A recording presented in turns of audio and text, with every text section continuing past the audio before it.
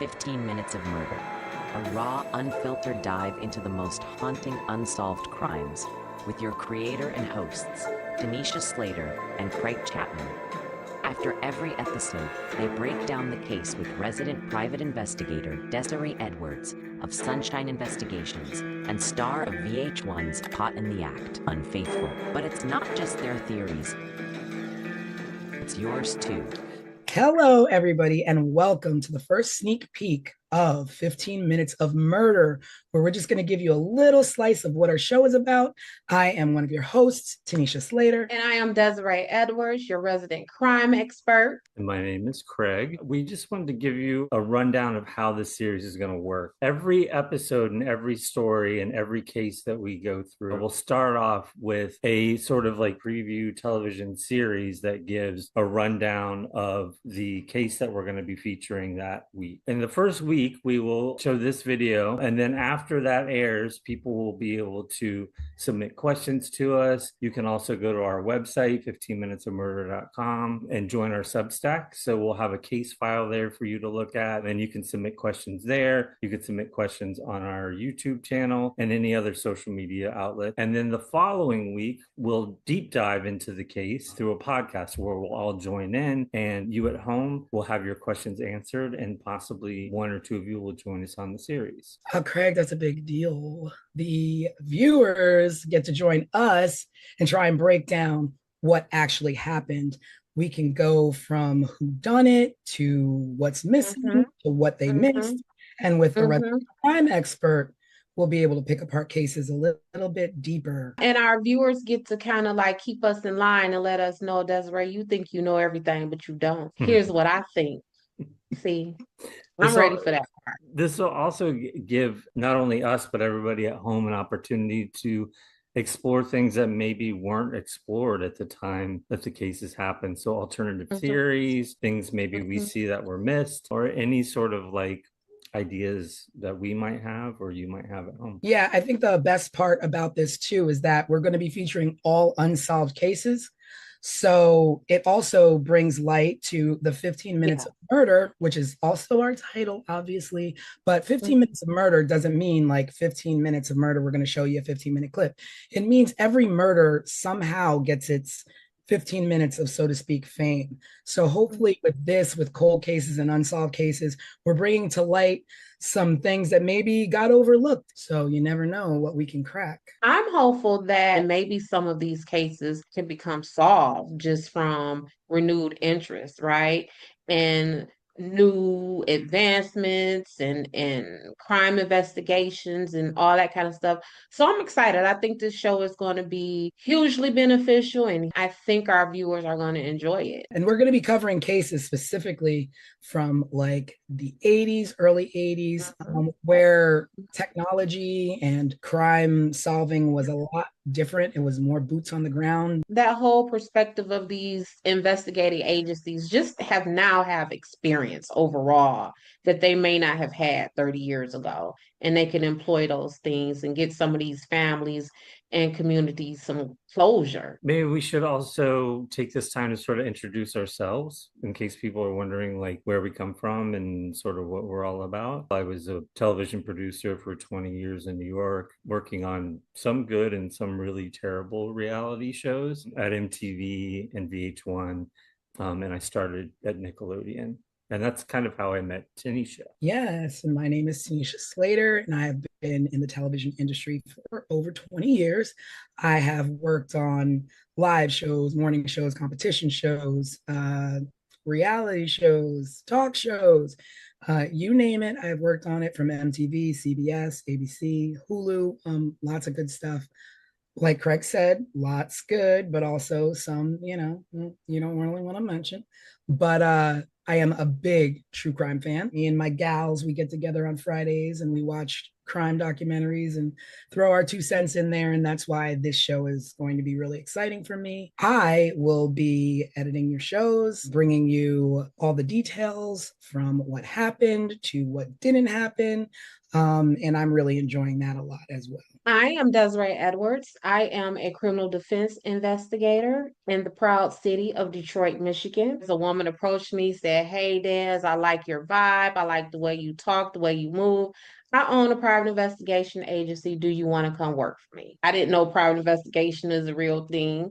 And that's what I've been doing. I went to work for her. It's been more than 10 years, and this is what I do. My work is kind of different from other investigators because I specialize in criminal defense. So 15 minutes of murder isn't just an interest for me, it is my career. This is what I do in real life every day, which is solving crimes and figuring out who did it and who didn't. Okay, let me just interrupt you really quickly because Hey, girl. don't let Des fool you. Des is at the top of her game. Des now owns this private investigation firm, which is her own. Okay, and she is the top sought after private investigator in That the is to true. fool you. That all of those things are true. I, She just wants where, to be honest. yeah, where do we put these things? We put it out there for the people. Let them We know. put it out there for everybody to know. That's right. Not only do I do these criminal defense cases here in Michigan at the state level and the Fed level, I do them across this country. I've worked in more states in this country than I have not.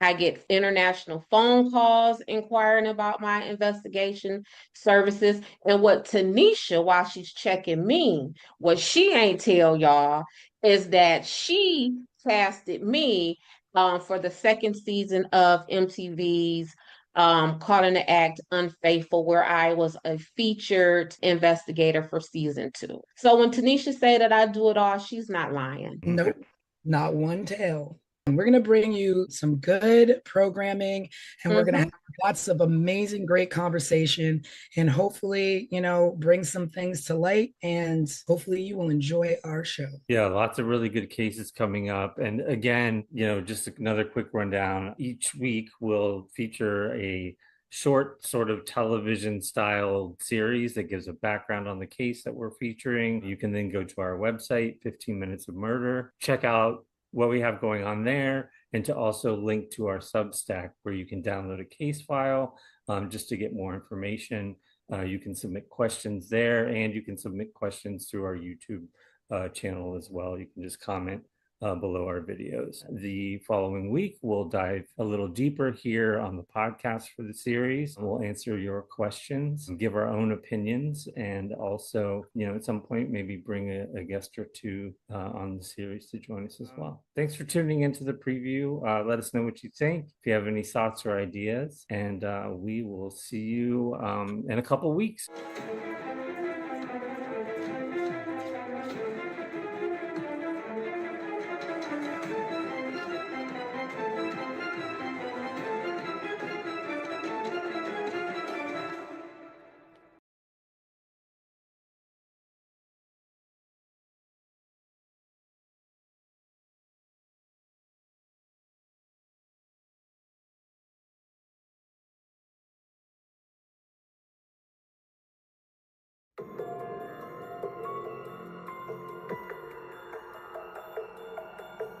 April 11, 1981. A quiet mountain town in Plumas County, California. A cabin in the woods, and one of the most brutal, unsolved mass murders in American history. This is 15 Minutes of Murder.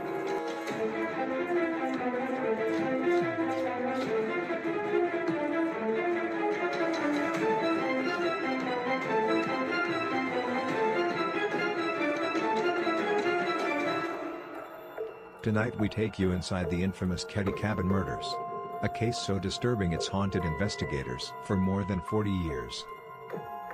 Ketty was a tiny resort town tucked into the Sierra Nevada mountains.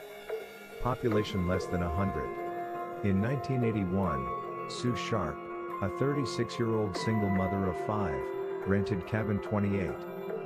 She was trying to give her kids a quiet life away from a difficult marriage.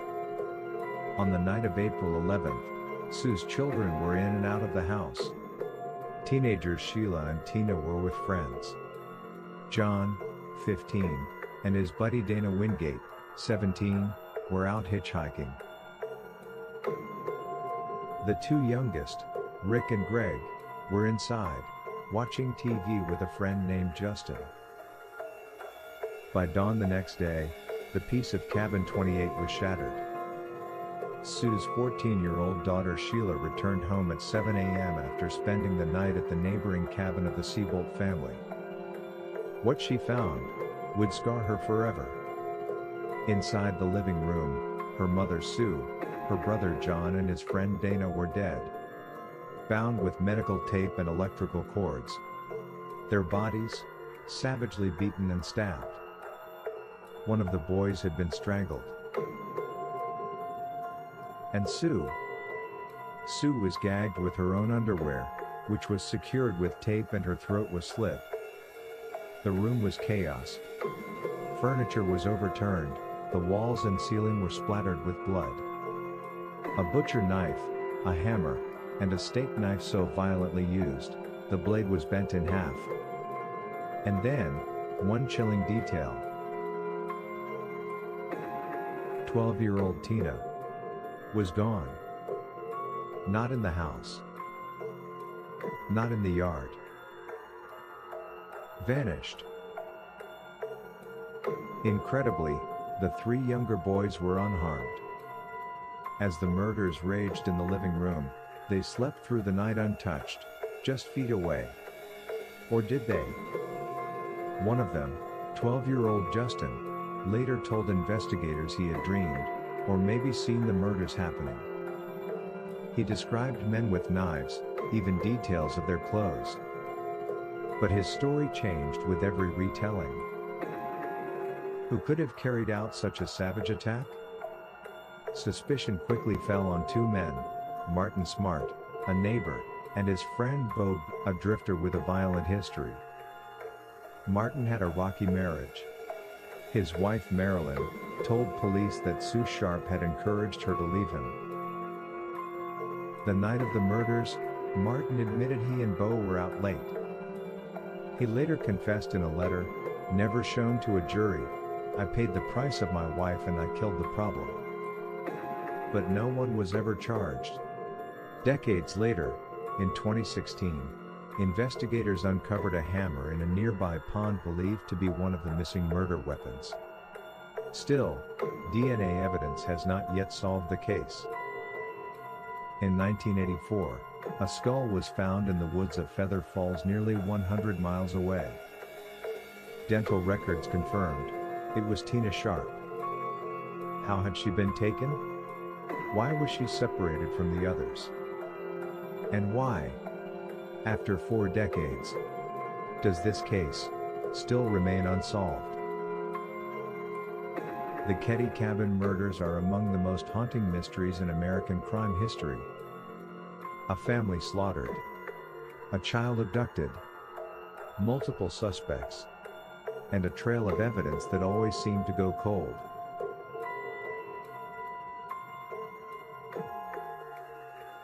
Was this the work of men fueled by rage and revenge?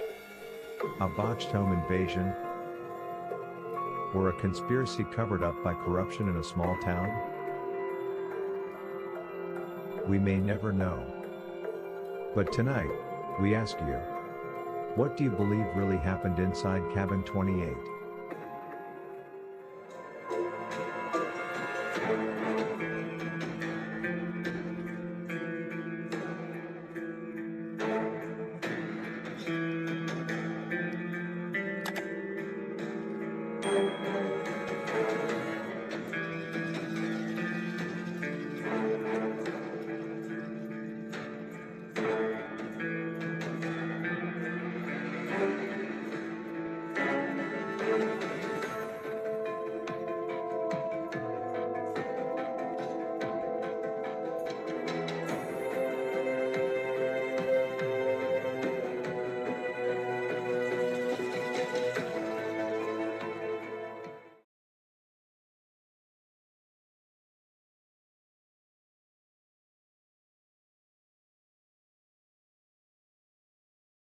When officers stepped into cabin 28, they walked straight into a nightmare.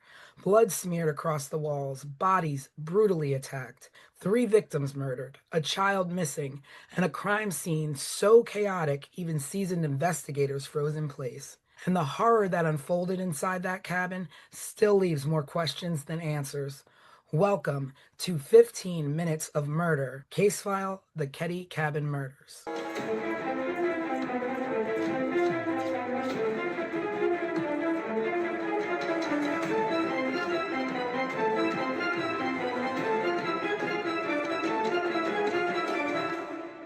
Hello, everyone. Happy Sunday, and welcome to the full podcast version of 15 Minutes of Murder, where we are going to deep dive into the Ketty Cabin murder case.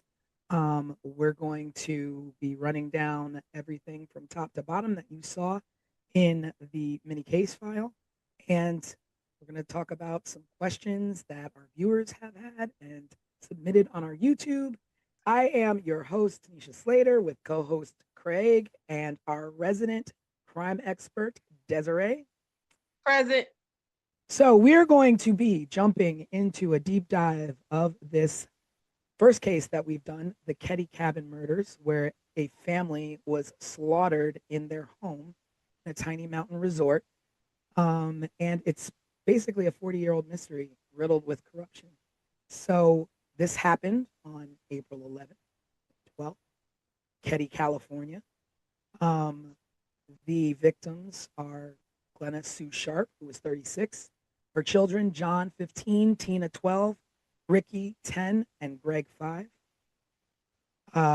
John and Tina were actually murdered. And John's friend, Dana Wingate. The 3 youngest boys survived the attack. One of them was a friend of the young boys, and they were asleep in the back room. Ketty. So the Sharp family, they were a military family. And Sue was in a bad marriage. They lived over on the East Coast, and she went out west with her kids to make them. Wound up in a small town in Ketty, what she did for work. And she was receiving money actually from the U.S. Navy through her husband, through her ex-husband, and it was only about $250 a month. Right. She worked a part-time job. Again, not making much. I'm sure she got by with what she could. And she was also on public. And I think she also received some kind of stipend for school or something like that. Oh yeah.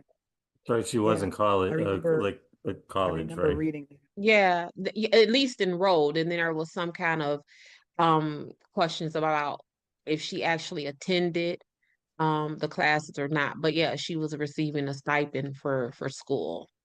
Yeah, so she obviously, you can give her props as being a mom trying to get her kids out of a nasty situation with an abusive husband, or allegedly abusive husband, and relocated to Ketty for affordable living. She had a brother or somebody that lived near Ketty, California, right? Yeah, that's when they lived in the, at least according to everything that I have come across, a really raggedy trailer park or something that was so bad that it made this cabin 28 in Ketty look luxurious. So that was their stop before cabin 28. Yeah, and we keep saying cabin, and like you think of like a little small cabin in the woods, but this was a sizably large home that they lived in. It was once a vibrant railroad resort town. It was thriving. But by the 1980s, it was run down. It was isolated. There was crime. Crime was getting, on the rise, and, it wasn't so much of a safe place. You escape one, nightmare and, walk into another. It happens. But a small population. I think, Des, you said, when you say small, we're talking small. We're talking, if the 3 of us, along with maybe 2 other people, we could count the amount of residents on our collective hands and feet, right? I believe the Google census search that I did said it was like 100 people in Caddy.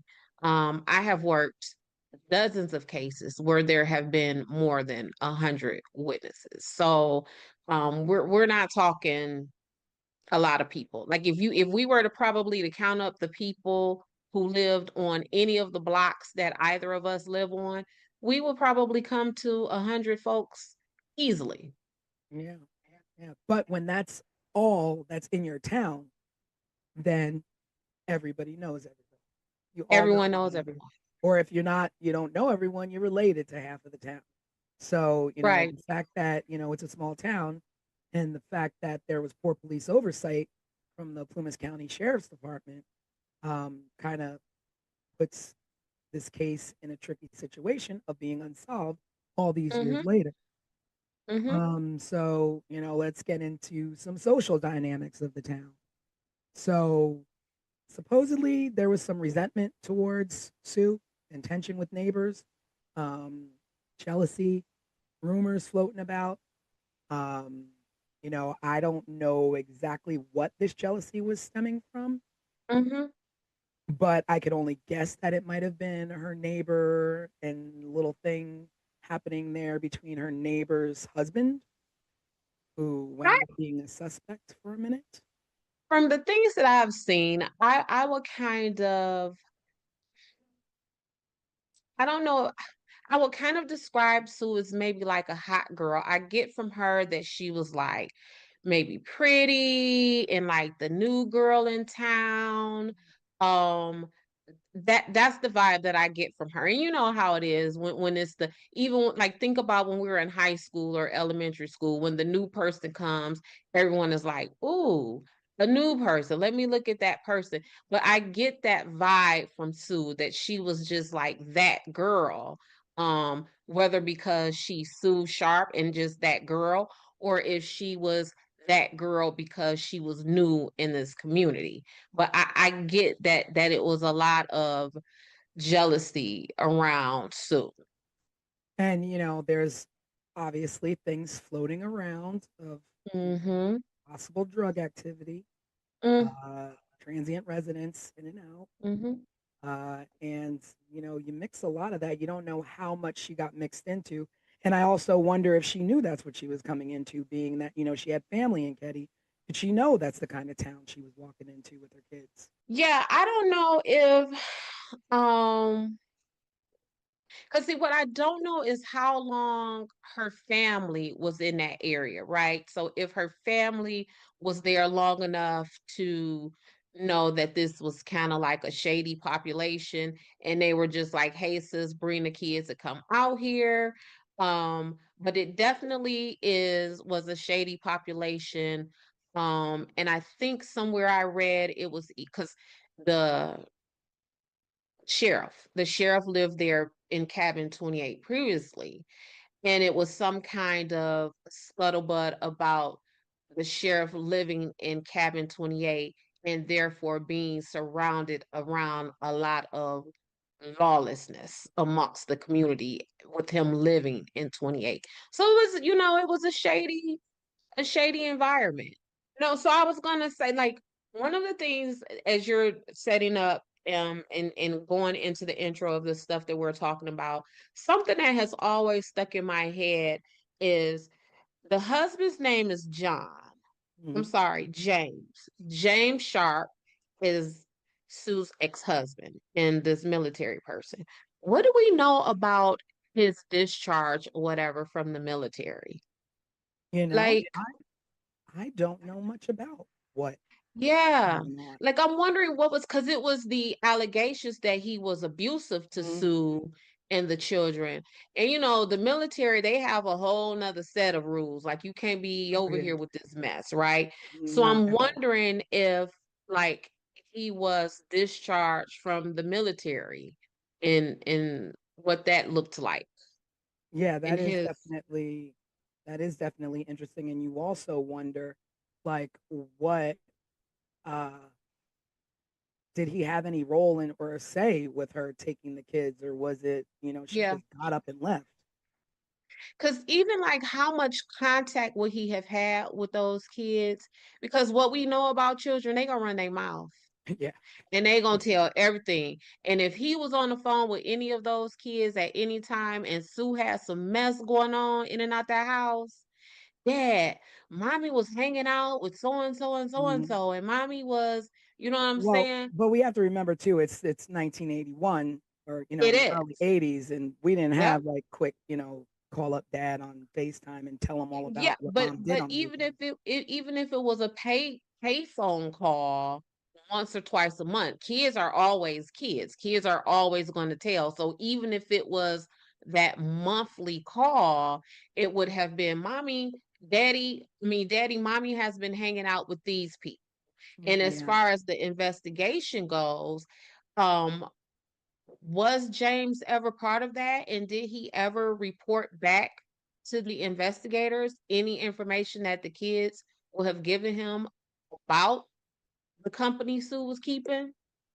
True. Like, just where is James? I think that's a good question. Like all the research I did and all of the background I read about this case, they mentioned him and they mentioned that she moved a pretty long distance from the east coast of Mm-hmm. the US all the way out to Keddie, California, which I believe is like northern mid California somewhere up Yes. in the mountains. But that was the extent of it, just that he was abusive and that she bounced and took the kids with her. Yeah.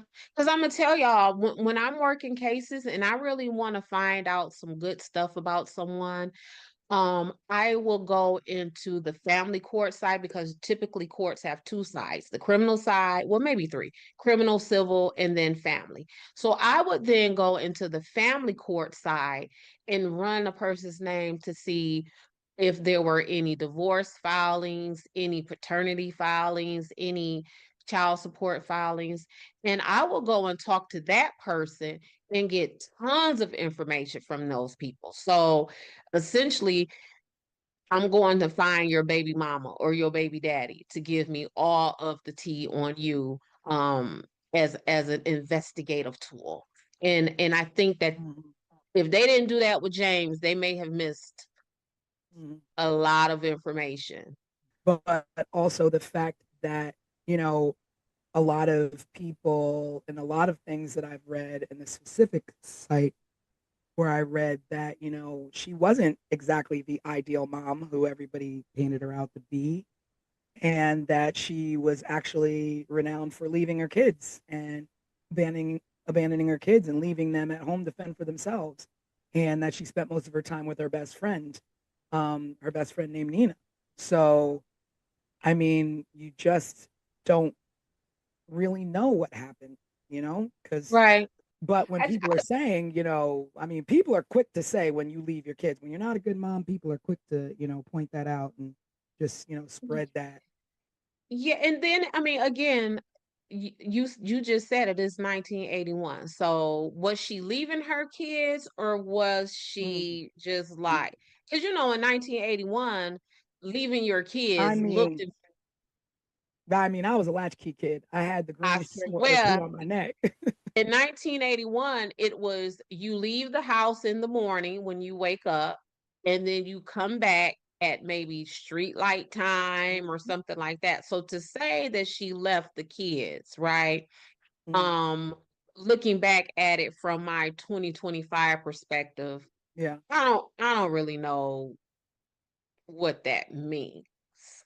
Because we were all left if that's the case. Yeah, certainly. I had an older brother, and the second my parents were gone, and he was supposed to be watching me, he was gone and down the street with his friends. So I was home alone all the time until like the neighbor teenage girl would come over and sort of like babysit me until my parents would come home. Right. Yeah. So So I kind of want to give Sue some credit on that. I don't want to necessarily say, oh, she was a neglectful mama and she was ripping and running the streets. Yeah. I Yeah. don't want to. go there with Sue just yet. Yeah. I mean, I was looking for a little more information on the husband, and yeah, no. the only thing I could find is what we already talked about. Yeah, Mm-hmm. it's very slim. There's really not a lot out there about him, just that basically she left him and was trying to look for something better. I've read that she even stayed with his parents for a little bit. Oh, really? Yeah, She was a stay-at-home mom while he was in the military. Mm-hmm. but So yeah, there's just a lot about like her mothering, and sad to say, like when you have a lot of, it makes me wonder if people were talking bad about her being a mom, be are they recalling her being a bad mom because of what happened, or if they really thought that. Right. And so, like, basically, like an implied truth, kind of like, Mm, oh, well, now that this has happened, yeah, hindsight, I guess she was a bad mom because how else could this have happened if she wasn't a bad mom? And mm, I feel that's a sad and unfair assessment, right?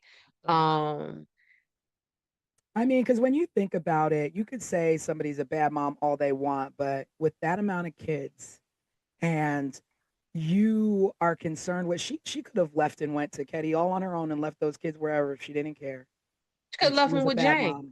She could have left them with James. She could have left them with their parents. Mm-hmm. Mm-hmm. So like you, I won't Mm-hmm. go down that road and and speak ill Right. in that way. Uh, Yeah, because that parenting thing, I like to kind of shy away from that because mm, I got 4 kids and a husband and it's hard, mm, right? So I right, can only imagine what it would be like as a single mother with 4 or 5 children and very little income. So I definitely want to give Sue grace and the benefit of the doubt on that. yeah. So the children she had from teens down to little ones, and we'll just like recap the activities of that evening. So what we do know is that on that evening, John and Dana went to hitchhike, to hang out in Quincy, where I think that's where her brother had lived. They had Mm-hmm. a small place out there. And they went to go hang out with some friends. And there were friends that claimed that there was possible encounters with drug involved teens. I don't know a lot about that, and that the friend Dana was seen with some sketchy individuals, some street locals. So Yeah, in this side of town where this activity where the kids were hitchhiking to and going to party to, that's the side of the town that everyone alleges that Sue would, when she was abandoning the kids, that's where she would go, mm, on this side of town. Um, and it was some like conflicting information about how the boys got back home and who took them back home and mm, was that those sketchy people they were with in yeah, this were they sketchy part of followed? town. I mean, that's true too. If the kids Yeah, were like involved in something that mom didn't know about, did the kids owe money? Did the kids, yeah, get too cocky out there? Like we don't know. And yeah, and and who exactly was Dana Wingate? Like they couldn't have been, lifelong friends. These are new. This has to be a new friend. You don't know who he was or what he was into or what he got John into. Because I mean, you could go off on any angle and be like, oh, it was the kids hanging out with the wrong people. Oh, it was right. Sheila hanging out with the wrong people.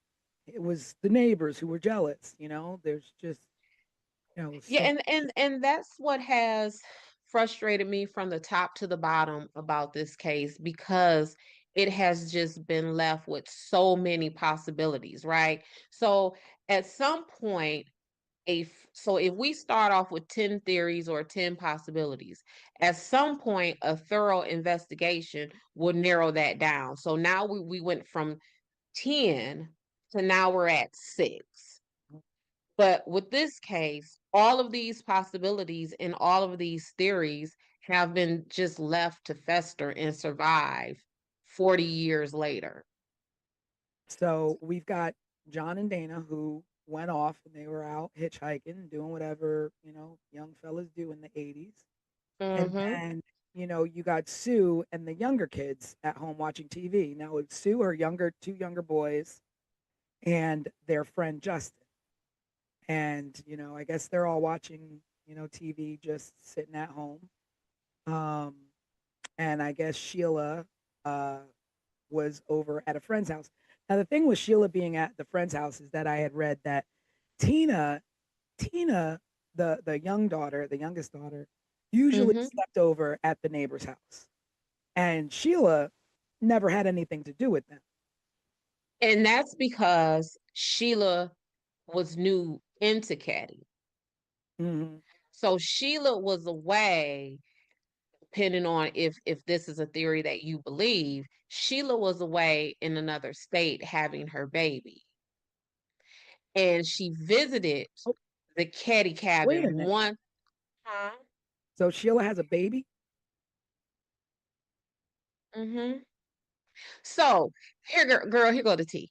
So Sue's friends, Uh-huh. the Meeks had a boy in the family. I want to say Richard, don't quote me on that.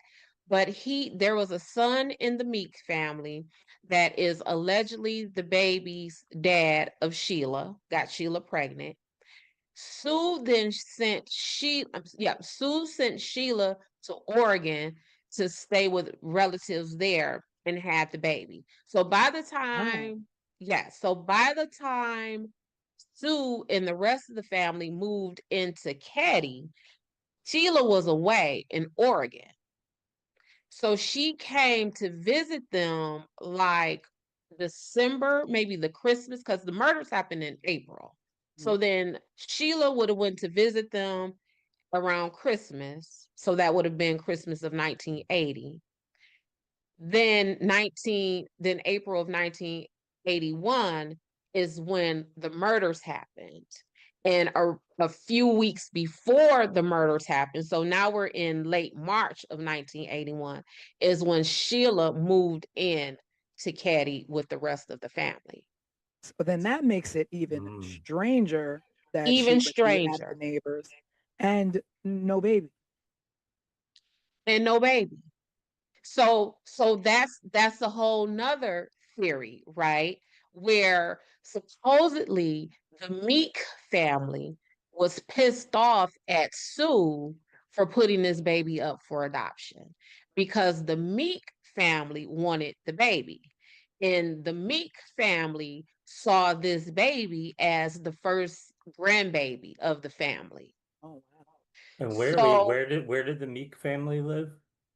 they lived on the best way for me to describe it is that they would have lived on that sketchier side of town. Not to Yeah. say that the Caddy cabin ain't the sketchy, because obviously it is, Yeah. but they live on that other side of the town. Yeah, Okay. because that now that you say that, it makes it even stranger to me because my mind started going to like what Sheila into. And so I was reading that, it was typically Tina because the neighbors had younger kids that Tina would go over and Mm-hmm. always spend the night there and, hang out there. But that night, while Tina was there, Sheila went over and sent Tina home and Sheila stayed there. Mm-hmm. So Tina would have been spared had she stayed like she typically would at the neighbor's house. Right. But Sheila sent her home, Correct. which is odd. Which is odd. Um, Sheila sent Tina home from the cabin that was right next Directly door next door. to them. And no one in that home allegedly heard any noise, any bumping up against the wall, anything coming out of that house. And what was also something to me about the Seabolts is that because that's the family who Yeah, lived the in that neighbors, cabin the next door. Seabolts. They said, I got it in my notes because it stuck out to me crazy. Y'all give me 1 second. According to the timeline that I have, Sheila went to the Seabolt's house at around 8 p.m. Mhm. Um, then the Seabolts reported seeing a weird green van outside of cabin 28 at around 9 p.m. Then Tina is sent home at 9:30. Which is late for a 12-year-old, right? I think she was 10. No, she was Yeah, 12. and that's 10. But not only that, this is what struck me. This is a town of 100 people. So that means we're close-knit community, right? So if I notice a vehicle that I hadn't seen before outside my neighbor's home, and then the next morning I found out that that neighbor's home that weird vehicle was parked in front of, people were right, murdered and slaughtered in that right, vehicle. right. I With mean, a slaughtered in that CCTV home. out. If we're a small town like that, whose green van is that? I've never seen Yeah, that green yeah, van. yeah, If someone pulls up in a green van in front of my house right now, I might just look out the window and be pissed off that someone parked in yeah, front of my house, right? But I live in a larger city. yeah. But in a small town like that, I and think the then first place I'm gonna go is to Quincy. Start looking for a green van. green van. But also when Tina was sent out to go home and you saw that weird, awkward Oh van, yeah, yeah, yeah. you're not like, Tina, hold on. Hey, I'm finna walk Tina home. There's a Right, car out here. right. It's just, Yeah, and we don't know how Uh, long that car was out there or when it mm-hmm, left. mm-hmm. So did someone send Tina away to be murdered? Mm. I mean, Tina was ultimately not murdered at first, right? we don't know that. I mean, We she could don't have know been that. murdered first and dumped, or she could have been held for who knows how long. Mm-hmm. She could have escaped from her captors and died on her own. Well, we know that she at least tried to escape because the Yeah, back pocket of her jeans was ripped yeah. when And I when when guess they when they found her remains. So somebody she was trying to get away from someone. But yeah, I think that timeline right there, that hour and a half timeline, has been sticking with me since I started doing my homework on this case. so. There were witnesses who did, report that they saw a bearded man with glasses earlier in the week, seen around the Sharps cabin. No, no leads were really ever followed up properly to check and see who that was, who the green van was. No, we don't know. And part of that is because um back to the Seabolts. When Sheila made her discovery and she went and reported it to them, do you know that they didn't call, it took an hour before they called the cops? How in the world? What are you doing for an hour? What are you doing? And they are the people who went back. So Sheila reported what she saw to them, and that the boys were in the bedroom. So they went back and retrieved these kids. So you would have seen this scene and you not call the cops for a Yeah. whole hour. How do you pull the Maybe, kids out without? maybe, I mean, they walk through the living room and see everything that's happened. But let's Well, let's just let's just talk about the. I'm sorry. Go ahead, Craig. no, I was going to say maybe we should just for people listening at home describe sort of Yeah, I'm going to talk about what the crime happened. scene. Yeah. So the oh, crime scene, they were found. The family was found on April 12th by Sheila. She was at the neighbors. She got up in the morning. She walked home, opened the door, and found her mom, John, and Dana mhm. slaughtered in the living room and bound with medical tape. bludgeoned, stab wounds, blunt force trauma, blood splatter everywhere, Everywhere. everywhere. That it literally looked like there was just complete struggle and hours of torture. Mm-hmm. There was a knife that was bent in half. Like, do you know how much force it takes to bend a knife in half when you're stabbing somebody? That's violent. That is brutal. That is hatred. That is zero Mm-hmm. regard for human life Mm-hmm. and zero regard for a mother and children. Um, a hammer was used. Mm-hmm. To murder with a hammer, that's monstrous.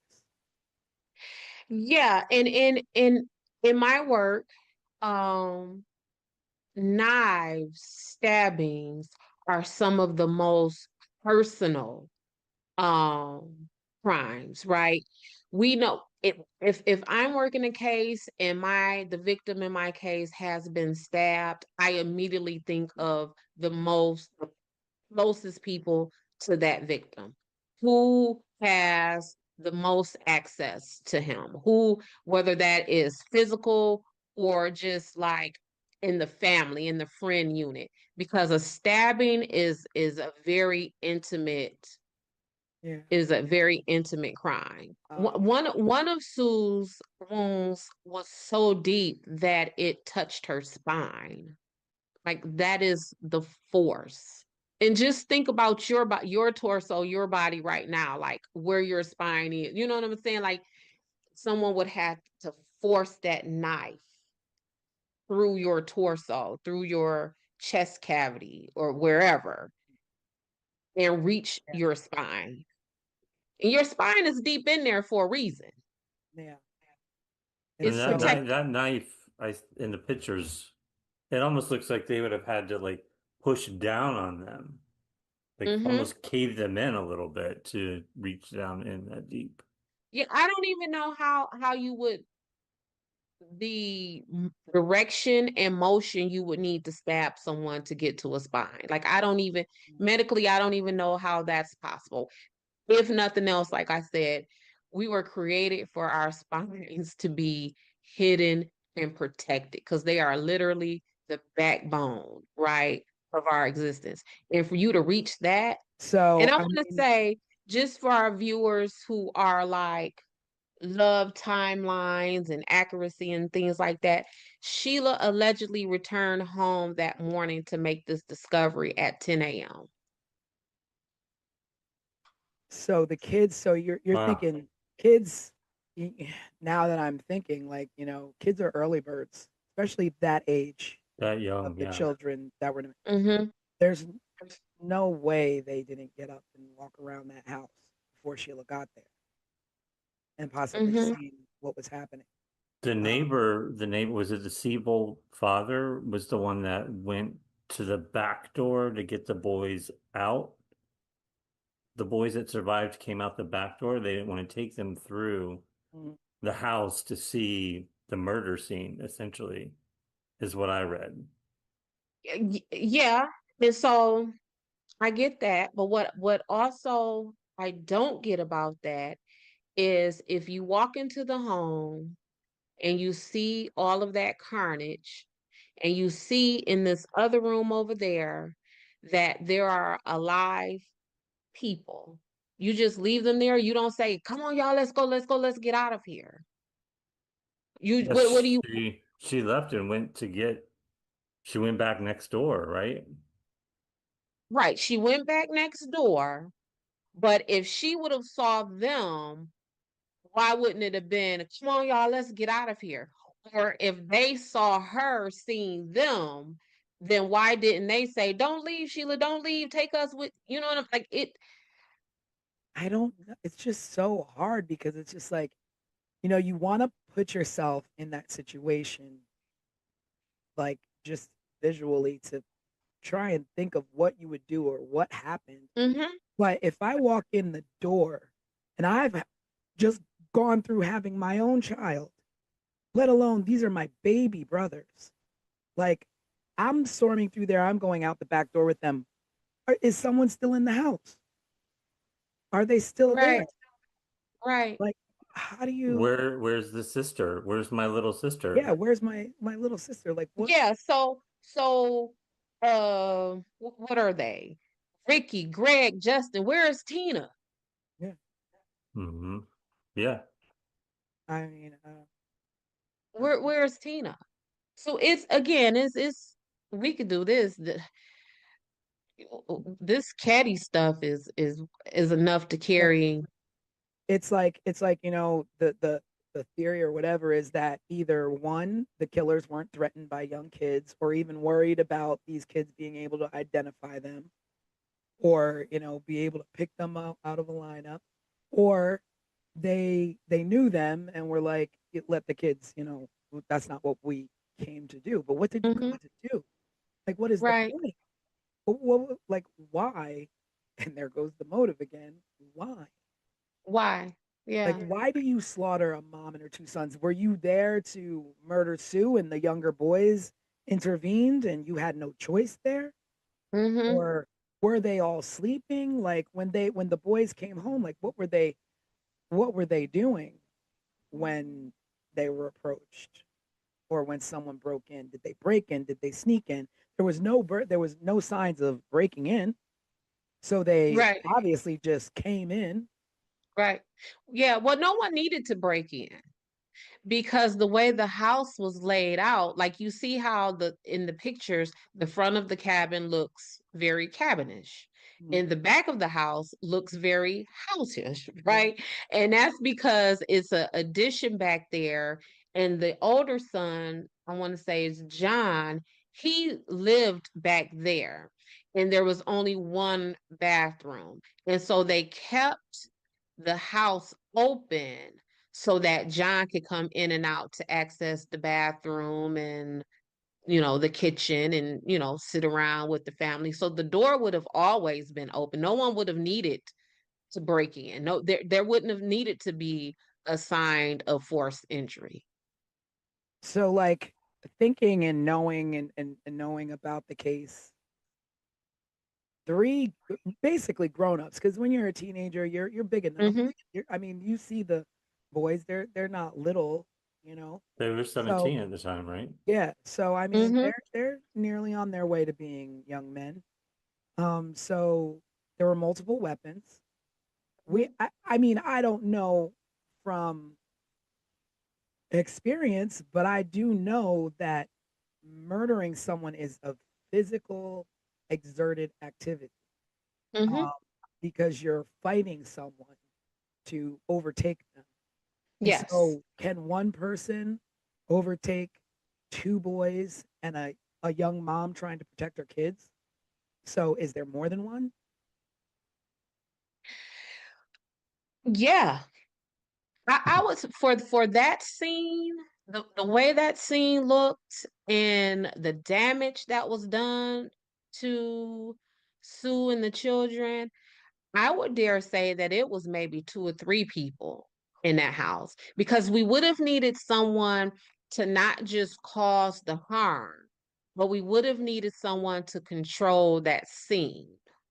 Because otherwise, you know, someone coming out the window, Yeah, someone's running out the back door. And yeah. in fact, while we're talking about the back door, there was a weird fingerprint or thumbprint on the railing of the back stairs, And linked to who? unidentified. Yeah, that's what. So, Ketty, this is what we're talking about. And but that jives with, maybe that's the reason why there is no forced entry, because if you are Sue's friend and you visited the family regularly, you would probably know that they kept that back door open. So if you're coming in to murder them, Yeah. where are you coming from? You're coming from the back door, and you may have planted that thumbprint on the rail as you're coming up and down the stairs. But yeah, that's the Well, cabin. Well, yeah, but so that takes us to the investigation, right? Which had all kinds of problems.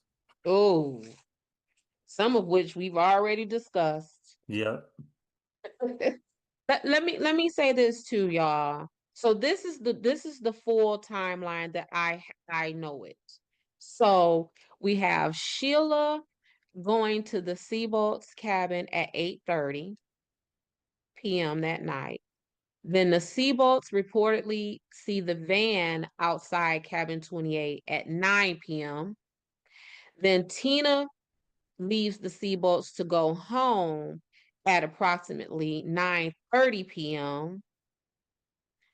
Then John and Dana, depending on who says it, arrived home at sometime between 11 and 11:30 p.m. And then the murders supposedly take place between we don't know. Between we don't know. So around 1:15 that morning, the folks in cabin 16 woke up because they heard noise. Marty and Bo left the bar that they were hanging out at. Who is Marty and Bo? So Marty, Marty is I know who young. they are, but we I know. should explain who Go they ahead, crime are. expert. we're Yeah. about to. We're about to. Okay. So Marty Smart is Jason, the one of the little boys who are in the bedroom. That is his stepdad. It's Justin or Jason? Justin, Jason, what did I say? It was Justin, right? Okay. Justin. So listen, I'm a mom. I don't even know my Whatever kids' your name names is. sometimes. Yeah, whoever you are, that person. So that's his stepdad, and Marty is married to Marilyn. Bo is Marty's homeboy.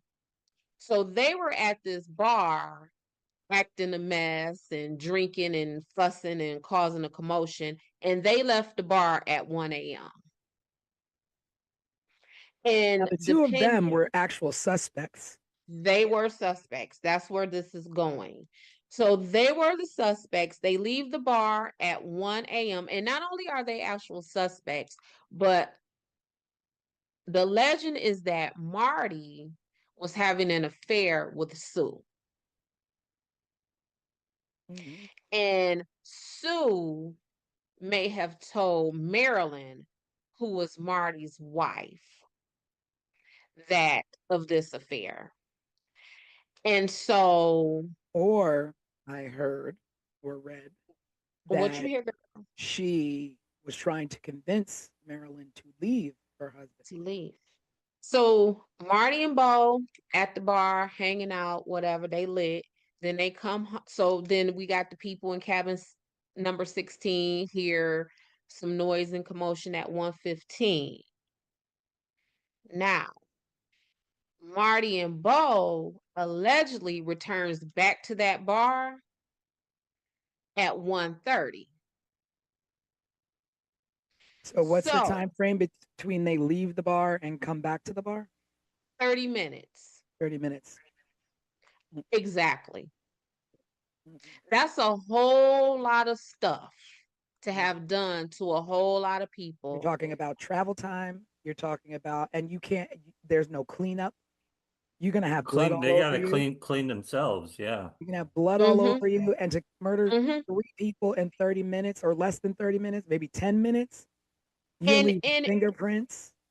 and you're gonna want to sit down because Yeah. if you're stabbing someone so hard with that much force where you're reaching their spine, you're tired, you're out of breath. It makes me wonder, like, why they were even suspected. Like, was it solely on the supposed affair, or because they were at a bar and left the bar, they were Well, hell bent? one of the young boys that survived out of the three described them. Mm. But Remember, he he was was, describing, but then Justin's just allegedly describing his dad. yeah. Correct. And then Or that there maybe is maybe that, they did go to the cabin. Maybe he just went there to check on his kid. I mean, that's a yeah, possibility. that's a whole nother set of like a whole nother level of twisted though. Like I am going to go into this home where my stepchild, if you want to be specific about it, where my child is asleep and there to have a good time with their friends. And I am going to go in this house, me and my drunk homeboy, and we are going to slaughter everyone in this house while my son is in the back room. Yeah, but I mean, maybe they did leave the bar in that 30 minutes, go visit, Okay. but nothing had happened at that point. They just Nothing go happened. check in and then, We went back to the bar. go back to the bar. Yeah. Right. But So I don't, you don't think what'd that you say? happened? You don't think that happened? I don't think what happened. That they just kind of popped in, checked in, and then went back to the bar? Um, Because that places them I at just, the scene of the crime, but doesn't mean they did it, because at the time that they arrived, maybe, the murders hadn't even happened well, yet. more than that, I just question the timeline. Not necessarily that they didn't like really do it, because maybe they did, right? But I know for sure they didn't do it in 30 minutes. I know that for sure. Well, to talk about the main suspects, Martin Smart, of course, Martin inmates in Smart. Maryland, supposedly having an affair with Sue, was their neighbor. Mm-hmm. He was also Mm-hmm. an abusive man to Marilyn. And it's reported that Sue was trying to help Marilyn. I guess, she'd been through it before with her husband James, or her ex-husband Mm-hmm. James. So I mean, Mm-hmm. she could have been just helping him out. I don't know how true this affair, business is. But Right. the smoking gun here is that the hammer used in the murder was owned by Marty. So the hammer belonged to him. And the fact that he told his therapist that he killed Sue. Why he Well, would. so there are supposedly two hammers. Mm, Yep. And the hammer that was found, weirdly found 35 years later, I believe, is the hammer that Martin says matches the description of his hammer. I don't think that the hammer that was left neatly and nicely on the table in Sue's home was that knife. I so mean yeah, that let's talk about the weapons, like where they were. The hammer was left on a table. Like, I mean, and then also yes, you leave the murder weapons. Like, who correct. leaves behind murder weapons? And you leave them not just scattered about, like where, like, okay, so if I beat you with a claw hammer, that claw hammer may be left next to your body because, woo, I'm done. I done beat you, I'm tagged.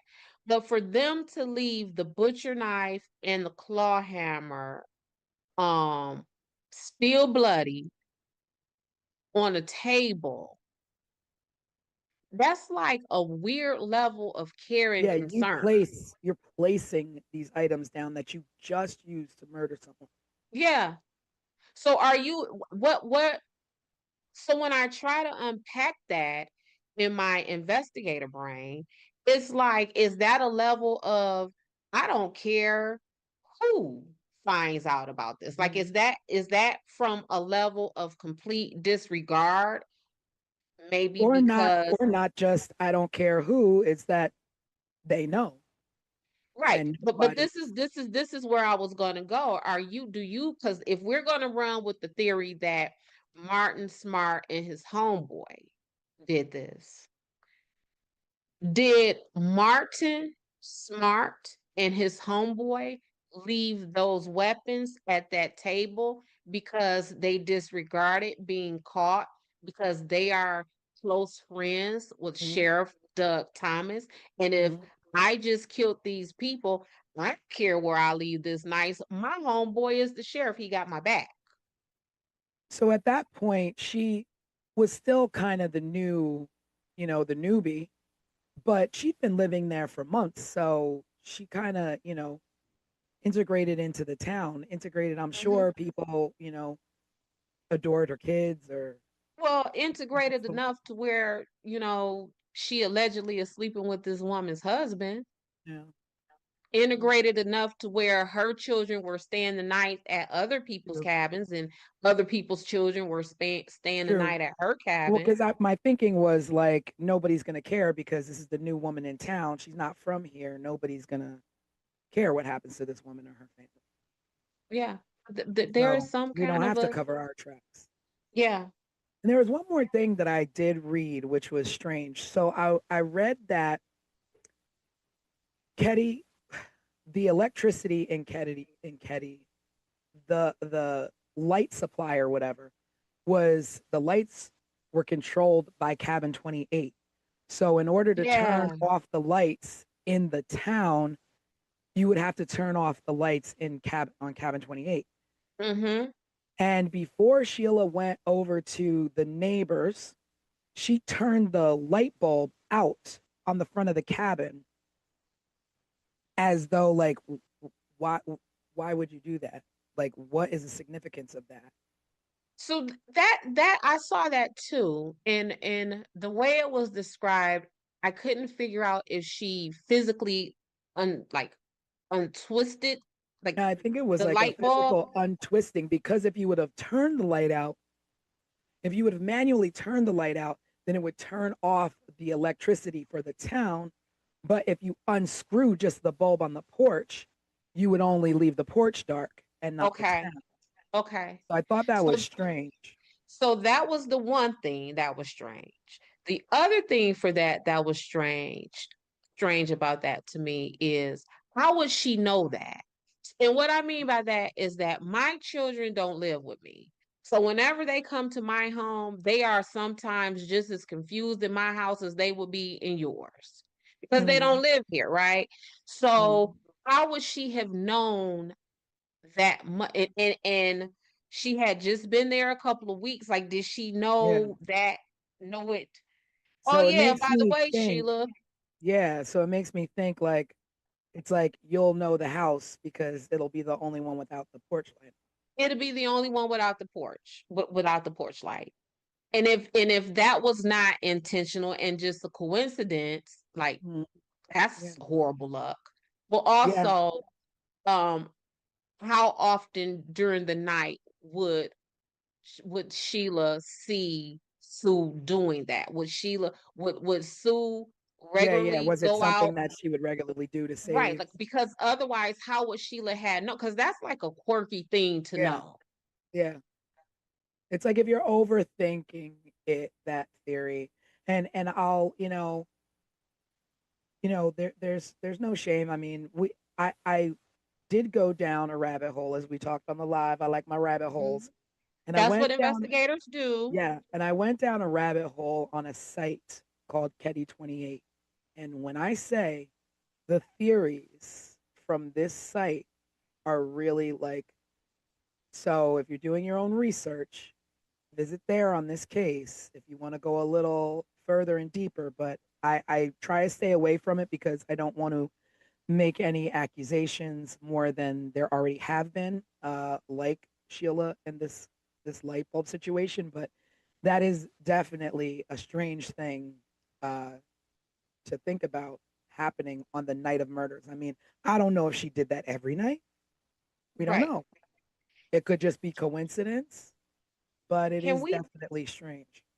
can we double back to this hammer? Because this hammer Yeah. low key almost took me out.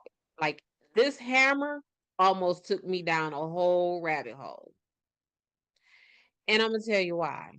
We find a hammer 35 years later, and that hammer is still significant enough for us to report it. So what I mean by that is if something happens right now in 2025 and then we find the tool that was used 35 years later, do I immediately be like, oh, snap, this is the tool that we were looking for at 35? You know what I'm So saying? Like, where you're thinking planted.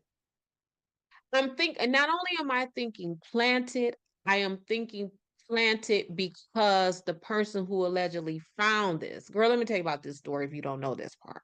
Yeah, yeah. So, this man was with a woman and they were attending a wedding. and the woman claims to have lost her ring. The man went and got a metal detector. Yep, that face. He went and got this metal detector, and he's out looking for this this ring with this metal detector, and what is now at the time they're searching a dried up pond. And it is in this dried up pond where this man is with the metal detector looking for a ring that belonged to a woman who attended a wedding. And then we find, well, maybe the pond was not empty at the time. Maybe it was a reservoir and it just happened to drain. I don't Maybe, know. maybe I don't know. That's strange. But ain't that strange? And so what this guy finds, instead of the ring, he finds the hammer and then goes and reports it as though the first murder in the town is in the back of his head.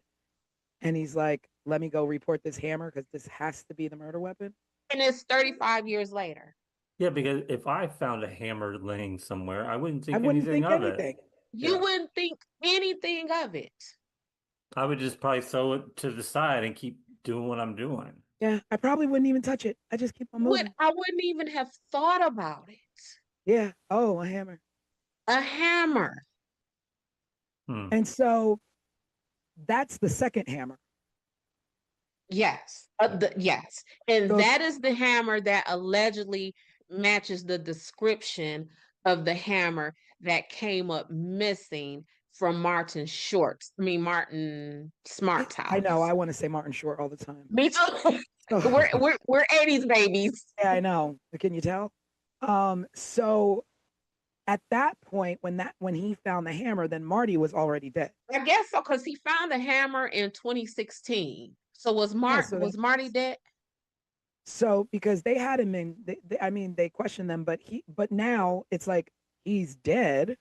So there's nothing that can be done finding this evidence to try and close it out. So who's to say the man who picked up the hammer didn't do it? Well, I think of course the evidence I'm going just crazy.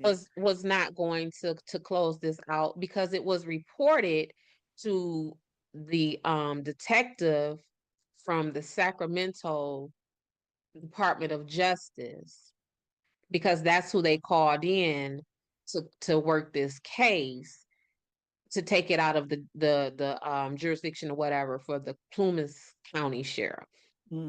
But those Department of Justice people were not homicide detectives.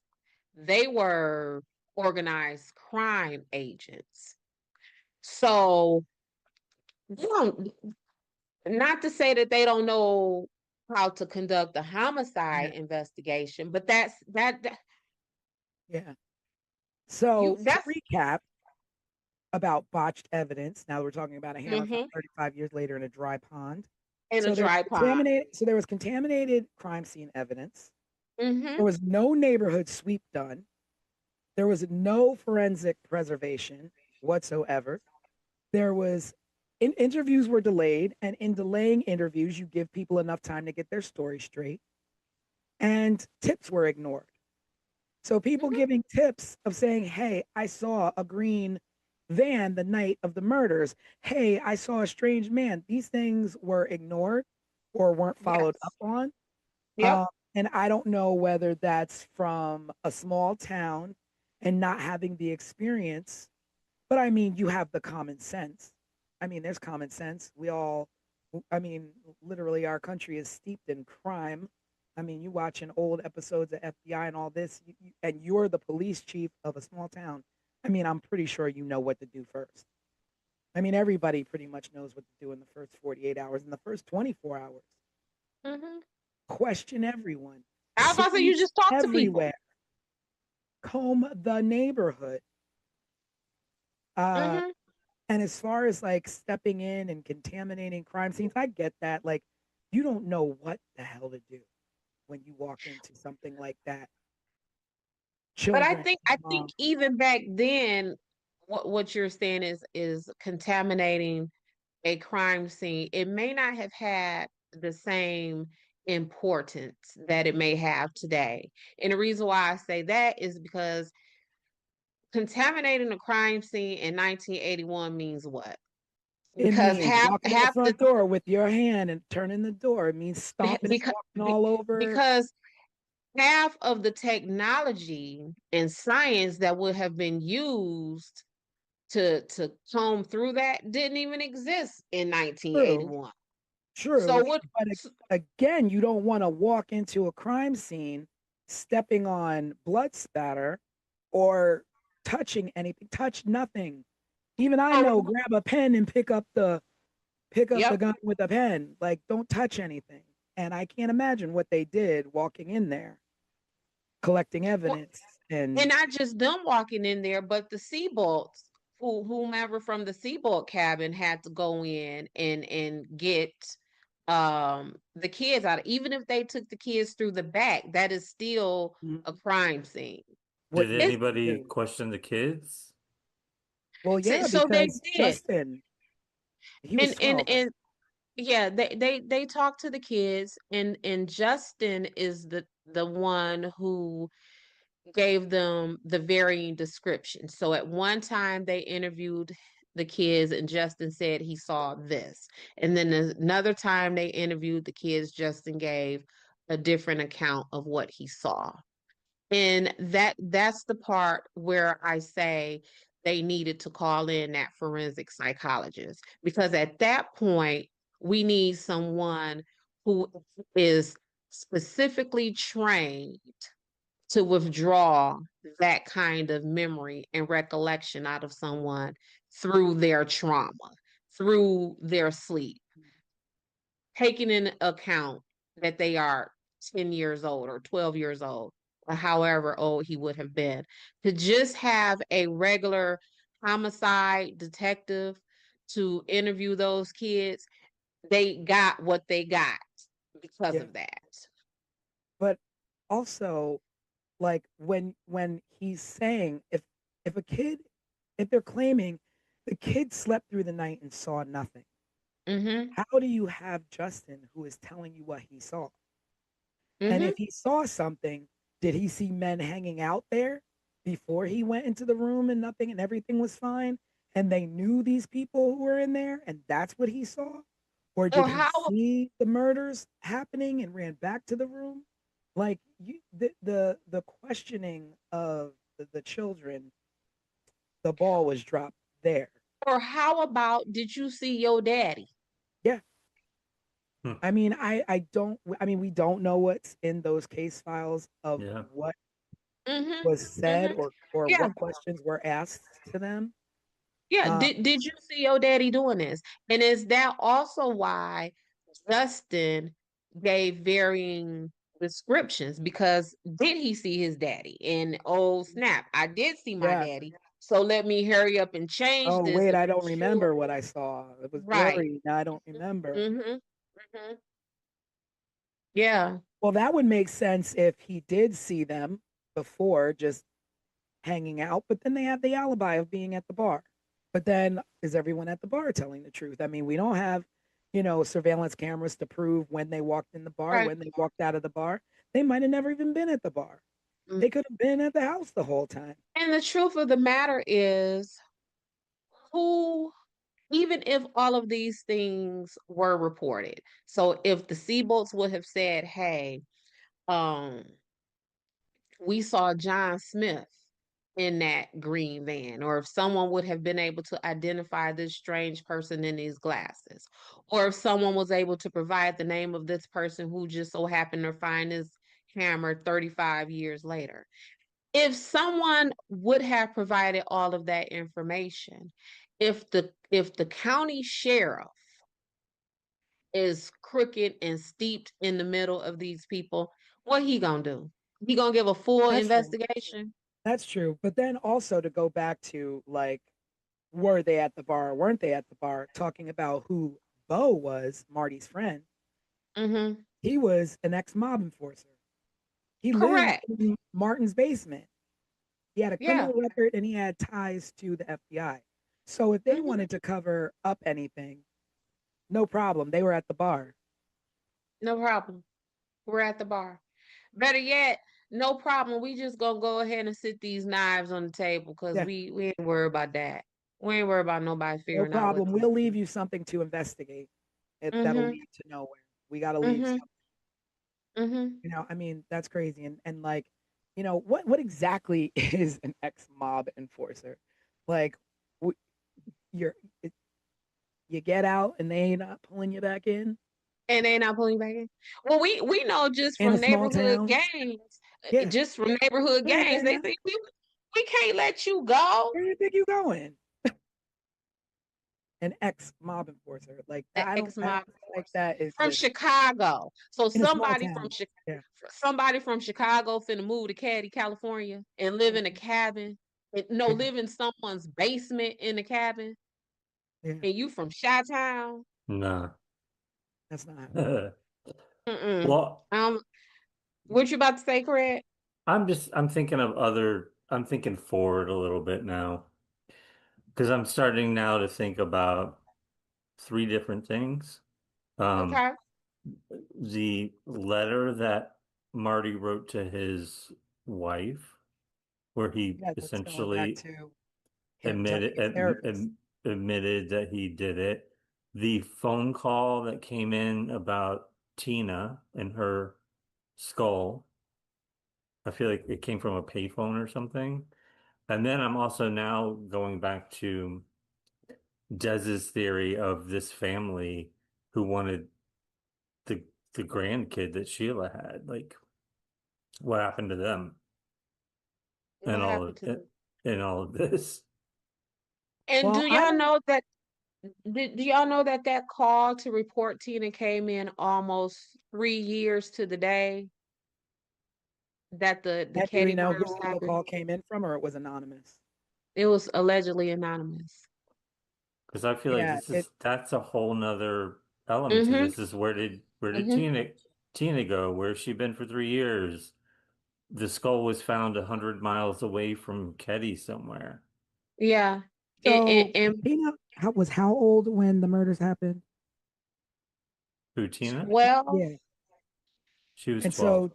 so at the time they found her skull, she would have been how old? 15, 15. going on 15. But she could have been dead the whole time, you know? She could have been dead for Maybe- three So, years. so Craig, you're thinking like she I was. see your wheels turning, Tanisha. So you're thinking that the people possibly who no, that's not. I'm not What are you really, about to say? I'm not thinking anything really. I'm just making sure we don't leave her out of the story because, Tina? Oh yeah, no. Well, yeah. yeah, no, we're just going down that rabbit hole of that whole who was involved and how criminal it was. Because like But I like the sheriff, like talking about the sheriff and being, hmm. Mm-hmm. tied to not only Martin but Bo as well. He was close friends to Marty.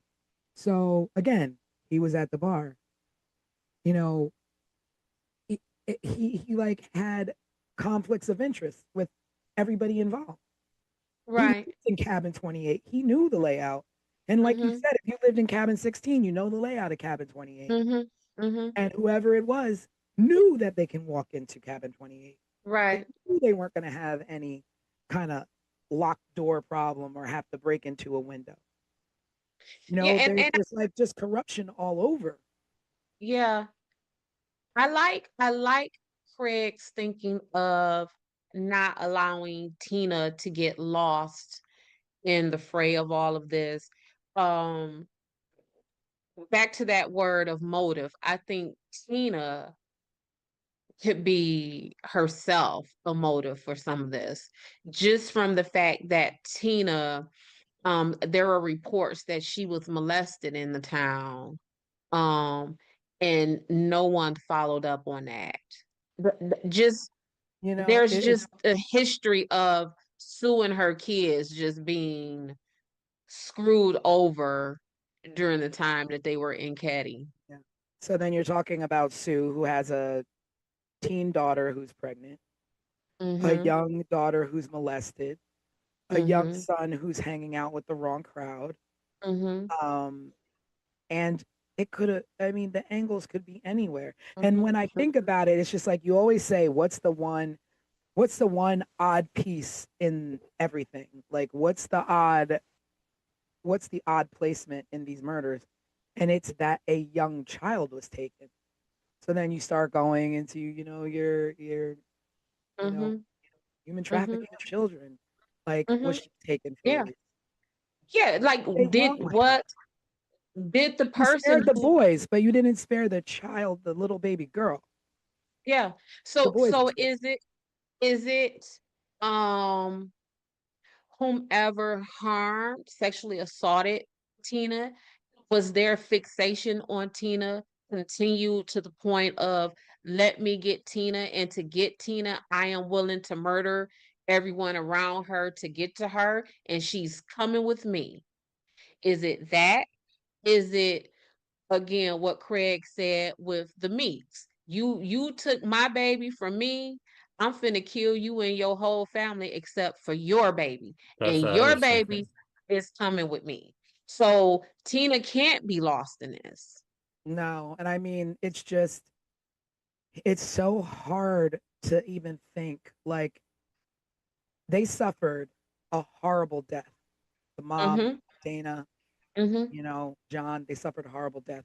But we Mm-hmm. don't know what Tina suffered. No, We'll never no, know what Was that child suffered. she kept alive for those 3 years, or was she killed the next day? You too. I don't know. Yeah. I don't know. And I think that's all part of the terror. Yeah. And I mean, and then we talk about the survivors. So you have Sheila, the oldest. Like, she's Mm-hmm. got to be, you know, she's got to Right. be, Our age. yeah, yeah, she's our age. And just how do you reconcile life after seeing something like that? Knowing your baby sister, you sent your baby sister home and she was murdered, Mm-hmm. left and dumped like she was nothing. Mm-hmm. And the truth of that is whether you did that intentionally or just out of a mistake, that guilt will be the same. Yeah, yeah. Just the what if. I mean, I What can't if? imagine the Yep. what ifs. Yep. And even the young boys who were in the other room, and though they were just young, I mean, at 12 and, even 7, I look back at things and go, what if I would have done this? What if I would have done, Right. let alone, my big brother, my mom, you know, done the way they were done. And it's just so sad to me that, people are quick to, oh, I found this hammer. Oh, we found the skull of Tina. But yet there's still no further push in investigation. And Sheila to this day is still trying to investigate and have, answers for her family. And I don't get nothing. You get know. two random tips from left field, but you have no investigation into those things that lead to just dead ends. Yeah. And Sheila Yeah. Sheila did do an interview, I think, with People in 2016, Mm-hmm. talking about her experiences. You can also find a lot of videos on YouTube of with her and her brother revisiting Ketty, actually, and it's very hard to watch, them revisiting and recalling memories from that time. And it's just, I really hope that she can find the answers to what happened to her family. She deserves that. She absolutely deserves that. And I think um we all do. Mhm. Yeah. Um just because I think that the Ketty murders are so gripping because we all feel that human dynamic of this. And granted that for a lot of people who are listening to us, a lot of people who have researched this case on their own, these are people who like they may not have even been alive yet when these murders had taken place. But it's something about this case that just pulls at all of your human being fibers. Yeah, and I think too for me the draw was that this was our time. You know, these are the Hmm. kids. This is when we grew up. Right, And you know, in the 80s, things were like that. It was, you know, you were free to ride your bikes until the street correct. lights came on, then get home. You know, you were over your friend's house for dinner, your friends were over your house for dinner. And it Hmm. was that it was a little bit of a more of a carefree. You didn't really worry too much about your neighbors. You could Right, leave your doors unlocked in some places. right. And to just think like you put yourself in that like, you know, I think of the friends that I grew up with and I'm like, I just can't even imagine. Right.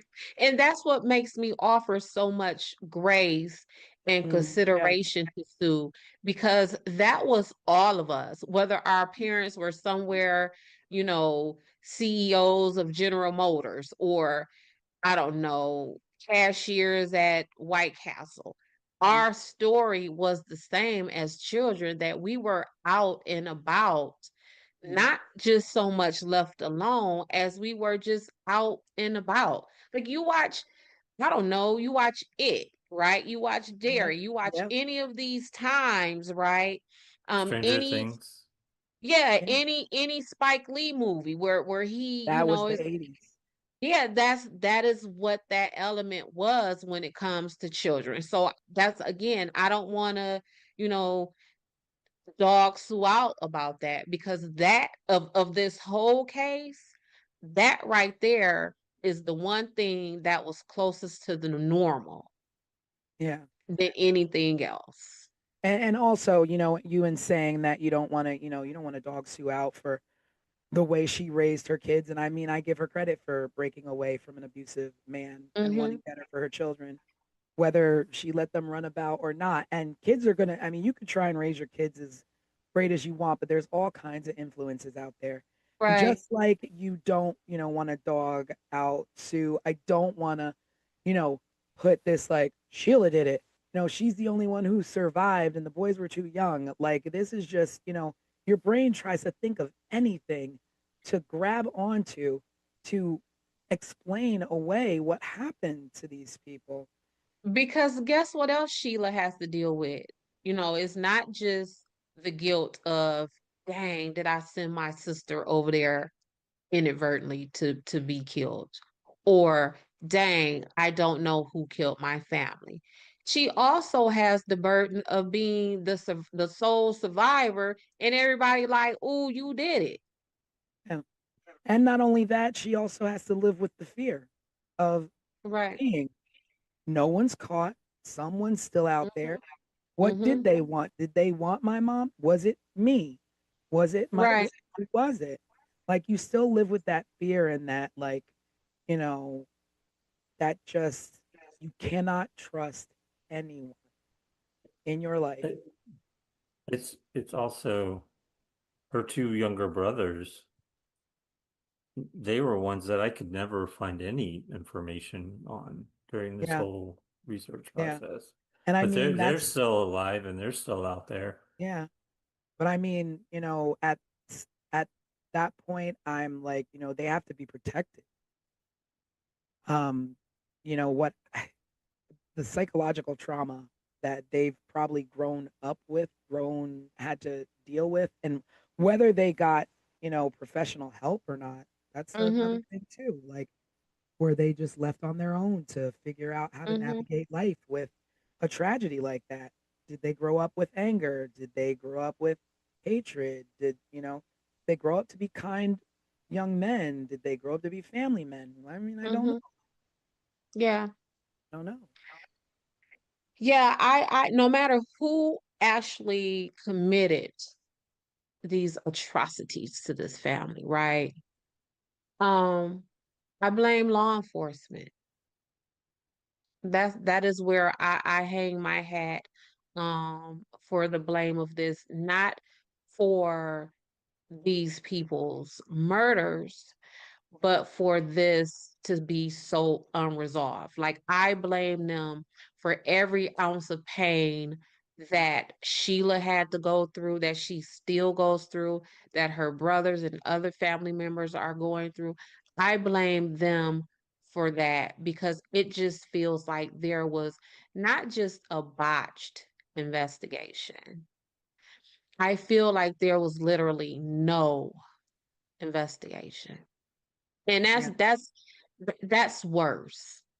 Yeah. Because at least with a botched investigation, there is some effort, whether that you did that botchness on purpose or you did that botchness by, natural ineptness. At least there was effort. I don't feel that there was effort here. Yeah. And they deserve more than that. This is something we could talk about for another 2 or 3 podcasts. Yeah. Whole And it season. was, yeah, and it was strange. What feels strange to me going through this conversation um, tonight is that I don't know why, but for some reason in the back of my head, I kept thinking about this being a murder that was solved and it's done and it's over. And it was sort of like a realization hit me that like we could talk about this forever because nothing was ever solved. Right. No. Nothing ever, there was no conclusion. And there No. Yes. But I probably mean, never will be.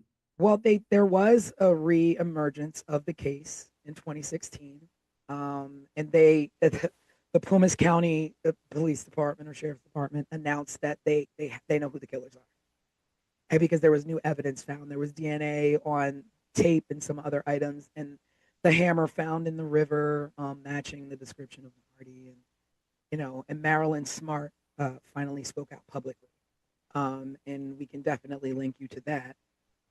It's living on YouTube. Crime, cover-ups, and Connections. corruption.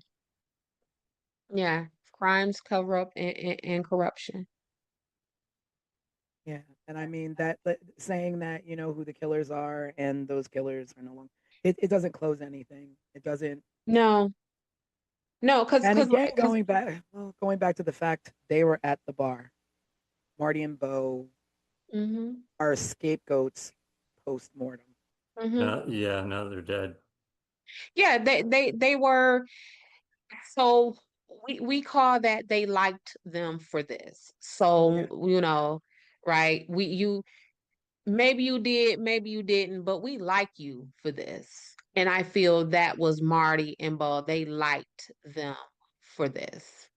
and I gotta say that I think that the reemergence of this case reopening in 2016 has to do with the fact that people will not let this go. People will Mm-mm, not let this family go without answers. And I think that the more people who are covering this in podcasts like ours and mm-hmm, covering this and bringing it to small towns, small town newspapers, or even like visiting Ketty to visit where they tore down the mm-hmm, town, um, people will not let this go because it's so unsettling. And like you said, this was the 80s. This was majority of us. And I think that's why you had that in 2016, and the fact that Sheila won't let their memory go without some sort mm-hmm. of justice. Right. I mean, and even at this point, I think there's a difference between justice and truth because you can get justice in the wrong man, but I don't think we'll ever know the truth. No, no. And they're still playing around. So, oh, we have some DNA that matched a living suspect. Well, who is that? Mhm. Or, oh yeah, the new detectives from the Sacramento Department of Justice. Oh, and I think I saw this in an article from like 5 years ago. Oh, we're close to closing the case, or we're close to arrest. That was 5 years ago. Mhm. What's Still happening? nothing. Yeah, still nothing. So, Craig, I think you said there were some questions that were there questions that we could just circle back. I think that we kind of hit them all through tonight. I also through this conversation, I'm like, well, where do we wrap up with this? It's like there is no correct place to wrap up this No. story tonight. There's not. I'll I look mean, at I think technically we can wrap up in our own take and theory. I don't want to accuse anyone, but I honestly cannot think of one thing that says to me, this one did it or that one did it, because there's so many different ways to go, and you don't want to accuse someone who had nothing to do with it. And I, Had nothing to do with that. And prisons are full of that. I know. yeah, I get the phone calls, right? But again, that's what I mean by the brunt of the blame, at least for me, lies with law enforcement. Because again, if there were 10 running theories at the time, if y'all would have done even a piece of investigation, maybe now we're only down to 6 theories. yeah, yeah. They do a little bit more, maybe we're down to 4. Like you chip away at it, right? And there was no chipping. No one had a wood chipper in Ketty regarding Sue Sharp and her family. Yeah.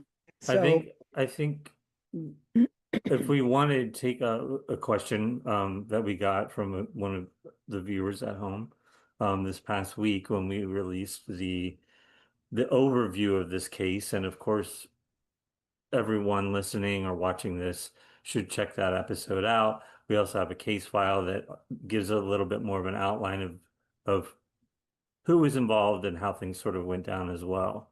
But Kirsten chimed in, and we're encouraging everyone at home to be involved. So please send in your questions for any future cases that we're gonna be covering. Um, Kirsten said, when the case was reopened and DNA was found to belong to a living suspect, why did the case stall? And I think we kind of just covered that question. Mhm. Yeah, again, always, because that is their role. That the police, this is their role to investigate and get to the bottom of this. Why did it stall? Well, we kind of just like Craig said, we kind of went through some of those theories yeah, of I what mean, might have short of doing what Desiree does in the real world is hopping a plane to Ketty and knocking on some doors. knocking on Um, doors. Otherwise, a phone call is not going to do it in these Right. days. Because it doesn't matter how much DNA you have, how many fingerprints you have, how much surveillance footage you have. If people aren't giving you stories, then you almost have nothing. Like I don't walk around with a DNA testing kit in my pocketbook, right? You know, just talk to me and tell me what I need to know, and then I could branch off from there. Just it is only 100 people. Yeah. But again, it was 1981 and we're now in 2025. And the likeliness that you will get a recollection that is accurate to what actually happened, if there are any people Mm-hmm. who are surviving and willing to talk. Um, Mm-hmm. I don't know. But at the end of this, our first case, the Ketty Cabin murders, it all comes down to botched police investigation. Botch police. And Yeah. that's who we would have to put it on because it's still open to this day, even Mm-hmm. though they claim they know who the killers are. Mm-hmm. It's still an open case, and we Yeah. don't have answers. And maybe you all out there can keep researching and going down the rabbit hole to, you know, find some other leads or other theories. And of course, keep up with us on 15minutesofmurder.com, where if there's any new breaks in the case, we will update as well. Um, but until then, like Desiree said, this falls on the police, Willis County Police. Yeah. Great. So tune in. On Wednesdays, we go live for a little while. If you want to check in with us on Wednesdays at 7:30 p.m. Eastern Time, we'll be on our YouTube channel live, so you can chat with us in the reel. And then next Sunday, we'll be starting with a new case. So you won't get this podcast version. You'll get the produced episode that gives an overview of the case that we're focusing on next. And then, of course, keep following that channel, that timeline. And get involved. We want to hear yeah. from you. We want to hear your thoughts. We want to Yes. hear what your theories are. We want to hear from you, even if you want to speak out and include something that we might have missed in the episode.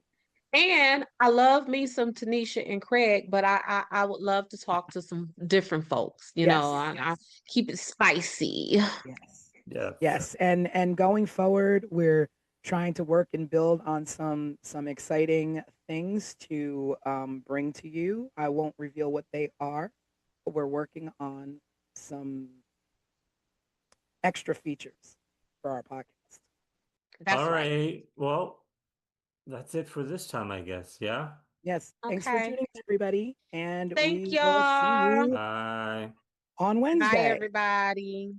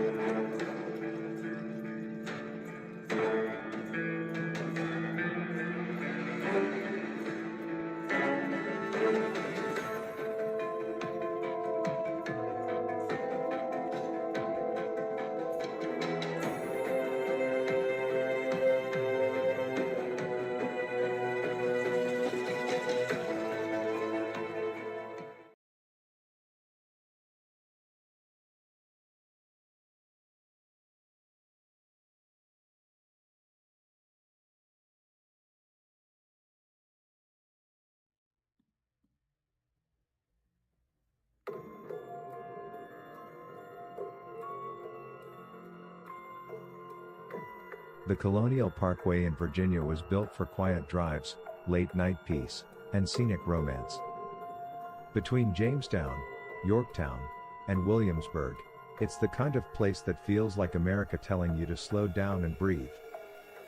But in the late 1980s, this peaceful stretch of road became the hunting grounds for one of the most disturbing killing patterns this country has ever seen. 4 couples, 4 gruesome crime scenes, and not a single arrest. And what's worse, none of it ever made sense the way a textbook serial case should. This is 15 Minutes of Murder.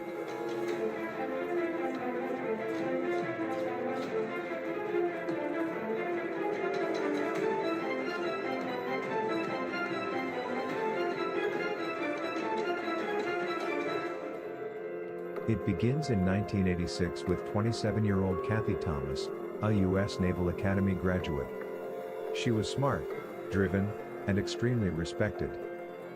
Her girlfriend, Rebecca Dowski, a 21-year-old college student at William and Mary. Rebecca was kind, academic, the type of girl obsessed with making her future matter. Kathy and Rebecca were in love. They drove the parkway that night, simply to be together and to talk privately, away from the world judging them. They were last seen by witnesses on October 9th leaving a computer lab on the William and Mary campus. What was supposed to be a serene night wound up being the most brutal scene in the string of murders on the Colonial Parkway. On October 12th, their bodies were found inside Kathy's Honda Civic near the riverbank. They were bound with rope and medical tape. Their throats were violently cut so deep, they were nearly decapitated. There were also signs of strangulation. Kathy was stuffed in the hatchback while Rebecca was found in the back seat of the car. She had a clump of hair between her fingers, which suggested she tried to fight for her life. The killer covered their bodies and the car with fuel, but didn't commit to setting it on fire. The car itself was pushed slightly over the embankment. Like the killer wanted to hide them, but not too well. This didn't feel random. This feel was more like a rage that knew exactly what it wanted. an extremely violent overkill compared to the later victims found.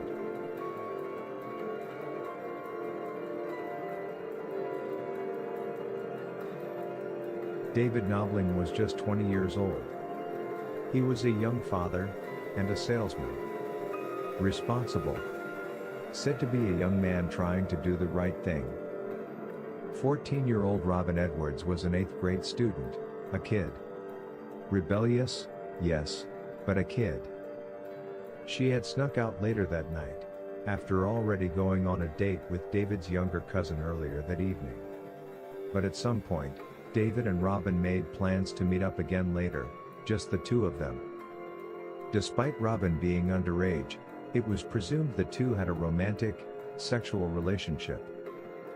One of the last calls Robin made was to her mother, letting her know she had made it home safely after her date. Her decision to sneak out and meet up with David proved to be a fatal decision for the both of them. David's car was found on September 21st. Eerily, the doors were open, the driver's side window was partially down, the radio playing, headlights were left on, and the engine and the wipers still running in the rain. On September 23rd, their bodies were found along the James River shoreline on the opposite side of the river, partially clothed. David had a single shot to the back of the head, execution style. Robin was shot twice, once in the head and once in the shoulder. Robin's jeans were unbuttoned, and her bra was around her neck. State police later released she was sexually assaulted. The scene looked like someone forced them out of the car, marched them into darkness, and savagely executed them.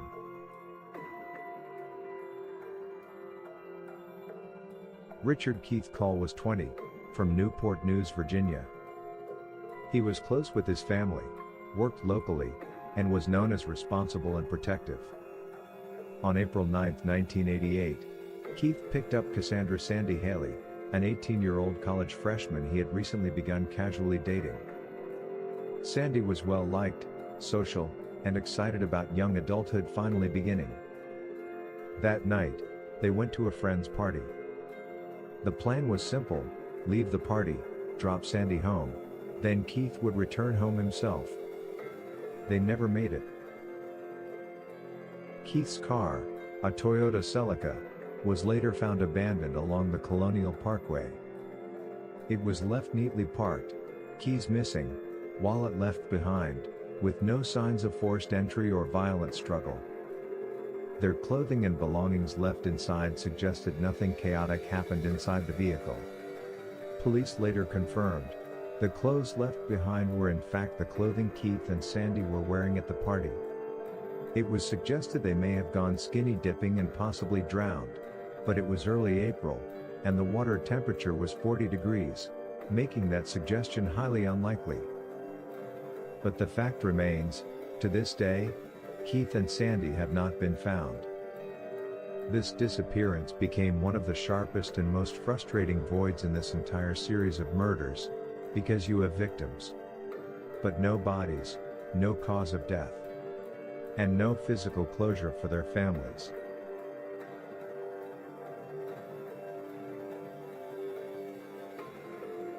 Daniel Lauer was 21, from Virginia, a dependable young man known for his easygoing nature and strong work ethic.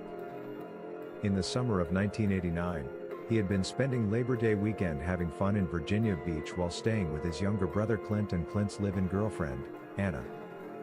Anna Maria Phelps was 18. She came from a hard-working family from Amelia County, Virginia. Life with Clint was a financial struggle, but despite that, was independent freedom. Over that weekend, Daniel decided to move in with the two, to help financially. The plan was for Daniel to go return home to gather his belongings. Anna saw the opportunity to tag along and spend some time visiting her family back home. On September 5, 1989, Daniel and Anna Maria set off back to Virginia Beach from their brief visit. They were traveling together in Daniel's 1972 Chevy Nova heading eastbound on Interstate 64 toward home.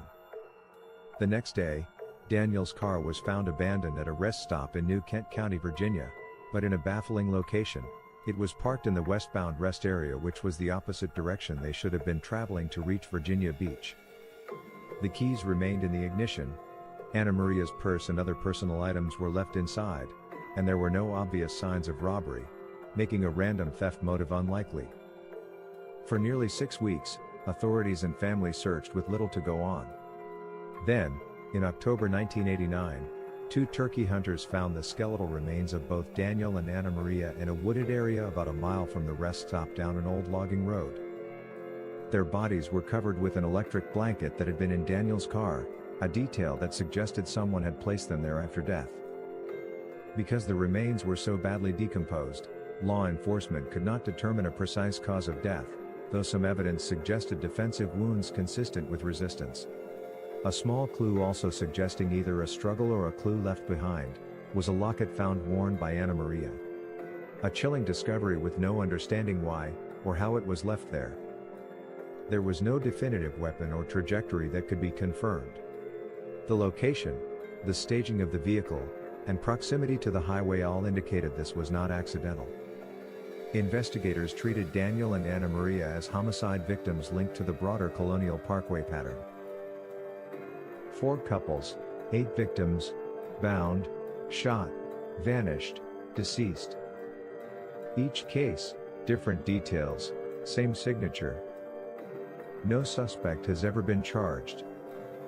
Some believe it was a rogue law enforcement officer. Others, a series of copycat killings with overlapping geography. There are theories of a lone serial predator who learned and adapted with each pair. And still others think it may be 2 separate killers whose timelines collided. Nearly 40 years later, the road is still quiet, but the silence is so loud. Because whoever hunted on the Colonial Parkway knew exactly how to make people disappear. And maybe, the most frightening disappearance to this day, is the killer's own.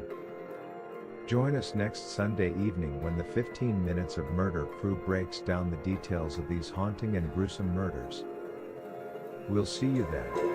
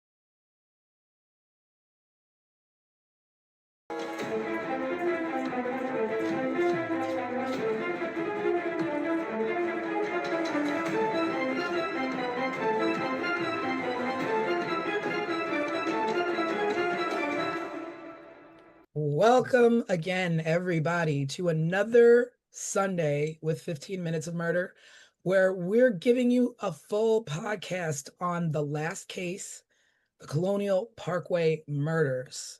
So we're going to run down, we're going to give you a quick overview again of what that case was about, and then we're just going to get into it. We're going to start talking about it. We're going to talk about the victims. We're going to talk about the crime scenes. We're going to talk about the investigators, our theories, all of that good stuff. So join us and sit back, listen, and enjoy 15 Minutes of Murder, Colonial Parkway murders. All right, so let's break it down. The Colonial Parkway murders. It was 4 couples traveling along the Colonial Parkway. It is a 22-mile stretch of road. It's a federal park, is that correct? Yeah. That is in the historic triangle, I think is what they call it, in Virginia. I forgot the 3 points. What are the It's, 3 cities? It's Williamsburg, James. Jamestown, and Yorktown. Jamestown, I don't have that in the Yorktown. correct order, though. Okay. And it's part of the National Park Service also. Right. Yeah, let me just tell you, this Colonial Parkway is stunning. Like Mm. when you say, when in the beginning of the episode, when it's talking about scenic views, it's Mhm. beautiful. It is peaceful. Just you go over bridges, beautiful gaps of water, and just beautiful tree-lined road. Like, and I can't imagine at night. It's dimly lit. First of all, it's not very brightly lit. I read that it's also, or at that time, it was not highly patrolled by officers or any kind of police regulation or, looking Mhm. out. So it was a little bit of a free for all for, this kind of thing to happen. Yeah, that was the purpose of it. It is a scenic route. So that was the purpose of it. And that's why there are so many bridges, because it's just a road. So there are very few intersections. It's just a stretch of scenic road that is part of our National Park Service. Yeah, a lot of historic, Hmm. pit stops that you can make along the way. And so it's just unfortunate that these murders happen. And it's not just these four murders. There were other murders that have taken place in and around there, but it was just Right. these four specific ones that became Hmm. a little bit known as the Colonial Parkway murder. Hmm. Hmm. And I um think and I think we definitely can't get lost on this scene because it's very much part of the story, right? And so some of this area, what I was reading about it is many people even consider it as an open air museum. Like that's how historic and pristine and gorgeous this area is, to that triangle of of towns. and I mean, people, and it just goes to show, like, you don't that's why Mm. people took to it. Like these four couples felt safe enough to be like, we're just gonna go, we're gonna travel, we're gonna go about our business. Yeah, I would imagine as a couple, you would go there maybe at night, to have some privacy or to see some beautiful scenery, something a little bit romantic, whatever the case may be. I imagine that's what attracted all these four couples to go out there, Yeah. at night. Yeah, and for sky nerds like me, just a place maybe to look at the sky and the stars. And Hmm. we used to take our kids out for those kind of outings in very similar places all the time. It's many just innocent reasons why someone would want to be there. And that's probably to me one of the really frightening things about this story is because this is an area that any of us could have been. And it keeps being labeled as a lover's lane Yeah. type deal. But just what we're talking about, like this is just like essentially a park where people and families would just go for whatever reason. We had the first case, which is the couple of Kathy Thomas and Rebecca Dowski. And this was the first of the chain of murders, and this happened in 1986. And they were young. They were a couple. And I think they were a new couple, right? Like they hadn't been dating long, and they were probably just gonna go out, on the parkway and find a little pit stop, have privacy. It's beautiful, it's romantic. You're away from judging eyes. Because I can, only imagine in the 80s, we were just as, no better then than we are now. We're getting there with, same-sex relationships, and people were judgmental. And Right, but these were people who were not going out looking for trouble. They were going right. out looking for a peaceful night, peaceful way, going from A to B, and these things happen. So they were last seen leaving the computer lab at the college that Rebecca Dowski went to. Hmm. And I thought I read that someone saw them after that, maybe at a Mm. bar. I'm not At a sure. where? At a bar. Oh, well, it's possible. Yeah. Hmm. Possible, but I That thought I seems read like that. a natural place to go. But Like yeah, I mean, you stop off, you have a, you have a drink, or you go have coffee, whatever. I don't know what kind of bar it was. Um, but that was the last time that they were seen, was pretty much leaving that computer lab. And the car was found Kathy was driving a Honda Civic, and it was found near the York River. Both of the women were bound with rope and medical tape. Their throats were cut, and there was evidence that strangulation was involved. The vehicle was hidden. The murderer pushed the vehicle like close to the embankment. So it was like said that it was pushed just enough to be hidden, but visually enough to be like, oh, what's that? Something's going on over there. So it's not like he was hiding the car so that they'd never be found. So the way he placed this vehicle was intentional. And it was extreme. I mean, as you see in the episode, you know, what was done to them was extreme. And again, like you said, Des, choice of weapon is always a big deal and an indicator of whether it's personal or haphazard or a defensive. This was definitely personal. We don't know exactly when it happened, but whatever happened was brutal, and the killer left their bodies in the car, stuffed in the car, and left there like they were like they were nothing. No one's loved one, sister. In my background, what I actually am is I am a trained social worker. That was my trajectory before I even got into being a private investigator. And so with that, I approach all of these things from that socio-economic perspective. And Kathy and Rebecca struck me immediately, because one of the things that I first thought of was why, you know, for me, whenever I hear about unalive people who identify as LGBTQI plus all of that stuff, like why are we in a society where whenever any of these people who identify with these groups are found unalive, like immediately we think of like the most heinous things? Because when I thought of this, I thought, oh, hate crime immediately, right? And we're not, like, these people are targeted so viciously that anytime they're found unalive, it goes into that, oh my God, someone sought them out and sought them out specifically for that reason.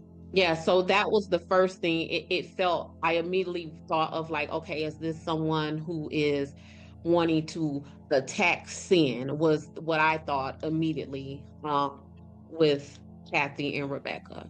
It's strange. I believe this was the only case where they were still in the car. They were found in the car. Other murders, they were outside of the vehicles and a ways off.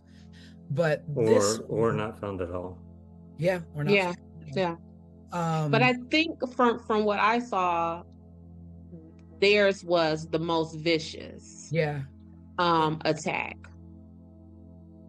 Yeah, like one of them was nearly decapitated or something like that. Yeah. And it's like, and you know, investigators have been debating like whether it was a targeted attack, whether it was a sexually motivated crime, or hate motivated, like, you know, like you're right.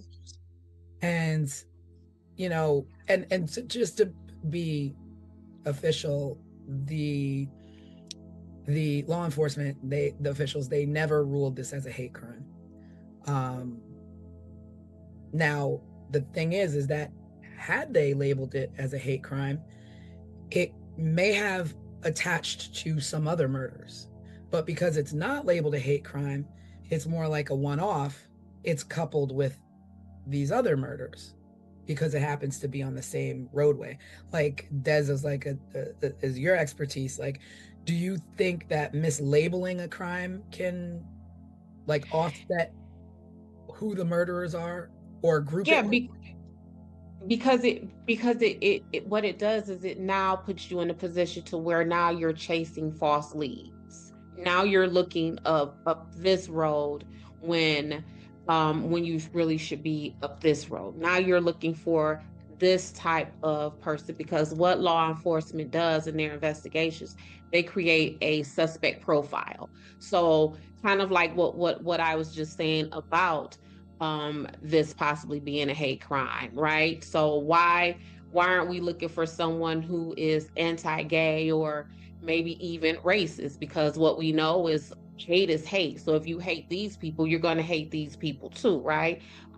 So when you don't include all of these things, then yeah, because it's even like if you go to the grocery store, right? If you're trying to shop for spaghetti and you're over here buying pork steak and all that kind of stuff, now once you get home, that spaghetti is not going to be a properly cooked spaghetti. So it's that kind of thing.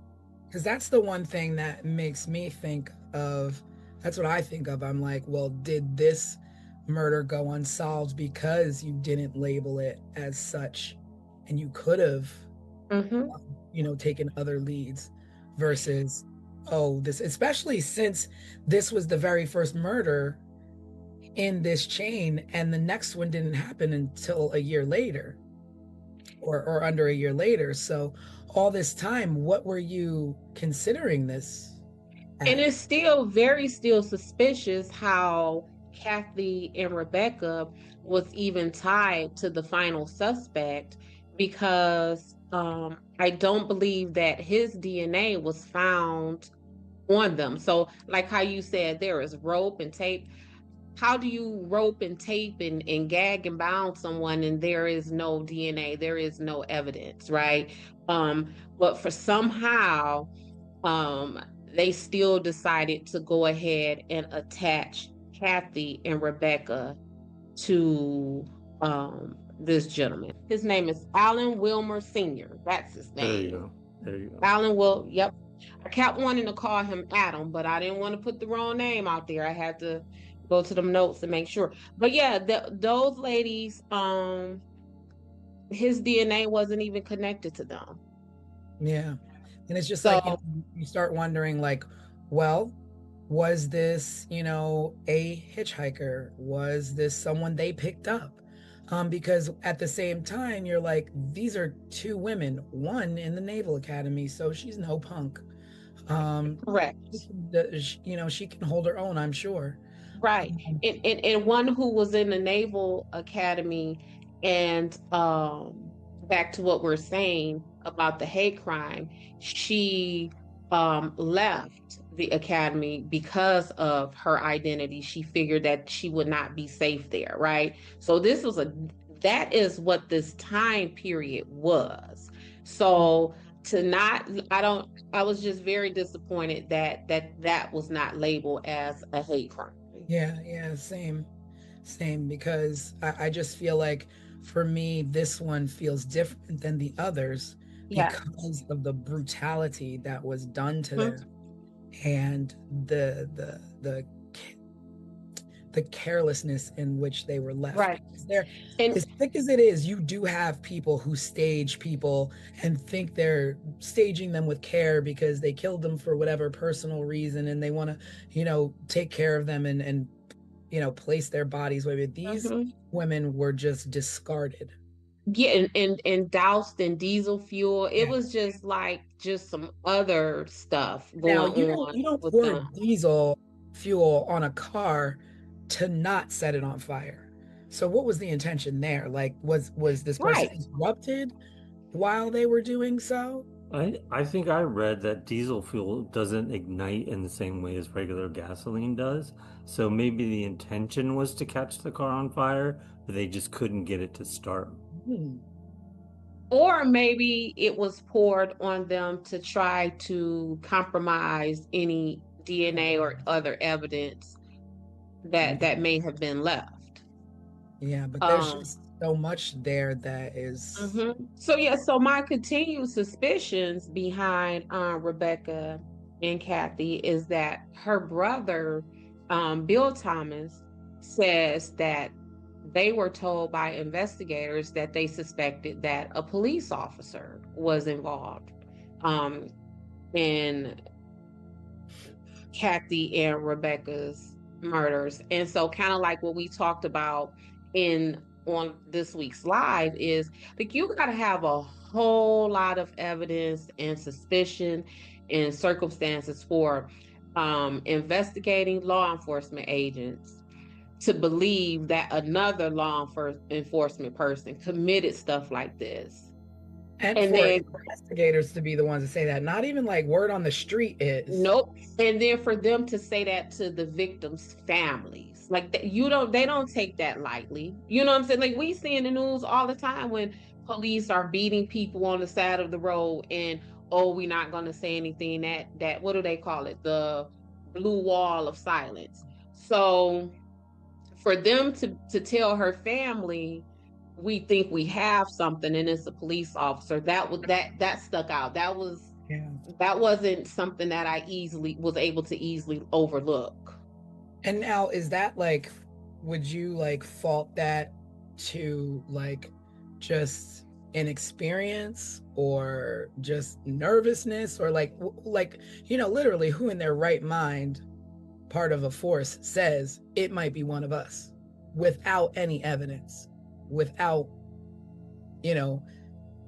without anything to back it up and say, okay, well, we have this suspect that's one of our own, and we're going to go forth and we're going to question these people. Like, I don't understand who does that. Like a rookie?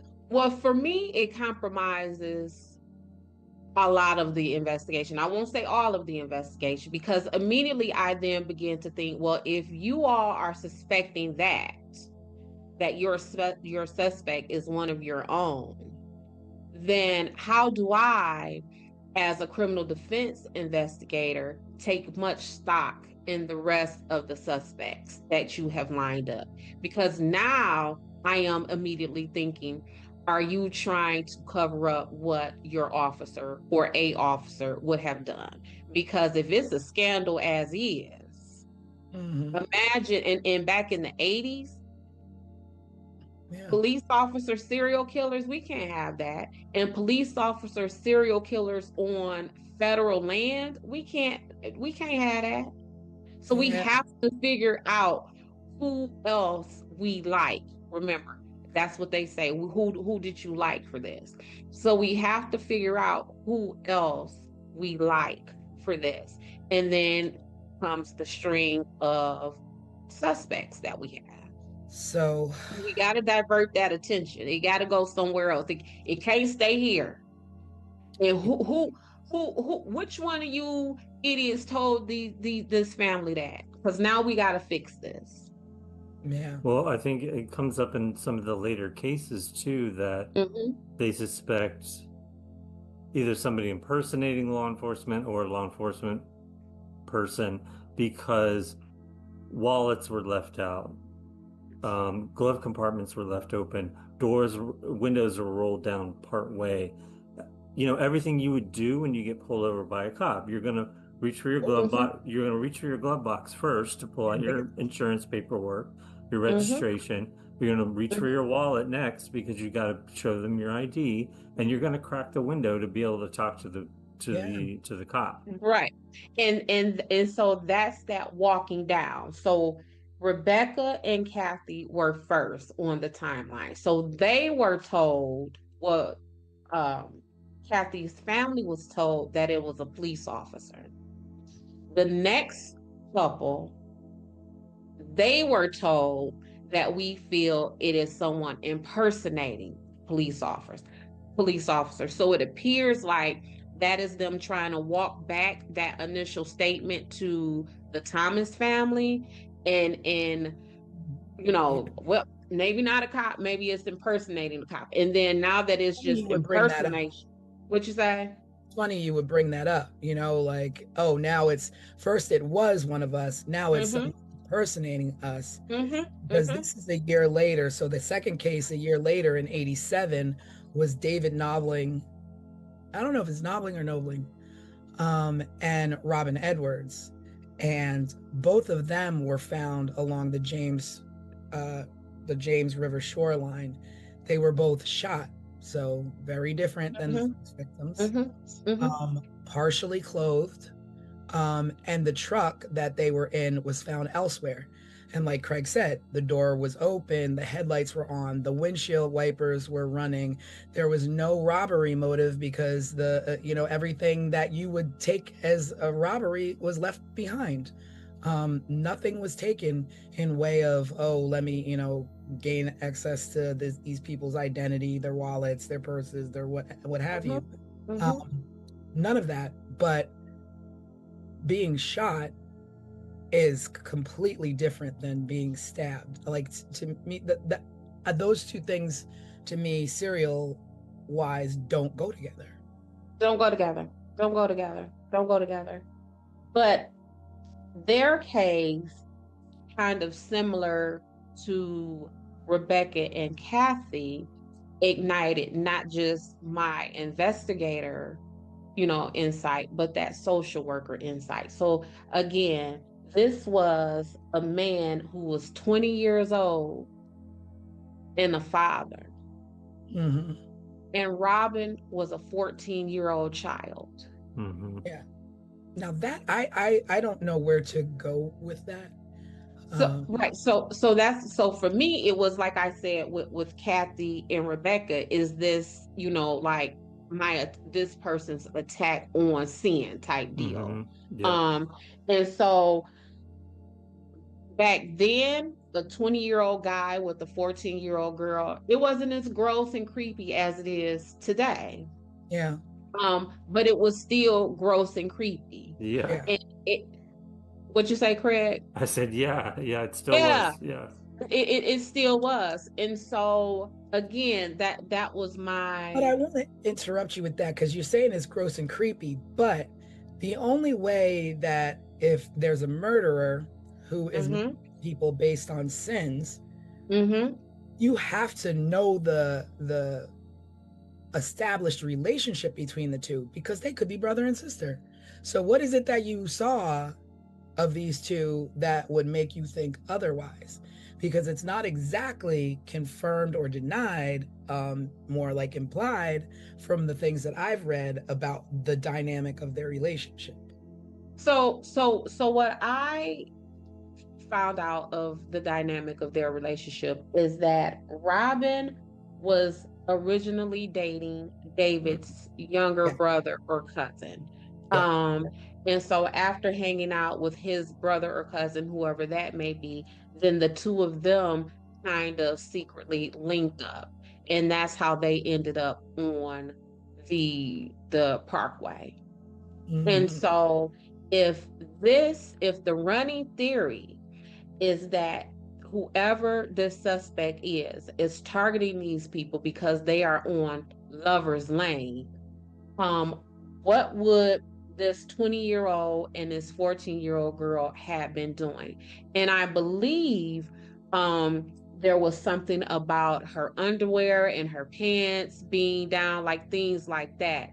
And so sometimes we can look at, again, when I have all of these CSC cases, which are criminal sexual conduct cases, and men are like, or women, because sometimes women are the perpetrators of those things also, it is I didn't know how old she was. She didn't tell me how old she was. Well, you can look at, let's be for real. Yeah.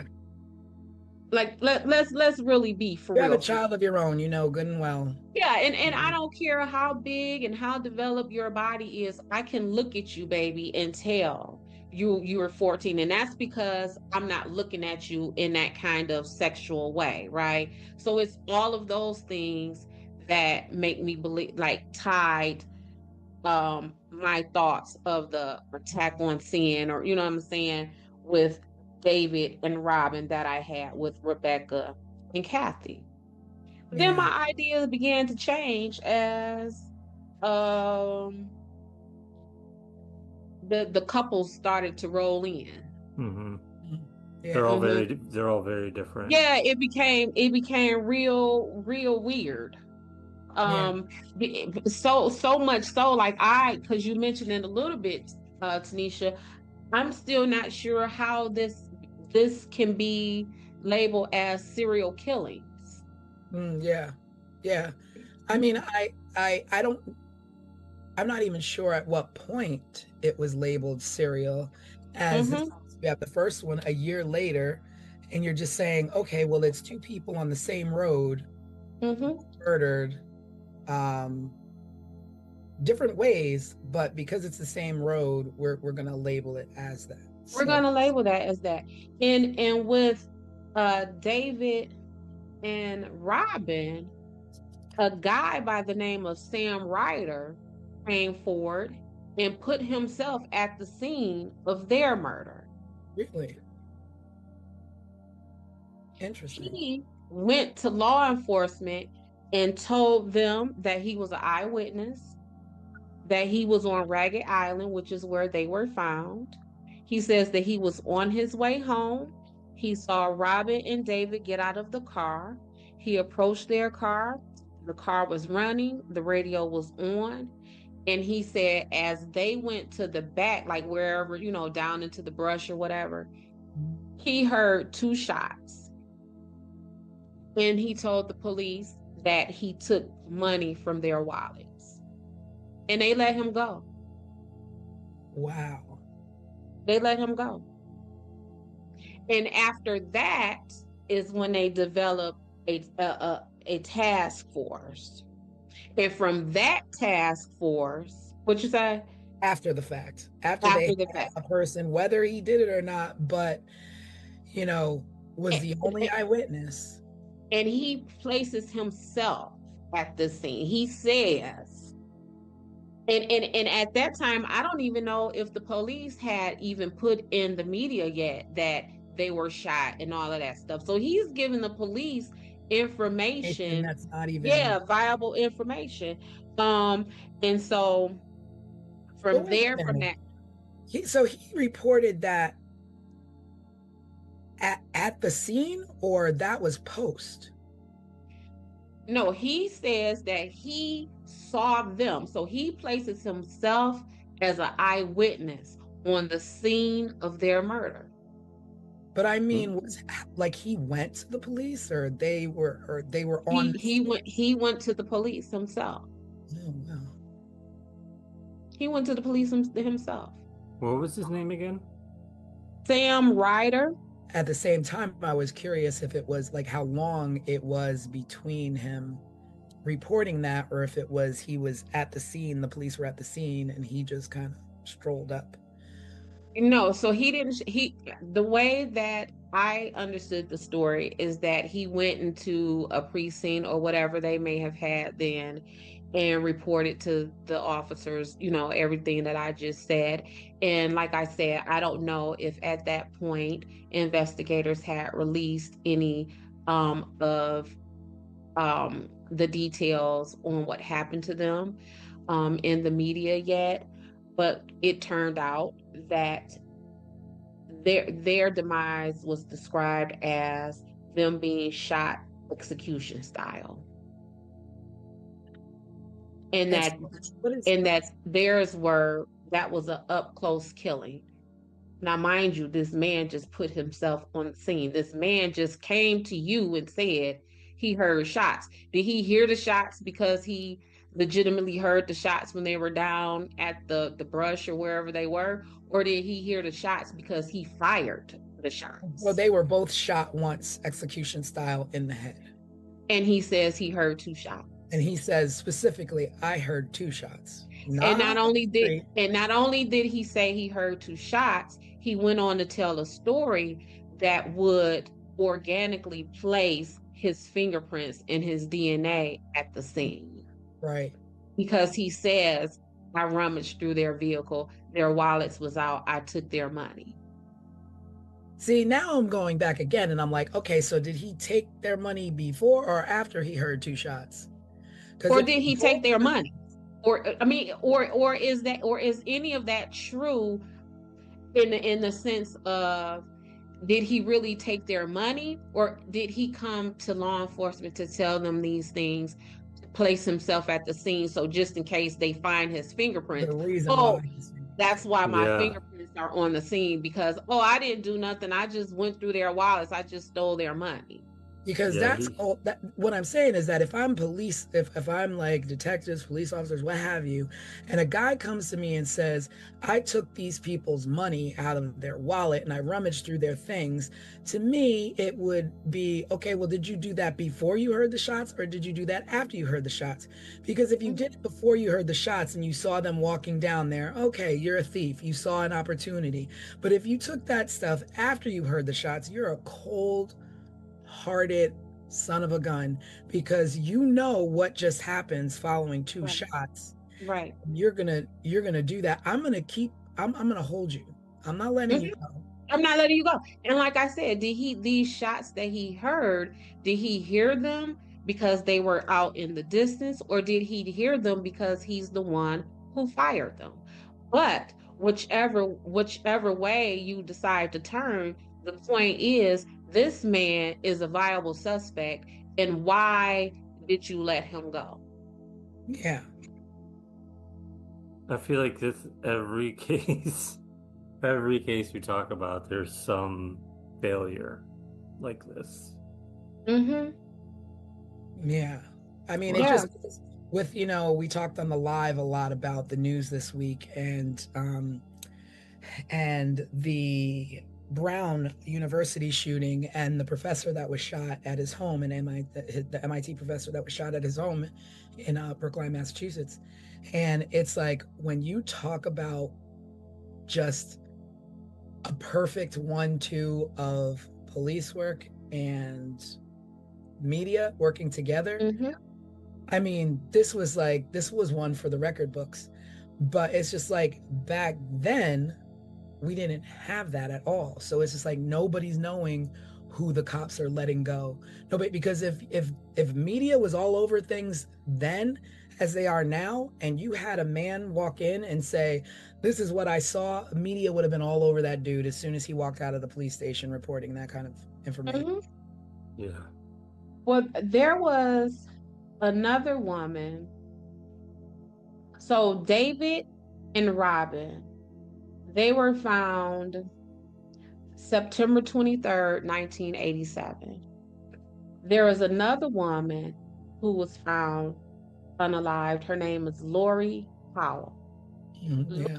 Was found March 8th of 1988. So although Lori is not one of the official 4 of the Colonial Parkway murders, they essentially went on to link her murder with the rest of them. Why was that? I don't know why, because it shouldn't have been, and I'm gonna tell you why I think it shouldn't have been.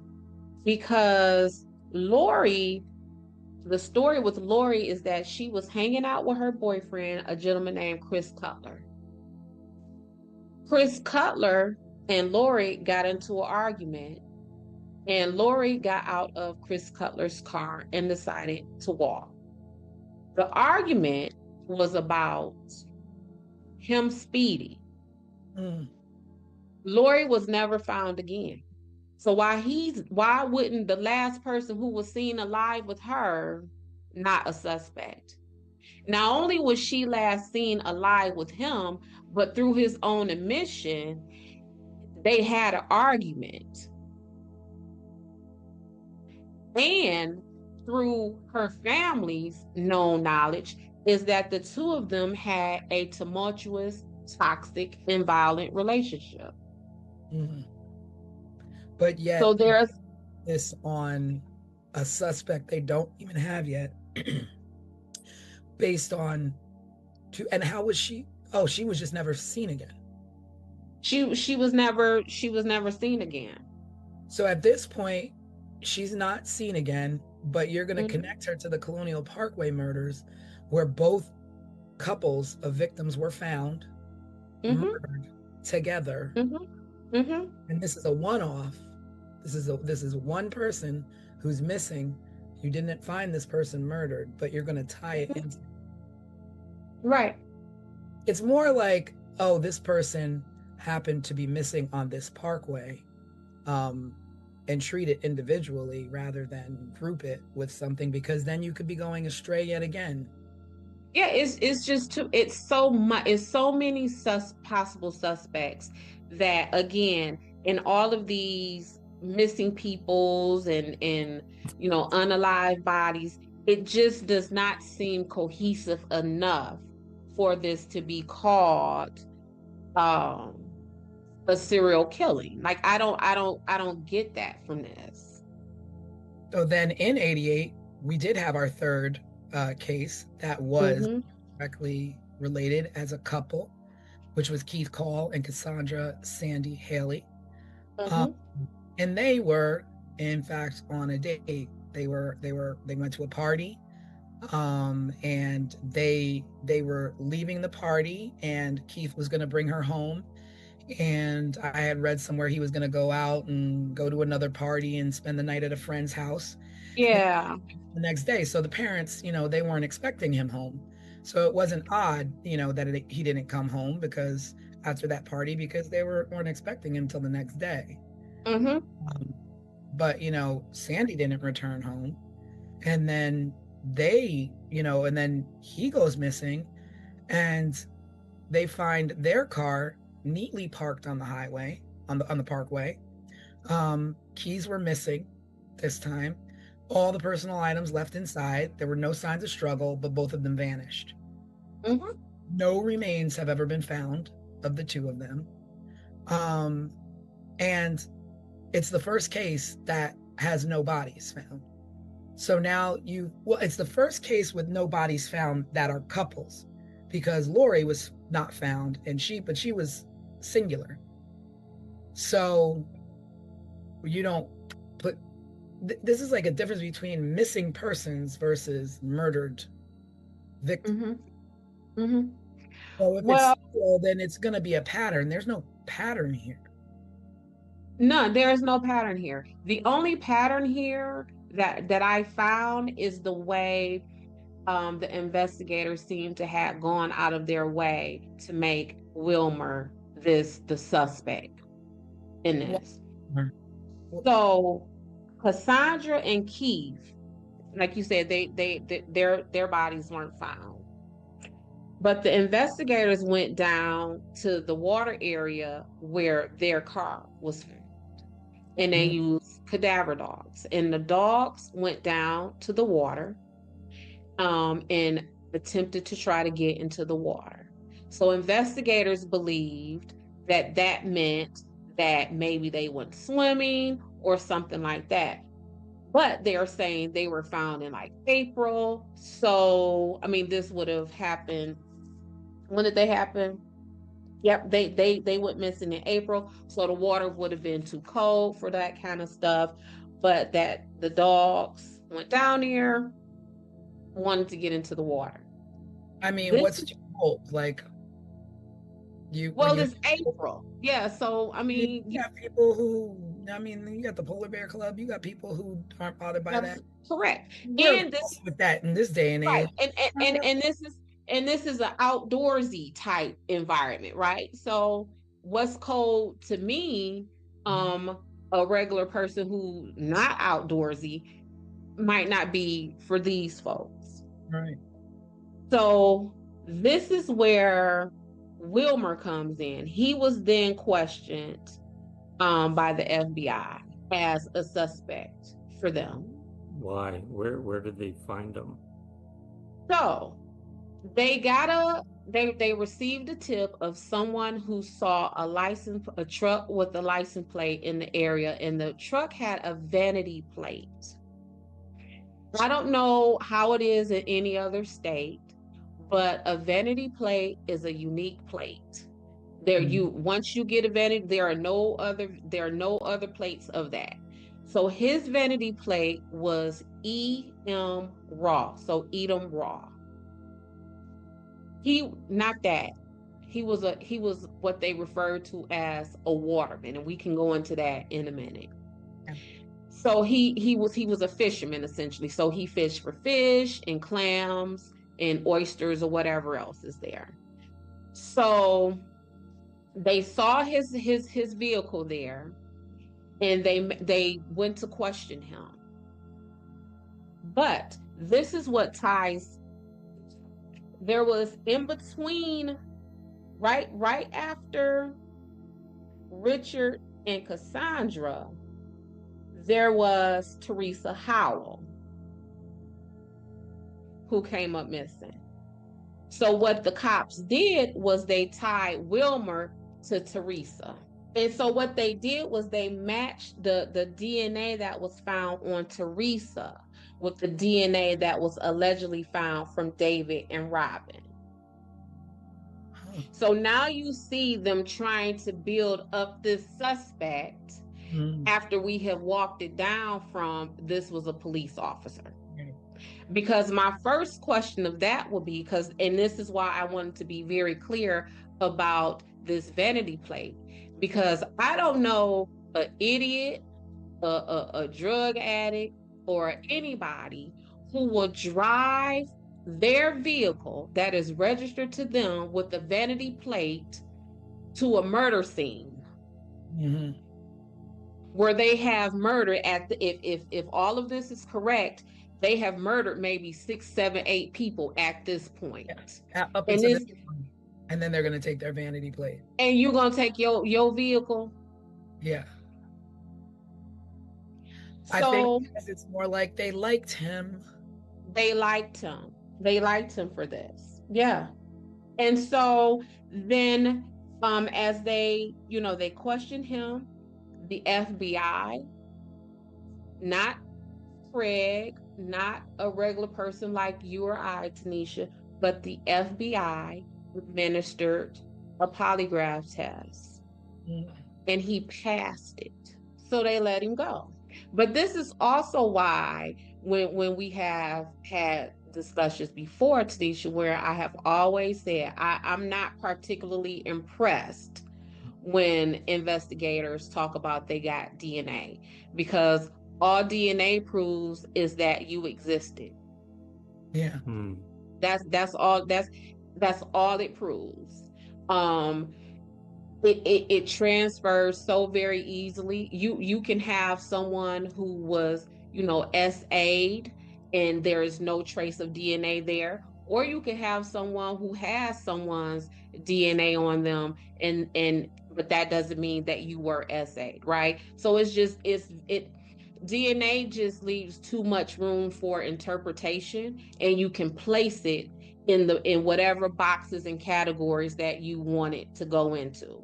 Because again, we want to talk about how inadmissible polygraph tests are. Well, if that's the case, FBI people, why did you give him one in the first place? And then now that he passed the polygraph test, now what? You want to keep at it? Yeah. And that is exactly what they did. So like when we're like thinking of this, and like now all of a sudden they're like, oh, it was law enforcement, and then it was not law enforcement, it was somebody possibly impersonating law enforcement, down to this actual suspect that they want to place, but then he passes a lie detector test. It's like, so this isn't, if these are all done by the same person, then this person is extremely smart and calculated on how to get away with murder. So after he passed his polygraph test and they continued to investigate him, they went to his home, and this is what the investigator said really drew their suspicion to him. They went to his home and they found him there doing what? Bleaching out the interior of his truck. Well, y'all just said he's a fisherman. Why would that? If you pull up to my house at any moment, you might see me in my driveway with a vacuum because I'm cleaning out Dutch's, hair, right? So if I am a fisherman and you pull up to my home and I am bleaching my car, how dare you be all that suspicious of me when I might just be trying to clear out fish guts or spoil fish water. But when you think about it, like, I'm a water baby. I live at the beach. My car is full of sand year round. But when you're a fisherman, I get it. But when you're a fisherman, it's expected. So do you really wash your truck out with bleach, or do you just hose it down? Who knows? I don't know, because I'm not a fisherman. Because This that's is this right, and that is the profile that they created of him. So when they went down to the edge of the water where Cassandra and Keith with these dogs, it is at that point where investigators flipped their investigation to possibly this person may have been someone who uses boats and is off the water. Mm.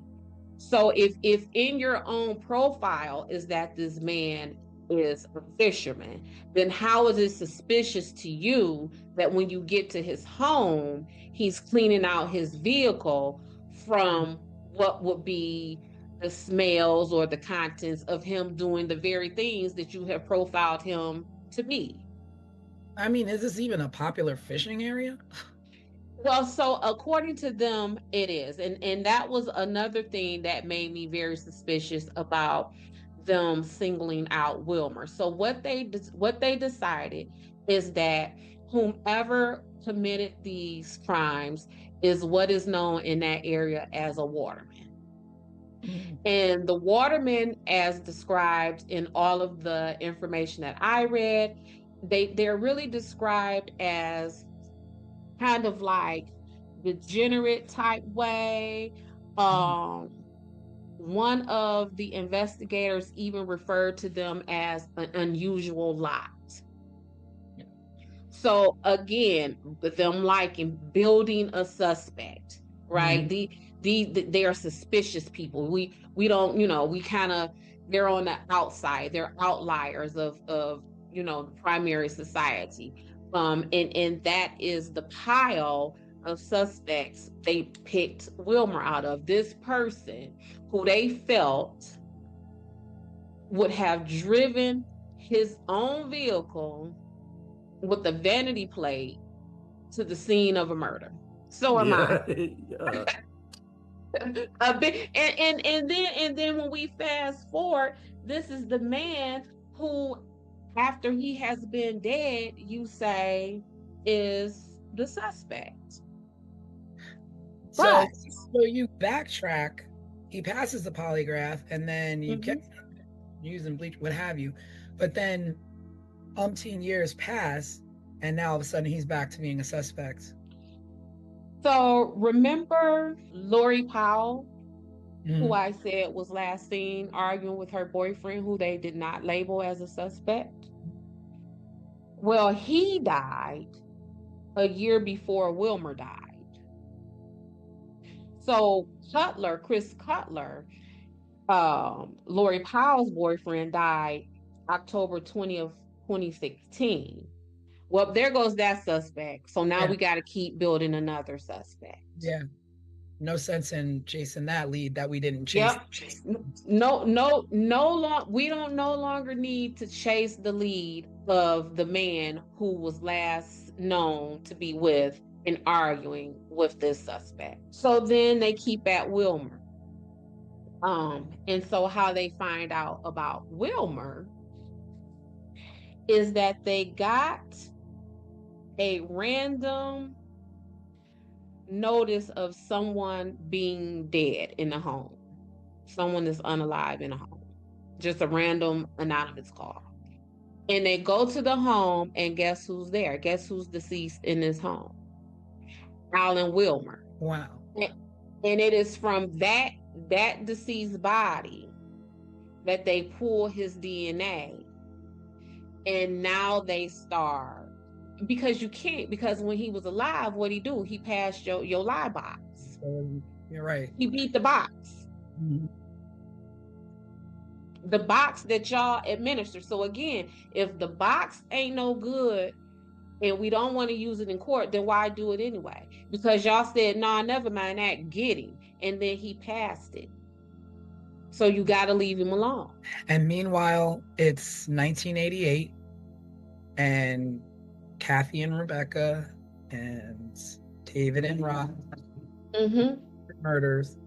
have gone unsolved while you focus on a man and literally wait for him to die to collect some DNA. Let me go back a little bit. So again, this connection between Chris Cutler, who was Lori's boyfriend, and Alan Wilmer, who ended up being the final suspect, they have almost the exact same backgrounds. So how they're like, oh, the person who did this had to be a fisherman.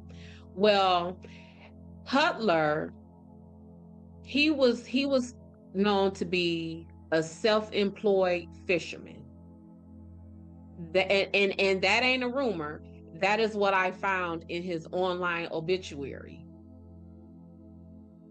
So here's another possible suspect, but he died before Wilmer died. You go from, like you said, what do you call them? What did you call the fishermen? The watermen. They call it the watermen. Watermen, but basically not the upper echelon of the community. Mm-hmm. So you went from a high-ranking, controlled police officer, aware of surroundings and knowing the road and the terrain. You went from that possibility telling the families to a waterman. To a waterman. To a waterman. So to a waterman that the lead detective on the case referred to as an unusual lot. So you think that the unusual lot is capable of murdering two women in 86, Mm-hmm. male and a female, separate ages, hate, what did you call it? The Dexter, being the Dexter out there, trying to right the wrongs of the world. Yeah. To me, that fits the motive of a police officer. You the police officer, your job is to uphold the law and make sure everybody is on the straight and narrow and living life according to somebody's rules. So you as a law enforcement agent, to me, just based upon your own profile, y'all fit the category of who possibly did this than these watermen did. These watermen, from your own description of them, are a group of people who want to be left alone, who are kind of living off the grid. And when you're living left alone off the grid, you don't care about what nobody else is doing. Yeah. You're not doing anything to draw attention to yourself.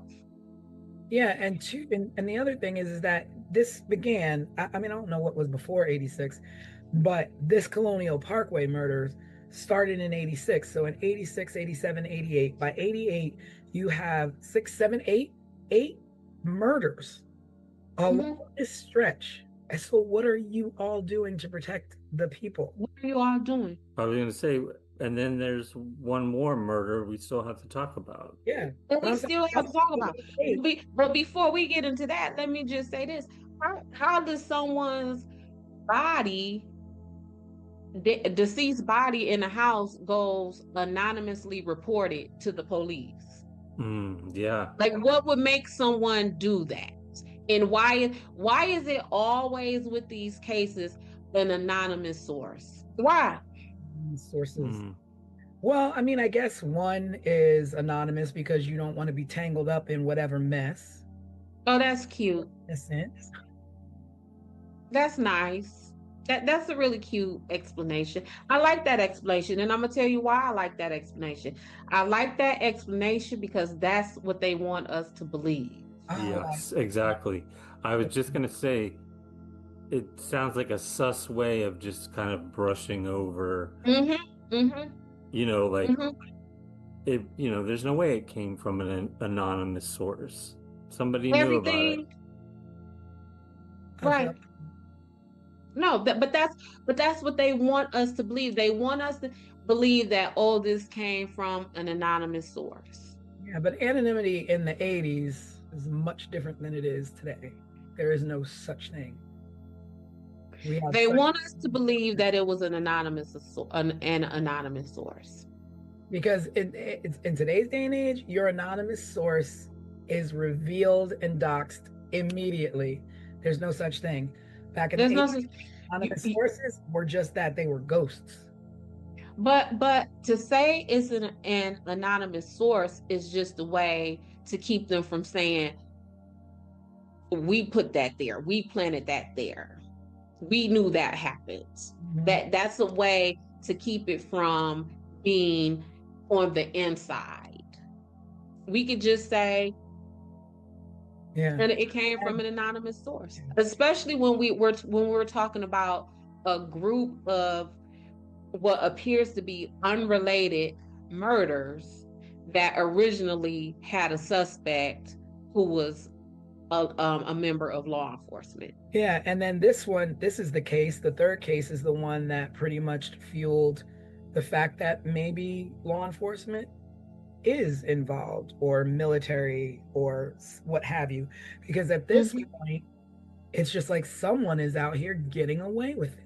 It's not Getting just away with it. they're getting away with it. This is a 8 body count. But see, and again, that's back to what I always say. You don't have to play around with this stuff. I mean, somebody gonna get away with it anyway, just because of the environment. It's an isolated and desolate environment. So someone does something out there, they might get away with it. Well, I was going to say, what about the fourth couple? Yeah, What so about that the fourth leads us right into 1989. Mm-hmm. That case was Daniel Lauer and Anna Maria Phelps. And so They were not even a couple. They weren't even a couple. Yeah. Oh, Anna Maria was Daniel's brother's girlfriend. And they lived together in Virginia Beach. And so Daniel was visiting his brother and Anna Maria, and, kind of saw, they were having a little bit of financial difficulties and struggling. And Daniel was like, you know what, I'm going to move in with you guys. And, probably was a relief to help financially. And so he's like, okay, after this, let me go down and go home and get my belongings. And Anna Maria was like, oh, I'll tag along with you. I can go visit my family while you're, packing your things. And then we'll all come back and, we'll start this new chapter together where, you come and live with us. And I'm sure they were all very excited and, to all be together. And that didn't happen. Because on the way, they went home, they packed their belongings, and actually there was a married couple that went back with them as well. They hitched a ride with Daniel and Anna Maria. So, they dropped them off, and then Daniel dropped off Anna Maria. He went to his home, packing some things, went back, picked her up, and then they were off to go back to Virginia Beach. And when they were found, their car was found. Their car was found going in the wrong direction of the way they were supposed to be going. Their car was found on the westbound side of the parkway when they should have been going east.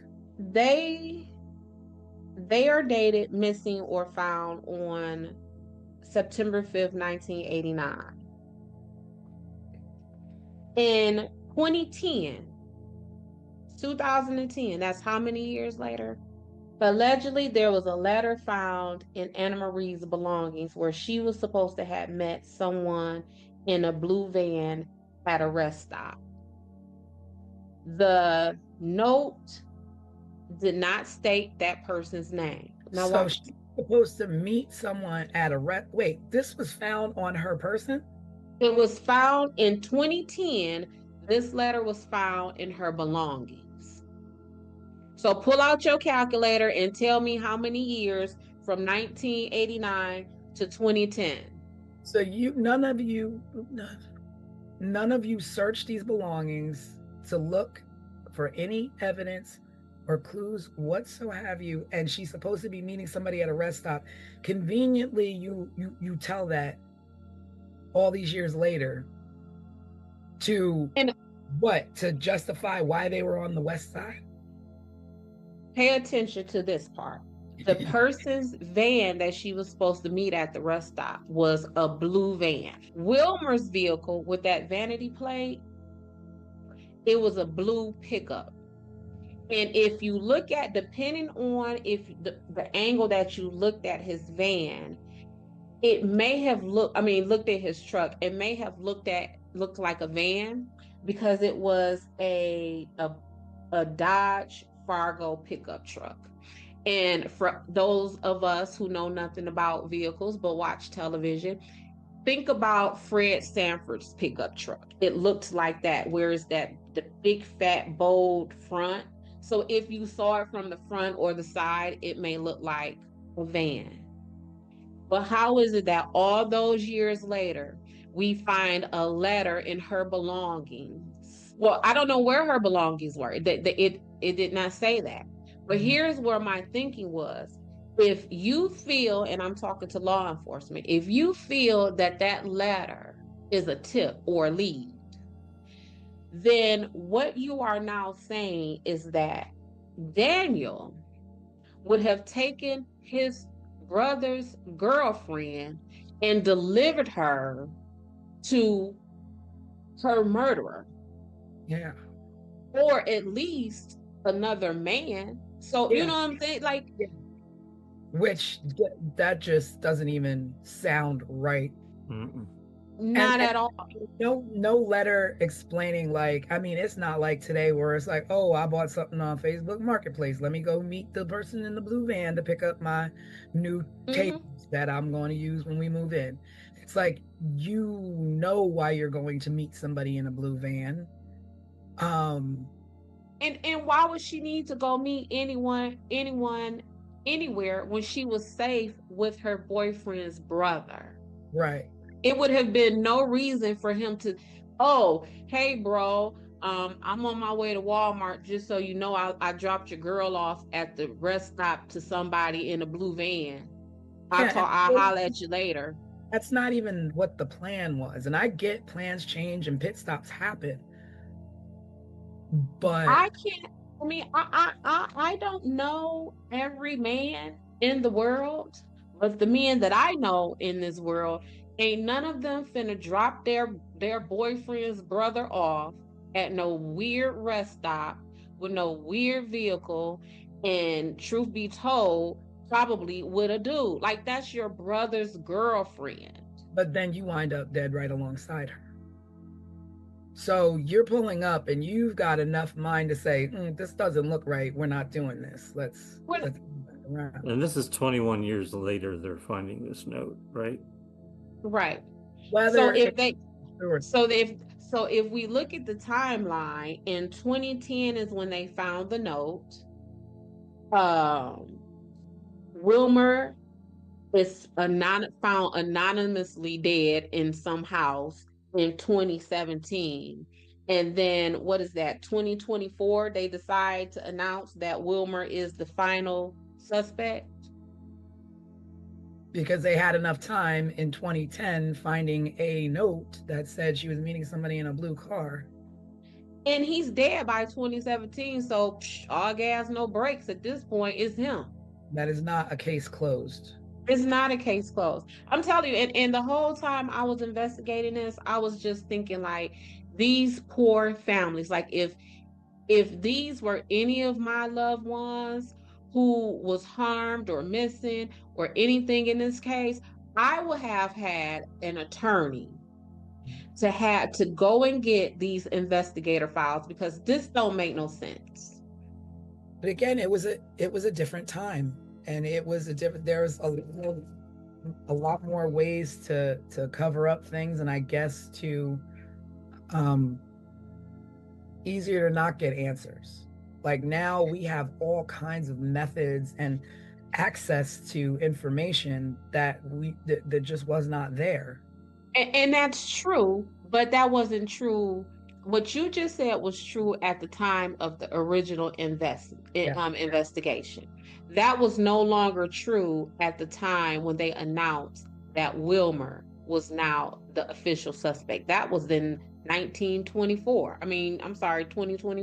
Like, I do not feel that this case is closed. And then once the officers, they sitting proud and they talking they tough talk. We did good, y'all. We got the suspect. When talking about Wilmer being found dead, and how the FBI had to let him go from him passing his lie detector test. One of the investigating detectives said that he would have done anything. He would have threatened him or anything else to get Wilmer to confess. This is what the officer said. So, do we as a country, is this how we want officers to solve cases? Yeah, no. I mean, What do you mean you would have threatened him or done anything else to get him to confess? he said that publicly. Not only did he say this publicly, he said this on the ID channel. Wow. In a documentary about this case? Yes. Oh, jeez. Wow. Unbelievable what you think you can get away with and do. Right, and this is the kind of stuff that we see. So when I tell people I am a criminal defense investigator, they immediately think that my goal is to get people off. It is not. My goal is to make sure that whatever my client has been charged with, that he has not been investigated by an officer who says and believes that it is okay to threaten and do anything that you need to do to get someone to confess. This is why these prisons are packed the way that they are. This is why when everyday citizens are at home watching the news and they are taken aback and angered when they see that someone has been released from prison or when somebody's conviction has been overturned, this is that right here. What do you mean you would have threatened him or done anything else to get him to confess? But now that he is gone, now that he is off of you all from your original statements from Kathy and Rebecca, that a member of law enforcement did this. We have gone from that all the way down to this degenerate waterman who passed a polygraph test. And then they said, oh, he passed it because, he's a psychopath and he's so smart and he's so this. Well, if he was so smart, why would he drive his own vehicle with a vanity plate to the crime scene? So we can't have it all these ways. You can't have your cake and eat it too. And so putting it back to him being this degenerate and all these labels that you want to put on Waterman, which are so stereotypical. Correct. But also talking about the way how all these cases tie into each other, the way that this investigation was actually botched. They searched a fairly wide area to find the bodies of Daniel and Anna Maria and were unsuccessful. And it wasn't until 6 weeks later that they found their skeletal remains down a like a path or a road going towards the water or whatever. And it was like a hunting trail or something. Yeah, like two turkey hunters found their remains down a trail. And these bodies were almost done with, I don't know if it's care or being hidden, but they were covered with a blanket, with an electric blanket from the car. Again, the same MO, nothing's taken, wallets left behind, belongings left behind. And Anna Maria's locket was left behind. Now, was it left behind because she left it behind as I was here, you could find me? Or was it in a struggle? Was it purposely left by the killer? Again, was it left in the car or did they find it in the woods? It was in the woods. It was out thrown about, I want to say somewhere near, like Tanisha said, in the woods, or maybe down near the water path where those dogs would have tried to get into the water. But yeah, it was left behind. Yeah, and cause of death is undetermined because it was 6 weeks before they found them, and evidence washed away, a lot of rain, weather elements, and nothing's traceable. And because they were so badly decomposed, there was no way to tell how they were murdered or how. Yeah, I mean, by then it's like animals have gotten to them, weather has Right. gotten to them. So yeah, they definitely liked him, and like I said, me being a trained social worker, all of these themes really popped out at me. You know, one with the non-heteronormative couple of Kathy and Rebecca. Then we have this disenfranchised folks of these watermen as the suspects. Because the truth of the matter is, Wilmer, I mean, you know, we look at what's his name, Gacy. He was a business owner also, but this man, he didn't have a criminal record. So I don't have a criminal record, but I'm just going to start, slaying, murdering, knifing, choking and strangling and shooting people on the parkway. A whole bunch of people, very violently. So he didn't have a criminal record. He was a business owner. He passed that polygraph test. But somehow, after telling these victims that this person the suspect at first was a member of law enforcement, to now we're walking it back to, oh, this person impersonated someone, to, no, we got to do even better than that. We have to get down to a suspect that gets us far away from who our original suspect is. So in turn, they turn to the usual suspect. And they turn to the usual suspect.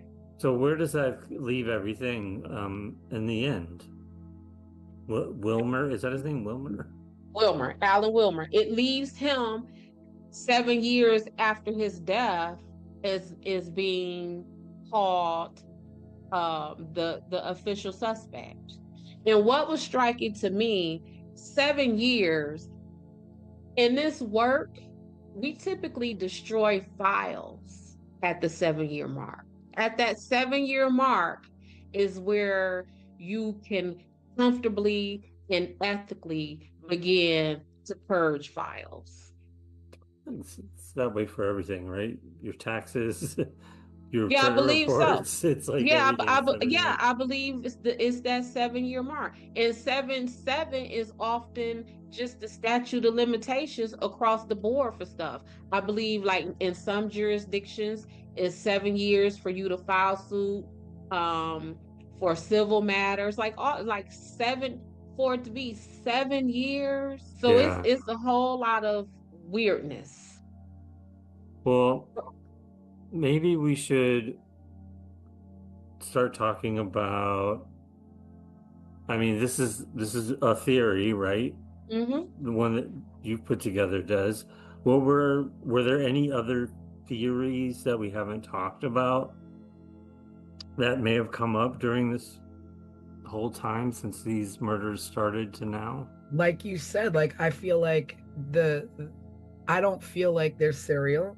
I feel like the first 2 could have been individual hate crimes.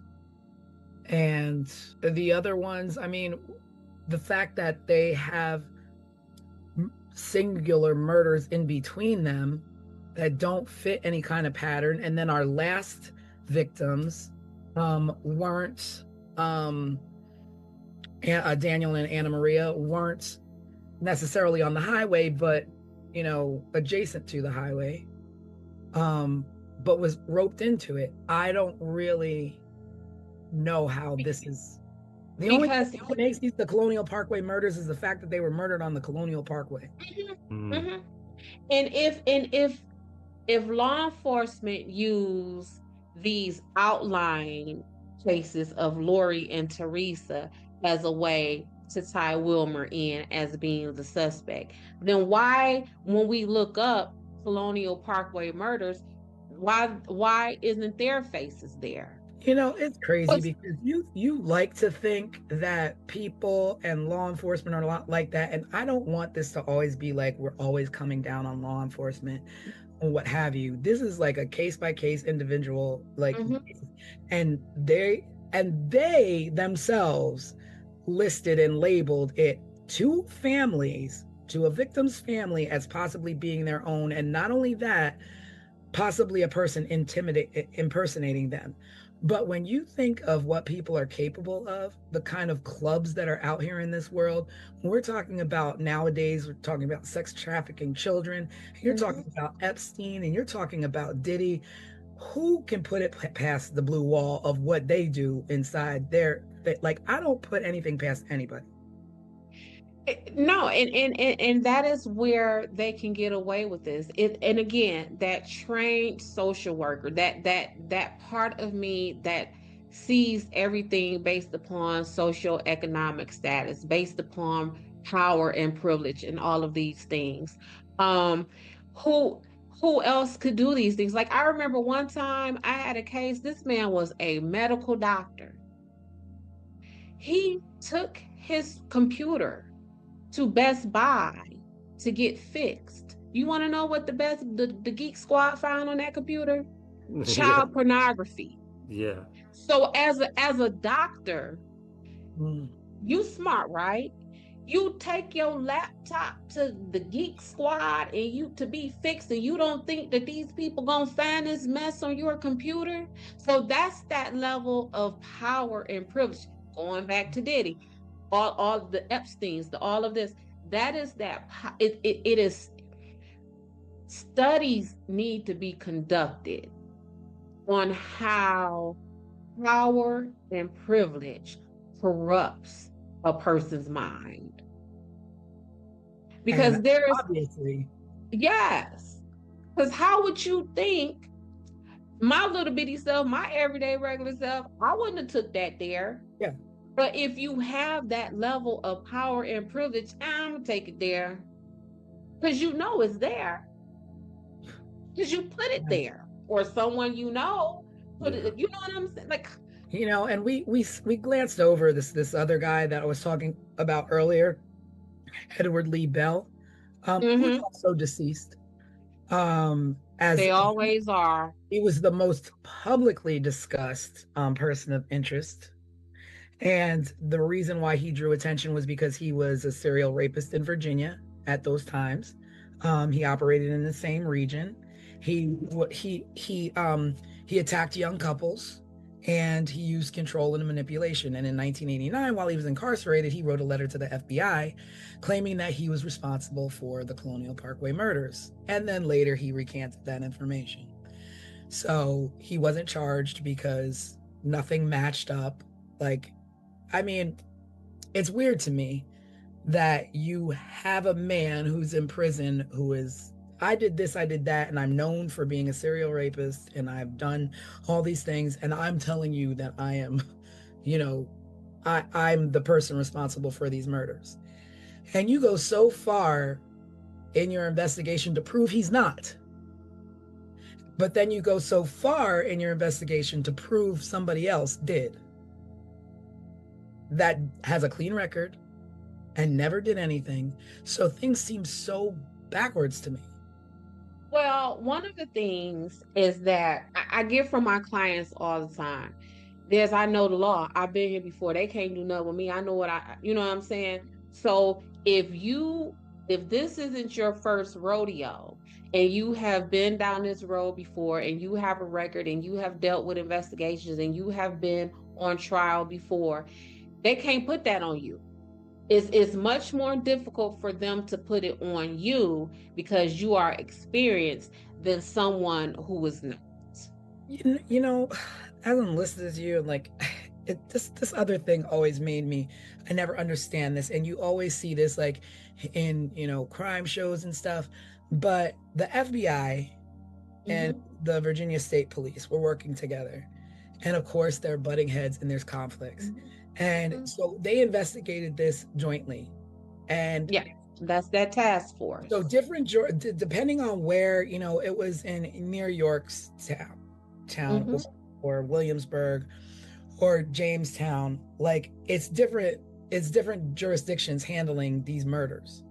But then you have the FBI involved. But then it's like, I'm reading that information sharing was limited. Why in the world would you limit information sharing when both of your goal is the same? Get who did this. So why would you, hold information unless it's something you're hiding? Like, otherwise, here, my doors are wide open. Check and look wherever you want, wherever you can find a connection. My files are your files are mine. Like, let's do this. So the goal may be the same, but the intentions may not be. So for example, when they're saying cop did it, a cop from who? Would that cop have been a Virginia State police officer? And if we are the FBI and we believe that to be true, or we're hearing about that, then we might be a little bit kind of hush hush or apprehensive about sharing information with the Virginia State Police. What else was going on at that time? Did the FBI need did they just take a hit that messed with their reputation, and now do they need the glory from solving this to help bolster the knock that they just got to their reputation? So although our goals are the same, we will have individual intentions. Well, yeah, because then it was saying like the FBI was not in agreement with the Virginia State Police in the fact that they didn't think it was serial. There were multiple offenders. Right. There wasn't just one. And then like the victims claiming that, that evidence was withheld, or that there's conflicting information. So one police officer says it's a police officer, the other one says it's an impersonator. And like just and I'm sure all of the families are like, these people that you're questioning or come forward, you're releasing them too quickly. Like, oh, I heard 2 shots and I stole their money and I was rifling through their car.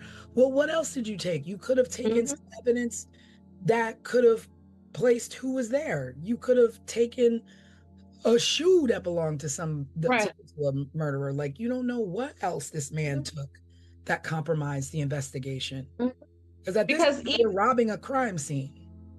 Because even like the whole Wilmer thing, like when I said that officer who was like, oh, I would have done whatever I had to do to get him to confess, that in that same documentary that I watched, he went on to blame the FBI for even releasing him in the first place. So again, they can have the same goal, but their intentions may be different. And that's where the problem comes. Because to say, that saying there's too many chefs in the kitchen, or we got too many chiefs, and that kind of thing, that's really a place when you have when you're talking about investigations and jurisdictions and who's going to take control. Maybe FBI didn't want to get showed up by the itty bitty Virginia State Police. Maybe the Virginia State Police didn't want to seem inept, that they could only solve a murder that happened in their jurisdiction with the help of the FBI. So it's a lot of mess that goes on in the background, whereas the rest of us, just like you said, aren't we fighting for the same goal? And the answer is yes. However, I don't want him to win. I want to win. Yeah. So our intentions are different. And then, but the worst part and the saddest thing about all of that is that when departments can't come together, the FBI can't come together with the Virginia State Police, or Virginia State Police is dropping the ball, at the end of the day, victims' families continue to suffer with no answers. And that is why I said, knowing what I know, right, as a criminal defense investigator, I would have definitely hired an attorney as the families of these victims, and requested a thorough overview of this investigation, because that it does not feel complete. I mean, like, say at this point, like, I'm a family member of Mhm. one of the victims. And I'm Mhm. like, I'm not taking no for an answer. Can I go to the courthouse there and demand, like, I want to see my loved one's case file? I want to see all of this stuff because you're obviously not doing anything. I want to see what I can do so I can hire someone like you to help me with my case. Like, can people do that? Yeah, I get those phone calls all the time. Is it met with resistance, like trying to go because a case isn't closed or because maybe it's still open?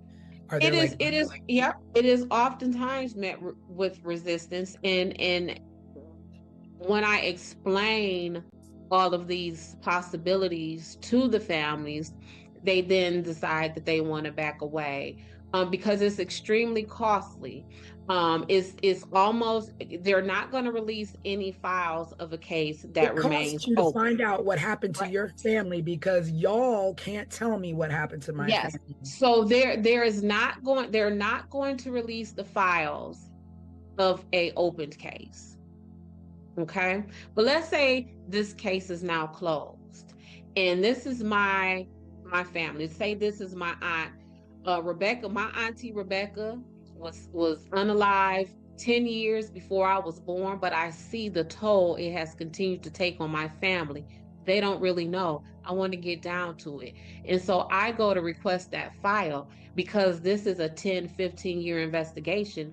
That file alone may cost us hundreds of thousands of dollars, because oftentimes these jurisdictions, these police departments, these courts, they charge $2 a page. And if we're talking about 10, 15 years of investigation, how many pages is that?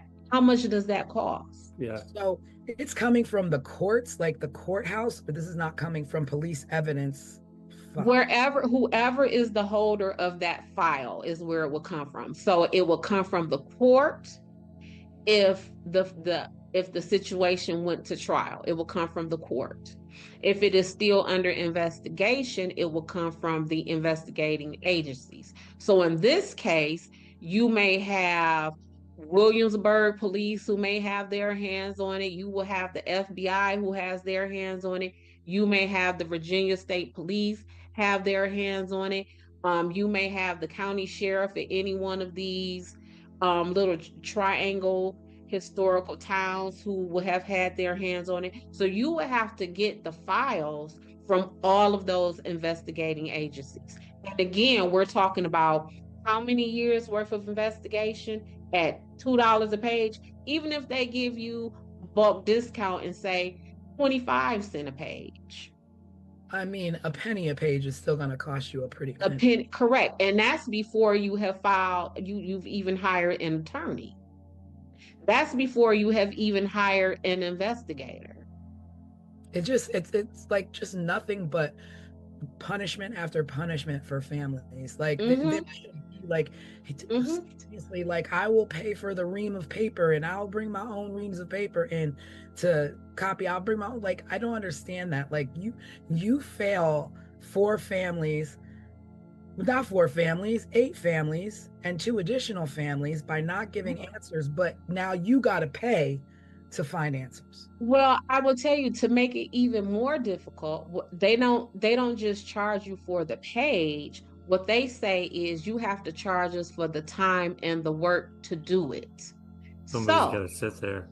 so what they do is they charge you by who is the lowest paid person at that police station, that police precinct. So if we're talking about the police precinct of Timbuktu, right? And the lowest paid person there makes $15 an hour. So what they're going to do is not only charge you the penny per page, but they're going to charge you $15 an hour to even gather those pages. And then you will be charged the penny a page. Okay, that was in the 80s. Okay, now I can walk into a police station and every single piece of paper that comes into the police station should be scanned and filed, and that when you walk in there, it's a matter of putting a little fob in the little thing, a USB, whatever you want. I don't know what you're using today, or take your phone and put it up to the thing and go boop and transfer my files to my phone. That would make my life so Sophisticated. much easier. I don't think they're that sophisticated yet. Is my mama would say that's too You're much not like that rock. sophisticated yet, but It's yeah, not that you sophisticated. are. No, we're still on paper. Okay. Well, it's We're time. still on paper. It's time. And why are we still on paper? Is it because because Somebody wants that, to make money. Yeah. you want to make money on a penny a page, $2 a page? Like, that is like robbery. There should be laws about free information, about cases that should be available to family members who have lost loved ones due to the non-protection of districts that they live in. But if you can get that for free, now we got to really do our job, because here come everybody wanting. So we got to tack all these costs. And again, so you got to pay that hourly rate. You have to pay per page. Then you have to pay for whatever means they get those pages to you. So if you say it's 15 years worth of investigation, that's going to take 2 external drives at like 3 teragigs, an external drive. An external drive that big, that in itself, 2 of those might be $300, $400, $500. I just want answers. Pay for them. Yeah. I just want to do That's the answer. That's the answer. Pay for them, or you ain't getting none. And so what happens? We don't get none, because we don't have that power and that privilege or that wealth. This system is so driven by money. Yo, let me tell you, I once had a client, and he was well off. He was in prison for maybe 7 months at the time. His family was able to hire a full staff of defense folks, including myself. He looked at me when I sat in front of him at that prison and said to me, Des, they got to get me out of here. I've been in here for 6 months. I got to go. And because he had money, by that next season, that man was home. He was home because he could afford to get home. Yeah. Yeah. I mean, it makes sense. It makes sense. But here we are. Are we closing this case again with the same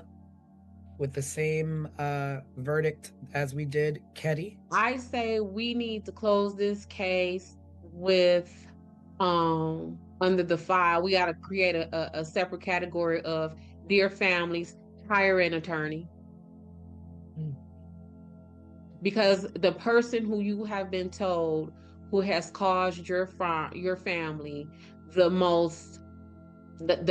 largest amount of harm that anyone can imagine is not the person who did that to you all. Well, with that all being said, this is our second case and officially our longest case. Well, we have discussed. Mm-hmm. It deserves it. We're investigators. Yeah, I mean, it's a big one. We knew that going into it. Yes. And there is so much that I'm sure we could still spend next week talking about. I got a whole lot of notes in front of me that we have not even discussed. Yeah, I mean, that's just me. Think about the family members that are still active. So, Kathy Thomas's brother is out there, runs a Facebook group and a podcast as well. So it's a case or cases that people haven't forgotten about and are still actively talking about and trying to get answers for. And hopefully this will be one small part of that. Well, thank you everybody for sitting with us on another Sunday, going down that rabbit hole with us, talking about the Colonial Parkway murders. I hope you were able to join along, and if you have any questions, maybe we can address them on our live midweek next week. But we do have an all new episode coming out next Sunday. No details this time. You have to tune in and subscribe to find out what it's going to be. Yes, tune in on our Wednesday live. Every Wednesday, we go live 7:30 p.m. Eastern Time. And this Wednesday, maybe we'll give you a little hint of our next case. Maybe. And you all see what kind of time I am on with this kind of stuff. If you have any disagreements or you want to add anything to what I have to say, hit those comments down there and let us know, and we can include that in our next live, or maybe even have you on our next podcast. Yeah, and speaking of, let's give a quick shout. We did have a couple people that have been very responsive that helped us shape tonight's discussion. One was Al, who just wrote in and said, you have me into the whole whodunit shows again. Great show, which is great. Yeah, that's awesome. Amazing. Yeah. To have something interesting. Yeah, I think something we're doing. And I think that was our goal. Yeah. So, hearing that comment tells me that we, at least as far as I am concerned, we have hit that first marker, which is to reignite people's curiosities on these kind of things in a way where they are not just being fed information, in a way where they are being invited to ingest it and digest it and add to it, stir the pot with us. Because I really feel that oftentimes a lot of this stuff that happens, these investigations, they occur in a way where they do not want us to think this stuff through. Because we see just here right now, if the everyday person is thinking these things through and not just accepting what is being given to us, then these investigations and these outcomes will look completely different. Yeah. And if you want to explore more, you could always watch our case overview of the Colonial Parkway murders. It's on YouTube. We also have a previous case that we covered, the Keddy Cabin murders. Say it again. Say it 4 times. The Keddy Cabin murders. That was our first case, so take a look at that if you haven't already. And please be sure to subscribe and let your friends know about this if it's something you really like. So tune in every Sunday. We release new content. Every Wednesday we go live, and in between all of that, we trickle in little shorts and posts and information as well. So yes, hit us up, and we will see you Wednesday night live. Yes. So that's Christmas Eve. So. Oh. So then we get to have an audience. So it's you and your family, and y'all can sit around and watch us. Exactly. All right. We'll see you then. Bye. Bye, everyone.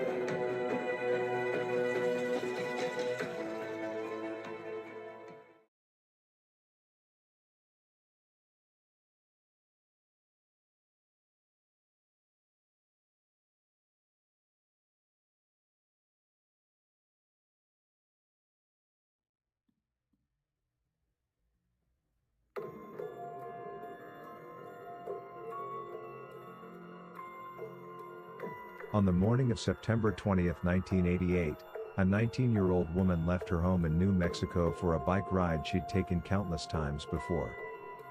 She never came back. No body. No bike.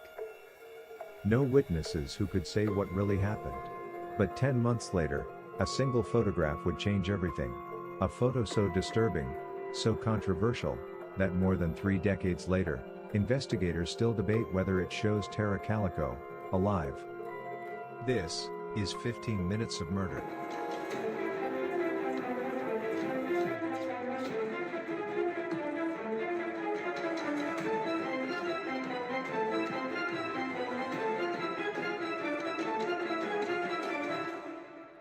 Tara Lee Calico was 19 years old. She lived in Belen, New Mexico, a small town where people noticed when something was off. Tara was athletic, outgoing, and driven. She was attending the University of New Mexico, studying business. She had a job. She had plans. This was not a case of a girl running away. On the morning of September 20th, Tara told her mother she was going for a long bike ride, a routine she followed often. She planned to be home by noon because she had a tennis date later that day. She never made it. By early afternoon, Tara's mother Patty Dole knew something was wrong. Tara didn't always ride alone. Her mother Patty enjoyed the ride as well, mother and daughter, side by side, talking as they went.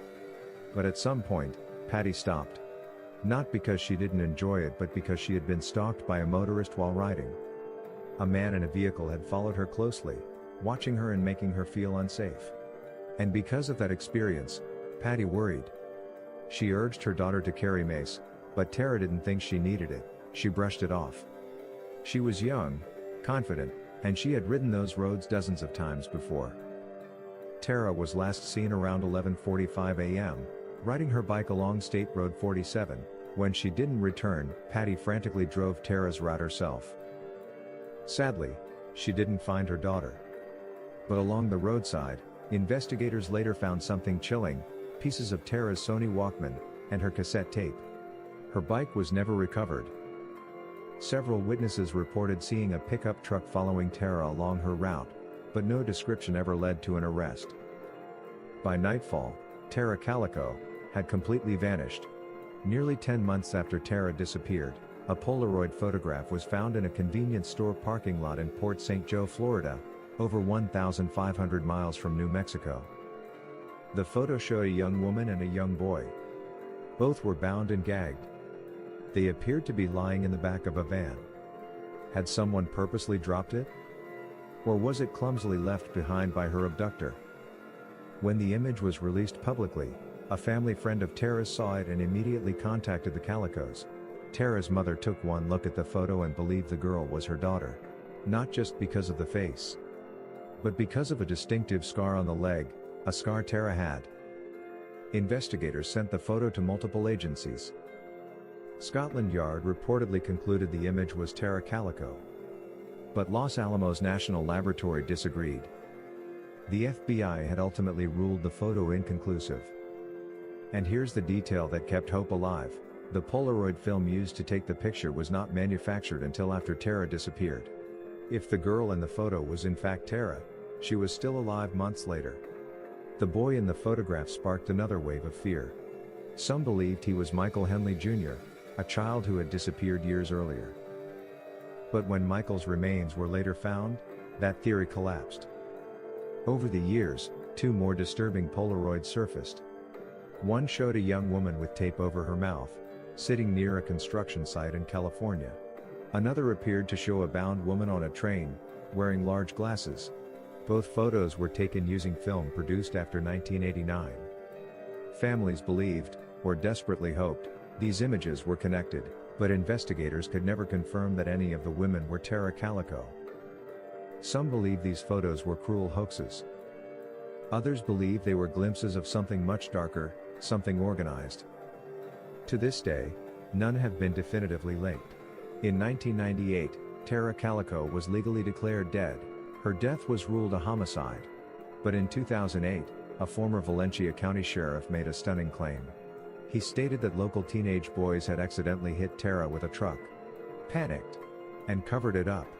No arrests were made. No remains were found.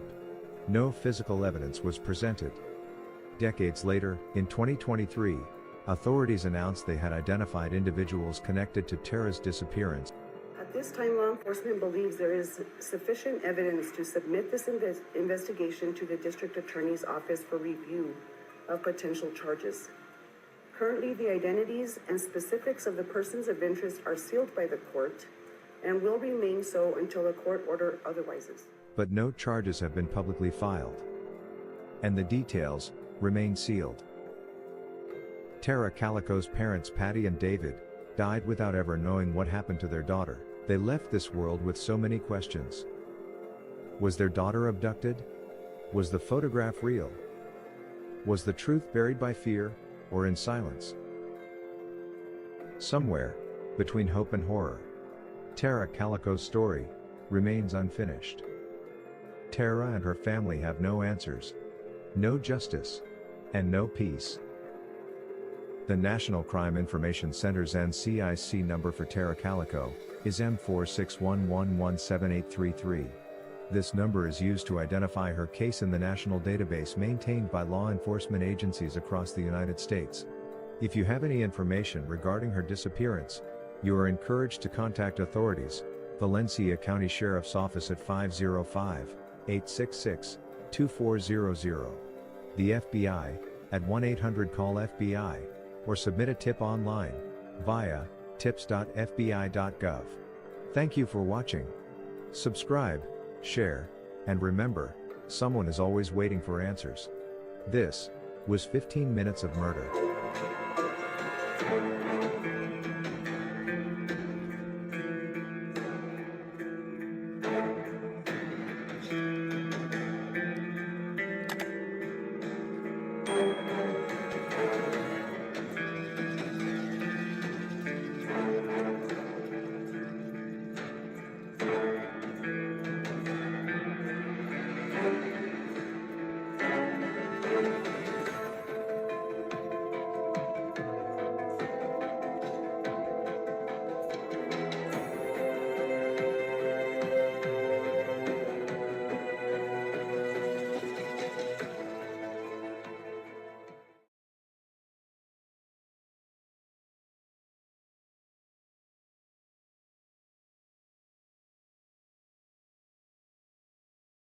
Hello and welcome everybody to 15 Minutes of Murder. Happy Sunday. We are going to be doing the podcast long length version of breaking down this case. So if you've been following us, you've seen episode 1 and 2. Our third episode is Tara Calico. And this was a 19-year-old girl who went for a bike ride the morning of September 20th, and she never returned. We don't know if she's missing. We don't know if she was murdered. We have our theories. We have our suspects. But this one is a whodunit and where is she? And the case is still technically open. So there's still room to have hope. But basically, this is a young girl who went for a bike ride and never came home. There were some sketchy circumstances around her disappearance. Des kind of thinks a little different than I do. I don't know what Craig thinks, but we're going to get into it. So, welcome to 15 Minutes of Murder. We are your hosts, Tanisha Slater, Craig Chapman, and our resident crime expert, Desiree Edwards. And let's break it down.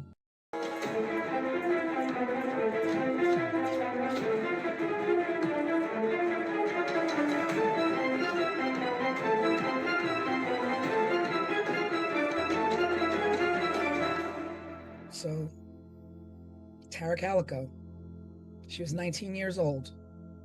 19, a baby. A baby. Yeah, Innocently, innocent, doing innocent things, going for a bike ride. Now, she used to go on this bike ride with her mom, or her mom would come with her sometimes on the bike ride, but mom got scared off.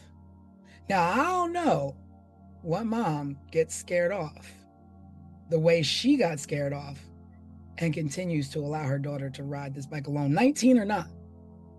Absolutely. And to say I'm scared off, use mace, but take my bike that I was stalked on. Yeah.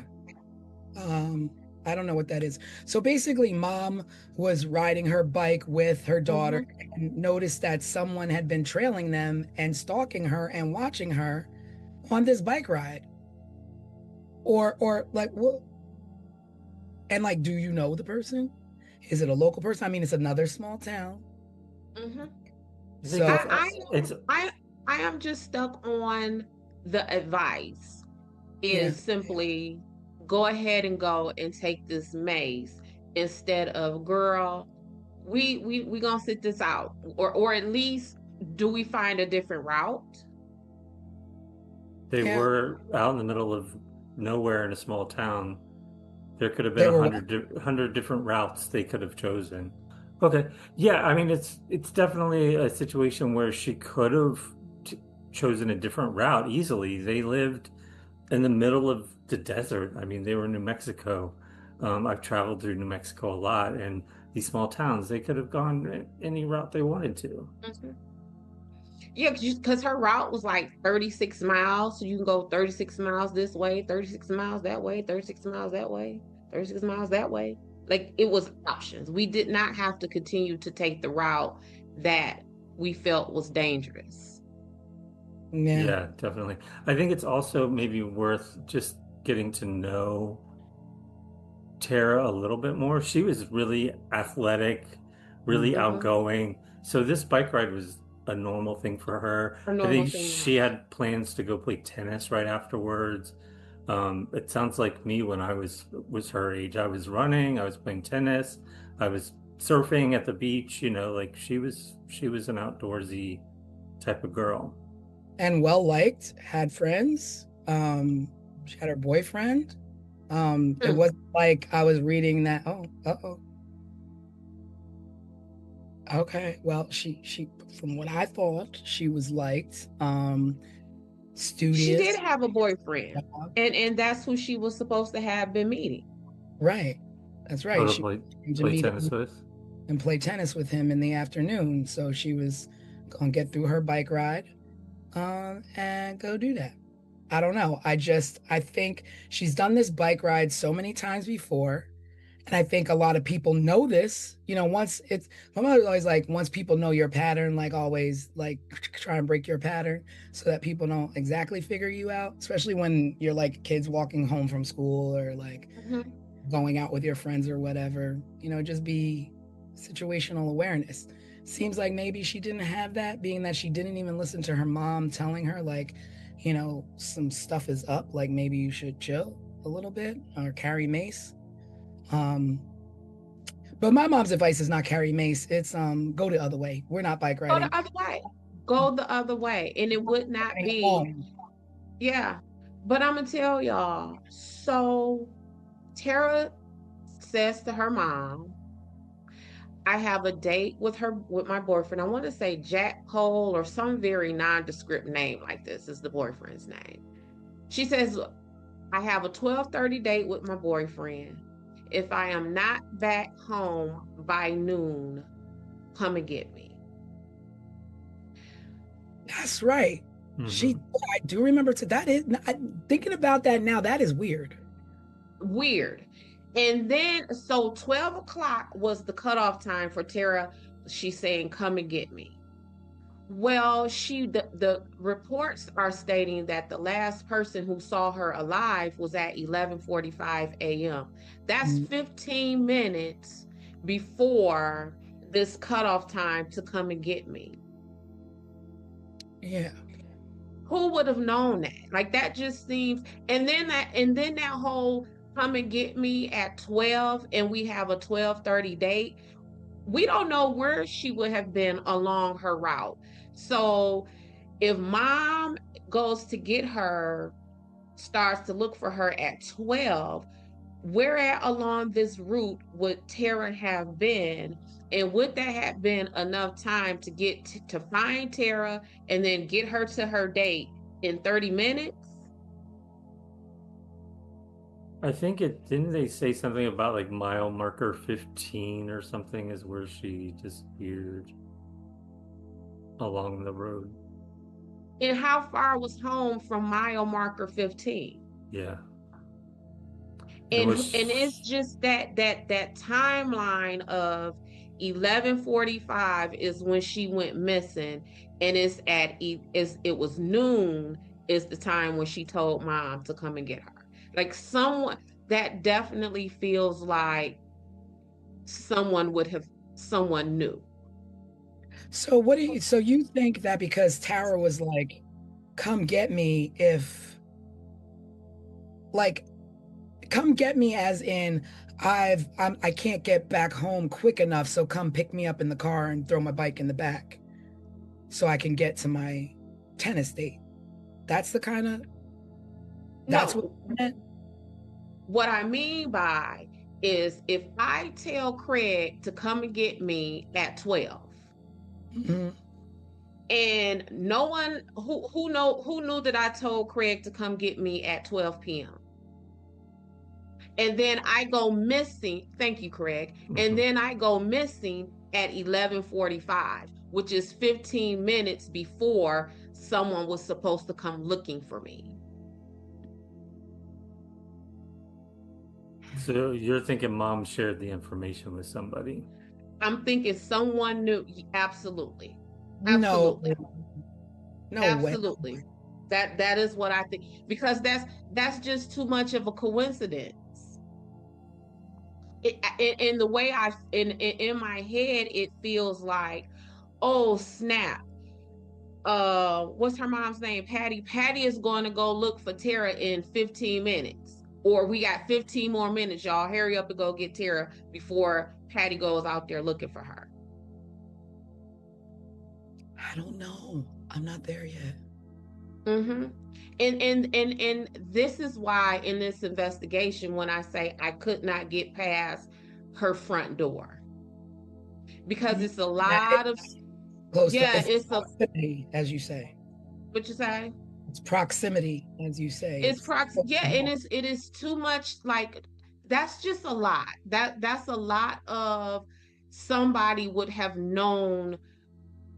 It's like a timeline almost, and who would have known that timeline? So if my son, just like last night, I went and picked my son up, told him I'd be there in an hour. Who would have known that? That was a text message between us. So who would have known that his mom was on her way to get him within that hour? Would it be someone he texted and was like, "Oh, my mom on her way"? Like someone would have known that. Well, the boyfriend, because I'm sure Exactly. Tara was like, oh, okay. Because I'm sure Tara was like, well, I'm going to be on time, but just in case I'm not, I told my mom to come get me. And then let's talk about the boyfriend. So now you are supposed to be the last person who was with her. So. But she never made it to him. But she never made it. And this is what I'm saying when I say I could not get past her front door, because there is so much in there just as we begin this discussion that leads me to believe that for right now where we are, that somebody knew her people at some branch of her network. They knew where this girl was. They knew her schedule. I do not think. So now so she goes missing, but nothing is found. No bike, no body, no evidence whatsoever. Tire marks are found, but they could be any bike. It's not like she was the only person, traveling that road. They did find a black Sony Walkman that was busted up, I guess, on the ground, but like whether it was hers or not officially, I don't know. I thought it was yellow, and that's how they knew it was hers. Really? I thought it was black. I read it was black. I thought I saw black too. Maybe. Yeah, I thought it was black. I read that it was black because I was shocked. I was surprised too, but then I was like, oh, I remember those from back in the day. But I also remember. Yeah, and I also remember us doing things to our Walkman that would make them personal. So like we might put stickers on them or, get one of those glue sparkle pens and write our names on them and stuff like that.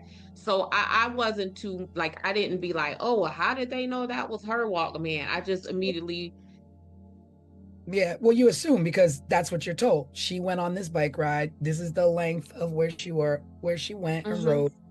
She would have covered this amount of ground, so this right here would probably be hers. Well, probably. I guess of course the mom probably identified it as such, but but there was no. That was the only thing that was found. There was no like struggle. There was no like signs of struggle or signs that that there was a scuffle. No like tire marks or anything where somebody made a accidentally run her off the road. So like just I'm reading, it says Tara Calico's Walkman was bright yellow and distinctive. Investigators found a broken piece of it along with her cassette tape near tire tracks, suggesting she may have left them as clues after being abducted. yeah, that's strange because reading other reports, it was, and I think it was a what do you call those things? Like a police report. Yeah. Well, I mean, it Well, happened. yeah, but that's a big item to leave behind to leave a clue. And what I mean by that is um when you leave your clues, they're usually smaller things that the Mm, person who is abducting you don't notice. So if this person would have thought to let me grab Tara and her bike because I don't want anything left behind, I would think that they would see her Walkman that would have been left there, even if they caught it out the peripheral view. Like these I are don't. people who didn't care. Like you dropped something, who cares? That we're not here for that. We're here for you. Yeah, but her Walkman, if what Craig just read is correct and how they're saying is distinguishable, they wouldn't want to leave that Right. because it would have been able to lead them back to Tara.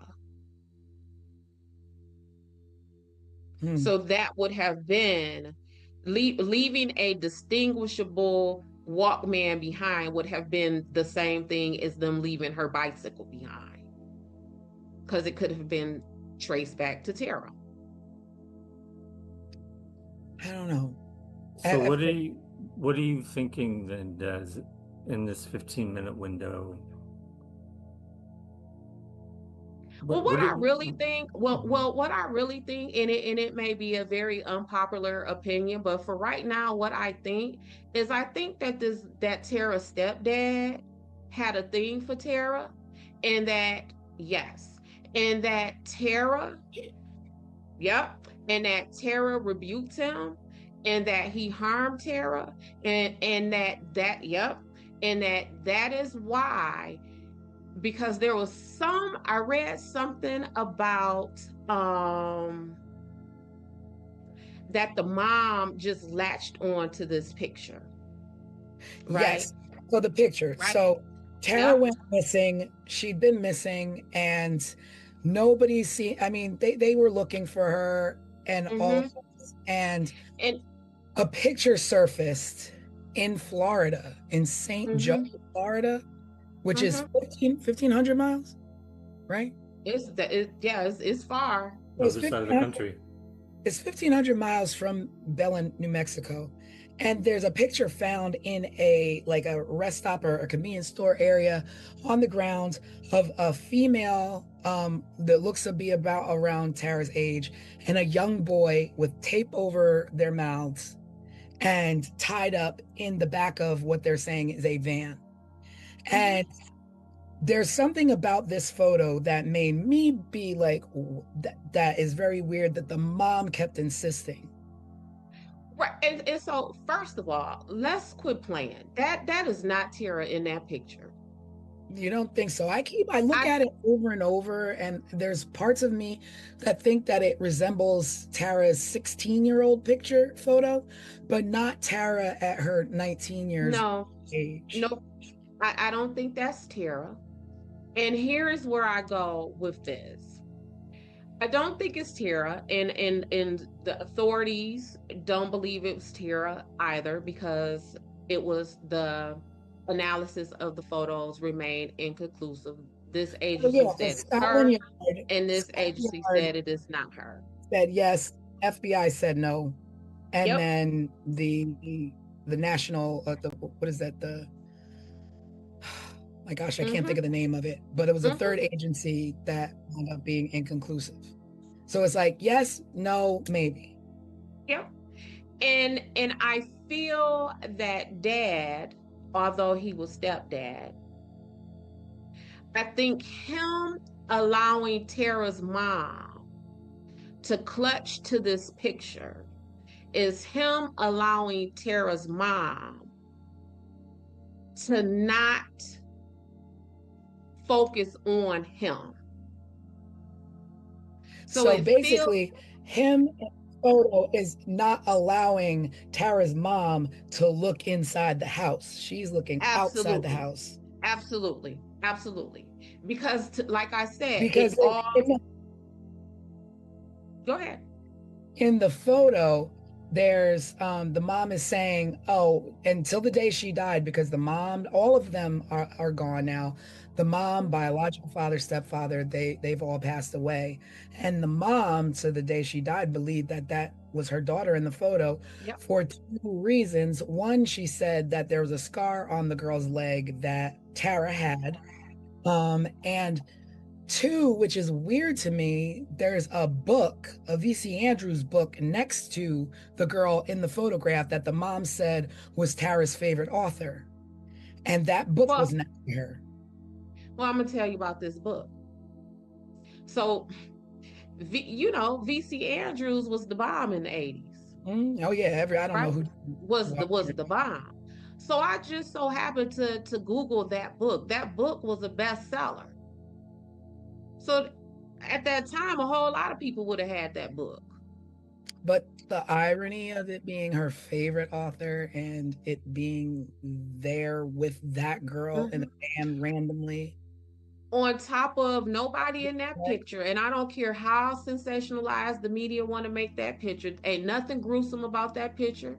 Though nobody in that picture look like they're under duress, they don't look stressed out. I read that, I read that, but then it's just like, well, what if not Tara? And then this is a whole other thing, but if not Tara, this is a young boy. Like, even if it's a joke, like there's a young boy and a girl tied up in a van with tape over their mouth. I don't know what I would look like. I mean, well, I guess. So that picture was found, a year after Tara went missing. We don't know when the picture was taken. But True. I would think that even if it was taken a week after she was abducted, that there will be some kind of signs of struggle and like fight and stress with Tara, because we opened with Craig saying how fit she was and how active she was. What we know of Tara would have fought. Whoever abducted Tara, I would imagine they would have almost had to beat that baby to death to get her in that van. I think that if with Tara, what we know of Tara, again, that there would have been some kind of defensive wounds. I don't think Tara would have sat there long enough in that position for them to take that picture. I just, y'all, I don't. If you're scared, you do. But they don't even. If you're scared, you shut up and sit there and just look. And when you're scared, your eyes look scared. When you're scared, your body is tense. None of it. Tara and that boy, like. Maybe like, look. Let me look at this photo. Let's put this. They're just like leaning to the side, chilling. I mean, I read that in a few places where people say that about that photo, and I just thought that was strange thing to think about that photo, because I guess the first thing that you think is like, oh my God, like I guess you immediately go to the sensationalism of that photo of, oh my God, there's a young girl tied up. And I guess we don't know if they're tied up. They could just be sitting on their hands. Because that's what I was going to say also. Neither of them, we can see neither of their hands. We can't, I don't think we could see their feet. It just looks very I will planted to say that me. the little boy does to me look afraid, and the girl does not. I don't know. This photo And is just and who extremely and disturbing. who abducts a 10-year-old boy and a 19-year-old girl? Like that's kind of like either or. Like which one of these you messing with, Mr. Kidnapper, killer person? I don't know this photo. Like, and the other thing that is upsetting to me in this photo is, who are they? And why are they like this? And it's just like, And why does the pictures keep popping up? Like this is so weird, well, the y'all. first photo, I get it, but then everything else, then two more photos pop up. Another photo pops up in California, and then another photo popped up at a construction site. One, I don't know where the other one popped up, but then there's also like people calling the station and giving false leads, people saying that they're Tara, people saying that they know where she is, or, all these things. And I don't know what.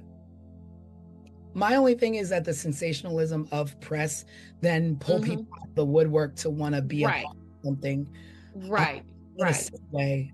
So those other two right, things that did pop up, I mean, they're not, neither here nor there. right. This one is the one that her mom latched onto as, this is my daughter. I know this one. This is my daughter. And y'all remember when we were talking about Idaho and I was saying how I really liked that investigation Mhm. because the police kept it under wraps. They kept their mouths shut.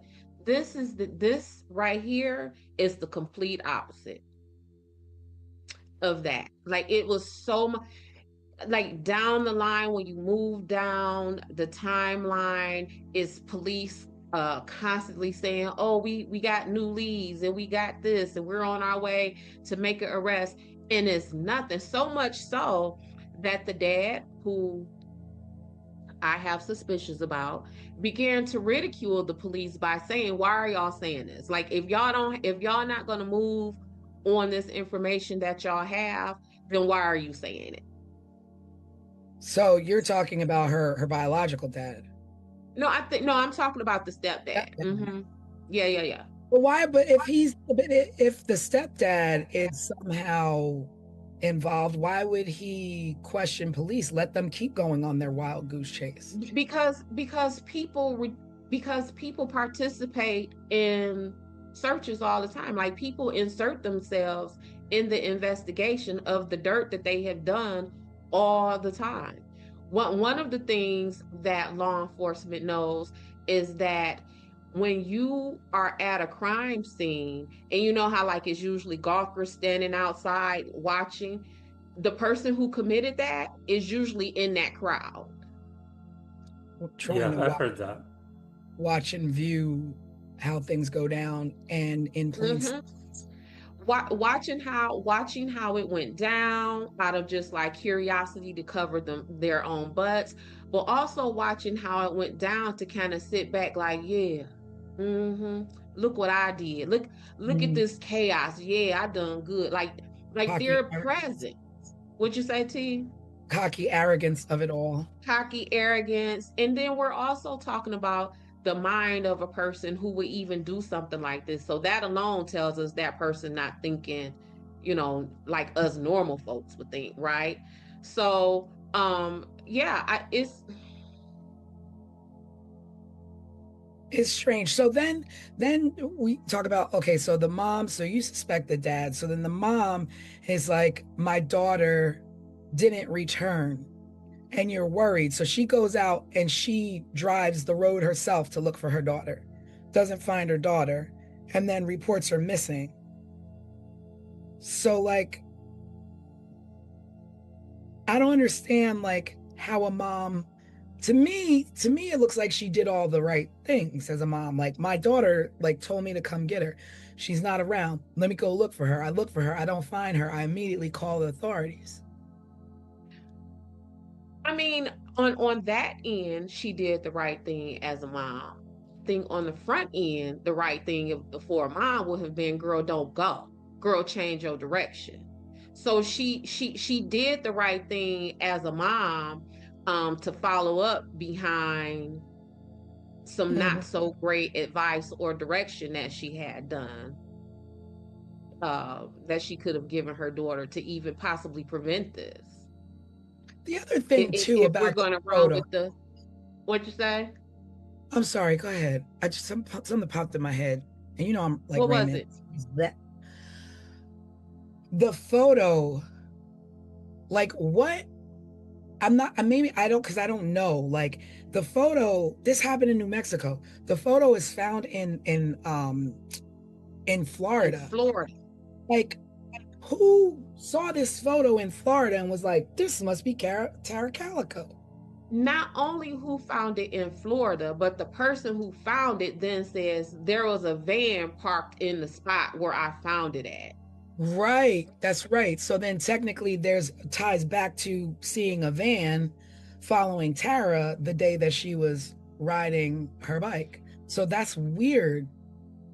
But listen, I found a picture, and where I found the picture, a van was parked there. Huh? Yeah. So like you remember that? So if you pick up a potato chip bag off the ground, you're going to be like, oh snap, there was a van parked here. Like, how does that information? Because if you're unsolved mysteries in the 80s, well, this was 1980, so this was super early 80s, so that wasn't a thing, right? But if I pick up a picture on the ground and it's disturbing as a girl and a boy with their mouths taped around, I'm like, where do you think this came from? Oh, snap. And we all know, like, stranger danger, Scooby-Doo vans, like, don't like, mess with them. But you would have led with the van. You wouldn't have led with the picture. You would have led with, oh snap, that van was right there, and then I found that picture. I don't know, like it's just weird to me. That's like somebody gets murdered in Florida and you're up in Vermont and you're like, oh, I just found this photo and this looks like how do you know? Like, it's not like it was that national. And this right here is why I say I couldn't get past the front door, because all of this other stuff that we're talking about, none of this kind of makes sense, and none of it really has a place. So every time we talk about something, it's like, just back to this picture. Like, but how do they get there? And this from here, and this from there. So one of the things in my investigations, I always say, no matter what was done, no matter how it was done, no matter who it was done to, that chain of action, that chain of events has to make sense in my head. So what I mean by that, like, oh, okay, I can see why they would do that. Or, oh, okay, I can see why they would do that. I don't have any of that here. And in this investigation with Tara, where my brain stops with clarity is who knew where she was at during this day, during her track. That, because nothing else makes sense. So you are definitely not on the wavelength of this was a random, or this was a serial killer, or this was no, like a stranger abduction. This is one of the situations where when people call my phone and say, Des, I've heard about Sunshine Investigations. My family member is missing or has been killed. And then when I listen to them, I say to them, you don't need an investigator. Y'all already know who did this. Y'all already know who did this. because nothing past the Walkman makes sense. Not that picture, not the picture being across the country. None of that makes sense. Well, let me correct myself. So it was Scotland Yard who looked at the picture and believed Yeah. it to be Tara. And I'm like, Scotland Yard? Like they went that far to analyze this photo? And then, so the Los Alamos lab is the one who said, no, this is not Tara. And the FBI's findings were inconclusive. So it's still the yes, no, maybe. But Yeah. at what point did you put so much weight in a photo that's found in Florida for an abduction that happens in New Mexico and take this photo as far as Scotland Yard to have it analyzed because a mom said, I think that is my child in the photo? So now it's what you say. So now you're going on this crazy lead of a photo when you have all these like questions of the town that you could be answering, but asking and knocking on doors, but you're attached this girl to a photo that's most likely not her. That's most likely not her. So again, when I'm working my investigation, no matter what the crime is and all that kind of stuff, I need it to make sense. I need to be able to look at the police reports, the news articles, whatever it may be, and say, okay, I can see that. Okay, that makes sense. But see how right now when we're talking about this picture, you can't do that. You right here, you can't say to any of us, that makes sense. Yeah. Nothing in this makes sense. And so like then I just can't stop thinking about the photo, and then it's like that's how it happens. Like then you get the smoke screen of it all. It's like you're no longer like on this road going who else was on this road. Like you're like going down this rabbit hole of a photo. And that's why I think the dad let the mom latch on to that photo, because it's distracting. But then it makes me think even further, was it intentionally distracting? Mm-hmm. Like, was it a plant type distraction? Like something planted, somebody knows somebody well enough to say, let's feed this back to, like, I don't know how it got back. I don't know how it got from Florida to Because what we even know is that the little boy who they suspected in that photo turns out to not even be him. But who also was a little boy who went missing on a camping trip in New Mexico. So how did these two separate incidences in New Mexico, two kids who have nothing to do with each other, wind up in the same photo in Florida? Were you going to say something? It makes no sense. I was only going to say the way it got to Tara's mother, as far as what I'm researching, is that it was broadcast on a national television program, and then her family and friends saw it and said, hey, Tara's mom, this sort of looks like Tara, maybe you should take a look at it. Right. Yep. Wow. Okay.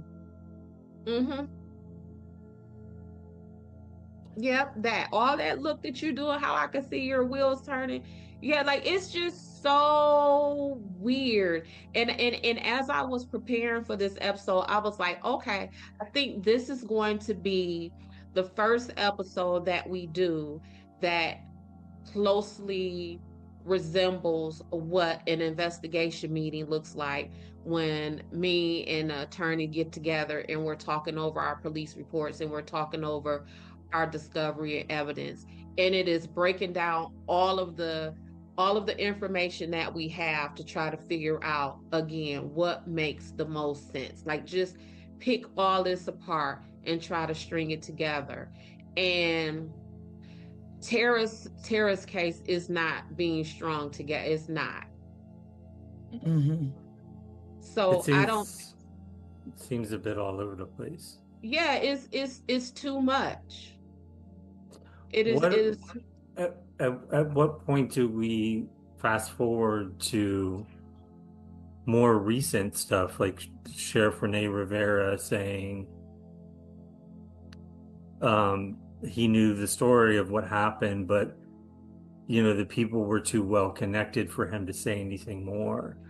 Well, It possibly being the sheriff's at the time, the sheriff's son that maybe had done this, and that's why it was covered up.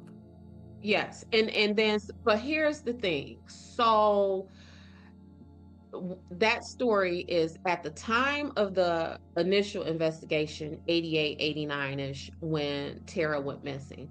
The story was that some people had saw the kids, and it was reported to the sheriff that the kids had maybe hit her with their bike or something. I mean, hit her bike with their vehicle, killed her, covered it up. Then they got to talking amongst themselves and their friends, and then there was just one gentleman named Henry Brown who on his deathbed made some kind of confession like, oh yeah, the sheriff's kid and his friends told me that they hit Tara, killed her, and then hit her body. Now, what's weird about that is that same story, the sheriff had recounted that at the beginning of the investigation.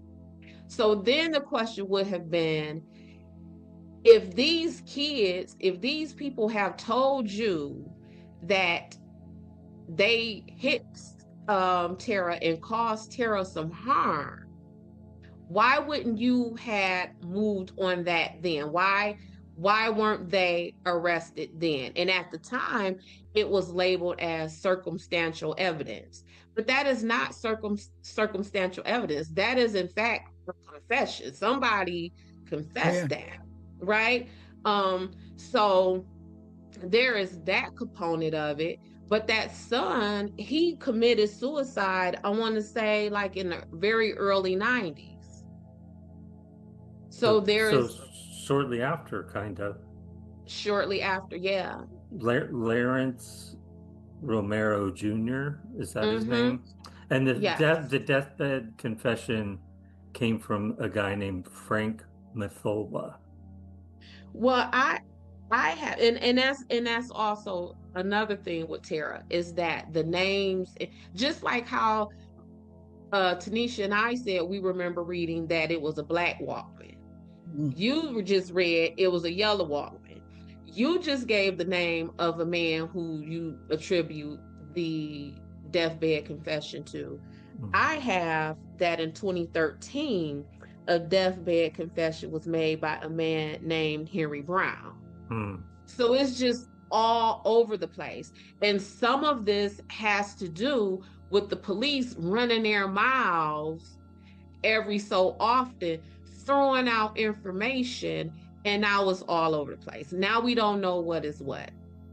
It seems like this, though, like they, law enforcement and people connected to this case actually won't let it go and keep pursuing leads and want to find out what happened to her. Or God, like, I want to say, I don't want to be naive and say find her, like, but she's well and still with us, but I don't know, like, to me it just seems like a small town that still wants to find this girl. Yeah, but the problem is, just from what we're talking about, all this conflicting information, they're not going to find her at this point if they keep doing this, because what they're doing is they're putting out information that's distracting. They're putting out information that someone could copycat. Maybe that's why it's pictures, from this side of the country to that side of the country with Tara. That's why we're hearing about a black Walkman and a yellow Walkman. And it's very difficult to follow up on any valuable leads or make any valuable connections when you have essentially tainted the witness pool by filling it up with inconsistent information or just information in general. Because when people hear things, if, you know, Tanisha say a black Walkman, by the time the news get to me, it's a yellow Walkman. Yeah. So it's been too much talk. It's been the Oprahs, the Datelines, and the all of that. It's just been too much. And again, that's why I love those Idaho police, because they was like, no, we not talking about nothing. We're not Yeah. talking about nothing. And Yeah. that situation was solved soon.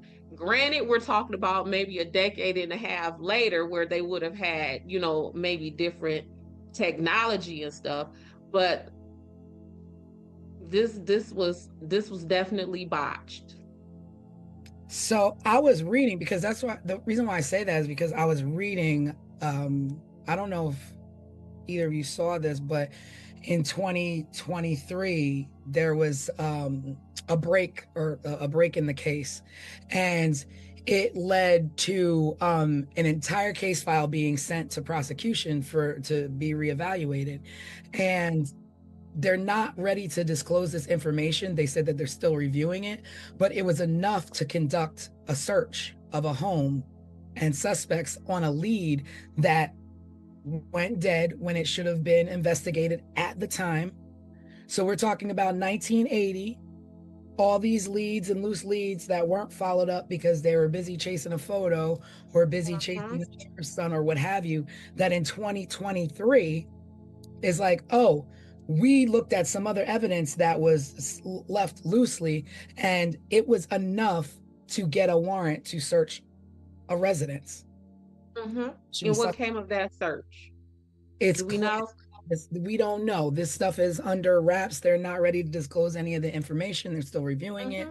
But it's just, to me, like that whole thing where you say, if you have 10 leads, you should at least be at 6. Like, there were so many loose ends that were left in 1980 that are picked up in 2023. Right.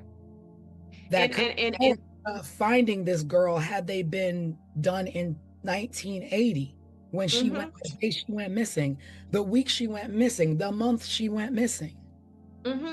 And if somebody, I don't know whether it's someone in law enforcement, someone within Tara's family, but if someone would have backed off of that picture and allowed this investigation to blossom, where will we be now in 2025?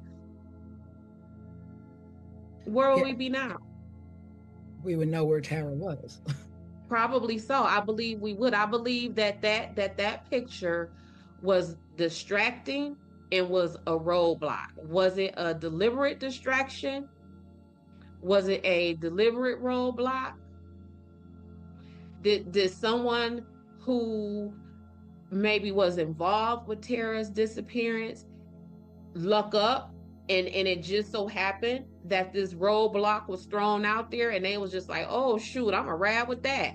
I'm a rab. You know what I'm saying? Like, that picture did a whole lot of harm. And how the picture got out, I don't know if the family, whoever, so the people who found the picture, where did they take that picture? Did you take that picture to the media? Did you take that picture to the police? I'm gonna look it up. I don't know. Right. So if you took that picture to the media, would you have taken that picture to the media to do exactly what that picture did? Distracting at the point that there was, while Tara was riding her bike, there was a group of kids up ahead just chilling, I guess in their cars or whatever, that they're saying, well, this person who is bringing this new evidence to light said that they were basically laying in wait for her. And most likely is certain that these kids that were laying in wait for her up ahead in that road had something to do with her disappearance. And if you found that picture, and you say you found this picture where there was a van parked, would you have cared enough to send that picture to the police? Or do you think that was a matter of sending that picture to the media?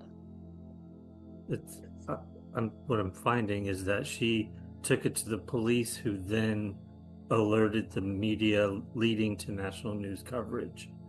But they're also saying that the lady who turned in the photo is anonymous, so nobody knows who she is, where she was from. Like, they don't know anything about her. The tea is piping hot, baby. Well, it now makes me think about the Colonial Parkway murders, where you're like, oh yeah, let me guess, anonymous. Let me guess, anonymous. And very much so, like the Colonial Parkway murders, we got some anonymous tips in a case where we're trying to say has a connection with the police.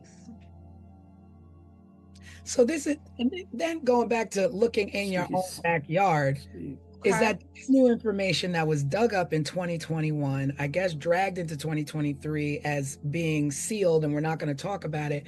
The evidence that they found at this residence was I don't know what it is that they found, but whatever it is that they found and whatever documents that they found were related to new suspects in the case, in her missing, was sealed by a district court, by a district judge, and the person that they interviewed was a person who originally said they knew nothing about the Tara Calico's whereabouts and missing, but now in 2021 they have information about this that they're sharing. A mess. My thing is, it's like 1980 to 2021 to 2023, and in 2025, like what? I don't understand. And now you have this information. So you didn't think that this information was of any value 20, 25 years ago? Is that what this? So the person is saying, I don't know nothing about it. So yeah, when this person, I don't know anything about it, all of a sudden now has information about Tara Calico's disappearance. Now all of a sudden has information, but we don't know who that person is because they're what, anonymous. We don't know who that person is because the reports are sealed, so we can't get that information to know what was found. But whatever was found was enough to say, okay, I think this is worth pursuing. You know, I often say the call comes from inside the house sometimes. And I tell you, I'm stuck at that 15-minute window of who would have thought, oh snap, we got 15 minutes to grab her before somebody goes looking for her. If her mom said, if Tara told her mama, come get me at noon, and she went missing at like 10:20, that wouldn't feel so suspicious to me. But it feels like our window of opportunity is running out and we got to get this done, and we have to get it done right now. That is what that 15, because it's just, yeah. It's a short window from when she was last seen to when mom went looking. Yeah. So who would have had that opportunity? Would that have been this boyfriend who she was allegedly supposed to have met with? Would that have been stepdad? Like who would it would have been? Someone who knows, because how else would they have known it? I don't know. I mean, I don't know either, Tanisha. I guess near 20 years later, Tara was legally declared dead, and cause of death was ruled homicide. And I guess as of 2008, the theories are accidental hit and run by local teens, and allegedly covered it up, and there were no arrests. So if it's an accidental hit and run by local teens, Is it local anonymous teens? And there were no arrests, no remains found? Like you did, like, how do you say this is what we believe it is, but there's no arrests, there's no questions? Like, you can't just rest on that. Well, the teens weren't anonymous. I think the teens in question are the sheriff's son and his friends. My God, the 80s is just full of my sheriff's kids. The sheriff's son. Like, what? Twisted sheriffs, right? And family. Yeah. Don't grow up and be a sheriff. Yeah. You're gonna be suspicious. Yeah, the word. Yeah. Think about it. Like, I mean, we grew up in the 80s, like, in small towns, it's the sheriff. But like, the word sheriff has such a dark cloud over it that whenever you say sheriff, you're like, something sneaky. I don't know about that sheriff. Mm-hmm. Never really say, I don't know about that detective, or I don't know about that private investigator. I don't know about that police officer. But you do say I don't know about that private investigator. Yeah, private. Like, I have to always make very clear with people when I tell them I'm a private investigator. No, not that kind of private. Not the sleazy private investigator you see on TV and in the movies. No, I'm not that kind of private investigator. No, see, I'm all about, when I think private investigator, I'm on my Magnum PI. I'm on my Equalizer business. I don't You want think your Desiree Sunshine I'm on my investigation. Desiree Sunshine. Like, that's what I'm talking about. I don't have no doubts. I don't have no doubts about this type of private investigation, getting to the bottom and looking for truth. Like, that's the only kind of private investigating I know about. Thank you. But it's just, and so the sheriff also says that they believe that Tara was taken by someone she knew. In a small town. Small town. And that just, even in that, okay, someone she knew. Well, she would have knew your son and his friends, Mr. Sheriff. She would have known her boyfriend, Mr. Sheriff. She would have known her stepdad, Mr. Sheriff. Like, because this is a small town, when you say Tara was taken by someone she knew, Sheriff, you would have known those people too. Yep.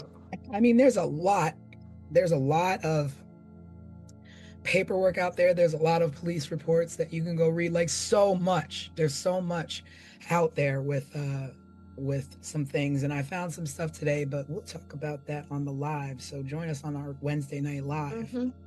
I was just about to say, I think what I can't wait for the most is when we get off of this podcast today and Tanisha and myself and Des all go back and read through more information to see if any of this gets any more clear than it is right now, because it's a hot mess right now. It's a hot mess. And then now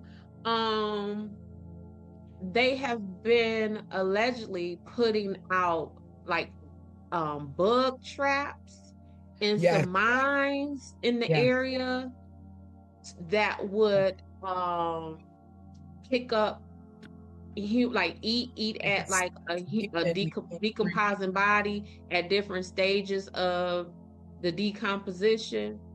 Yeah. And Where? you know they're doing in New Mexico? Yeah. Yeah. And you know why they are doing that? Because there was a man who owned 4 mines in that area, who was, let me see if I can find this. Let me look.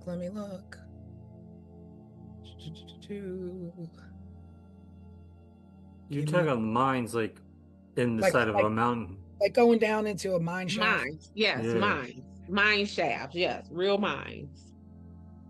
Yes, real stuff. They need to put them in the So there was this guy, his name was David Parker Ray, and he owned 4 mines that he leased in the 1950s. And they were about 25 miles away, or 25 miles south from where Tara Calico was last seen. He died in a state prison in 2002 while serving a sentence for more than 223 years in connection with kidnapping and other charges involving 2 women who he sexually tortured at his residence. Okay. So he claimed to have abducted like 40 victims from several different states, according to the FBI, but nobody's were ever found. But the reason why they didn't really go off on him is because at the time of at the time that Tara was abducted, he wasn't living in New Mexico. So they were like, oh, he wasn't living there, so he couldn't have, like, you can't visit other places. But this man has already claims he's abducted all these women, has been charged with sexually assaulting other women, but you don't go down his lead for these mines that were in the area. I mean, 25 miles really isn't that far from anywhere when you're talking about wanting to get rid of a body or wanting to have some little murder spot, right? So there are these mines, and so one of the 4 mines, maybe like 60 feet down, I don't know, 30, 60 feet down, something like that, looked like it was interrupted or has rubble or looked like somebody tried to fill it in. So they want, so this sheriff or this lieutenant went and bought these little fly traps, these certain fly traps that will attract mosquitoes or flies or what have you from the remains of decomposed bodies to see what's possibly down there. And then if there is something, then they've got to go through the right channels to be able to excavate. And of course, the bottom line, money, to be able to have the money to do these certain things. But there's also these other things that have come to light that other people are like, oh, we know the suspects. So it's just like an open, like, I want to go back to this man in these mines. I'm not a miner, so I don't really know about mines and all that kind of stuff. However, his family leased these mines about 25 to 30 years before Tara was missing. So would he and his family still had access to those mines? Like, and again, I'm no miner. So when when your lease is up for the mine, is the mine now leased to the next group of people or the next company? Like, would he still have access? Whether he had access or not, he probably had mental access. Like, I own this for all this time. I know the ins and outs of it. I can go around and do whatever I want and get in and out of property without being noticed if I want. Are mines blocked off? Like, is the entrance to a mine secure? I would think that, and I don't know because I'm not a miner. Absolutely. But I would think you gate off with a fence, do not trespassing, what have you. Or if it's just in the middle of nowhere, maybe nobody does anything and it's just left abandoned with a couple of boards across. I don't know. Okay. And so if it's a couple of boards across it, if it has been fenced off, he would have had to breach that to get to the mine. So while they're saying this man had access to the mines, was whatever that blocking off of that mine, was that breached? Or if it was, would y'all have told us that? You know what I'm saying? Like, to just say that this man whose family leased the mine 30 years ago. Well, what about the other folks? So are y'all simply saying that we want to stick to this man who leased this mine 30 years ago because he has some of these similar crimes in his past?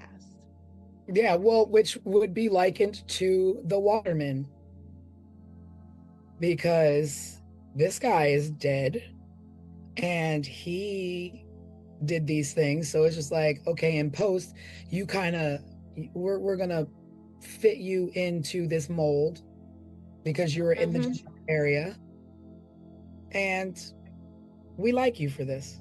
Right. And kind of the same point that I made with the picture being filed. Like, when you find something or something that's important, what you lead with varies. What is of value or what is of importance is what you lead with.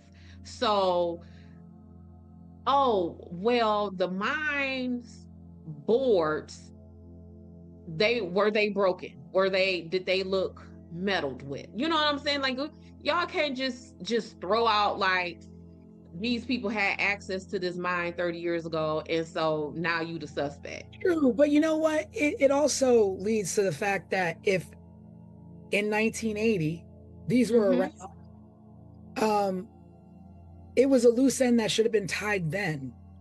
Correct. So now Correct. they're using every loose end trying to find this girl. Trying to find this girl This 30, guy 40. this guy claims to have murdered 40 women. This guy, assaulted 2 women. He was in jail for this. He confessed to this. I think the natural progression is to look into it, because what if she is down there? Right. And do we look into it like in 2025 or 2023, whenever this connection was made with this mine? Why? Because y'all knew about that mine. And if you didn't know about it in 88 and 89, did you know about it in 95 when that man was still alive? Because as what happens is when we're investigating things, one of the first things that law enforcement uses is they gonna use a database, whether it is a registered sex offender database. It's gonna be a database of so if my car gets stolen, we gonna go to the auto theft unit and find out who's been stealing, Monte Carlos in the Detroit area, right? So they would have had access to that. They would have known that. Like, this ain't something new. Well, yeah. I mean, it was Right? in 1998 that the guy that expert was like, one of these mines doesn't look right. And of See? course it wasn't because he was like, it doesn't look right because like it was a 60-foot deep mine, but at 30 feet something didn't look right. Like rubble and stuff was like, as though, okay, so what happened here, that and what's below it, so Yep. what's going on there? But they didn't look into it, and there he was like, it looked like somebody intentionally collapsed this mine, but to cover up evidence. They wanted to cover up evidence and collapsed it, but they didn't explore it because they didn't have the money. So you mean to tell me like, oh, sorry, we don't have the money. So if Tara's down there, like, oh well, so sad. Like, it sucks to be Tara. Like, nah, y'all go and look for this woman. If that's the case, and you don't have money to do it, well, you know what I'm gonna do? I'm gonna be like, is there anybody out there that I can consult, that I can gather up some volunteers to go down and properly excavate this mine so that we can see if this child is down there? And then another weird any tip, other victims at that point. If this man said, I abducted 40 other people, you haven't seen any bodies, you haven't found anything, but you find a mine that he owned that looks collapsed at 30 feet when it's a 60-foot deep mine, but you don't go look into it because of yeah. And y'all got money to consult with the Scotland Yard. Yeah, right. That Y'all, is the one that just trips me out. I was like, when I was reading, I was like, what's Scotland Yard got to do with this? Right? But this was another something that tripped me up. So they say, I don't know. Sorry, I don't know. I'm not a police officer. I'm not an investigator. So I don't know if it's normal to be like, Scotland Yard, look at this photo that we have over here in New Mexico for an abduction case. Well, I am. Florida. And we ain't never had Scotland Yard involved in none of our cases. Not even my federal cases has Scotland Yard been involved. But another weird thing, a part of the what don't make sense, is witnesses said that they saw an older gentleman driving a 1953, maybe 1955 Ford truck slowly behind Tara. In a 1953, 54, 55 truck. And we're talking about is 1989. How difficult do you think it would have been to find a 30-year-old vehicle. Well, So right now, if it is 2025 right now, and our cars now, if you look at them, it ain't too much changed in them right now. But I would imagine that a 1954 vehicle did not look like a 1988 vehicle. yeah. And a quick run through the state's DMV could have shortened that list, because how many people are still riding around in their 1953, 1955 Ford pickups in 1989? Is it Right. is it a If we run it through the DMV, is it a list of 50 people or is it a list of 100 people? But whatever it may be, that will be easy to sort out. But now that I'm thinking, I'm like, the mom also said there was a man in the truck following her. Is that coincidence that that same truck might have been following your daughter? Like he's following you? Was he following her as well? Like, At the same time, is the person who was following you the person who took your daughter? Mhm. Who was the person following you? Did you know the person following you? what kind of car did they drive? And which is why her mama's advice should not have been go ahead and go, but just take Mace. It should have been, baby, something is going on. Stay home or go in another direction. Or it's, since I'm not going with you, where is one of your homegirls? Do she want to go with you? Tara had siblings. Some of them were her step siblings. I don't know if any of them were her bio siblings. Take your brother, take your sister, take something. But I think her advice should have been more than just take some Mace when I think we're being stalked. And I mean, Especially if she was so scared of it that she didn't go herself. she was so Right. scared. That's the thing. She was so scared herself that she was like, I fear for my life, but daughter, you go ahead and take your chances. And I don't want to lose the fact that Tara rode her mother's bike. So that pink bike was her mom's bike? That pink bike was her mom's bike. So if somebody is stalking me, they probably know my bike very, like, more than a normal person would, because you're a crazy stalker. And then you let her drive that bike. You let her ride that bike.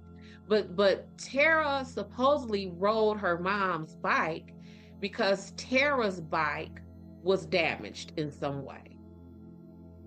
So who damaged Tara's bike to make her have to take her mama's bike that maybe a stalker would have had identified? Like, girl, this is a mess.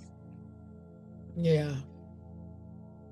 Like I it's just so unfortunate because still putting this kind of effort in 10 years, 15 years, 20 years, now we're at up to 35, 37 years of still trying to find this girl, trying to find a pink bike, in nothing but open, like the road is completely open. I don't understand.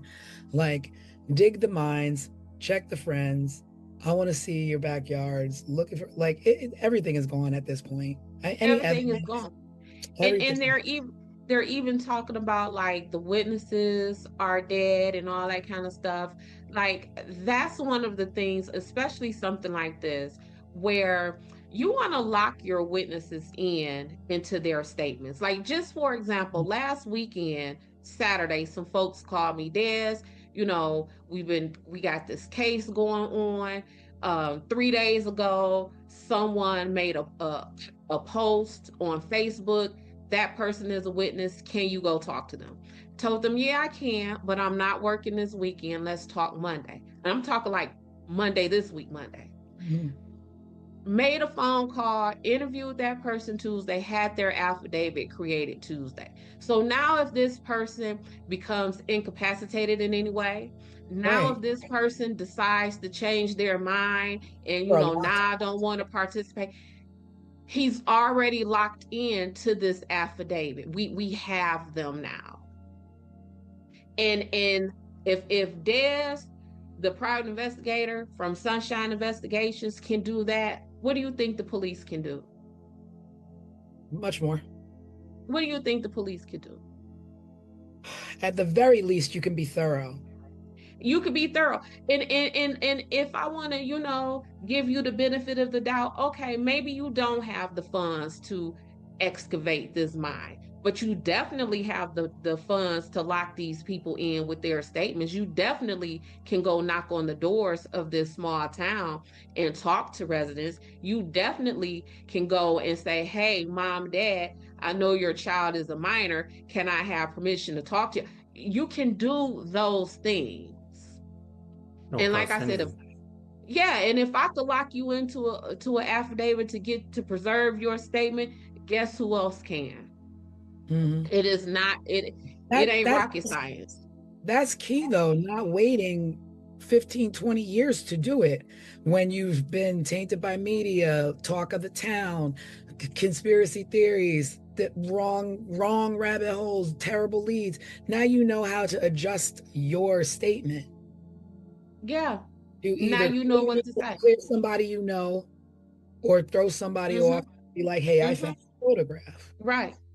And now, so let's say you have the surviving witnesses, and they may have had something to do with that, but your spidey senses may be thrown off because it has been so long, they're now relaxed. So when you approach them, when you talk to them, they don't seem as scared and nervous because, again, so much time has lapsed and they're relaxed in their approach and in their conversation of these things, versus if you would have spoke to them 3, 4, 5 years, a week after Tara went missing. I mean, this is definitely one that, you just, I mean, at this point, I think it's pretty much that Tara is no longer with us. And it's just sad because it could, you know what? I won't say that because I don't know, because there's no evidence to point to this is what happened to her. But she could have been abducted. I don't know. We don't know. And that's what makes me so angry for Tara. And that's why I keep saying this poor baby, because we don't know. And how will we ever know? And I think of all the cases that we've handled so far, this is the most we just don't know. Yeah.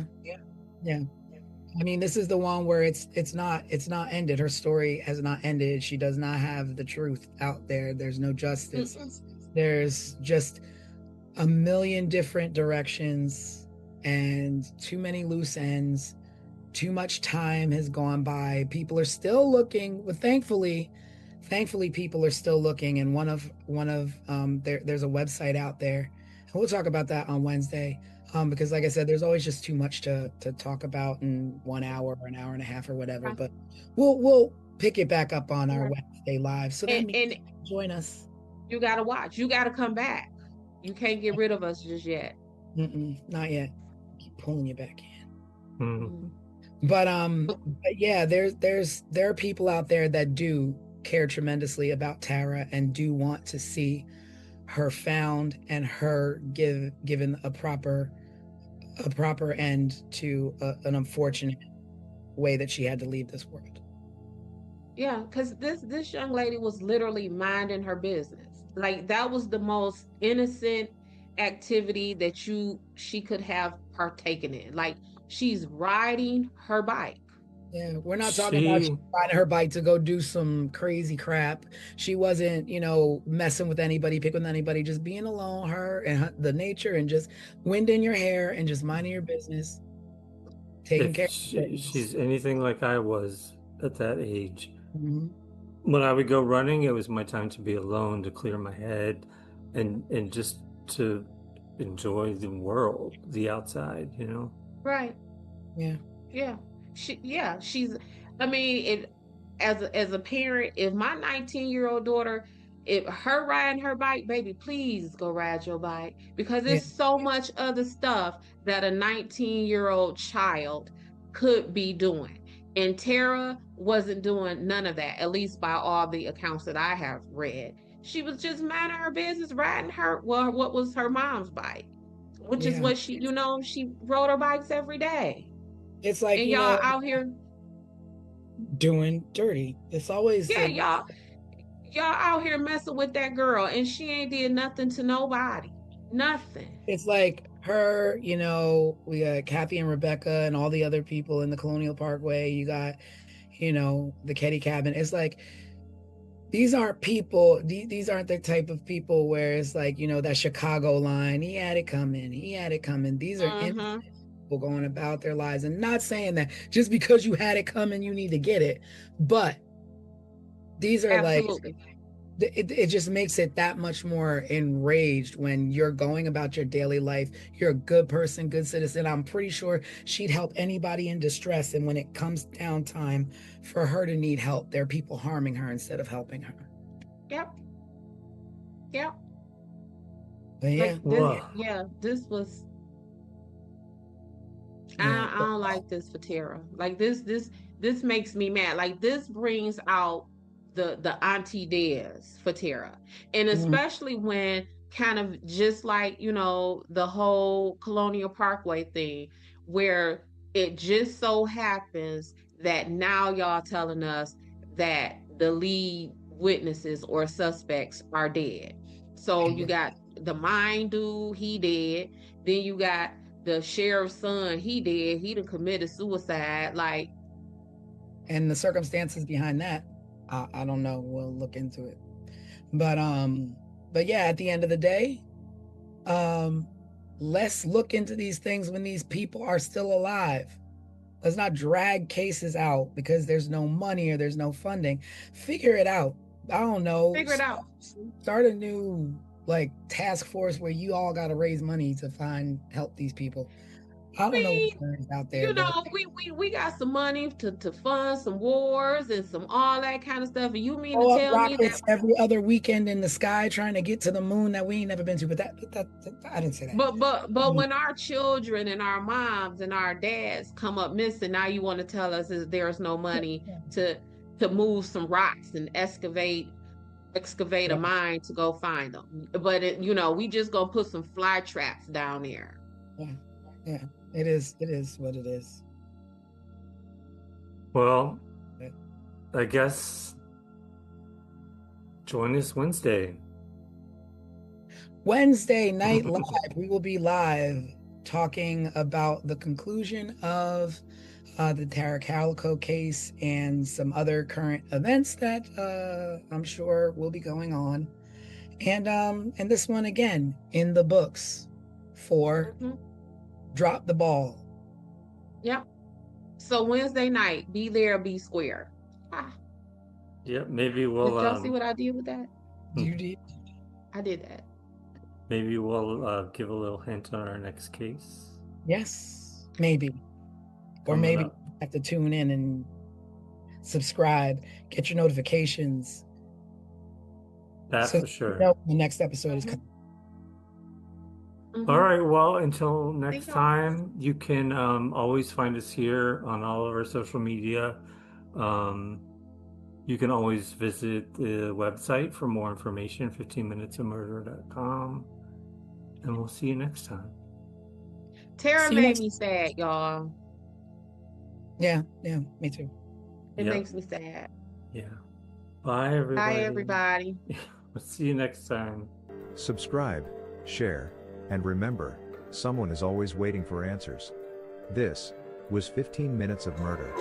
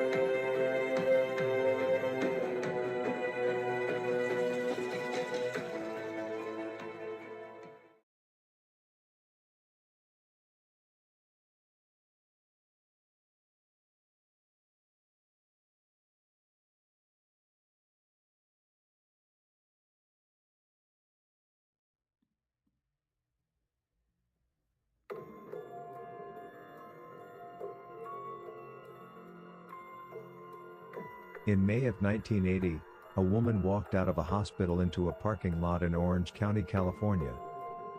She never came back. There were no witnesses to her abduction. No struggle. No suspects. But for the next 4 years, someone kept calling her parents. And whoever it was, spoke, as if she were still alive. This is 15 Minutes of Murder.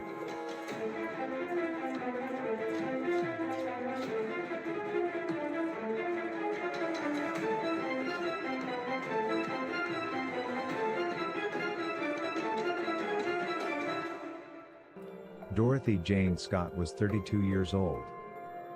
She was a single mother to a 4-year-old son.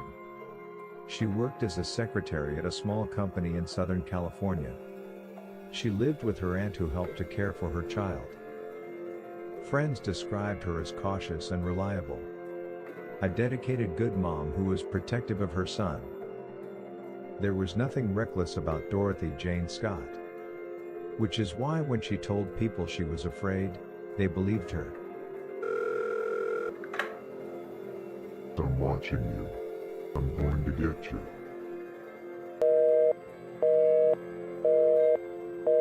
Months before Dorothy disappeared, the phone call started.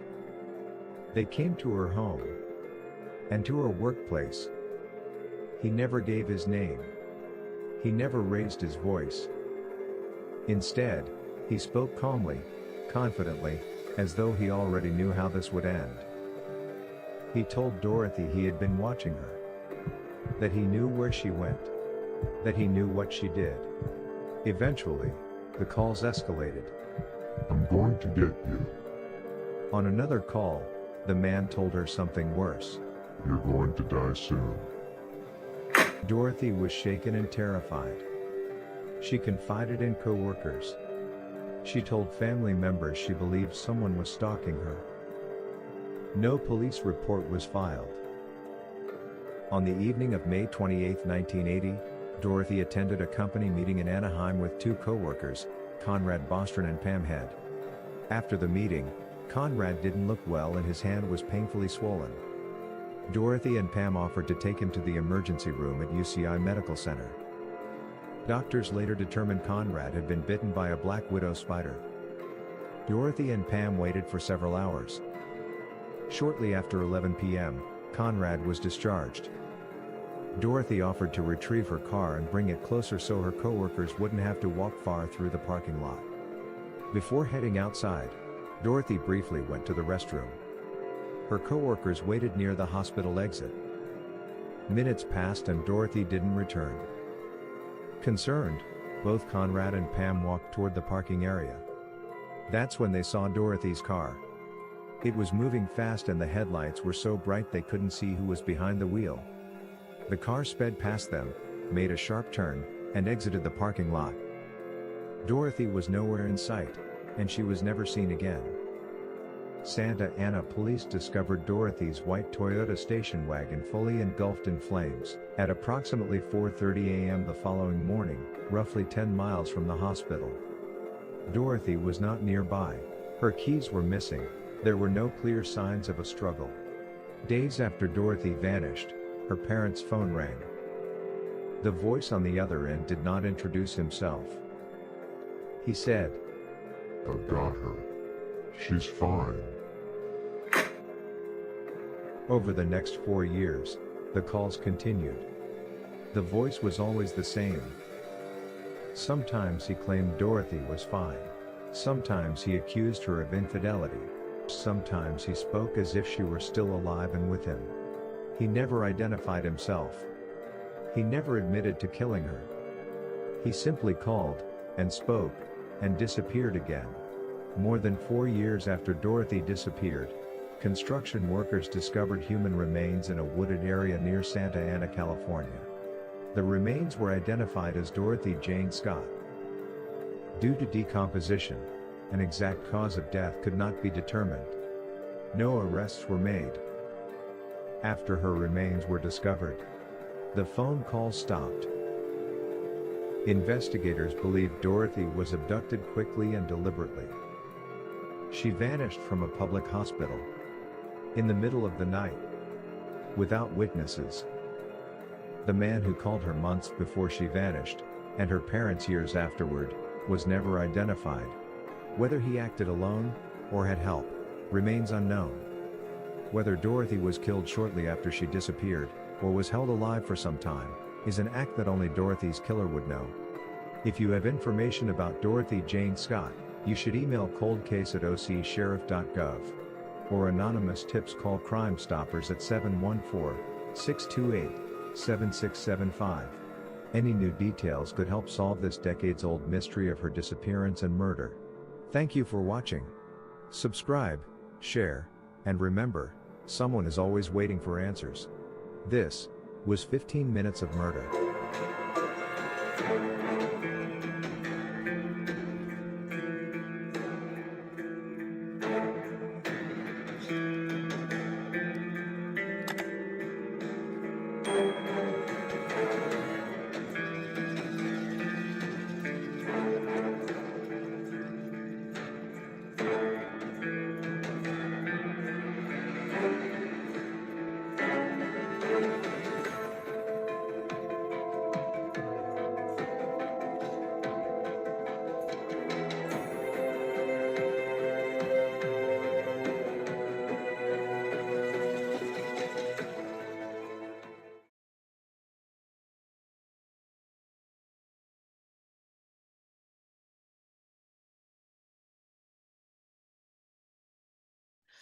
Dorothy Jane Scott was a working mom. She loved her son. She showed up for her friends. She did everything right.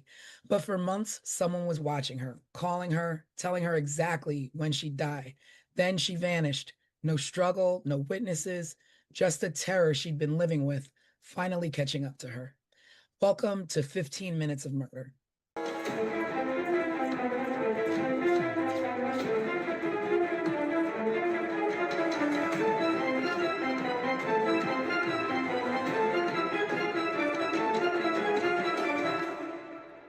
Hello, everybody, and welcome to another edition of 15 Minutes of Murder, full podcast edition, where we break down last week's case file, which was the Dorothy Scott murder. It was all about a caller calling her, as you heard in the recap before we started. We're just going to get right into it. We're going to get right into it. So, who thinks what? I'm going to tell you what I think real quick. I think this is an open close with an anonymous suspect. I feel like the person is the caller. I don't feel like it's anybody outside of that. But I don't know who the caller is. Well, maybe we should start with a quick overview of the case. All right. Well, we've got Dorothy Jane Scott, who was a mom. She had a young 4-year-old. She was not a troublemaker, didn't cause any problems. She began receiving phone calls from a stalker, and this went on for quite some time. And, I guess just like, I don't know what she did about it. I don't know what she did about these calls, but I guess she just dealt with it and just kind of like watched her back or what have you. But one day she was at work, she was with 2 coworkers, and one of the coworkers got bit by a spider, and they didn't know that at the time. The coworker just didn't feel well. So she was like, let's go to the emergency room. So her and a coworker and the one that got bit by the spider go to the hospital. At the hospital, he gets treated. It's late at night. It's like 11 o'clock at night or something like that, or 10, 11 o'clock at night. They're at the hospital. He gets released. They're all walking to the, I guess, to go home and get dropped off. But Dorothy's like, let me run to the bathroom really quick. And the other 2 are like, okay. And she's like, I'm going to go get the car so that you guys don't have to walk far. So they're like, okay. She goes to the bathroom. She leaves to go get the car. That's the last time they saw her. They're waiting and waiting. Dorothy never shows up. So they go out to the parking lot to look for her. They see her car approaching them. And I guess they're thinking like, oh, here she comes. But the car was driving really fast. The car drives up to them and makes a turn and drives out of the hospital parking lot. And she's never seen again. She never comes back. They wait for her a little bit. She doesn't come back. So then they call the police and they're like, listen, we were, at the hospital. Our friend went to get the car. She never came back. We don't know what happened. And then in turn starts a great search for her. The crazy part is that the calls never stopped. The person who was calling her and stalking Dorothy was now calling her parents and saying crazy things like she cheated on me, or she committed, she was, I can't think of the word, infidelity related things. He would leave. He would say, oh, I have her, or she's fine, crazy things. And I mean, the calls were never long enough for the police to, trace them. And, it's 1980? 1980, yep. So, like, what can they possibly do?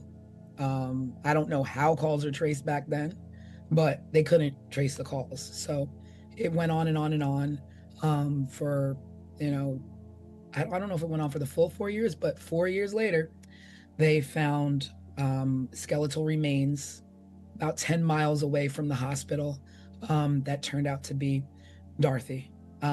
But also another crazy thing is that the night that she was taken, police found her car burning on fire miles from the hospital.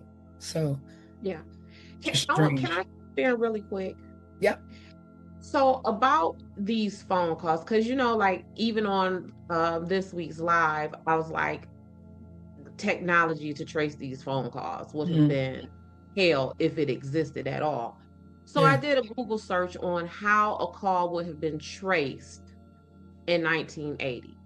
So it says in 1980, tracing was a manual, physical, and a slow task for telephone technology. The rapid automated tracing that we know today came later with digital systems. So back then, to trace a call, they had to follow the physical connection back from the receiving subscriber's phone. Absolutely. Like, what? You always hear like in movies and stuff, they're like, make sure you keep them on the phone long enough for us to be able to trace the call, right? But what does that mean? Like, how long? That mean? Yeah.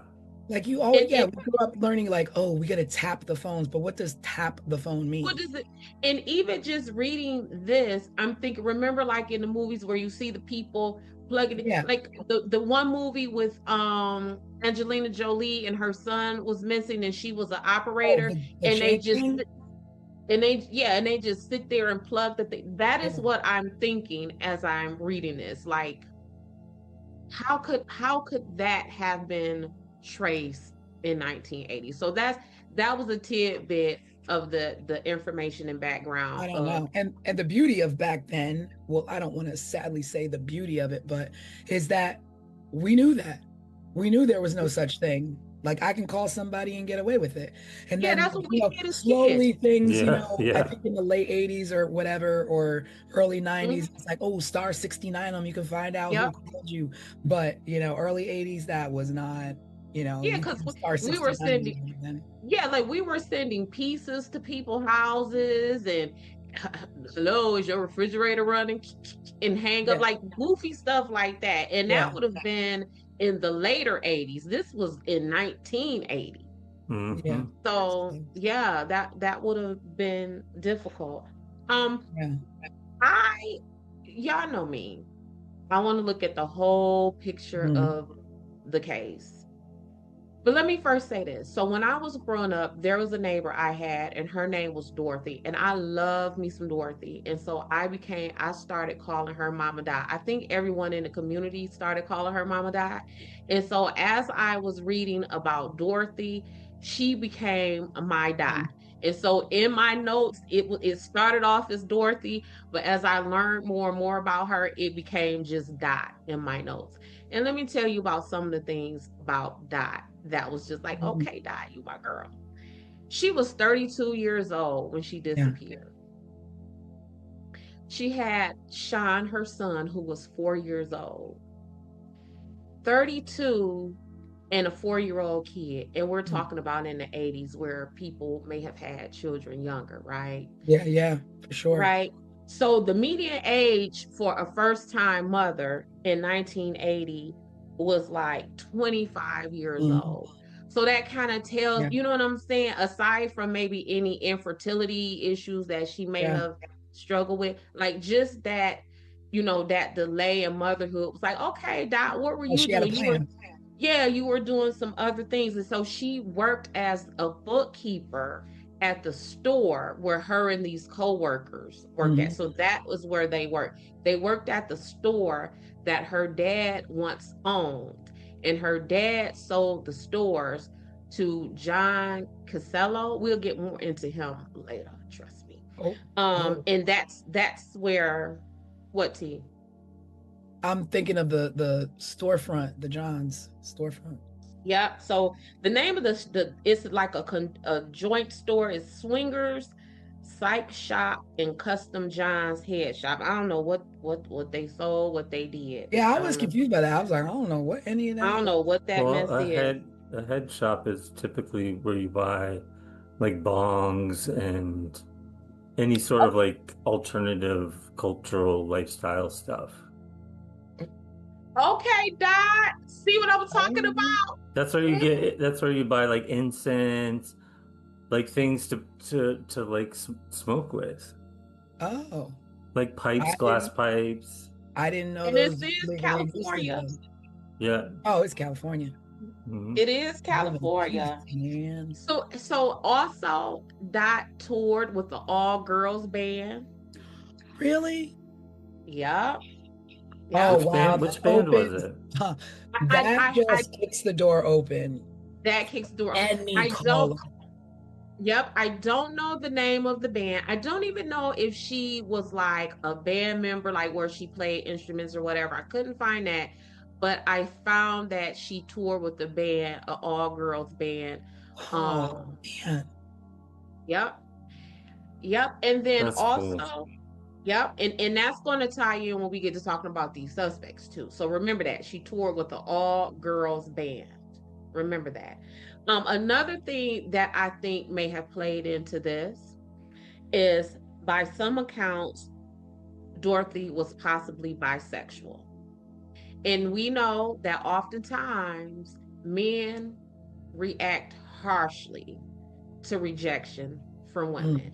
And in 1980, if you are a man and not only are you being rejected by a woman who may be interested in another man, are you now being rejected by a woman who have interests in other women? So this her touring with this girl band and her possible identity is bisexual. Hang on to all of that. Yep, T. Hang on to it. Hang on to it. So let's go. Well, I have a couple of like minor dum-dum questions. Was she receiving calls at home or was she also receiving these calls at work? Both. Oh, They Home were and home. both. Okay, okay. yeah. So Now, this person, that already tells me that that is not a random rando, mm, because mm, it's not like you can just Google somebody. We had yellow pages, and in those yellow pages was 4,000 Tammy Smiths. So your shot of getting the right Tammy Smith, you knew this person personally. no, for me, that's one of the reasons to this day why The Terminator is one of the most frightening movies I have ever seen. That man started going through those white pages. That's how he found Sarah Connor. Like he went through the phone. Y'all don't remember that? I I wasn't haven't seen him in a long time. Oh, when I tell you trauma, that is the most terrifying movie ever. The fact that he sat with that white pages and looked at the long list of Sarah Connors, and that is how he found Sarah Connor. Yeah, I mean, that was our method, though. That was our method. That was our only way to finding phone numbers, not even addresses. Mm-hmm. And all it was just right there. So yeah, that she was getting, and Craig, again, y'all know me. If this woman is getting these calls at home and at work, what am I always talking about? Proximity. Don't no stranger know that. Don't no stranger know where you are at home or at work. Yeah. Well, And one of and the then eventually the parent knew how to call the parents too. Yeah.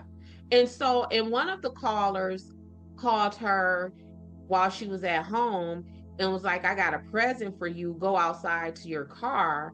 And when she went outside to her car, there was a dead rose on the trunk of her Oh, car. right. Yeah, I remember that, Rose. I remember that I was trying to go down that road because it was like conflicting about people's recollection of that rose, but And the cause, so she went missing in late May of 1980. I want to say like May 28th or 29th. And the cause started in October 1979. And wow. so they were coming to her house and to her work. And she reportedly told her mother that the caller's voice sounded familiar to her. Mm. But I would imagine it would, because only someone familiar with Right. her would know Right. where she was.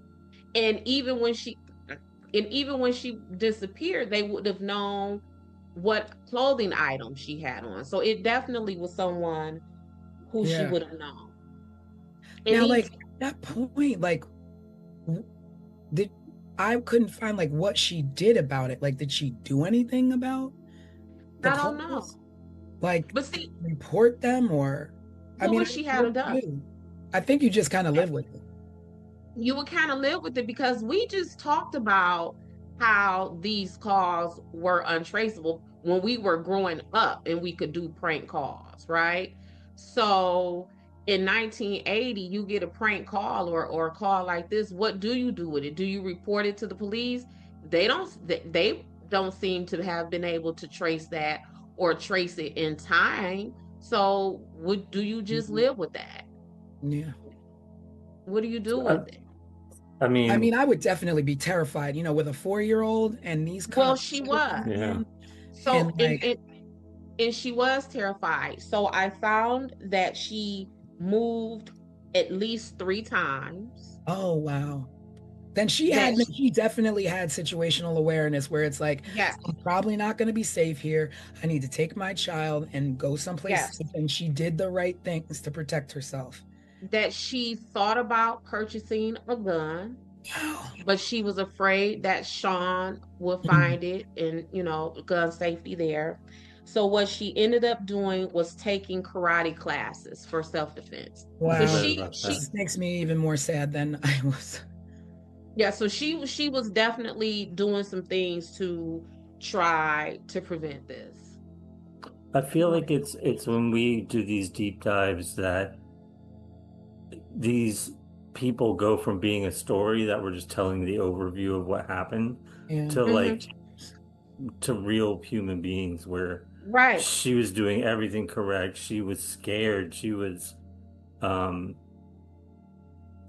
trying to protect herself and her child. That's more than you'll ever hear from any other source, right? Yeah. And it's crazy because I just recently, the show that we're trying to put everybody onto on A&E, Crime in Progress. I don't want to give it away in case, you haven't seen this show. This show is like, check it out if you can, on A&E, Crime in Progress. But I watched the latest episode. Did either of you watch the latest? I've only seen 2 episodes so far. Okay, this last one, if you thought 1 and 2, this last one, and all I'll say is listening to you talk about Dorothy is reminding me of the woman that was in the case, the latest episode. And I'll say that is because this woman's top priority, and I could see Dorothy's top priority was her child. And there is nothing more heroic than a mom that puts her life before her child to try and protect that child by any means necessary at the time and the resources that you are given. And it seemed like she tried moving. She tried to thought about a gun. She took lessons to be able to defend herself, to the point that maybe she even thought that she could protect herself that night in the parking lot, walking to the car. But let's rewind and what took her to that parking lot. So she was at a meeting with some coworkers. This guy, Conrad Bostrom, his arm or hand or something started to appear red and swollen. So Dorothy being Dorothy, all of the things that we're talking about, my homegirl died. She said, let me get you to the hospital. Complete nurturer. The person who went along with them is Pam Head. At the time, Pam was 18 years old. Now, what strikes me about Pam... Oh, wow. I didn't realize Pam was that young. I don't... Exactly. That's my point. So while I was doing all of my research for this, they kept saying Pam, 18 years old. Pam, 18 years old. No one said Conrad Bostrom was 32 or even how old Dot was. So it just kept bringing my attention back to Pam. So while they were at the hospital, Pam says, I didn't leave Dorothy's side at all. But then there are some conflicting reports about how true that is. And I was thinking, if we're in a hospital emergency room visit, what you mean you ain't leave somebody's side the whole time? Like, that's a long wait.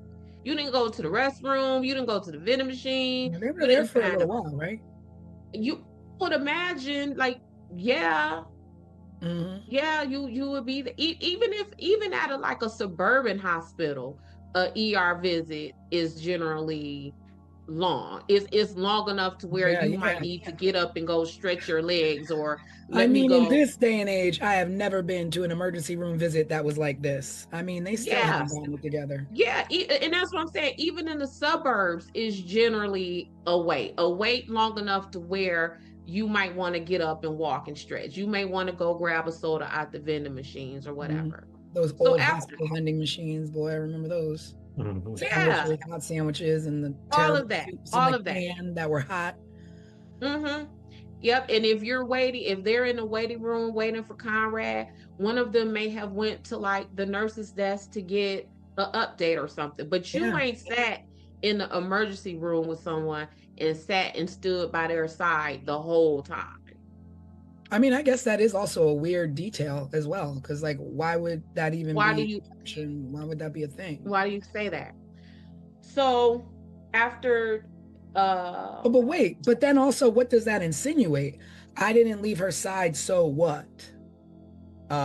She didn't interact with somebody. I did. Like, what does that detail? I didn't leave her side, so maybe I didn't call someone and inform them of her whereabouts. I didn't leave her side to call someone and tell them she's on her way to get the car. See, Craig, this is why we got a crime expert, because I wasn't. Yeah. I'm like, but why? These did not cross my mind. Yeah. Yeah, I didn't even think about that. Yeah. I really did not think about her doing anything like that.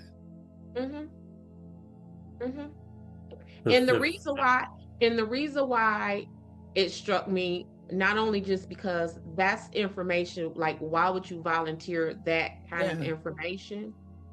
But one of their co-workers is the sister of one of the alleged suspects. Oh. Man, like, see, I couldn't. Like I said, that's why we have an expert, because News to me. Yes. So then we have so then they separate because again, Dorothy being, the nurturer, the caregiver, sounds like she's very considerate and conscientious and all of those things. She says, "You guys go get the prescription That filled." too. That just says something about her right there. Like, you've had an ordeal.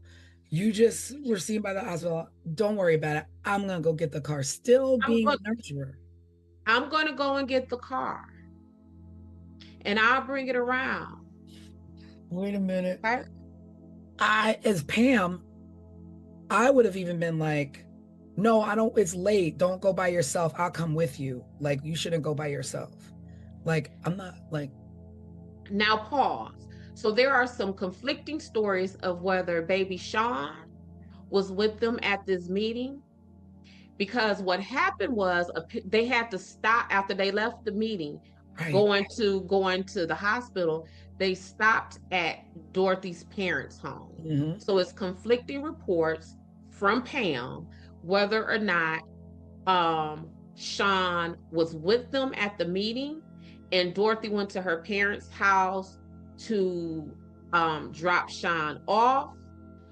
And then the other version of the story is they stopped at Dorothy's parents' house so she can see Sean because she had been at this meeting and she was going to be gone even longer because she was going to the hospital. So let's go back to this hospital. So as Pam and what's his name, Conrad, are waiting for Dorothy, it's taking her a while to come. They're standing there waiting. So when they finally see her car comes barreling towards them, headlights blaring, and just takes off.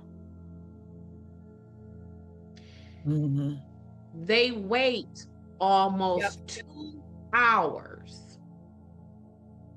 Well, now I thought they said that I read that the reason that they waited was because they thought maybe an emergency happened with the son and she just flew home real quick.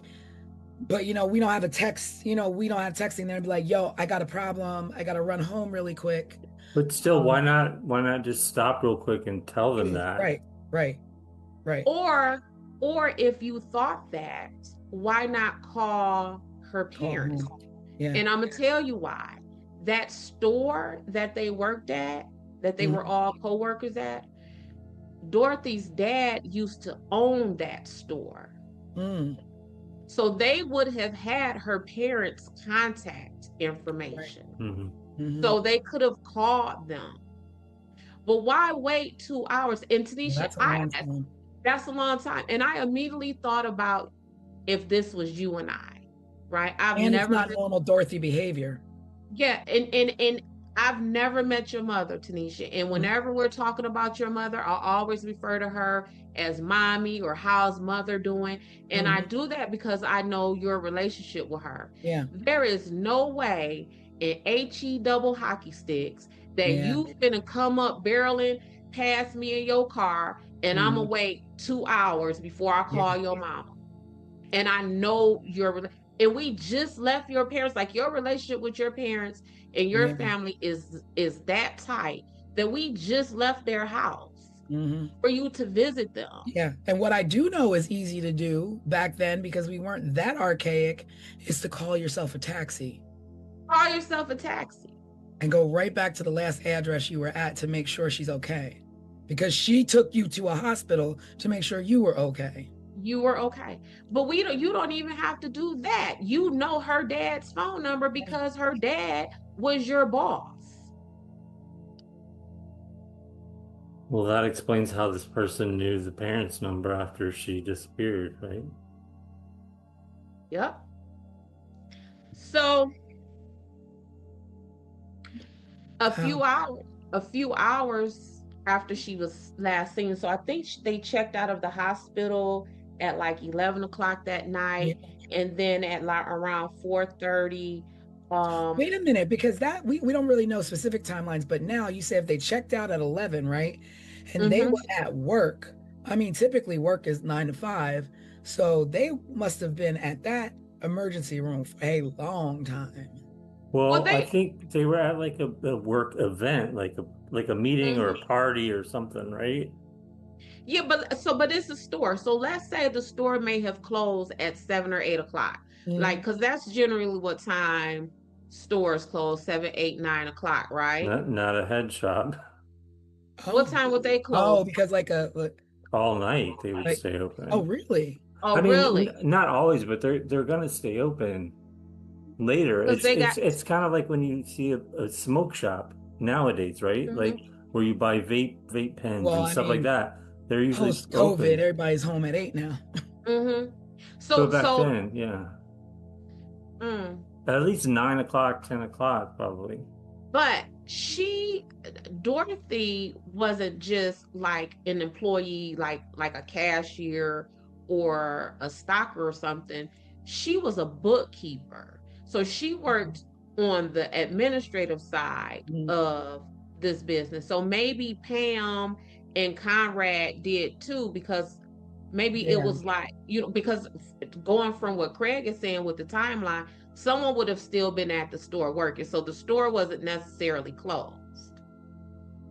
Is that what you're saying, Craig? I mean, that's what I would think, just knowing how a head shop would Mm-hmm. operate. Yeah. They're gonna stay open kind of late. It's like a liquor store. They're gonna stay open kind of late. Mm-hmm.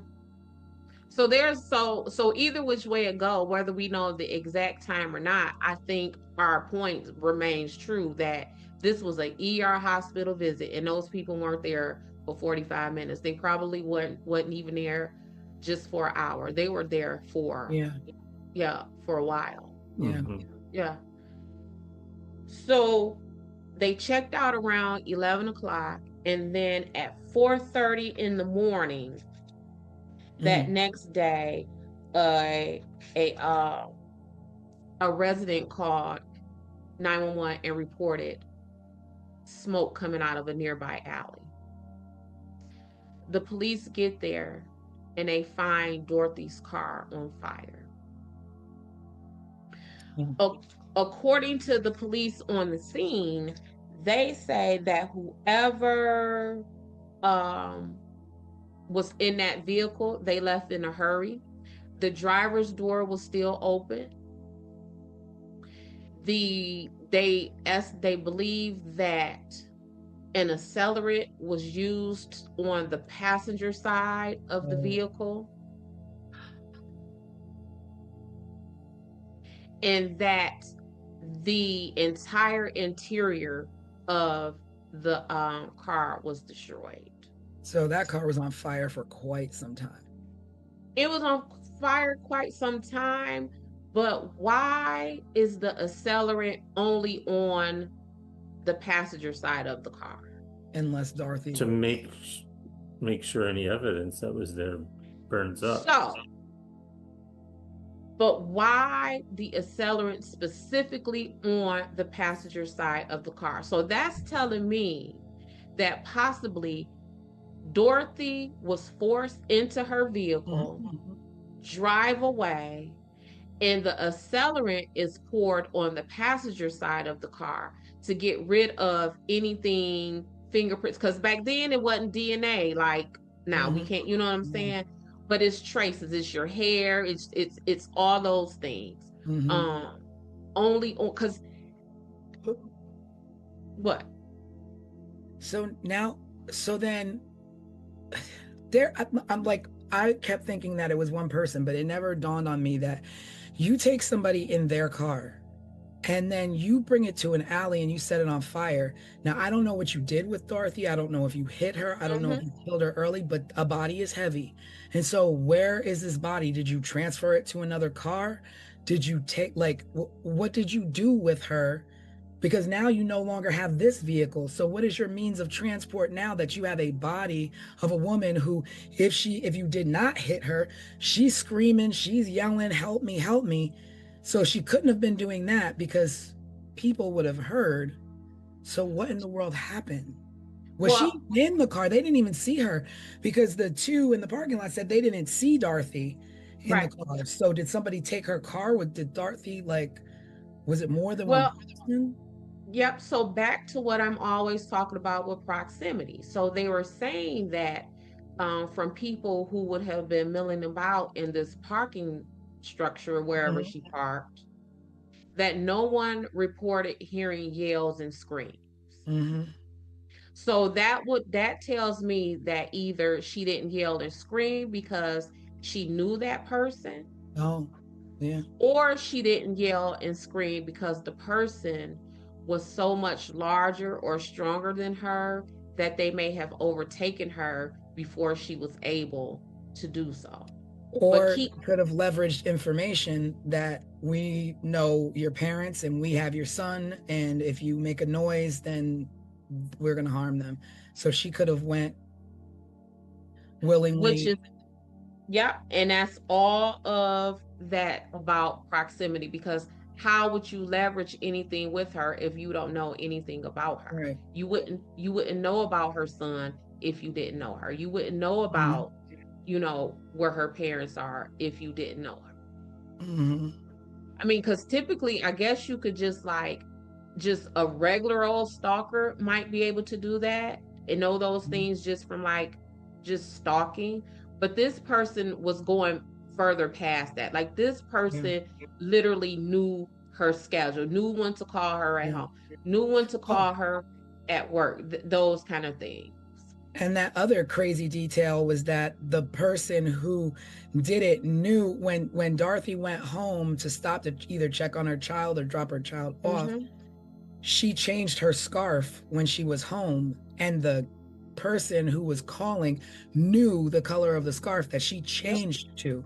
So it's And how would they have known Conrad that? and Conrad and Would Pam would have known that. Pam would have known that. That's a detail that no one would know unless you were physically in someone's presence. Mm-hmm. Pam would have known that. Yeah. And see, my suspicion at first was heavy on Pam and Conrad, but then it became less on Conrad because I wanted to give him a little bit of grace, because how do you fake a black widow spider? Well, I mean, My brain it's just California. You could find a spider anywhere and put your finger there. yeah, but again, I'm from Detroit. I think of black widow spiders to not be played with. From what I Especially in understand the about 80s, we knew black widow spiders. like a black widow. In our science books, we saw Yes. those spiders. We Yes. saw them with the red hourglass. We were taught how to identify a black widow spider. 70s and 80s babies knew. Girl, we was hip to the Not like game. we had them all in our backyards, but for some reason that was a universal American fear, was of black widow A spiders. black widow spider. Baby, we knew. Wasn't the Spider-Man? Did That he and get bit? Diamondbacks. Like, don't mess with the snakes and the spiders. That's what Baby, we we did growing knew. up. Growing up, we knew what a black widow spider was. We knew what a rattlesnake looked like. We knew all of that. Yep. Yeah. So in my mind, now that I think about it. What'd you say? That's strange now that I think about it, because maybe the only people who need to really worry about that is on the West. Absolutely, and that's what I'm Here saying. we are in Jersey, like, if you come across a black widow. I don't recall from those 4th grade science books them telling me that black widow spiders are in Detroit, but I knew black widow spiders ain't to be played with, and you would why would you fake a black widow? Right. You would put it on your arm and be like, "Ooh, bite me, spider," so I can go get Dorothy. Like, that just don't make sense. Yeah. Mm-hmm. Yeah. So that's a reach. Yeah, I think that's a reach, a far reach. But Pam, on the other hand, she knew what color that scarf was. Yep. She knew that. She knew when Dorothy would have been leaving out. Mm-hmm. So Dorothy was eventually found August 6th, 1984. But let's go back some before we even get to where she was found. So her family decided to keep this quiet, because y'all know I love that. What do you mean, like the investigation, or what'd you say? the investigation, or the the What did they- investigation, all of that. And for the same reasons why I say, like, it's a fine line between broadcasting something to get leads from the public with now you have released so much information, you have said so much, now we got copycats, now we got false yeah. leads where we're wasting our resources and all of that Like kind in of stuff. Tara, where everybody's now calling and everybody's finding Yep. pictures now. Yep. So her family decided to keep everything quiet, at least at first. No leads were coming in, no developments in the investigation. So the dad, Jacob, decided to take it to the media. Mm. And when they took it to the media, what happens? Here comes the phone calls. But The phone calls didn't start until after Dad went public. The call, so the call stopped Mm-hmm. when Dorothy was abducted. went missing. Then they came back a week after her disappearance with this person calling her family, taunting them, saying things to them like, I got her. Mm-hmm. So then they kind of slowed down. They would come in waves. So Dad goes to the media and, start to put a little bit out. Not a whole lot, just, hey, my daughter, help us out here. So after he did that, what happens? The editor of the newspaper got a phone call. Oh, convenient. Yep. And the person on the phone call told the editor, she was my love. I caught her cheating with another man. She denied having someone else, so I killed her. Mm. The editor said that this person, it did not seem like a hoax because this person started talking about the scarf, where we just said no one knew what color the scarf was. The editor said that the person's voice sounded to be Black and Southern. Now, at the time that Dorothy disappeared, Sean's father, Dennis Terry, was in town visiting. Guess where he's from? Missouri. I ain't never been to Missouri. I don't know if I've ever met anyone from Missouri. Either. But I'm wondering, do people from Missouri have Southern accents? I think they have an accent. Yeah. And if you're from California, right? Like when I'm traveling for work, depending on where I'm traveling to, people always ask me, are you from down south? Right? And I'm from Midwest. So I would imagine if you calling people from California and you're from Missouri, you're going to sound Southern. Yeah. And depending on the tone of his voice, he might even sound Black, right? Mm-hmm. So then the calls kept coming to Dorothy's family every Wednesday. Only on Wednesdays. For the next 4 years until she was found. Wow. But they only came during the time when Dorothy's father was not home. So the only person who was receiving those calls. Know that somebody. So see, I was thinking like maybe the calls were hoaxes, but no, those calls are from inside the house, so to speak. Somebody literally.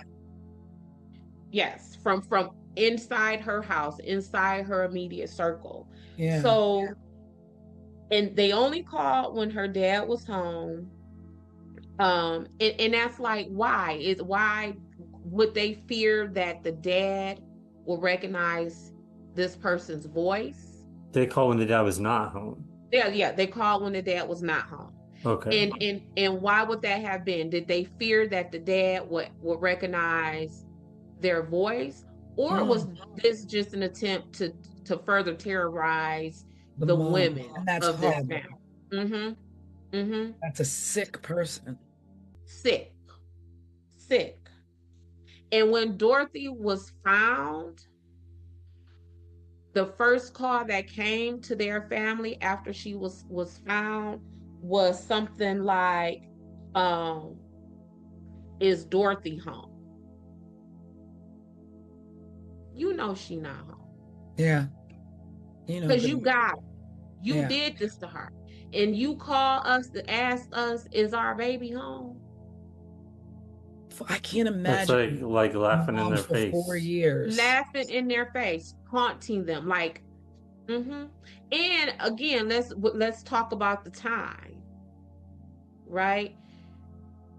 So yes, the calls are coming in on Wednesdays, but do you not answer your phone on Wednesdays? You don't know what's on the other end of that phone. Yeah. Because by now maybe Sean is in school. Are they calling from school to tell you that Sean is sick and you need to come get him? Or it could just be any kind of emergency. Do you not answer the phone? I'd be scared to even send Sean to school. Yeah. I was just thinking, that's what I was thinking. I was like, Right. You harm the mom, so then what is the intention of the point? And obviously it was not the son. Like, the child was not a factor in this, because I mean, all you did was punk out and keep calling her parents or parent. Yeah, her parent. So back to when Dorothy was found.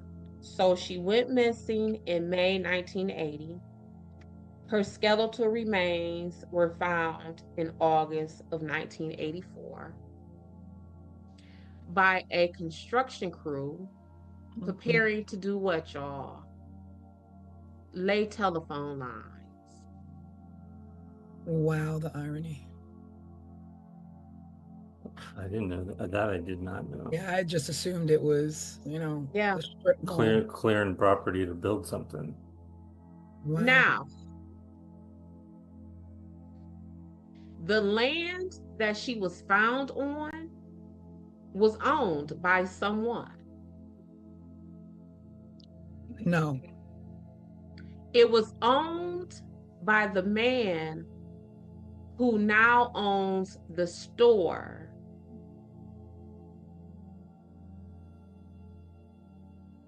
The odds of that. The store where she worked that her family used to own. That store, that man who her dad sold those stores to, owned the land where Dorothy was found. Wow. And it was only her head, right? Was her skull. It was her skull and maybe some other skeletal remains. They were spread out. Animals.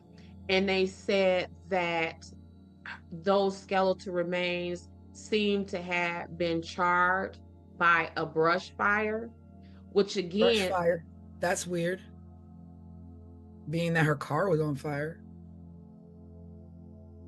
So someone set her on fire. It wasn't a random brush fire. And then there was a dog. Yeah, I saw something about dog's bones. Yeah, like weirdness. No, Yeah. the craziest part is that the landlord of that property being connected to her. I wonder where. Which, please tell me those people were questioned. Well, if they were, none of them are in prison. No one faced charges. So whether you question them or not, because this is still, this is unsolved. We don't know who did this to Dorothy. So let's go back to this man. His name is John Kycola, Kycola. Wow. In I'm sorry, my mind is just blown, because you were telling me a lot of stuff that I didn't even read, because I'm not a private investigator. Because you're not a private investigator. So you ain't a fisherman. I am. Yes. But I'm just like, So she was the bookkeeper, right? Uh-huh.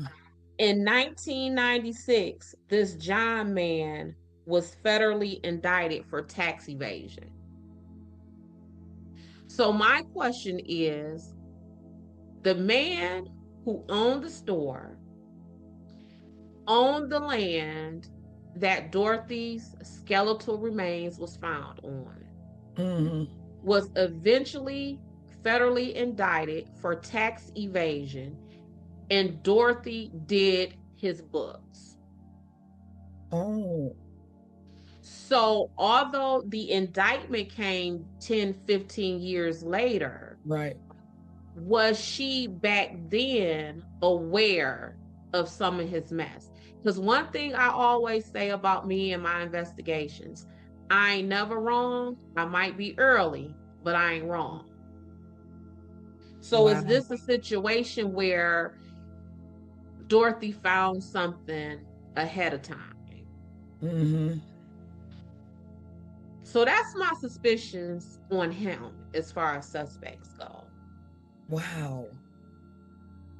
It's even to the point like where I'm not even there with your method, because I didn't put 2 and 2 together with tax evasion and her being his bookkeeper to be like, okay, there's a little bit of motive there on his There'll be a whole lot of motive there. A whole lot of motive. Well, yeah, because if you think about it, like back then, it was just like tax evasion was like, right. You went to bed worried you were gonna get busted. And if this man, if she is his bookkeeper, and this man purchased the store from her dad, is she undercovering or finding out some things that may be in dispute? Maybe her dad got shorted. Maybe her dad got the wrong end of a deal with this man in the purchase and selling of this store. Is that why this person couldn't call the house, because the dad would have recognized the phone number? I mean, the voice. Yeah.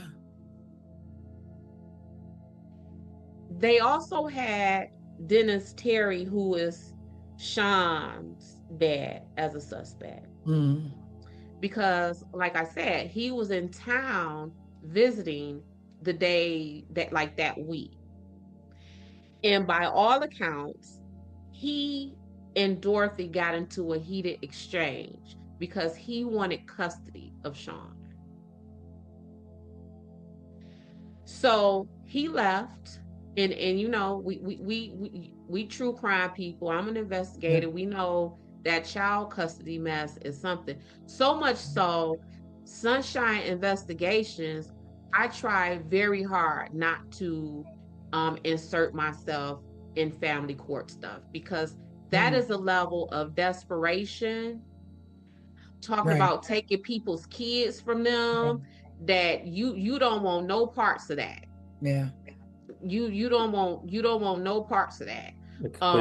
Put you in danger, I would imagine, right? Yeah, that's the day. And even it's a whole lot of attorneys who leave family court in family law for that reason right there. Like, put it like this: criminal defense world is a safer world than family law world.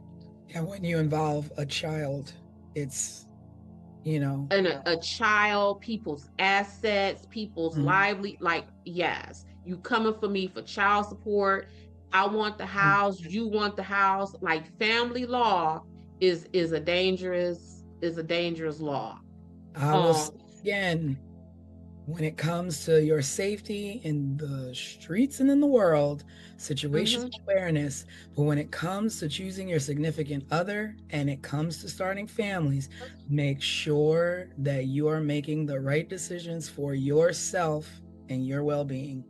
And your well-being. Always the well-being of the children. Because when things turn into this kind of stuff, this is not what we were intended to do. And this is not what a child should have to grow up living with, their mom gone at the hands of either you, a husband, an ex-husband. There's so much going on currently today in the news with an ex-husband who murdered his wife and or his ex-wife and her current husband. So it's just a sensitive spot for me at this Yeah. particular moment. Yeah, yeah, yeah. Family is something else. Like Keep your that's hands and your weapons to yourself, people. yes, yeah. So Dennis Terry, Sean's dad, was eliminated as a suspect. And their reasons for eliminating him as a suspect are all the reasons that make me think he is a suspect. So what he was able to provide, listen, receipts for his bus ride back to Missouri. He said that Wait, he can was you going. rewind? Can you go back and Yeah, start that over? I think you froze there for a You froze second. for a second. Start Was with the reasons they didn't see him as Gotcha. a suspect. Yep. Okay. So Dennis Terry, who was Sean's dad, was a suspect. And he was eventually eliminated as a suspect. And the reason that they eliminated him as a suspect is all of the reason why I think he is a suspect. So at the time of this, he would have been on a 2-day bus ride back to Missouri from the Anaheim, California area. 2-day bus ride. He was able to present all of the receipts for everywhere he went, the stops that he made to say, this is where I was on my bus trip. The reason why that is suspicious to me is I travel for work a lot. And my receipts are billing. So when I bill out for work, my food, my car rental, all of those receipts are money to me. I submit those and I get paid, reimbursed. I lose my receipts. They're receipts. I lose them. So, and I am traveling in a much more comfortable setting. I am in a nice rental car. I am on a plane. I am in all of these comfortable conditions, and I still mess around and lose these receipts. And I know they are money for me, right? Yeah. So you mean to tell me you on an uncomfortable, messy 2-day bus ride and you got all your receipts? You got all the receipts from a bus ride. True, but then my brain goes to it is the 80s and we didn't have the means of it being logged in your phone and you can check your bank statement. We just kind of old people we learned from the old people where we kept all our receipts in Ziploc bags and you just never got rid of them. So you a man. Oh, that's true, right? And you traveling on the Greyhound, and you like, let me open up my Ziploc bag and put my receipt in here. Let me organize my receipts. So for me, especially because it's not like you where you're getting money back for those receipts. Right. He's just a normal person traveling. He has no reason to keep those receipts. Yeah. I bought a pop and a bag of chips. Let me stick this receipt in my pocket. It will be crumble it up and throw it down. Most of the time you just say, no, I don't need it. I don't need it. So for me, that felt like alibi building. But what people also have to understand is that you don't have to be there to commit the murder. You plot, you plan, you hire, I don't like her either. Go get her. So I don't think that I think that still places him at my top list of possible suspects. But they eliminated. I think that though, because if the motive was the child and the child is fine, like why would you leave your child motherless if you didn't intend on taking him too? That's the alibi though. So I am going to, do away with Dorothy, and I'm going to pretend like I'm going back to Missouri and my happy place, and something happens to her while I am gone. I am not a suspect. I got all my potato chips. Oh, and you get custody, right? Duh. And you get custody. Or awarded custody, rather. Over the parents, over the over the parents, which didn't happen. I believe he ended up staying with his parents. Mm. Was his The grandparents? next, yeah, with her parents, yes, yeah, which would have been her grandparents. The next suspect who they had listed is named Mike Butler. Mike Butler is the man who is, it is his sister who worked with Dorothy. Remember I told y'all that there was a co-worker who was the sister of a suspect? Yes. That suspect is Mike Butler. So not only did he have proximity to Dorothy because his sister was Dorothy's co-worker, he also had proximity to Dorothy because he worked at a collision and body shop across the street from their job. So he would have had access, like just putting eyes on her. He just would have been able to see her coming and going. What are you thinking, T? I was just like, I mean, yeah, you work across the street, you can watch, you can follow. There's no real like thoughts of like, oh, there's somebody across the street following me, or There's someone across the street. any worker across the street. No, because you work with his sister, so it's like, oh, it's and it's normal. Susie's brother across the street. Across the street. And if it is a head shop, what we know it is now, thanks to Craig, I had no idea. And he works at a collision shop. He's probably in that store a lot to purchase whatever it is they, because back then you a mechanic, you got your cigarettes in your, you know what I'm saying? Yeah. So I think he would have been in and out of that store to make purchases. Yo, I'm gonna look up the definition of a head shop while y'all talk. But here's what blew me out of the water about him. So he was known to have a crush on Dorothy. That would make sense. This crush on Dorothy was so delusional. Oh, come on. That he told the investigators that he wanted to marry Dorothy. Oh, come on. Did Dorothy know this? I would imagine not, and not to that level. Yeah. And if she did, wow. Yeah. And I mean, if that's what she wanted, like a man in her life as a father figure to her son, and she's friends with Pam, it wouldn't be odd that maybe he would ask her on a date, or maybe he would tell Pam, like, I really, your coworker, I'm interested in your coworker, but not on the sneak tip to where you don't know. Or that you want somebody to feels marry like them. about you, because she would have been thought like, there's a guy who has a crush on me. Maybe it's him. But wait this. So y'all know I love me an obituary. Oh yeah, yeah. The names connected to obituaries. This man, his name is Mike Butler. Mike Butler died in 2014. I am going to read to you some of the things that his family wrote in his obituary. And you tell me if they just describe the profile of a suspect that fits everything we just talked about.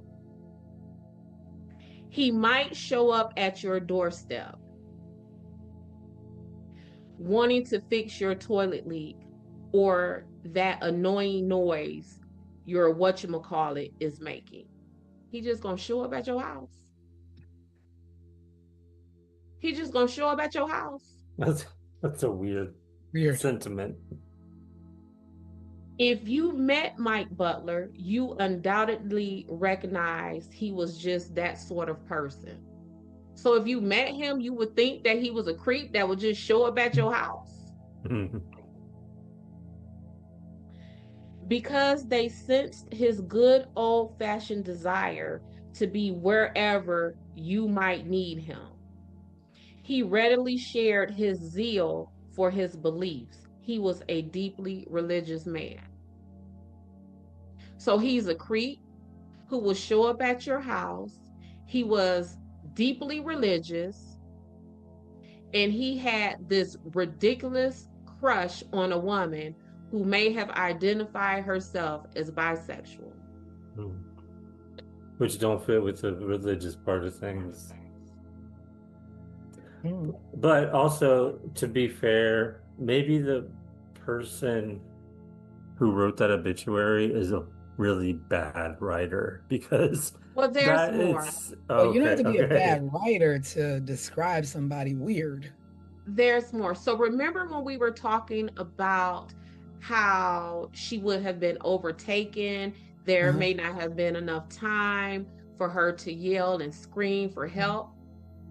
And we talked about that she took karate. I mean, she wouldn't have been like Jackie Chan or nothing, but you know what I'm saying? This is also what the family wrote. He had training in infantry, and then something very unusual happened. Mike's attitude and attention to detail was noted. He was assigned overseas in Germany.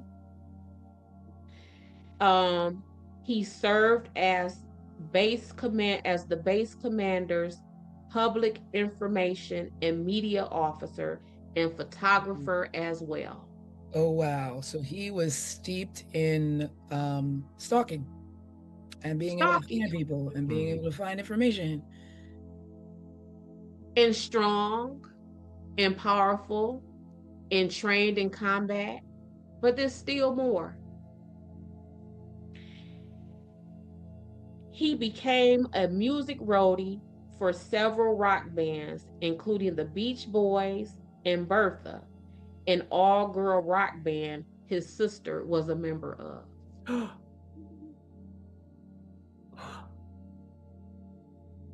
Wow. This is his obituary. Wow. Probably the same band that she was on tour with. So the fastest way to get yourself a crush on a person is the girl in the band. We like the boys in the band, but there's the fellas. They have groupies too. Mm-hmm. Yeah. And this is, and I have to keep going back. This is what his family wrote about him in the obituary. Wow. So are they dropping breadcrumbs? Like what? Or are they unknowingly just writing about things that could?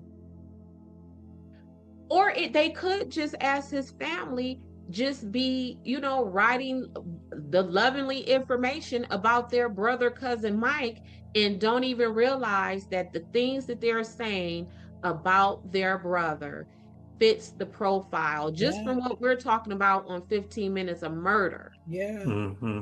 Of the person who would have harmed Dorothy Scott. Here we are, what, 40 years? Questioned?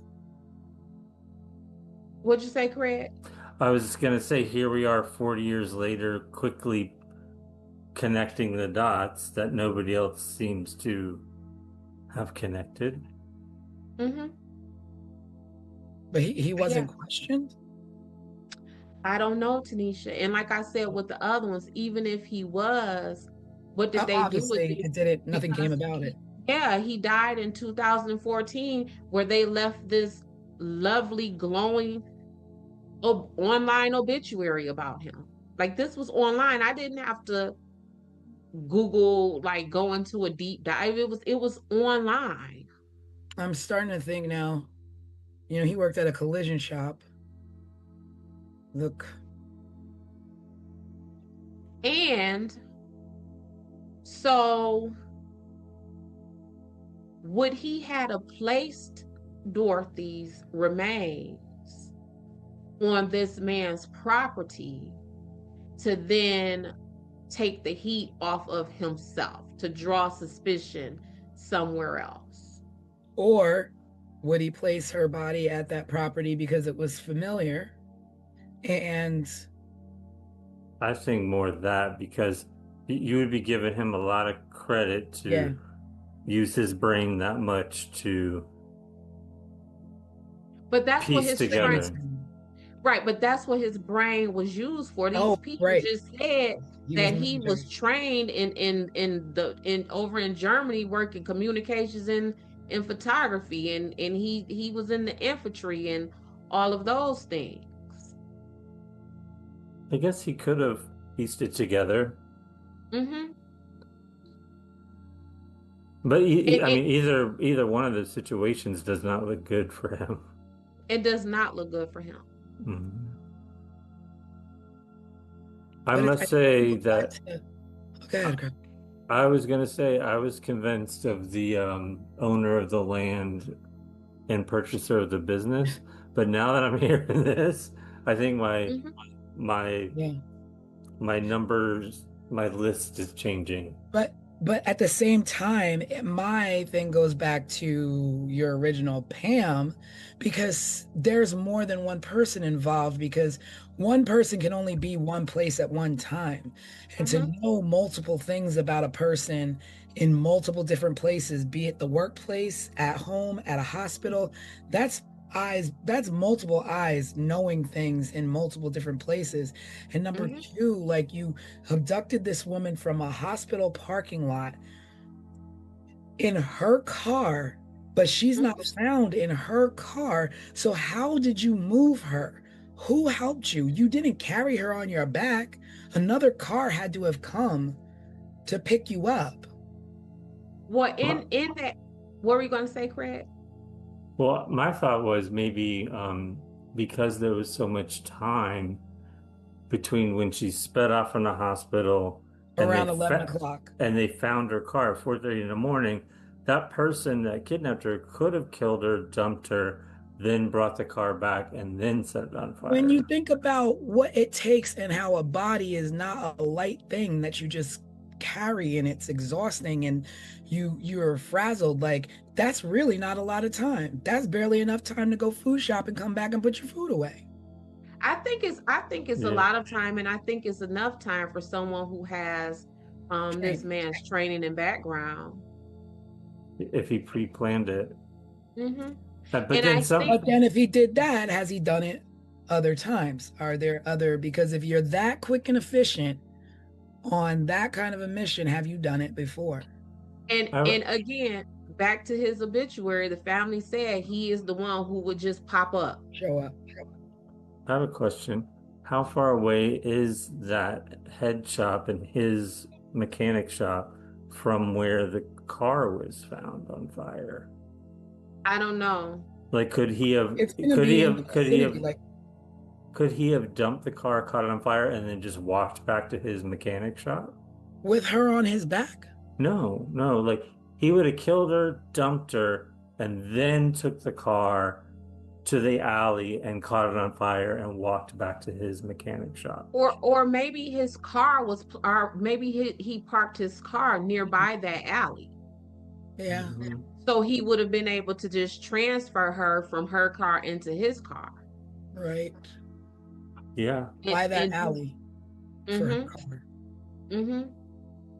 Was there significance there for that where he dumped the car? What'd you say, Tanisha? I wonder if there was significance of where he placed the car. Was there anything by there? Did she frequent there? Was it by any club that she ever played at with her band? I don't know. Yeah, I don't know. I mean, alleys are weird. Yeah, and what we know is that oftentimes suspects return to the scene, like they go to places that they are familiar with. So what you're saying, T, that might be a possibility. Like, was that the alley of, a venue that was it a venue alley? Band and her band was at, or you know what I'm saying, was this alleyway behind a restaurant or a bar where he saw her in, and I remember how good you looked in that dress. Like, it could have been, or like you said, he was a roadie or whatever. Did he unload equipment in that alley? Yep. Something. I would bet that there is some kind of familiarity with him in that Yeah. alley where he transferred them. It's not an open field. It's not a Mm-mm. random place. An alley is Nope. a very specific place where one, there's no police activity. You're not being watched. You're not being followed. That's like a dead end. Like it's oh yeah, maybe the alley's open ended. I don't know if it was open on both ends or if it was closed off on one end, but that's a spot for you to get caught, especially setting a car on fire, even if it is 4:30 in the morning. Do you know? There's something about do the you- alley for me. Do you know what the name of the head shop was? Yeah. Because I just found where her car was. It is, oh, let me see. I got it close by. Give me a second. Oh, I'm curious to see how close It's they are. Swingers Psych Shop and John's Head Shop. I thought the head shop was like a car place for fixing cars. What city were they in again? Anaheim? She lived in Stanton and she went missing from Anaheim.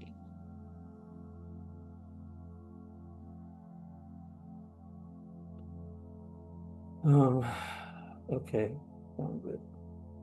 Oh yeah, so it's Swingers Psych Shop and Custom John's Head Shop. By that way, a head shop is defined as a store that sells drug paraphernalia. That's all it says.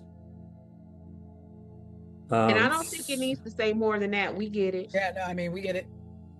That's very clear to me. That's very clear to me. So where her car was found in the head shop, it's 12. They're 12 miles apart. Mm-hmm. So it's not walking distance. No. So remember when we were just talking about, like, you know, I don't know if we're digging at stereotypes, but how someone who worked at the collision shop or something may have like their cigarettes tucked in their t-shirt pocket or something. I mean, it's the 80s. Everybody was smoking. Right. Kids. At her parking spot, when the cops went to begin investigation, they found a pack of cigarettes in where her car was, and she did not smoke. Come on. Mechanic. No fingerprints. If you think about that's the thing with this, Steve. So when this is the thing. So when I get to talking about police and what the police didn't do, this is the mess that I am talking about, y'all. Like, and this is why, as I began to do this investigation, this woman went from being Dorothy Jane Scott to Dot to me, because they wronged this girl. I get it that in 1980 we can't trace cars like we can, right? I get it in 1980 we can't track down DNA the way that we can. I get it in 1980 we might not even be able to work with fingerprints the way that we can. We can today. ask questions. We can ask questions. We can make connections. And just right here, the connections that we made, what happened to this woman? And y'all gonna let these people go? And let them go to the point to where when this man died in 2014, his family writes an obituary that gives you point by point explanations and reasons why this man could have done this. And you know what a simple question would have been for the brother, the mechanic? What kind of cigarettes do you smoke? Because when people smoke, they smoke a very specific type of cigarettes. You don't just buy random cigarettes. You smoke. I know when I smoked as a kid, I would smoke Benson and Hedges menthol lights because that's what my father smoked. Easy question. And I remember easy question for any suspect who doesn't know that they dropped anything.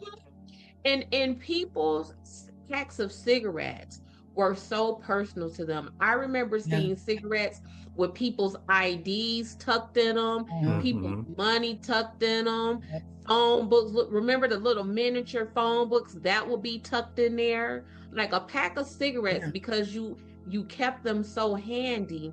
Often served as miniature wallets for people. Yeah, yeah. You ain't just dropped a pack of cigarettes and we don't Wow. know whose pack of cigarettes that is.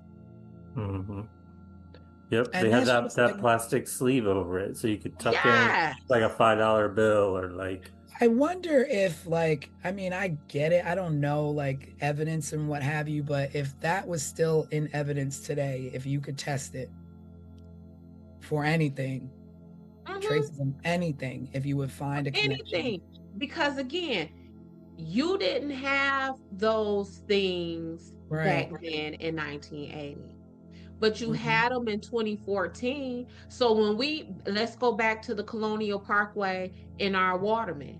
Y'all knew enough in after 7 years after he died to say that he's a suspect, and y'all done went back and tested his DNA after he died. Where's those cigarettes? Yeah. Run the prints on those cigarettes now, because you can. Yeah. You can do that now. It's Go crazy. talk. I know, like, people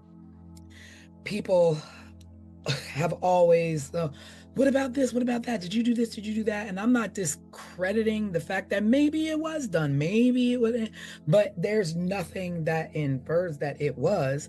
But you making me want to call a tip hotline. Be like, Yeah, no, really. Did you think about this? Did you think you about didn't, this? because you just moved on to whatever was next. Because if you didn't, we would know what happened to her. Her son would know what happened to his mom, and his parents wouldn't have died without knowing what happened to their child. And everywhere I dug, I saw references of Sean still trying to find answers about his mom. Yeah, because he's like a grown man at this point, probably our age. Yes. Yeah, all right. Because he probably is exactly my age, because if he was 4 in 1980, he would be born in 76. Yeah. And this man's obituary, y'all. And for him to tell the police, I wanted to marry her, sir, if you don't hop your butt up in these handcuffs in the back of this patrol car so I could take you where you belong. What you mean you was gonna marry her? And you know, and here's the thing, you know, we are investigating her disappearance. Right. And that's right. There's a 4-year span of investigation that either trailed off or didn't really get off the ground before she was found. So depending on the place in the investigation that Mike Butler would have been questioned, he would have either told police who was looking into a disappearance that I liked this woman and I wanted to marry her, or he would have been telling investigating homicide detectives, I like this woman and I wanted to marry her. I'm curious what his line of questioning was. Either one of those time frames, sir. I have handcuffs for you. I have handcuffs for you, sir. Not to keep harping on cigarettes, but I bet even his family members would know what kind of cigarettes that he smoked. That's a pretty standard big clue that you might even want to bring public. Listen, they could have interviewed his 7-8-year-old niece or nephew about his cigarettes, because what was we doing then? We was going to the store, going and buying them, or stealing them, or stealing them. Speak for yourself, Craig. But yeah. I'm just saying, like, and that's an easy follow-up. Yeah. Visit to the store When did this man what cigarettes did this man purchase when he comes in here? Who sold him these? But here's the thing, guess where he probably purchased his cigarettes from? Right The across the street. headshot. The headshot. Right across the street. Because a So headshot would. how far would the police had to have gone to Not find really out fun. Across the street. what across the street to find out what type of cigarettes this man purchased? When Well, was the hold last on. time he purchased them? Because if the pack was full and he just purchased his cigarettes earlier that day. Yeah. But wait a minute. The woman works at a head shop. The woman is abducted, taken. They find cigarettes. They don't think to question who, like, you work at a place that sells these things, but you don't smoke. So who do you know? Like, with the I just don't understand, like, I mean, people laugh at me and go, everything's not that simple. You know, everybody's always like, Tanisha, it's not that simple. It's not that simple. But sometimes, like, just get the simple out of the way. It could be that simple. It could, Yeah, that's my thing. I'm always like, no, it is that simple. Alex always teases me and says that I am like Axel Foley on Beverly Hills Cop. Remember how he was just like bare bones with his investigation, and these Beverly Hills Cops officers, they had all this money and all of this technology, and he was like, y'all don't need all. That's this case right here. That is this right here. This, you don't need no resources other than talking to some people. Talk to the people. This case, somebody's story is gonna crumble. Yep. Somebody's facts are not gonna match. You don't need the technology to trace these calls. You don't need the DNA technology. You don't need the fingerprint technology. They say good old-fashioned investigation. That's it. Axel Foley on it. That's all you need. And even like in Beverly Hills Cop, he was going to the sports club and the athletic club and crashing on people's hunches because that's what it takes. Yeah. You know what? Looking at where Anaheim is, it's right next, it's kind of part of LA in a sense.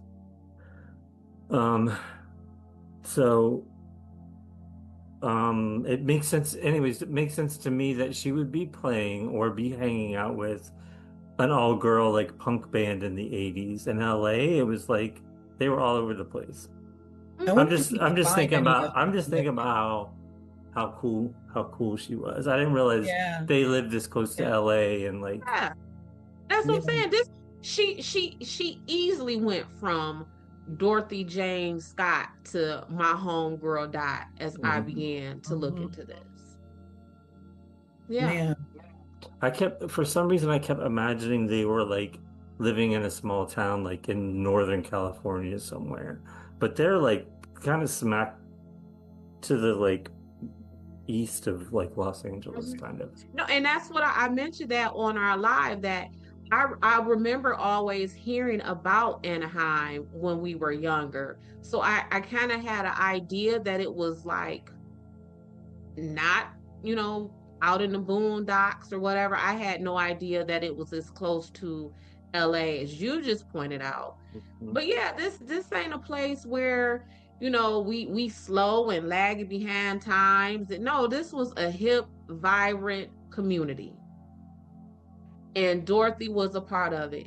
And by all accounts, she would be what we consider today as unproblematic. She wasn't no bitter baby mama. She wasn't keeping up no mess. Everything about Dorothy said that Dorothy wanted to go to work, come home, and be with her baby.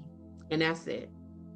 And be with her baby enough to where en route to take these folks to the hospital, which would have been the last time she was seen alive, that she had enough wherewithal to go and spend time with her family. For whatever reason, she was going to spend time with her family. She was going to spend time with her family. Like, this is Dorothy. That is who she was. And they left that woman to be found in a field with nothing left than charred skeletal remains. next to a dog. It's Well, just this case is like blown my mind tonight. yeah, this one definitely. It Uh, seemed so like kind of simple when we got started into this and turned into That's the thing, is something. that when you take just the basic facts and then you do the deep dive like Des did, you find out so much more and then you talk about it. Mm-hmm. Mhm. I can't wait to see what some viewers Yeah. chime My in heart with. goes out to her son. Yeah. My heart goes out to Sean, definitely. And I pray he finds answers.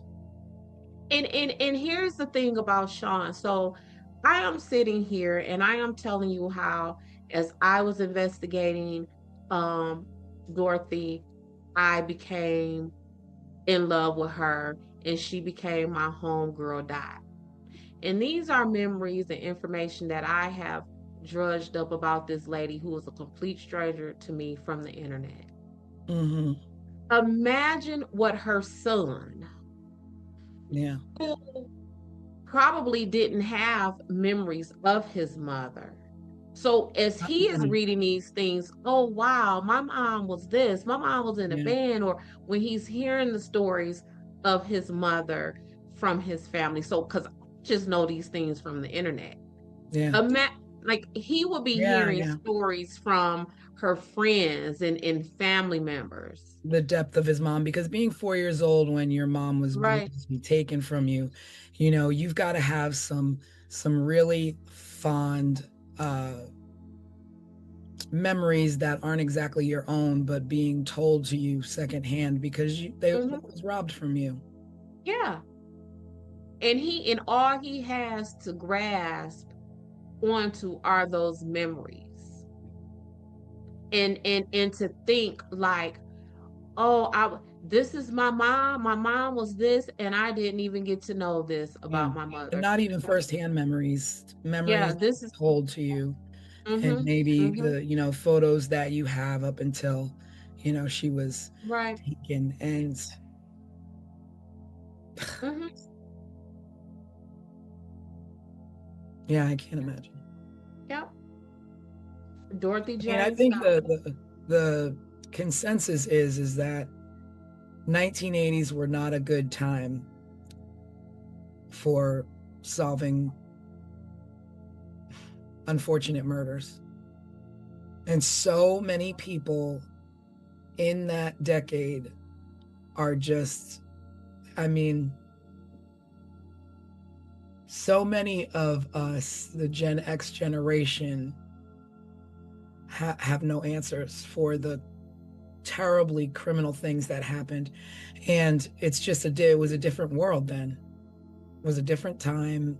I mean, these things still happen, but we got drones, we got all these different things that in a second you can barely get down the block committing crimes these days. Like, it takes about a week, a month before we find out the result of there's no such thing as real kind of unsolved crimes at the volume that it was in the '80s. Well, yeah, and the unfortunate thing in everything you just said is absolutely correct.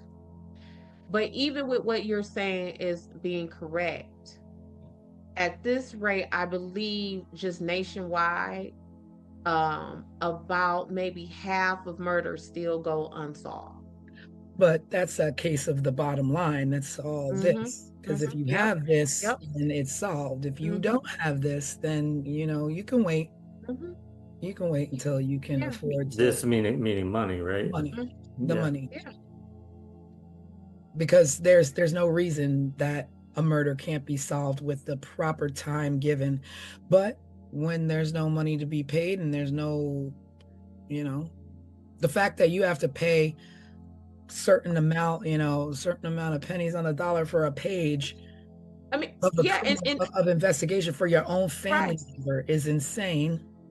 Right. And some families are actually, resorting to contacting investigation agencies. Like there are investigation agencies that just do this, like solve work on unsolved open cases, right? And yeah, is family shouldn't have to do that. I shouldn't, because the truth of the matter is our tax money is already paying that. So now I got to pay some more money to hire an investigator to pay y'all to do the work that I'm already paying you to do. Yeah. So I'm paying out of my pocket 2 or 3 times, and I'm paying out of my soul because my loved one is gone, and y'all ain't telling me nothing. Y'all ain't telling me nothing. And you got cigarettes, you got coworkers.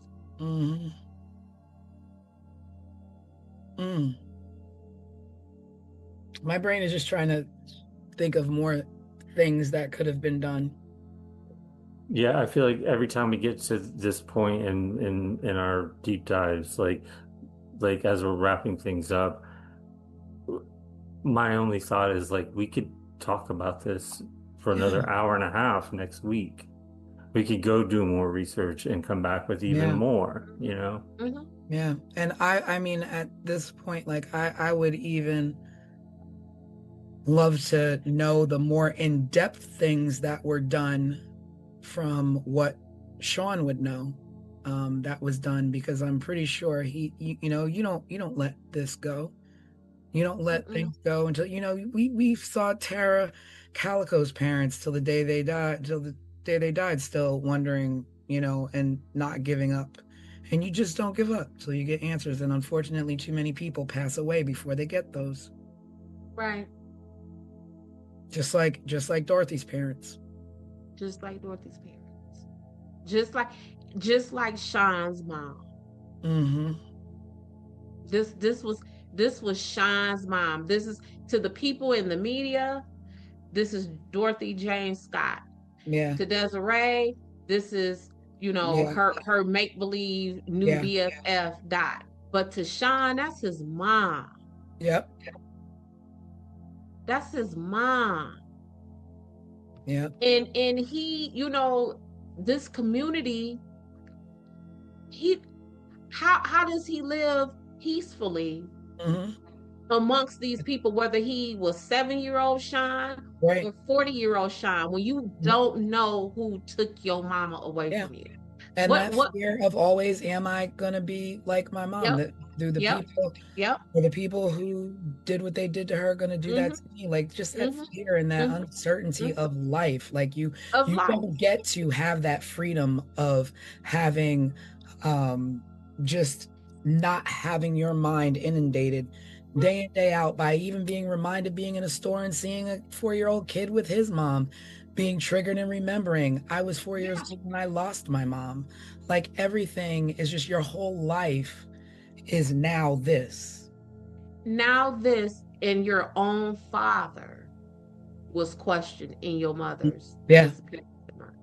What, if anything, has that done with his relationship with his father? Yeah. That's where we're at the end of another case, with no answers, nothing solved, but at least we did get to kind of go down that rabbit hole, pick apart some theories, look at some suspects.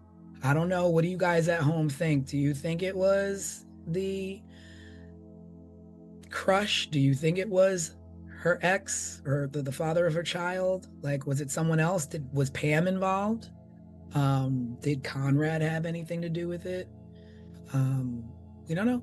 We don't know. But we talked about it. And so we extend this moment to you all watching this to bring your theories. What do you think? What are your thoughts? Who are the suspects that you think? Is it somebody that we didn't mention? Is there a theory that we didn't talk about? Are there clues out there that we didn't mention? What do you know that we don't know? Yeah. What else? What do you think we got right? What do you think we got wrong? Yeah. There was so many jaw-dropping moments in this case tonight. Yeah. So with that, we're gonna close it. we're gonna say thank you for joining us. Thank you for watching. We just, our hearts and thoughts and prayers go out to Sean, and hoping that he finds the answers that he needs. With his mom, Dorothy was an amazing woman, and and what we do know is that she loved her son. Yes. And that's the only thing at this point that we can actually smile about, in remembering her, is that she lived her life, she loved life, she loved her son, and her goal was protecting him. And unfortunately, someone removed her from this life way too early. Way too soon. Yes, so be sure to drop any comments or questions below. Check us out at 15minutesofmurder.com to see the overview for this case if you haven't watched it, and also to catch up on cases in the past that maybe you haven't seen yet. Yeah. And we will be going live Wednesday night, this Wednesday, with Wednesday Night Live. Join us then when we just catch up, just check in. Nothing's planned. We just pop in, talk about the current events and what's going on, and we will see you then. Yes, see you next time. Bye. Bye, everyone. Subscribe, share, and remember, someone is always waiting for answers. This was 15 Minutes of Murder.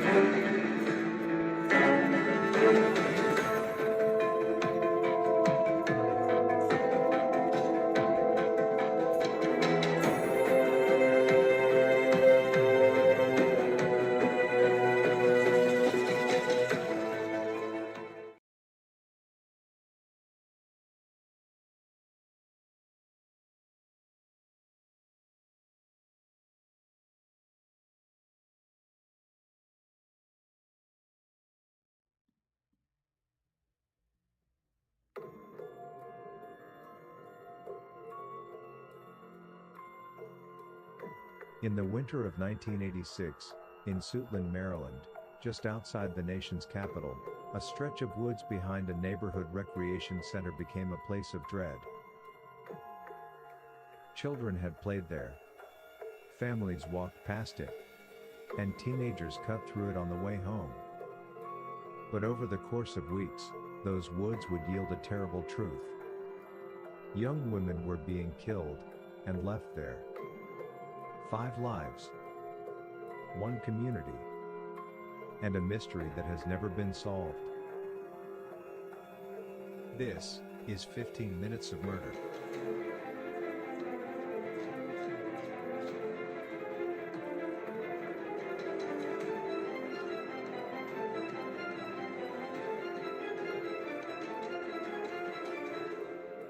Before they were victims, they were women with lives in motion, and they mattered. They lived in southeast Washington, D.C. and nearby Suitland. They shared neighborhoods, bus routes, stores and friends.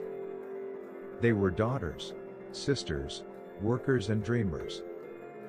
Dorothy Ann Miller was 20 years old. She moved through southeast D.C. like thousands of young women do, visiting friends, running errands, living ordinary days that rarely draw attention.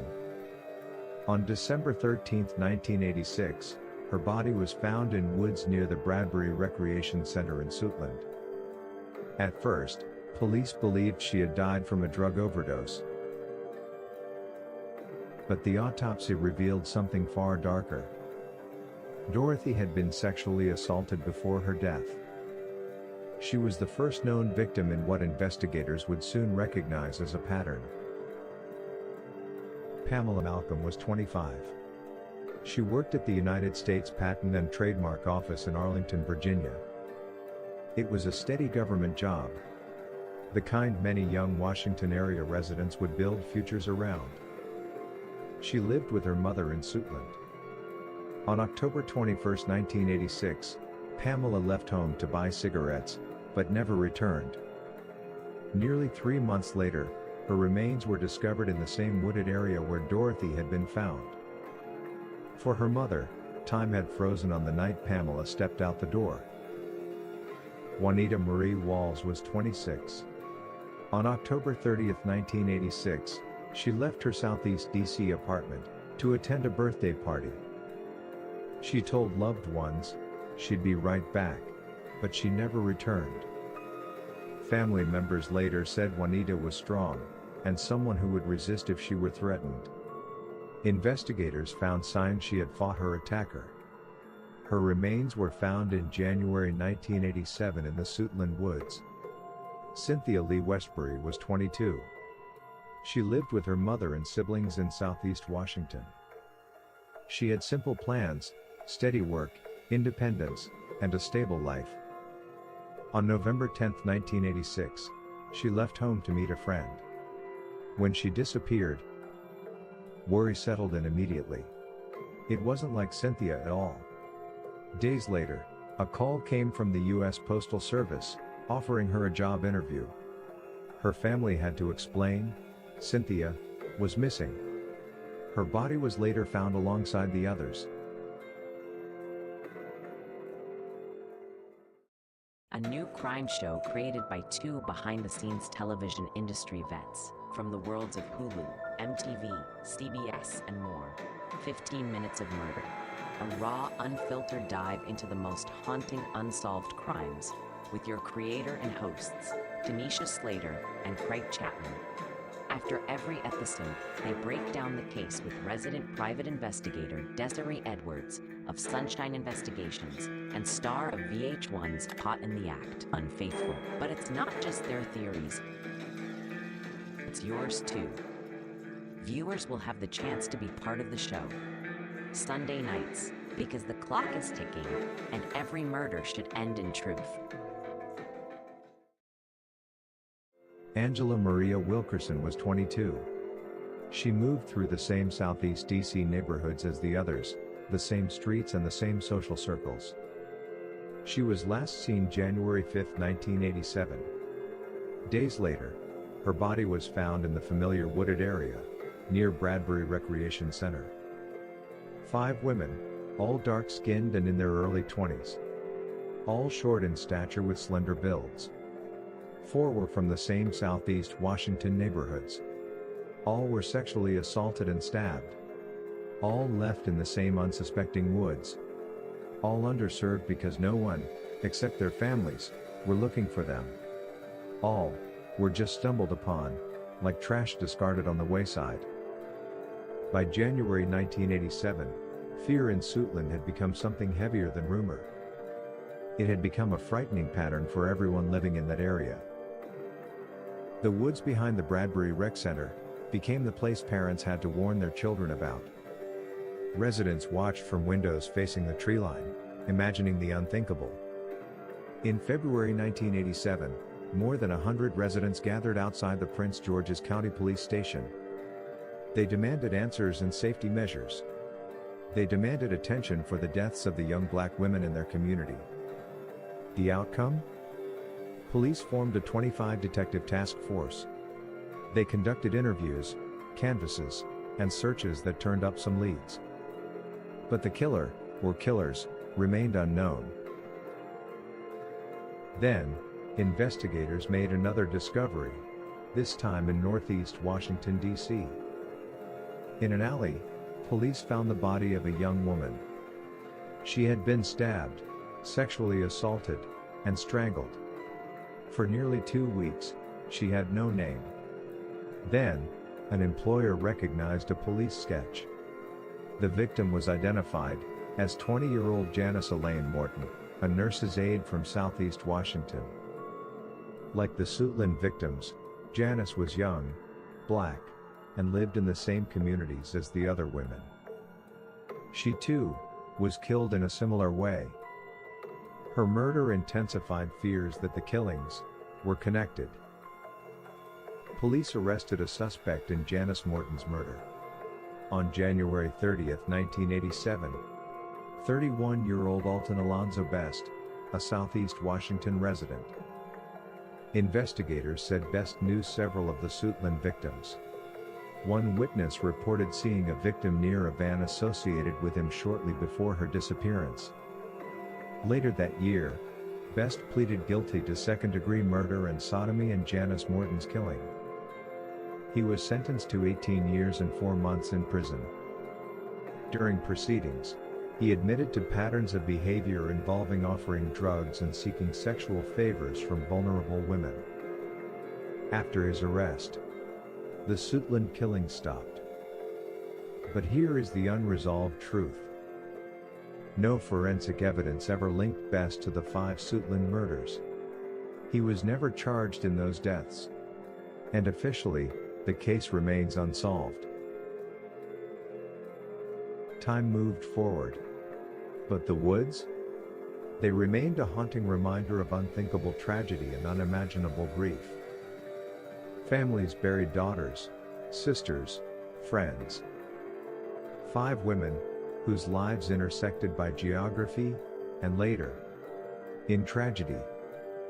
The names eventually faded from headlines, but not from memory. And not from injustice.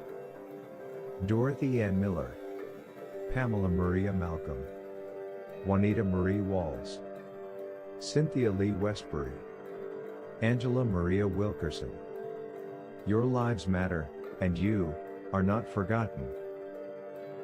Thank you for watching. Subscribe, share, and remember, someone is always waiting for answers. This was 15 Minutes of Murder.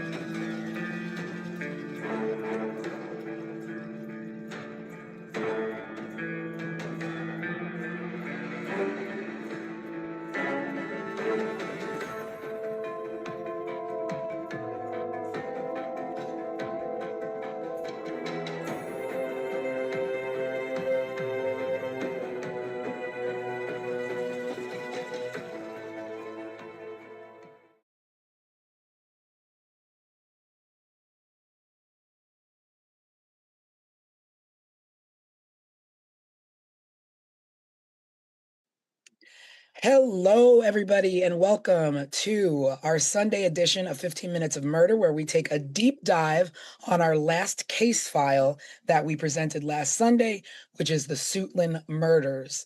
We're going to dig deep. We're going to talk amongst ourselves about what happened, what didn't happen, our thoughts, the crime, the punishment, and all of those things. So I am your host, Tanisha Slater, along with Craig Chapman and our resident crime expert, Ms. Desiree Edwards. Hey, in the y'all. house. So we are going to get into it. We are going to break it down. And this case is a little different than the things that we've been doing in the past, where we've had a lot of archive footage, and we've had newspaper clippings and witnesses and all these kind of things to report. In this case, we didn't have that. So that is definitely something we will be getting into as well. But thank you for joining us. And please, if you have any questions, if you have any comments, feel free to leave them below. We will address them on our Wednesday night live. But again, welcome to 15 Minutes of Murder. Sit back and enjoy.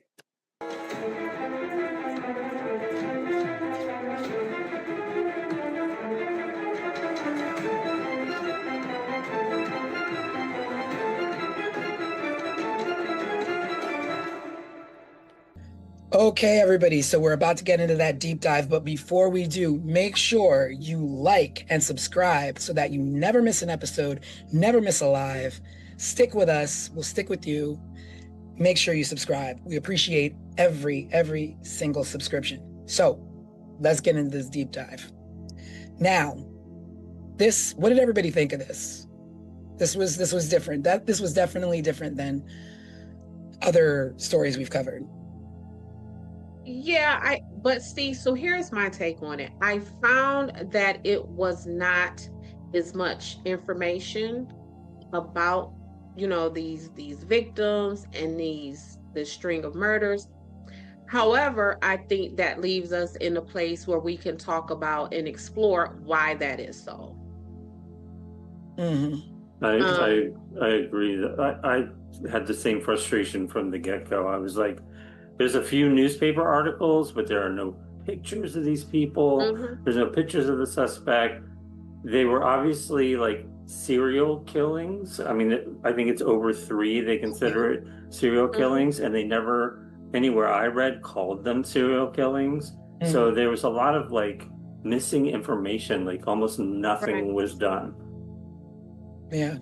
And so as I was exploring and trying to figure out what the heck is this and why is it almost an empty landscape for these victims, I started to get like curious about these dates.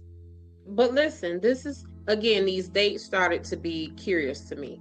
Suitland murders occurred between October 1986 and January 1987. But guess what was happening less than 3 hours away during this exact same timeline? I don't know. The Colonial Parkway murders. Oh. You know what? I wondered why occasionally it would pop up in my Google searches when I was trying to find information about the Suitland murders.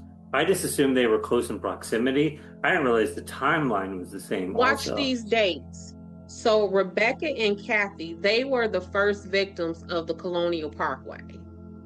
They were found on October 12, 1986. Paula Malcolm, who was the first victim of the Suitland murders, she was found October 21st, 1986. Wow. And so the timeline is the same, but is the proximity the same or no? Well, it was less than 3 hours away. So my thing with that is, the juxtaposition of the two of these Colonial Parkway murders are getting all of this outrage. They're probably getting all of this media attention, and less than 3 hours away during the exact same timeline is these 4 Black women up in the Washington area. And to this day, just as we were saying in this intro, there is nothing about them, very little. Yeah. And then with the Colonial Parkway murders, it's like not just, it wasn't as easy to find a lot of stuff about the Colonial Parkway, but you had brothers, family members who are still to this day advocating for their family members, where you have that sense of, 3 hours away, the same thing is happening to another community, but 20 years later, you don't have that push. And why? Right. Because the mentality that you bear is a lot different, where nobody really cares about me. I'm not going to advocate. It happened. Things happen. May she rest in peace. Like, let's protect our kids. Let it not happen again. Just in preparation for Colonial Parkway, there was a ton of recently produced documentaries on like the ID channel and things like that about that. But a little bit more also caught my attention. So the Colonial Parkway, as we know from our show, is part of the National Park Services. The suspect in the Suitland murders, guess where he worked? As a groundskeeper for the National. Wow. He worked as a groundskeeper for the National Park Service. So it's what, Craig? Well, I was just going to say all the girls from Suitland Park were found in the woods behind a public park where people have like birthday parties and family reunions, and Mhm. those woods were literally backed up against the park. And with the Colonial Parkway murders, they literally went out of their way. They almost dug that man up from the grave Yeah. to assign him as the suspect 6 years after his death. And then this man right here, as we're talking, he worked for this. He knows this. And to this day, even after he pled guilty for the murder of Janice Morton, they still have refused to even name him as a suspect for these ladies in Suitland. Now, that's what I was wondering. I was like, but why? So when you have this suspect who, it's kind of tied in, but then you don't charge him with it. So what? Investigations just stop on these other 5 women? Like, So this other lady, Janice Morton, he pled guilty to her murder. And in his allocution, and allocution is the fancy court word for when you plead guilty, you can't just say, I plead guilty. You have to go on the court record and state what you plead guilty to.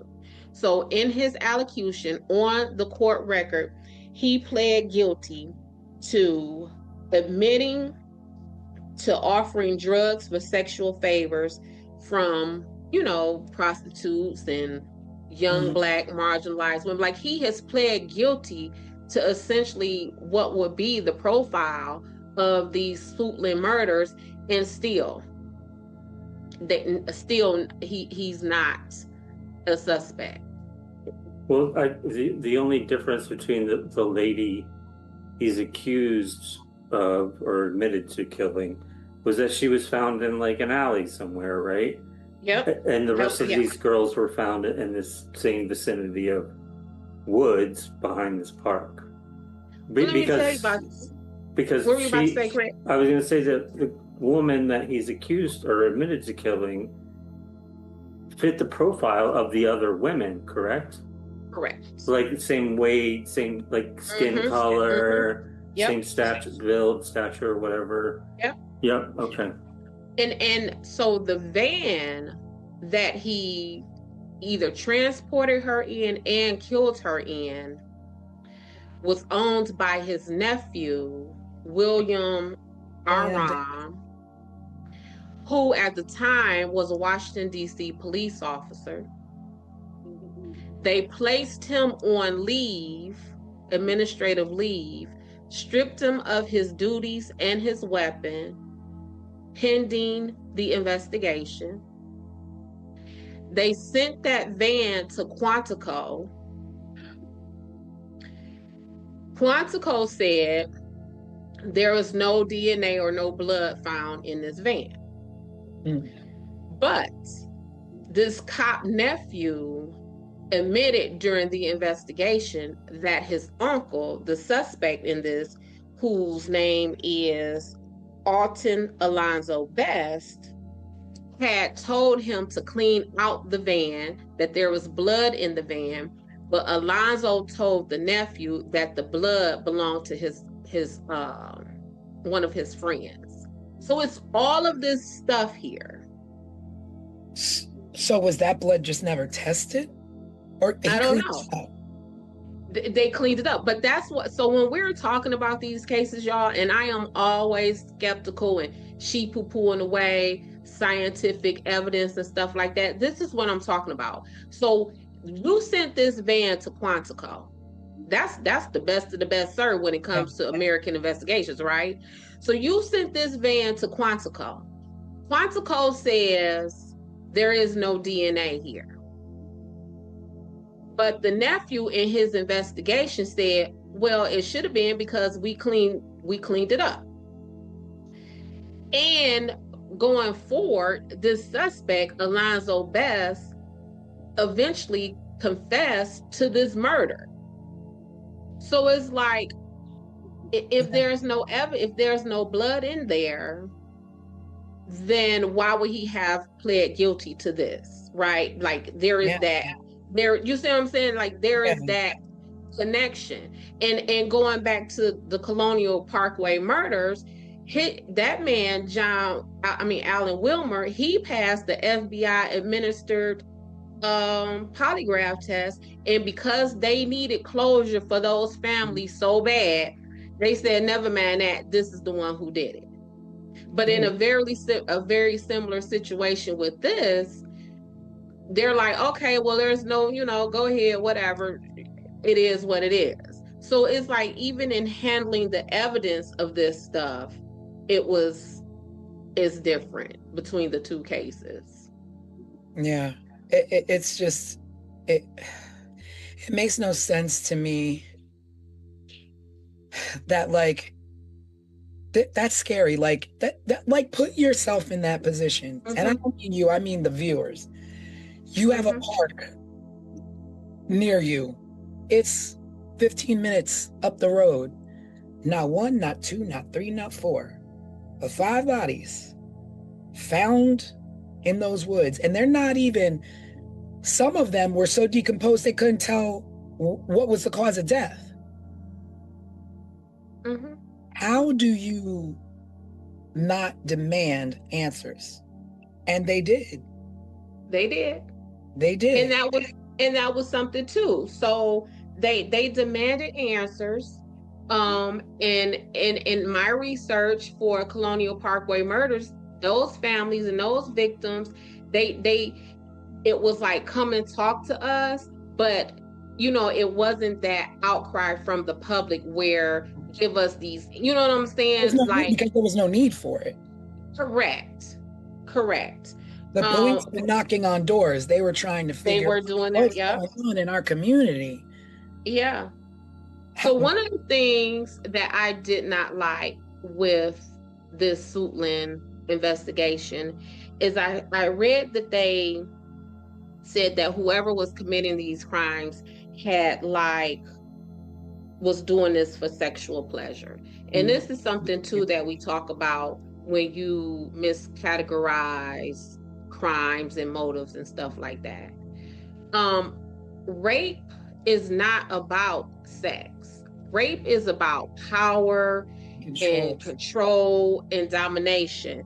Because if it was just about sex, then no one would rape, because you can get sexual release by yourself, right? Like you can do that to yourself. You don't have to do that. And then these women were stabbed, kind of like what we're always talking about, like the closeness and the intimacy that it takes to do stabbings. And so I know that the investigators were thinking that the women were not killed in the areas that they were found. But wherever they were killed, if they were stabbed, that still would have been a more intimate place, because again, that it's a struggle to stab someone. And then this back and forth motion is going to be blood everywhere. But I did some thinking about what was going on with these women from their physical descriptions, because obviously whoever did this had a type. Yeah. He had a type. These were young Black women who were very petite and small in nature, with short hair and dark skin. Mm-hmm. And this was happening in the 80s. So my investigation brain said, Des, go back to the 80s. What did this look like and feel like for the 80s? Thin built, maybe these women were chosen because possibly childlike in their stature. Maybe they seemed to be powerless, not strong enough to fight back. Short hair, maybe that was a preference for like a boyish appearance versus CT, you got your long hair and you're flowing type deal. Dark skin. And let's just talk about what it is. For a whole lot of people, dark-skinned Black people are deemed less attractive, less valuable. So with that, had made these women even more easy for him to toss away and just discard. And then the sodomy, because they were sexually assaulted, but I found it wasn't just like vaginal rape, it was sodomy. Violent. But not just that. As I was putting all of this together, what is the connection of all of these things?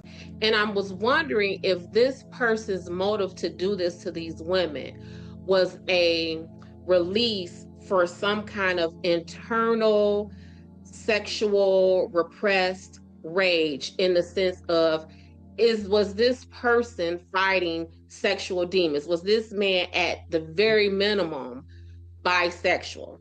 And that these women in their physical descriptions gave him the, yes, these are women, but in their appearance, in their presence, they give him boyish type stuff. So now he's in a position to where now he is satisfying all of those rages, all of those taboo desires, and then to just toss them away like that, like, is that the internalized stuff that he has from himself?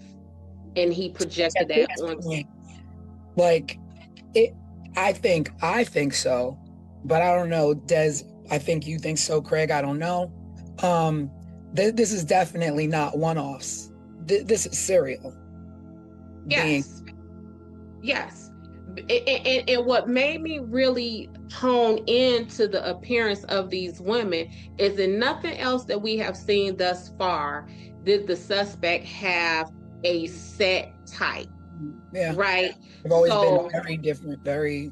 It was, yes, this was very targeted, and not just very targeted, because you could say, okay, Black women, streetwalkers, that could be anything, but the appearance of these women was very concrete and very fixed.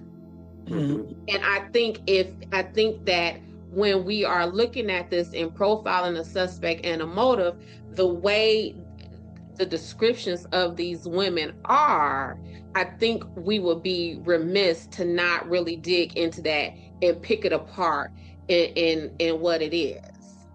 And I mean, that too, though, when you say like picking apart a suspect, is that I feel like in part of that profiling the suspect is also profiling the victims, but we don't even know who the victims are. We don't even know. Exactly know, so that we can pinpoint, okay, well, this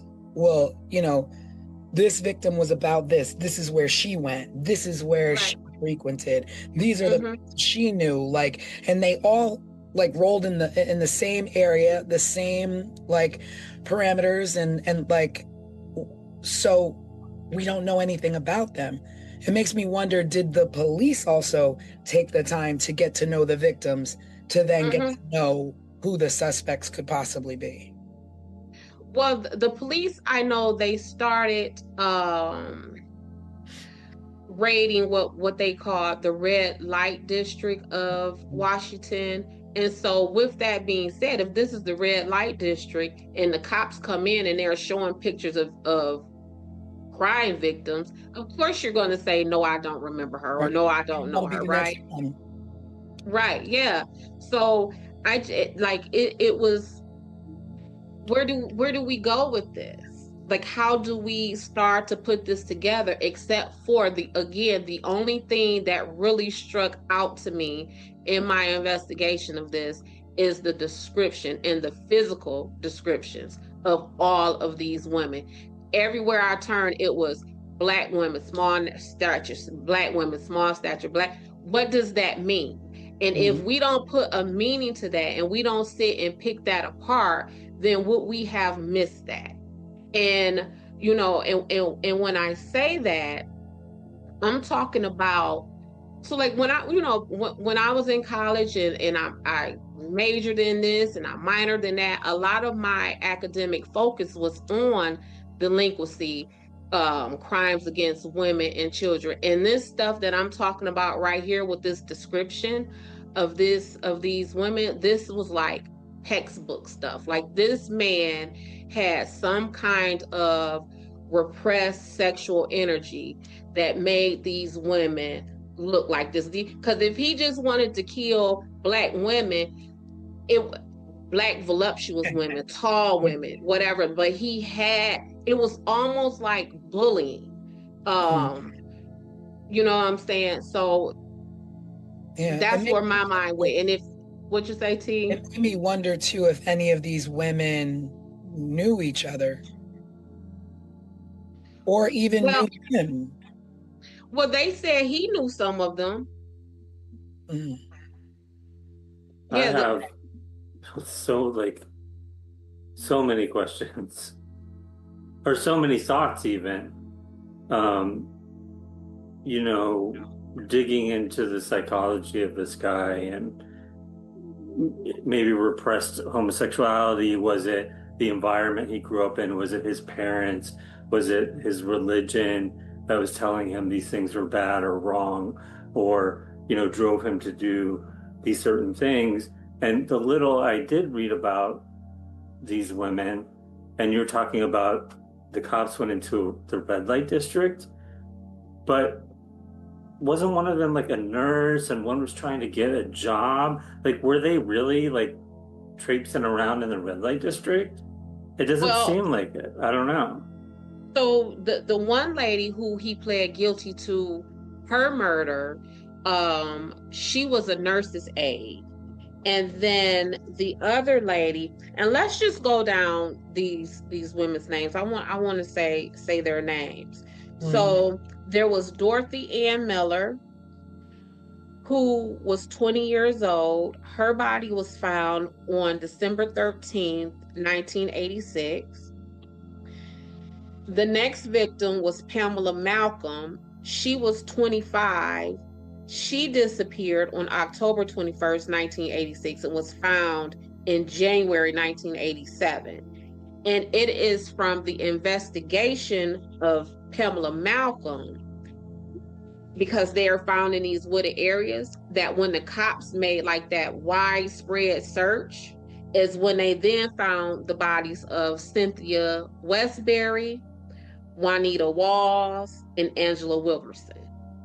So had they not have went looking or did that widespread search for Miss Malcolm, they would not have found these other victims. But let's talk about this one other victim, Juanita Walls. They found skin cells underneath her nails. But timing, the mid-'80s, make it not so easy as it is today. Yeah. Did they keep any? Did they keep any samples of that evidence? I don't know, Craig. Now, are we able to try and get any police records or files and of that? How does that work? Like, if we wanted to actually look into this a little bit more? Well, it will kind of depend on how the case is classified right now. If they classified Miss Wells that is, let me make sure, because I want to make sure I'm saying these ladies' names. Miss Walls.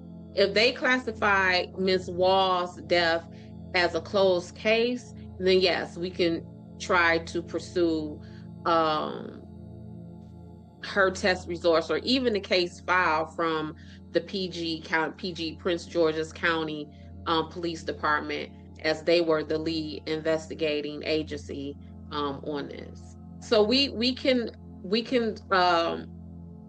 submit a FOIA request, and we tried to submit we did submit FOIA requests for the Parkway murders. And a FOIA request is acronym for Freedom of Information Act. You essentially you could go on these agencies' websites.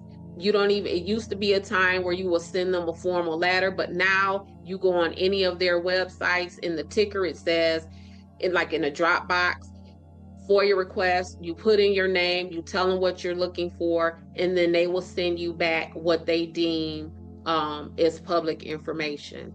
I would love to do that for this case. Yeah. I think it's well worth it. Yeah. Yeah. Yeah.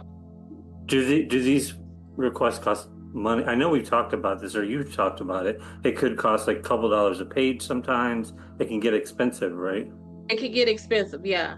And in thousands of dollars. I have heard of the fees for FOIA requests to be like $10,000, $100,000, depending on what is there, and they have to recreate it. If it's video, if it's papers, if they have to redact it, they charge you for all of that.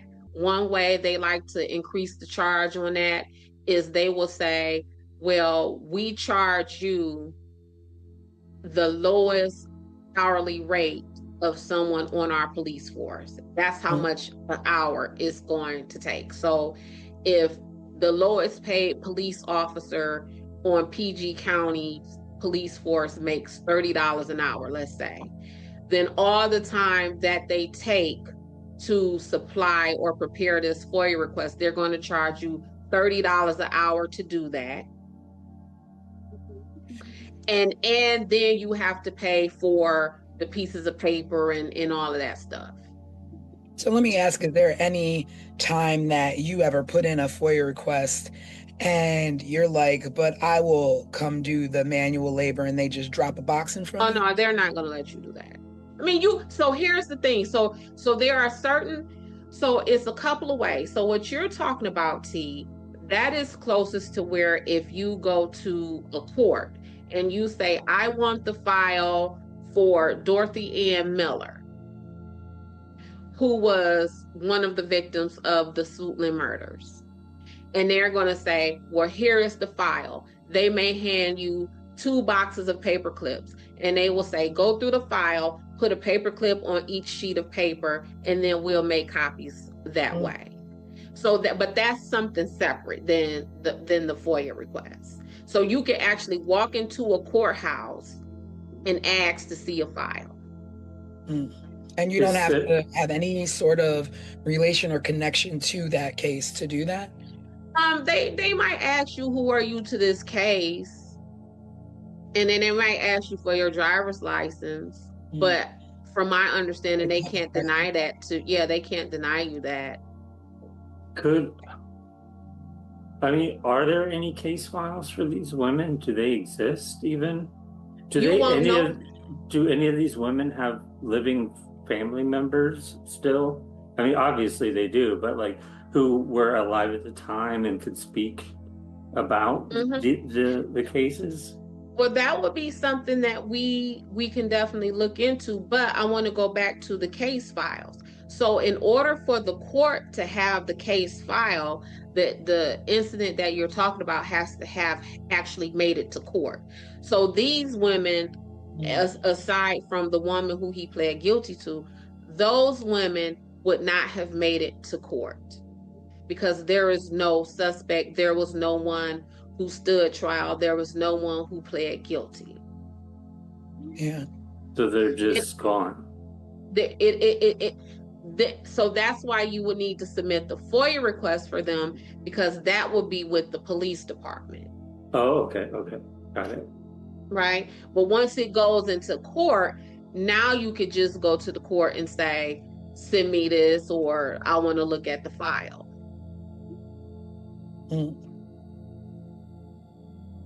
We should see if we can obtain any additional information. I feel like there's so little.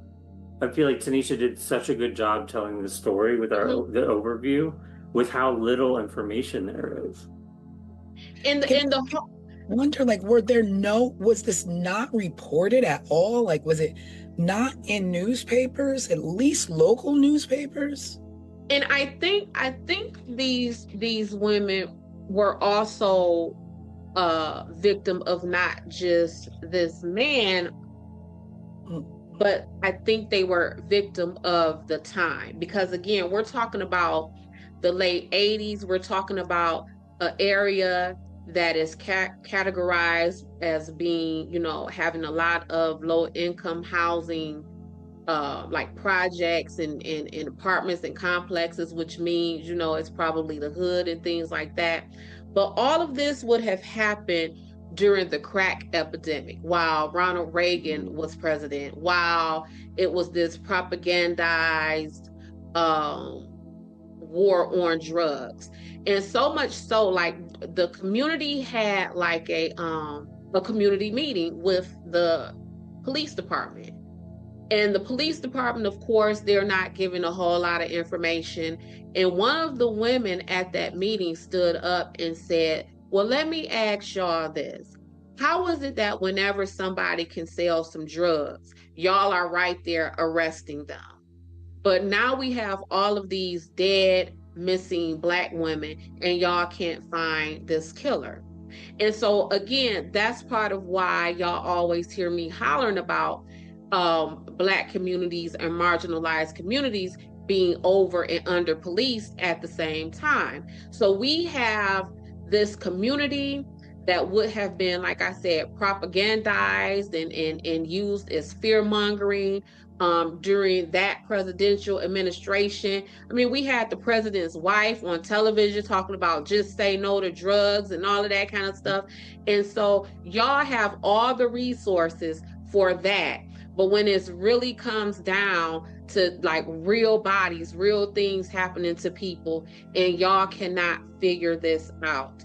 And that fear mongering, that propagandized war on drugs, that all of that is like political tools to just like drive, you know what I'm saying, those political theories back then. Like this fits into all of that. Like, these women were definitely not just a victim of these murders, but they were victims of the time in that social structure of our country at that time. Yeah, but also you have to bring light to the fact that they were victims of this killer. They were victims of circumstance. They were victims of timing. They were victims of societal stereotypes. Yep. But that was in 86, 87. And here we are in 2026 and still experiencing the same disparities when it comes to being missing and exploited and murdered and all of those things.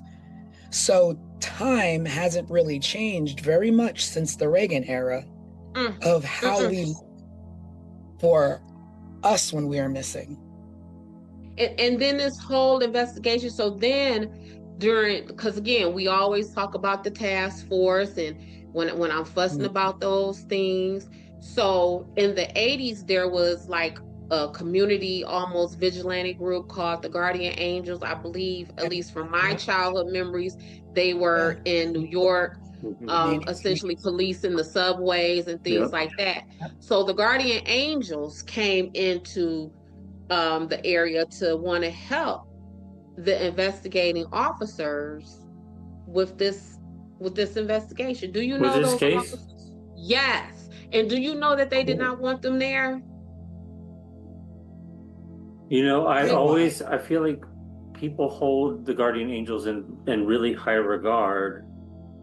And I remember learning about them as they're still operating to this day. When I was young, I learned a lot about them because I was really into punk rock music, which was like anti-government, anti-authority, anti-police, all of those things. And I would read about the Guardian Angels, and I'm like, these people are super cool. Like they're out taking care of business when nobody else will.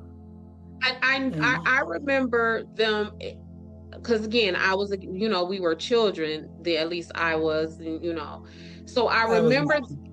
Yeah, you weren't born yet, T. And I remember like there always being some scuttlebutt. I don't remember if it was necessarily controversial stuff or if it was like glowing, reviews like Craig is saying. My point is the Guardian Angels came in, wanted to help, and the police were saying, not because we don't like y'all or this, that, and other. The police pushing back against the presence of the Guardian Angels was essentially because the police felt that the presence of the Guardian Angels would make them look inept, as if they Guess what the best way to solve that is? It'll be in Get in the game. Yep. Be So lame. that's what I'm talking about. When we have these task force and all of that kind of stuff, yep, we're all trying to find what it is we're looking for. But if our intentions are different, then we're not going to work well. Now imagine if, because I know for me, a lot of attorneys will hire me as an investigator on a case before they will hire a now private investigator who once had law enforcement background. Because one thing is for sure, a cop is going to cop. Once you're a cop, you know that's in you. You can't really turn that off. And people feel that, right? So if you are in these marginalized communities, like we're talking about, with all of the social things going on that we have just discussed, and a cop comes talking to you about this, you might be a little closed off. But if a regular person, maybe a guardian angel, maybe, you know, just a regular private investigator come and talk to you, you might be more free with your information and more comfortable to talk. So y'all are not getting it done, but here are some everyday people who may have been able to, and instead of you finding a way to tap into that resource, you taint it and kind of push it away. You know what else is concerning as I'm listening about this case, and about there potentially being a nephew who was a cop involved. The cops were involved in the Colonial Parkway murders. Yep. In some way, they theorized that it may have been a cop that was pulling people over. In the Ketty Cabin murders, I feel like the cops were part of that community, and somehow one of the cops may have been tied to some of the people involved, if I remember correctly. It just seems like a lot of these cases we've covered, the cops have been involved in some shady sort of way.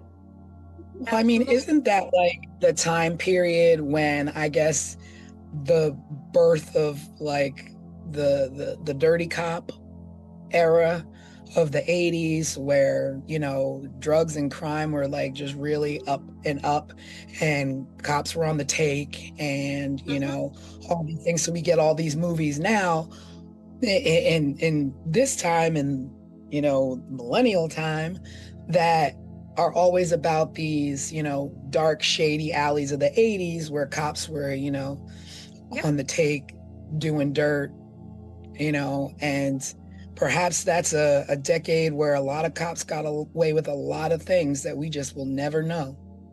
Yeah, and that stuff sells. That's what I'm saying. It helps pushes the agenda, whatever your agenda is. And it just so happens that we're talking about a possibly nefarious agenda, one that we know to be true, one that we know things like when you have politicians talking about this fictitious black welfare mother and had all these kids and getting all this money, but we now know that was not true. That was a blatant lie that was told to the public to again advance a political agenda.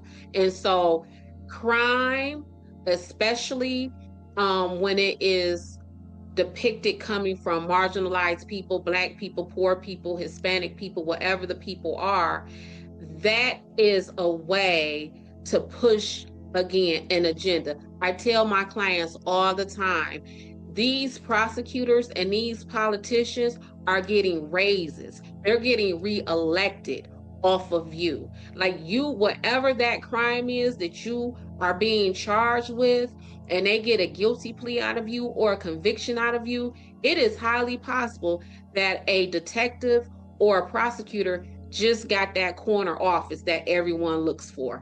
It just so happens that they have now gotten reelected. It just so happens that they may have just gained a few extra $100,000 to their campaign fund because of the closure of this case and your conviction. Like, this stuff, it has meaning, and a lot of times that meaning is someone's career advancement.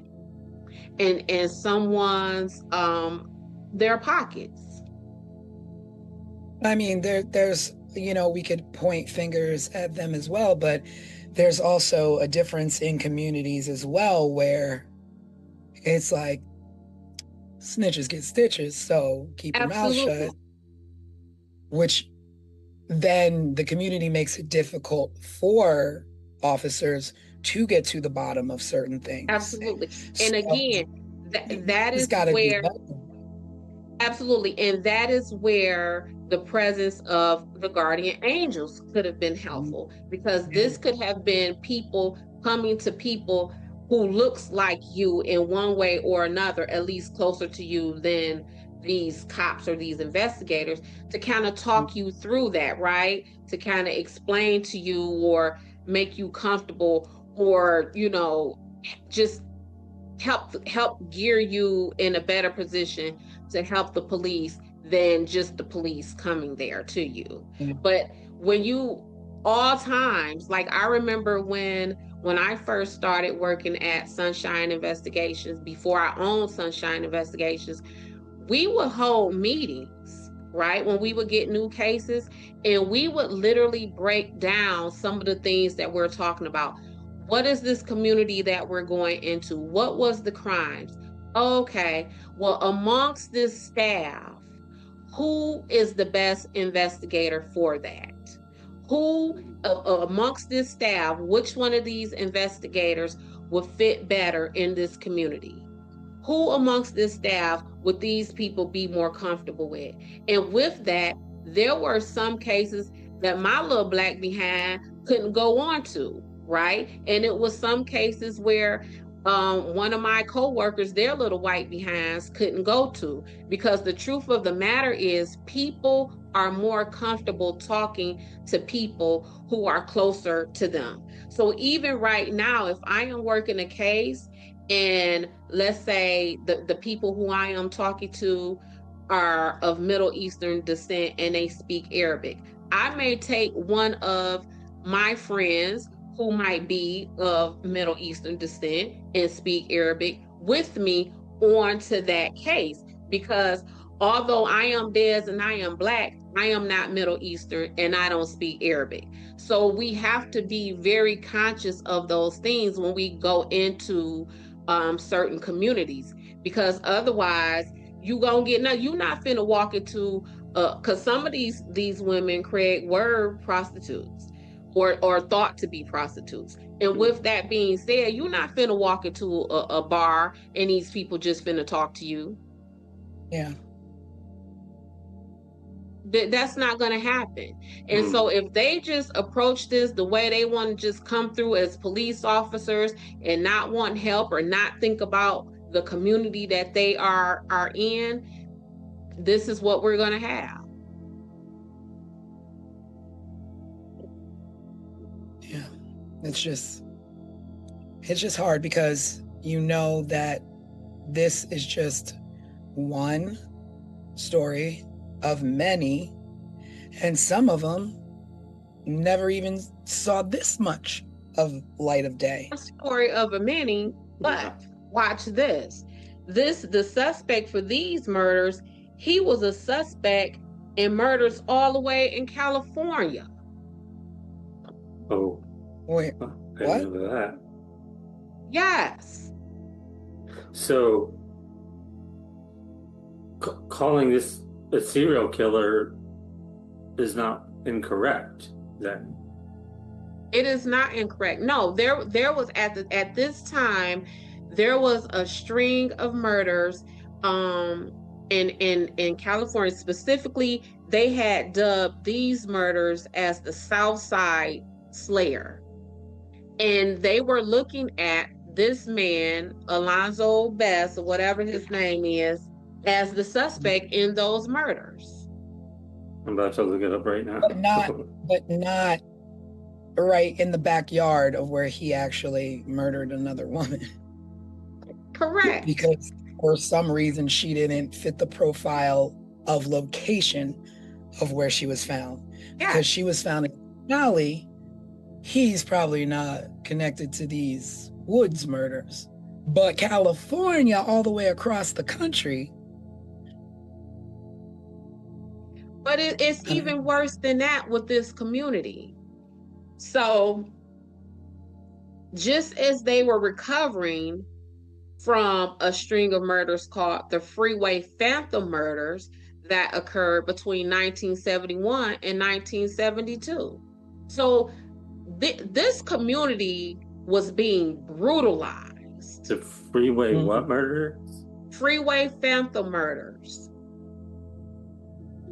Wow. And these were also to where you become desensitized to that kind of sense of violence and murder and gone missing and nobody's looking for you. You all of a sudden become accustomed to this, to where you don't even begin to be outraged about it because it's just your way of life. And that is the saddest thing. Yes. These freeway phantom murders were also all Black women, it looks like. Too. Absolutely. And the reason why it was called the Freeway Phantom murders is because they were killed and just tossed along the freeway. Oh God. Were the California killings, did the women in those killings match the same description as the women in the Suitland murders? They were Black and marginalized women, and I am not sure exactly what made the Suitland suspect attractive to them in that, because I actually, what you say, T? I'm just mind blown. They're like, we're gonna connect you to the murders down the block in the woods, but you know what? We got this case all the way out in California that you might look good for. You might look good for. And really, and Craig is onto something. Like, people really get desensitized to what is going on. And I work cases all the time when I go and talk to, witnesses or whatever. And they literally say to me, Des, I'm not participating in that because nothing is going to happen. Nothing is going. Yeah. That's sad when you believe that your efforts are a waste of time because nobody is going to invest what they need to invest to get you the answers that you need. Yes. And it's happened because you see it time and time again. Correct. And then there's no protection for you when you are afraid of something, of repercussions coming down on you because you spoke. There's no protections for you. No protection. Because you are absolutely right, T, when you said snitches get ditches. I mean, snitches get stitches and left in ditches. That is absolutely correct. And so now if I am from underserved community and I am the brave one and I come forward, because now I'm a snitch, and I come forward and then nothing happens, now I have exposed myself for what?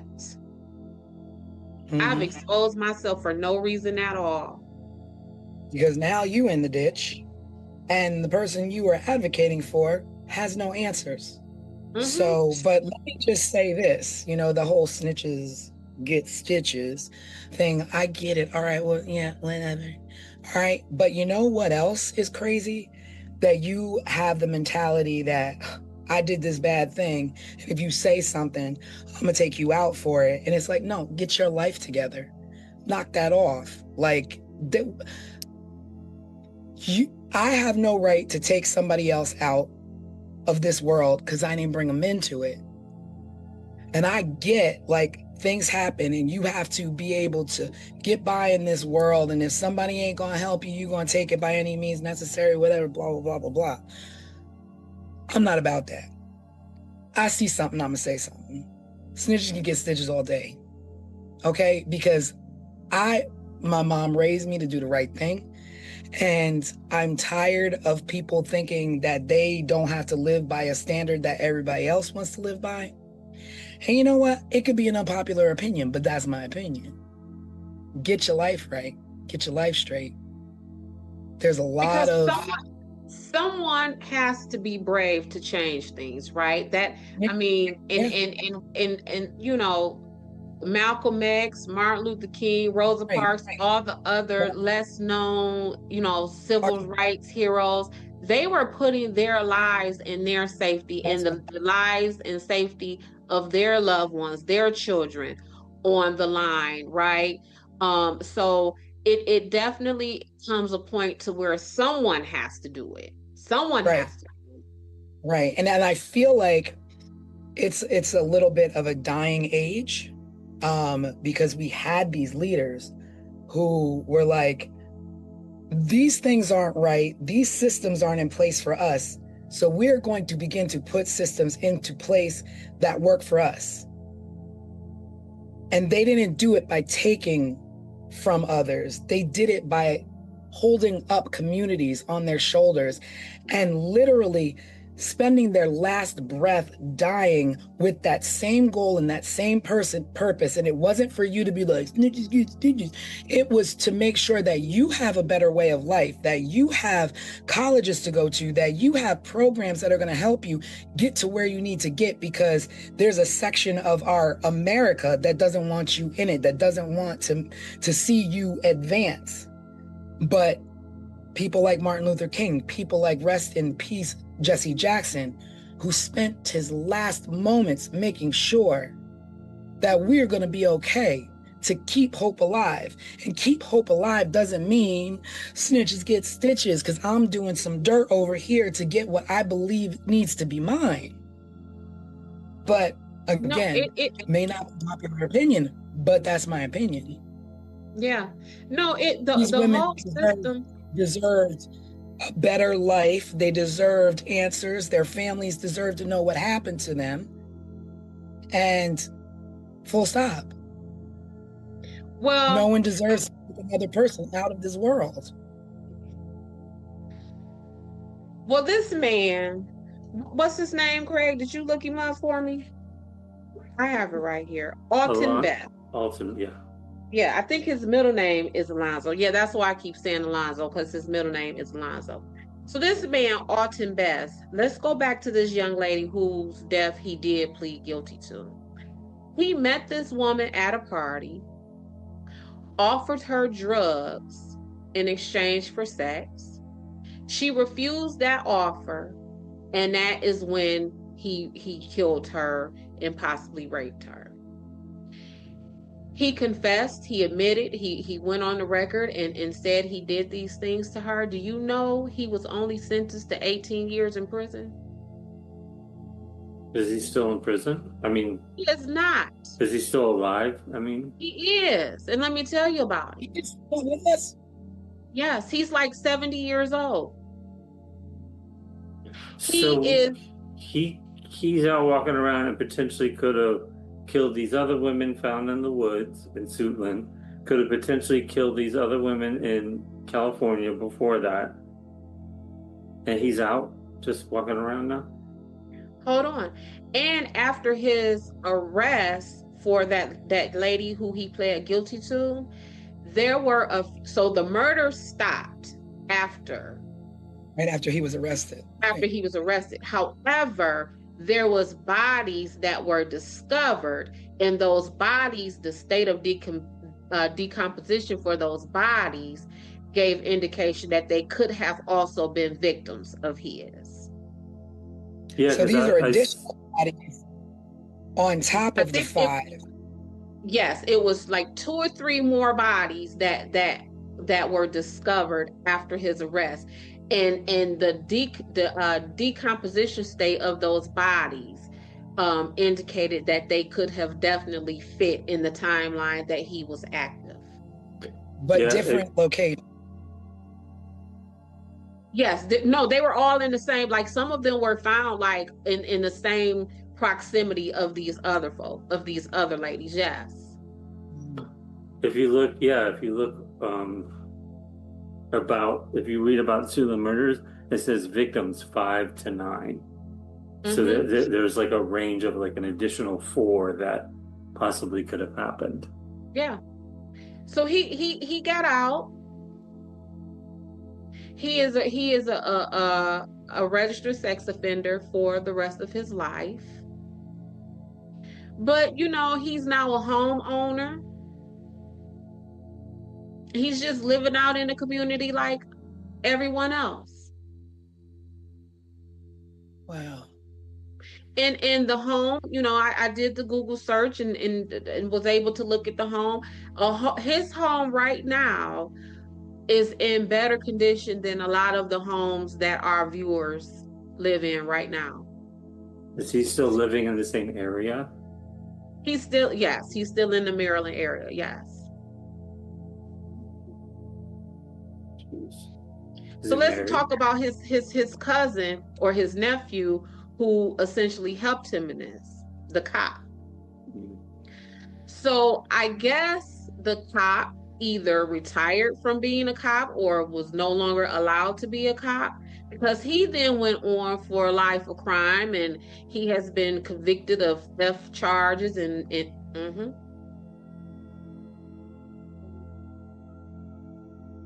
Ooh. What else? Theft charges. What else? Any other ones?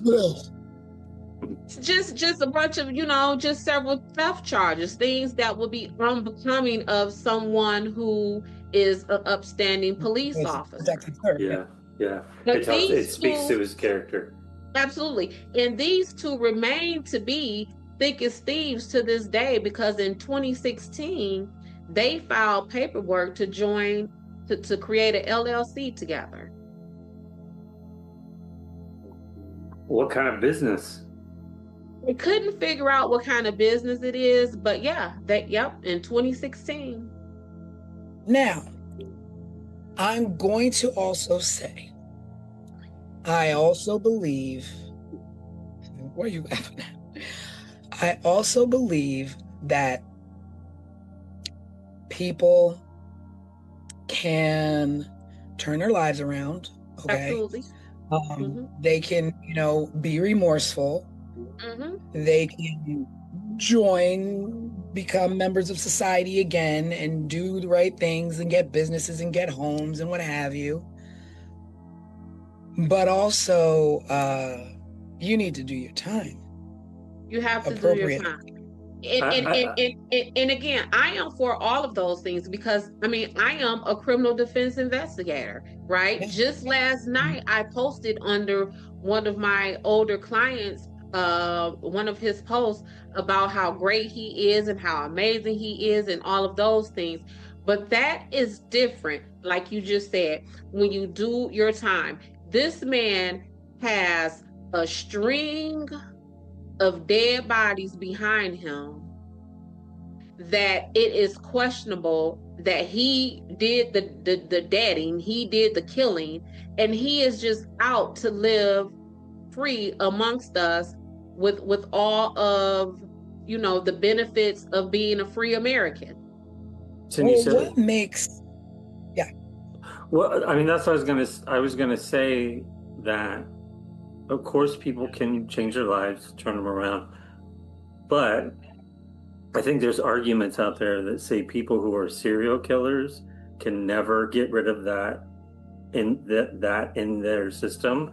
People who are pedophiles can never get rid of that's in their system. It's something more about your wiring than it is about correcting your life. If you're, I don't know, a jewelry robber, sure, maybe you can turn your life around or something and become a better person. But can a serial killer, would Ted Bundy ever be let free and trusted to walk around as a normal person without fear of him going back to that? And not just serial killer, but a serial killer rapist. Yeah, even worse. But then, but the system puts the onus on us by saying, okay, well, we have alerted you that this person lives in your neighborhood, so now it's up to you to be safe from this person. Watch out for this person that lives in such and such. Well, I would say this. What I am finding in work is that a lot of rape crimes are receiving a lower prison sentence. And the reason why is because you are now on the sex offender registry. And when I tell you that is a very uncomfortable existence, but that is us entrusting you to register. So not just Because you could be, so let's say let's say I am now a convicted rapist and I have done my prison time and now I am released. It is up to me to do the reporting. If I don't go to report,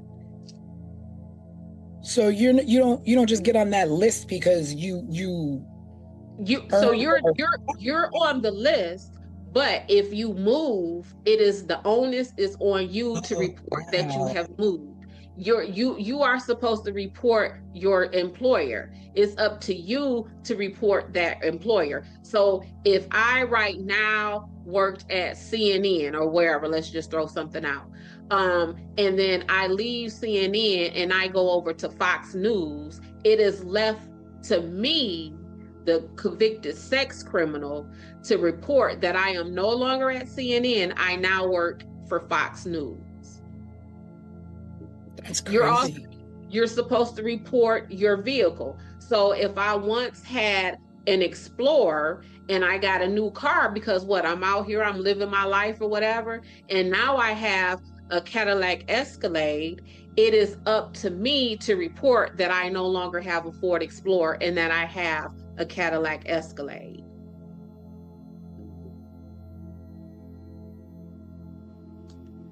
That's mind-blowing to me. I feel like, you should probably be tracked. Your freedom is at a cost now, so you should probably be tracked for the rest of your life, and this will follow you. But the fact that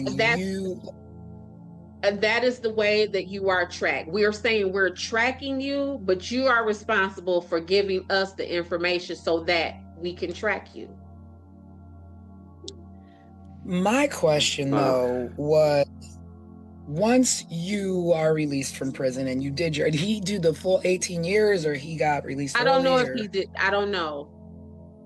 So, but it was 18 years. Either way, he either did 18 or got released early. Mm-hmm.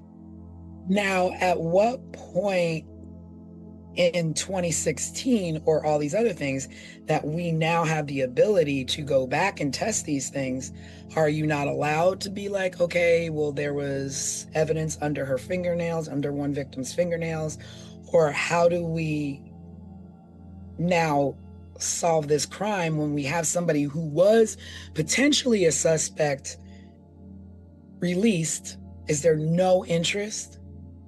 Do you know what I mean? I guess there is none, because here's the thing. This is the thing. Murder stays murder. And what I mean by that is there is no statute of limitations on a murder charge. So if that one lady, Juanita Walls, where I said that there was DNA or skin underneath her nails, right? If they were to test that and he or anybody else tests positive that is their skin or their DNA deposited under her nails, even though that was 1986 and we're now in 2026, that person can be charged. So this man, Alton Bass, he has done his time for killing Miss Morton. So let's say that skin and that DNA under Ms. Walls's nails comes to be his. Now they can charge him with that. But what you said, T, is the key. Is there the interest to do so? Do we care enough about these people to pursue that? Do we care enough? Because again, remember, like we said, they went through hell and high water to assign Alan Wilmer as the suspect for the Colonial Parkway murders. They made sure that those victims and their families got justice by way of a suspect, even if the suspect was dead at the time and could not go to court. But that means that the families were at a level where they cared to try and give these families answers. When you have a community where nobody cares to give you answers, there is no suspect of any walk of life that we want to hand to you and be like, here, this is it. And for because they don't care about their reputation. None. And for these sets of murders to happen weeks apart, 2.5 hours away, almost completely different outcomes, at least in my head, I can't think of any reason why the Suitland murders are handled the way they were other than race and other socioeconomic factors. I cannot. You cannot pay me to believe that there is any other reason than that. Yeah. And it's probably not high on the list of unsolved cases to reprobe into, to reopen, until a podcast like ours comes along. Right. Because again, what I always say, this stuff is rooted in career advancement and money. If I don't see enough value in you to get a bigger office or a bigger budget, then we're just going to let that go. That's just going to be unsolved. Right now, this whole Nancy Guthrie situation, the president said we finna give all the resources that we can to find this woman. Ronald Reagan didn't say we finna give all the resources that we can to find who did this to these Black women when he was president. This country has for-profit prisons where it is profitable to put people in the prison. And if your state that you live in has a for-profit prison, the moment that prison's population is one body less than the contracted amount, then that state is going to be taxed by that company. The state ain't gonna want to pay that company for having one body less than that contract. So they're going to make sure that prison always meets the contracted population. So this stuff is about money and advancement every single way we go. That is what this is about. And they didn't have value in these women, and they still don't. So then at the end of the trail, what do we do? Are the answers? And to me, I do go back to awareness and people like the Guardian Angels and people like Gabby Petito's father, who started a foundation in Gabby Petito's name for underprivileged and underserved people in the communities to be found. It takes people at this level to have awareness of people, so to speak, at this level, even though we're all here because we're human beings. Right. You say, let me reach that hand down and and pull you up and help you and give you that visibility that you need. Give you that platform where the president will say, we're putting all hands on deck to find your mother, whether she's white, Black, Mexican, Chinese, Indian, whatever she is, whoever you are, you deserve the same level of justice, but especially truth in what happened in your communities, what happened to your family, what happened to your loved ones. We have to do better. We're America, and the basic things that you expect are being brushed aside for certain people and being dished out for others. And that is not how this is supposed to go here. So where does that bring us with this case tonight? Should we take it a step further and put in FOIA requests and look into this deeper? I think it's the first case where maybe it makes sense to do that. It changes the game. Yeah, and I think it's worth us maybe even reaching out to the families of some of these women and talking to them and asking them, do they want us to tell their stories? And even further than that, how do they want us to do so? Because it is definitely stories that need to be told. These women individually and these women collectively need to have their stories told. Because these women, what happened to them just does not fall at the feet of Alton Best. This is systematic. I think this also will lead into thinking about the future of 15 Minutes of Murder. We've other cases that we've talked about covering coming up. Will probably follow in the same steps as this case. We've talked about the forgotten cases, that revolve around trans people of color. I know we have some other cases. T, you can probably speak better. T is the one that usually, Tanisha is usually the one that goes out and figures out what cases we're going to cover next. But it feels like our direction is meant to go this way.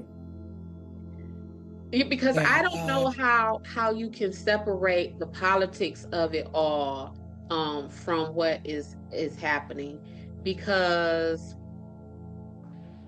the truth of the matter is, yes, stuff happens to wealthy white people or wealthy Black people. Stuff happens to all of us, right? It is the handling of that makes the disparity. It is what happens when these horrible things occurs in the lives of wealthy, powerful people versus us everyday, regular people. And that is an unfortunate truth that we're facing. Yeah. Well, the buck stops here. Yeah, I'm not even sure where to go. And it's just unfortunate, and just, we will just continue to collectively hope that our society can get better. One, with the way we operate in our lives and the way we see other human beings in our lives, whether that is to do harm or to do good, that you just do the right thing, and value yourself a little bit more so that you can value others, because murder and crime and all of this nonsense, we don't even have to be living like this. We don't have to be growing up with, my mom was taken out when I was 6 years old because somebody selfishly, took her from her family. There's no reason for any of this. No reason. And so there's no reason for us to even be sitting here on a show called 15 Minutes of Murder. That's the crazy part. That's what's the sick part. Yeah, and not talking about the topics that we're talking about. Yeah. I mean, and it's not just us. There are many, many, many crime shows, podcasts, TV shows, 60 minutes, 48 hours, you name it. You name it. We do not need to be steeped like this. Right. And it just blows my mind that we have, I can't even put I'm telling you, because when I realize the connection just in the proximity and the time span between Colonial Parkway and Suitland, my mind was blown. Like, wait a minute, that's 2.5 hours. Like, and I was just thinking, like, Detroiters love driving into Chicago. 2.5 hours, Chicago. That's closer than we are to Chicago. When Yeah. you think of it, like, Craig, how far from where you are, how far is the drive to, say, Miami? It's about, depending on how fast you drive, it's about a 3 hour drive tops. See what I'm saying? Yeah. And just a couple of hours can make a big difference. And you know what? The funny thing is that it doesn't even have to be that many hours. It could be this side of 8 Mile versus that side of 8 Mile in less Girl, than. Yeah. listen, what time is it? Because huh? Yeah. Absolutely. Absolutely. And that is what I'm saying. We cannot separate the political from the reality of what is happening and how people are being handled in these situations. You absolutely cannot. Yeah. Well, ladies and gentlemen, that concludes this evening's podcast on the Suitland murders. Neither here nor there, but let's do better. Communities, let's do better. The people who are supposed to be protecting our communities, do better. Everybody do better. That's all I got. Yeah, I think that's our tagline is do better. 15 minutes better. Do better. You gotta do better. Like you almost can't be mad. Like, the cops didn't do this. Well, don't give the cops something to do. Don't give them something to mess up. Well, maybe we can do that. We can do better by following up on this case. Yeah, that's how we do it. And doing more than anyone else has. Yeah, I would like to also do better by actually seeing if I could give proper faces to these women that I was not able to find. Oh, yes. I have no idea. I have no idea what they look like.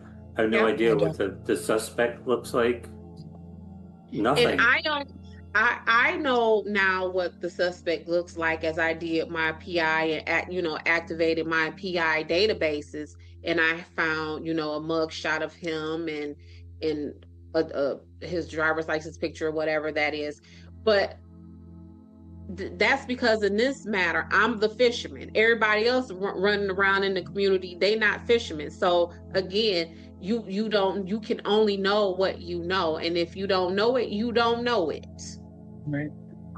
And I think that will be something great. Maybe we can locate these families and say, listen, we want to give a face, a name, a presence to your sister, your daughter, your mother, because these women, some of them, their last words to their family as they was leaving out of their homes was, okay, I'll see you later. One woman, speaking of cigarettes with Dorothy Scott, one woman said to her mom, I'll be right back. I'm going to the store to get some cigarettes. So just something basic that we all do. Another woman said to her family, I'll be right back. I'm going to my friend's home. And she was never found again. So just basic human things like that. Yeah. Just the face. It's like, it's one thing, to say somebody's name, but a name also has a face, and has a face. Hopefully maybe we can give some faces and a tribute to these women, because they deserve that much at the very least. They deserve dignity. And not just remembered as, a pile of clothes that was found, or a body that was stumbled upon, or, their remains were found in the woods. They were someone, and they had faces, they had smiles, they had dreams.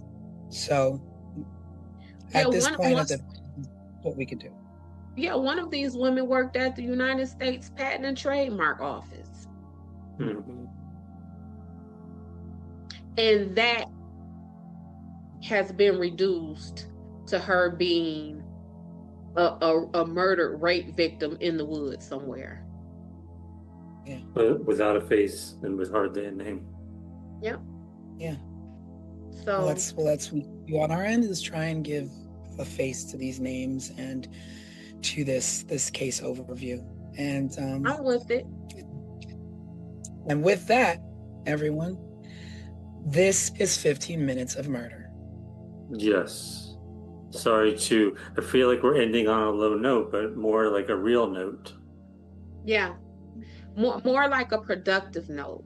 And where it is us not just telling or looking into horrible facts, it is us actually trying to do something and pull something better out of it. Yeah. And please, if you haven't already, it helps us to be able to look into these cases further. If you do, watch our videos, subscribe to our videos, share them.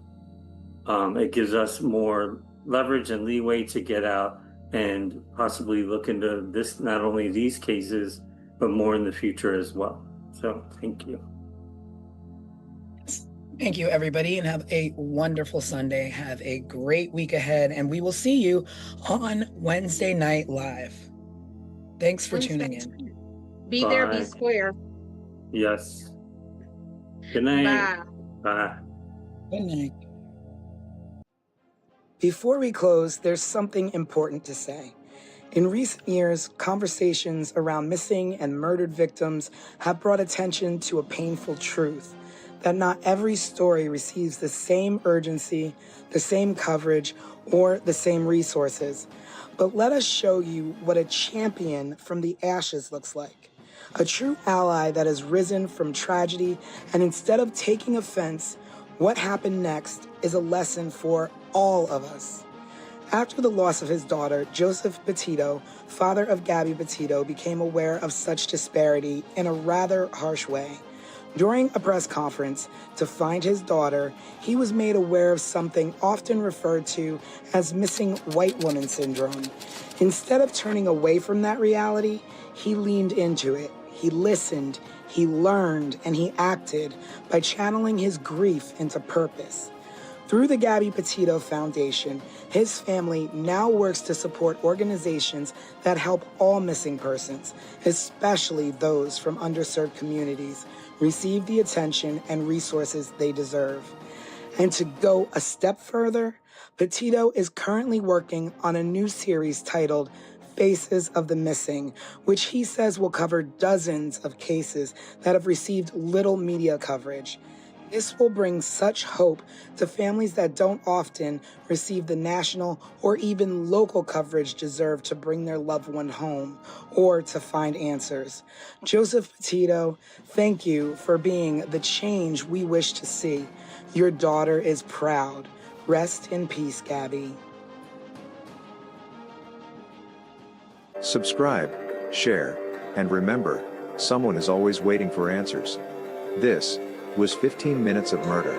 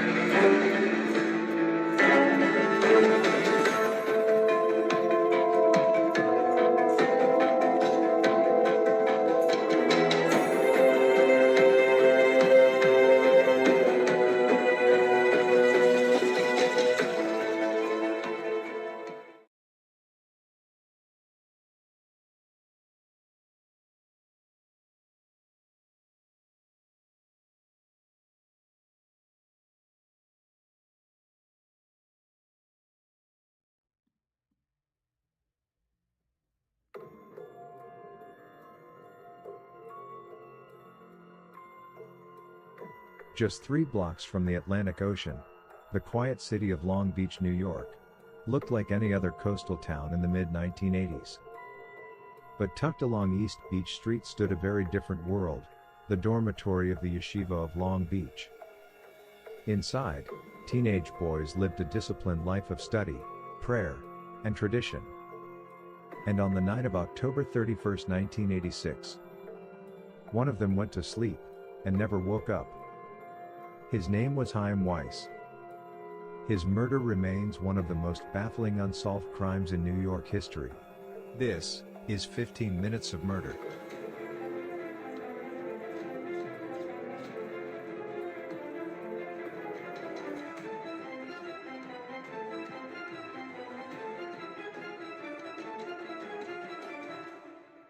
Chaim Weiss was 15 years old. He grew up in an Orthodox Jewish family in Staten Island, New York, and raised in a household where faith shaped daily life. His father, Anton Weiss, was born in a displaced persons camp after World War II, the son of Holocaust survivors who rebuilt their lives in America. Chaim was the eldest of his siblings. His brother Menahem was 11 and his sister Rachel was 7 at the time of the incident. Those who knew him described him as bright, deeply religious, and serious about his studies. He was a funny kid who loved chess and loved to play basketball. He was quite popular. At the Torah High School Yeshiva in Long Beach, he was in his third year of study, living in the dormitory with 40 other students and faculty. The routine was strict. Days revolved around prayer and the study of the Torah and the Talmud, the core texts of Jewish law and scholarship. For unknown reasons, Chaim's dorm room was slightly different from the others. Most boys shared rooms. Chaim did not. He was one of only 2 students in the dormitory with his own room, a small third-floor space at 63 East Beach Street. It had one door, one window, and only one way in or out. October 31, 1986. For most teenagers across America, it was Halloween. But inside the yeshiva, the evening held a different significance. It was Shabbat, the Jewish Sabbath, a sacred period of rest that begins at sundown Friday and lasts until nightfall Saturday. During Shabbat, Orthodox Jewish law restricts many activities, including writing, using electricity, or turning lights on and off. Life slows down. The students prayed. They studied. And eventually, they went to sleep. Well after midnight, Chaim was seen alive studying in the hall outside of his dorm room by a fellow student. He was likely utilizing the light in the hallway to abide by the rules of Shabbat. He returned to his dorm room alone. Sometime between 1:20 a.m. and 7 a.m., someone entered that room. What happened next was swift and brutal. Chaim Weiss was reportedly struck in the face with a hatchet-like weapon, crushing his skull and severing his spinal column. Investigators later described it as an extremely violent attack. And yet, there were no screams, no sounds of struggle. No one in the dormitory reported hearing anything. When investigators entered the dorm room the next morning, the scene raised more questions than answers. Chaim's body was not in his bed. He had been moved onto the floor, dressed in his pajamas with his feet resting on the mattress. Police believed he had been attacked while sleeping and remained in the bed for several hours before the body was moved. Then detectives noticed something else. The window in the room was open. It was November on Long Island and outside temperatures were around 40 degrees. Chaim had been taking antibiotics for a sore throat, making it unlikely he would have opened the window himself. To investigators familiar with Jewish customs, the open window carried a deeper meaning. In some Orthodox Jewish traditions, a window is opened after death to allow the soul to depart the body. Whoever opened that window may have known that, which meant the killer may have been someone familiar with Jewish ritual. Possibly someone from inside the community. The investigation began during Shabbat, when many Orthodox Jews avoid formal communication. Detectives struggled to take statements from students that morning because religious law restricted activities like writing or signing documents during the Sabbath. The result was a case that started with silence. But note, after the Sabbath, students and faculty fully cooperated with the investigation. Police assigned 25 detectives to the case full-time for months. A mobile command center was placed outside the yeshiva. Investigators interviewed students, faculty, and staff. Early theories ranged widely. A janitor, a mentally ill outsider, even the possibility of a Halloween thrill killer. But each theory collapsed. There was no forced entry. No evidence anyone from outside had entered the building. This led investigators to a troubling conclusion. The killer may have been someone inside the yeshiva. Possibly a member of the staff. Possibly another student. Near the body, investigators found a single strand of hair that did not belong to Chaim. But police have never tested it against a suspect. Their reasoning for not doing so? To preserve the integrity of the sample. They have kept this one hair in evidence for decades, just waiting for a possible match. The mystery deepened with other unusual details. The summer before Chaim was murdered, he was away at an overnight camp.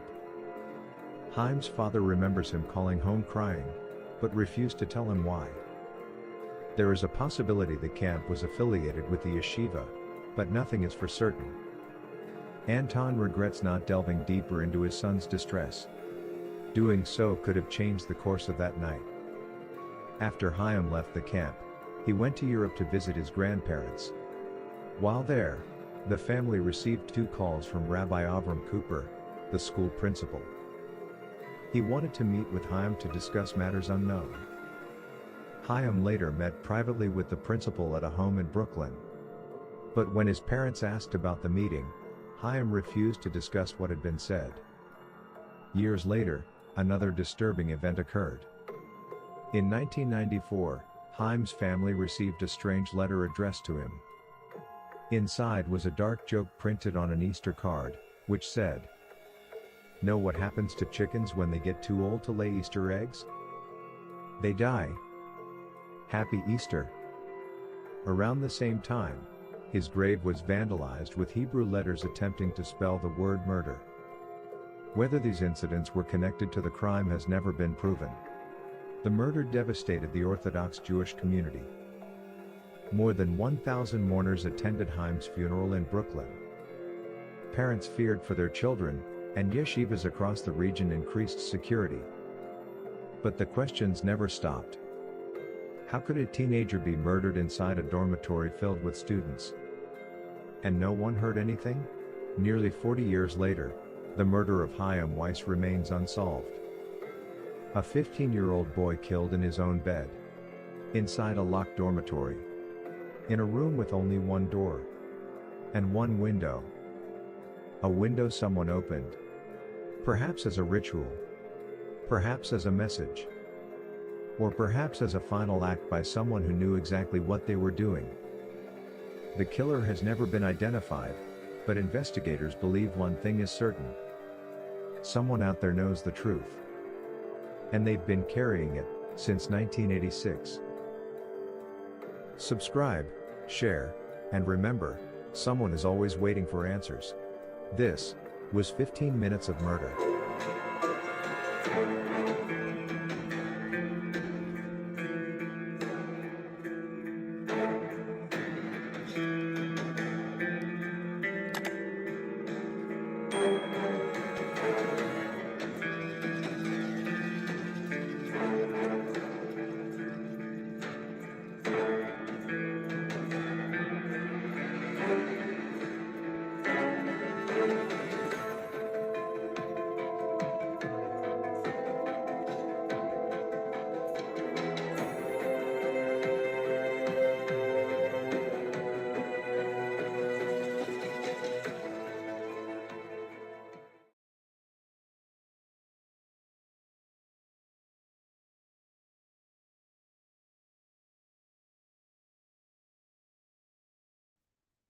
Hello, everybody, and welcome to 15 Minutes of Murder Deep Dive Edition. It is Sunday. I hope you had a great weekend. I am your host, Tanisha Slater, along with co-host Craig Chapman and your resident crime expert, Desiree Edwards. Boom. And we are going to break down a case that we had this week that is just sensational. We're going to be getting into the Chaim Weiss case, which took place in Long Beach, New York. And he was a young 15-year-old kid who his parents entrusted him at the yeshiva in Long Beach to be safe and go to school, but he wound up being bludgeoned to death. And we're going to get into it. We're going to talk about it, and we're going to break down the details. So, welcome to 15 Minutes of Murder.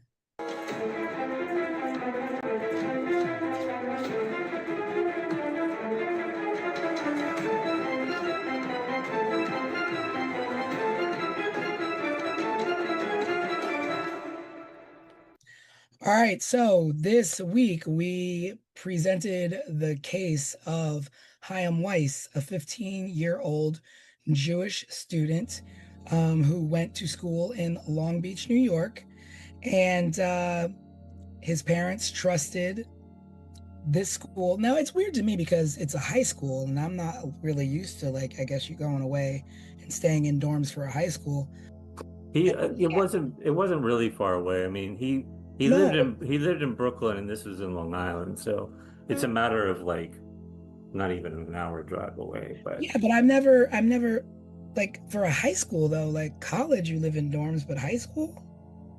Yeah, but I think considering, at least from my research into this, is it's not just as simple as a high school. This was a school where these young boys or young men would go to prepare to become a rabbi. So something that I found even referred to it as a rabbinical, if that's the proper word, school. Okay. So it's, you want to be a rabbi, and this is the school that you go to. This will be the life that we begin to familiarize you with. These are the customs you begin to settle into. So it was almost like off the training school that you go. Maybe that's why we need you, Des. Yeah, maybe for like us, maybe it's more like a military school minus the discipline of it. And I don't know, it might be where some of these parents said, look, kid, you getting on my nerves. I'm finna send you to the yeshiva. But that's pretty much what it was.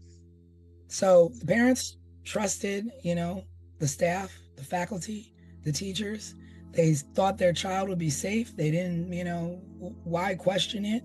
And there are going to be some things that we do talk about that you would say, wow, they really did trust, this faculty with some things that happened, but yeah, he went to sleep the night of Halloween and was murdered in his sleep. And he was bludgeoned in his head, severed spine, tragic, just violent death.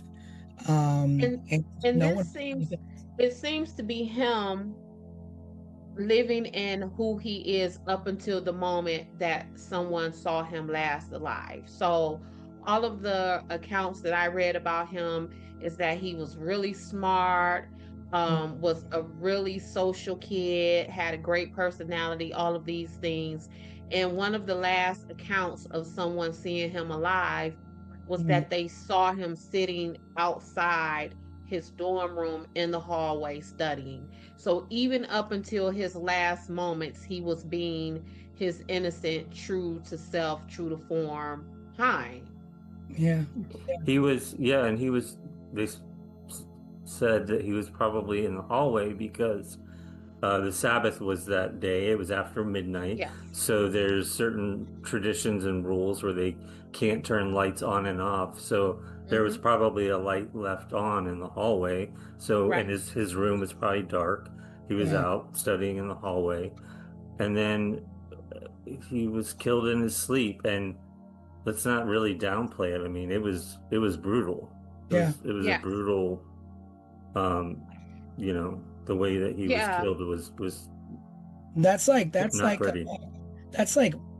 rage to me. Yeah, and as I was looking at it, like how Craig is describing it as brutal, well, his spinal cord was detached or something very similar, but they said it only happened in 2 blows. So you had to really have struck that, and I'm gonna call him a baby because that's what he was to me. You would have had to struck that baby hard as you know what. to only have hit him twice to cause that much internal damage to him. Wow, I Yeah, didn't. and that I would assume that it was just over and over. I wouldn't have. No, mm-mm. Wow, that's that strange then. yeah, I mean that leads me to believe too, because when they were investigating this, they speculated it could have been a student or it Yeah. could have been a faculty member. And I was like, I don't know if any 15-year-old could cause that much damage.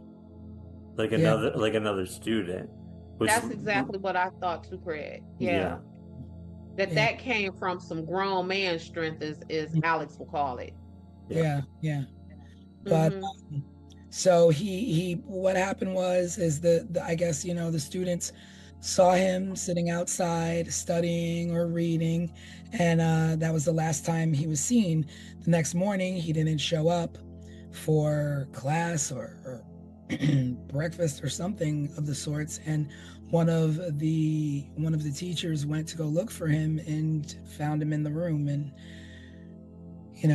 called 911, called the police, and then the investigation should have begun but couldn't really begin because it was the Sabbath, and there's tradition, so the police's efforts were delayed until Sunday because they couldn't really take statements, and but it's to be said, like, there is a what is that show called, Unsolved Mysteries, did an episode on this, which wasn't very favorable because I guess they made it as though like the school and the students were not being cooperative. They were not. But that was because it was the Sabbath, And I don't care. Okay. And okay. Because you have a young, he's a child, he's a baby. And I was thinking about this, Tanisha, and I was like, I can't imagine a organized religion that adheres to a God that occupies any square footage of anybody's heaven, and he would have held your feet to the fire for you engaging in the investigation of this child.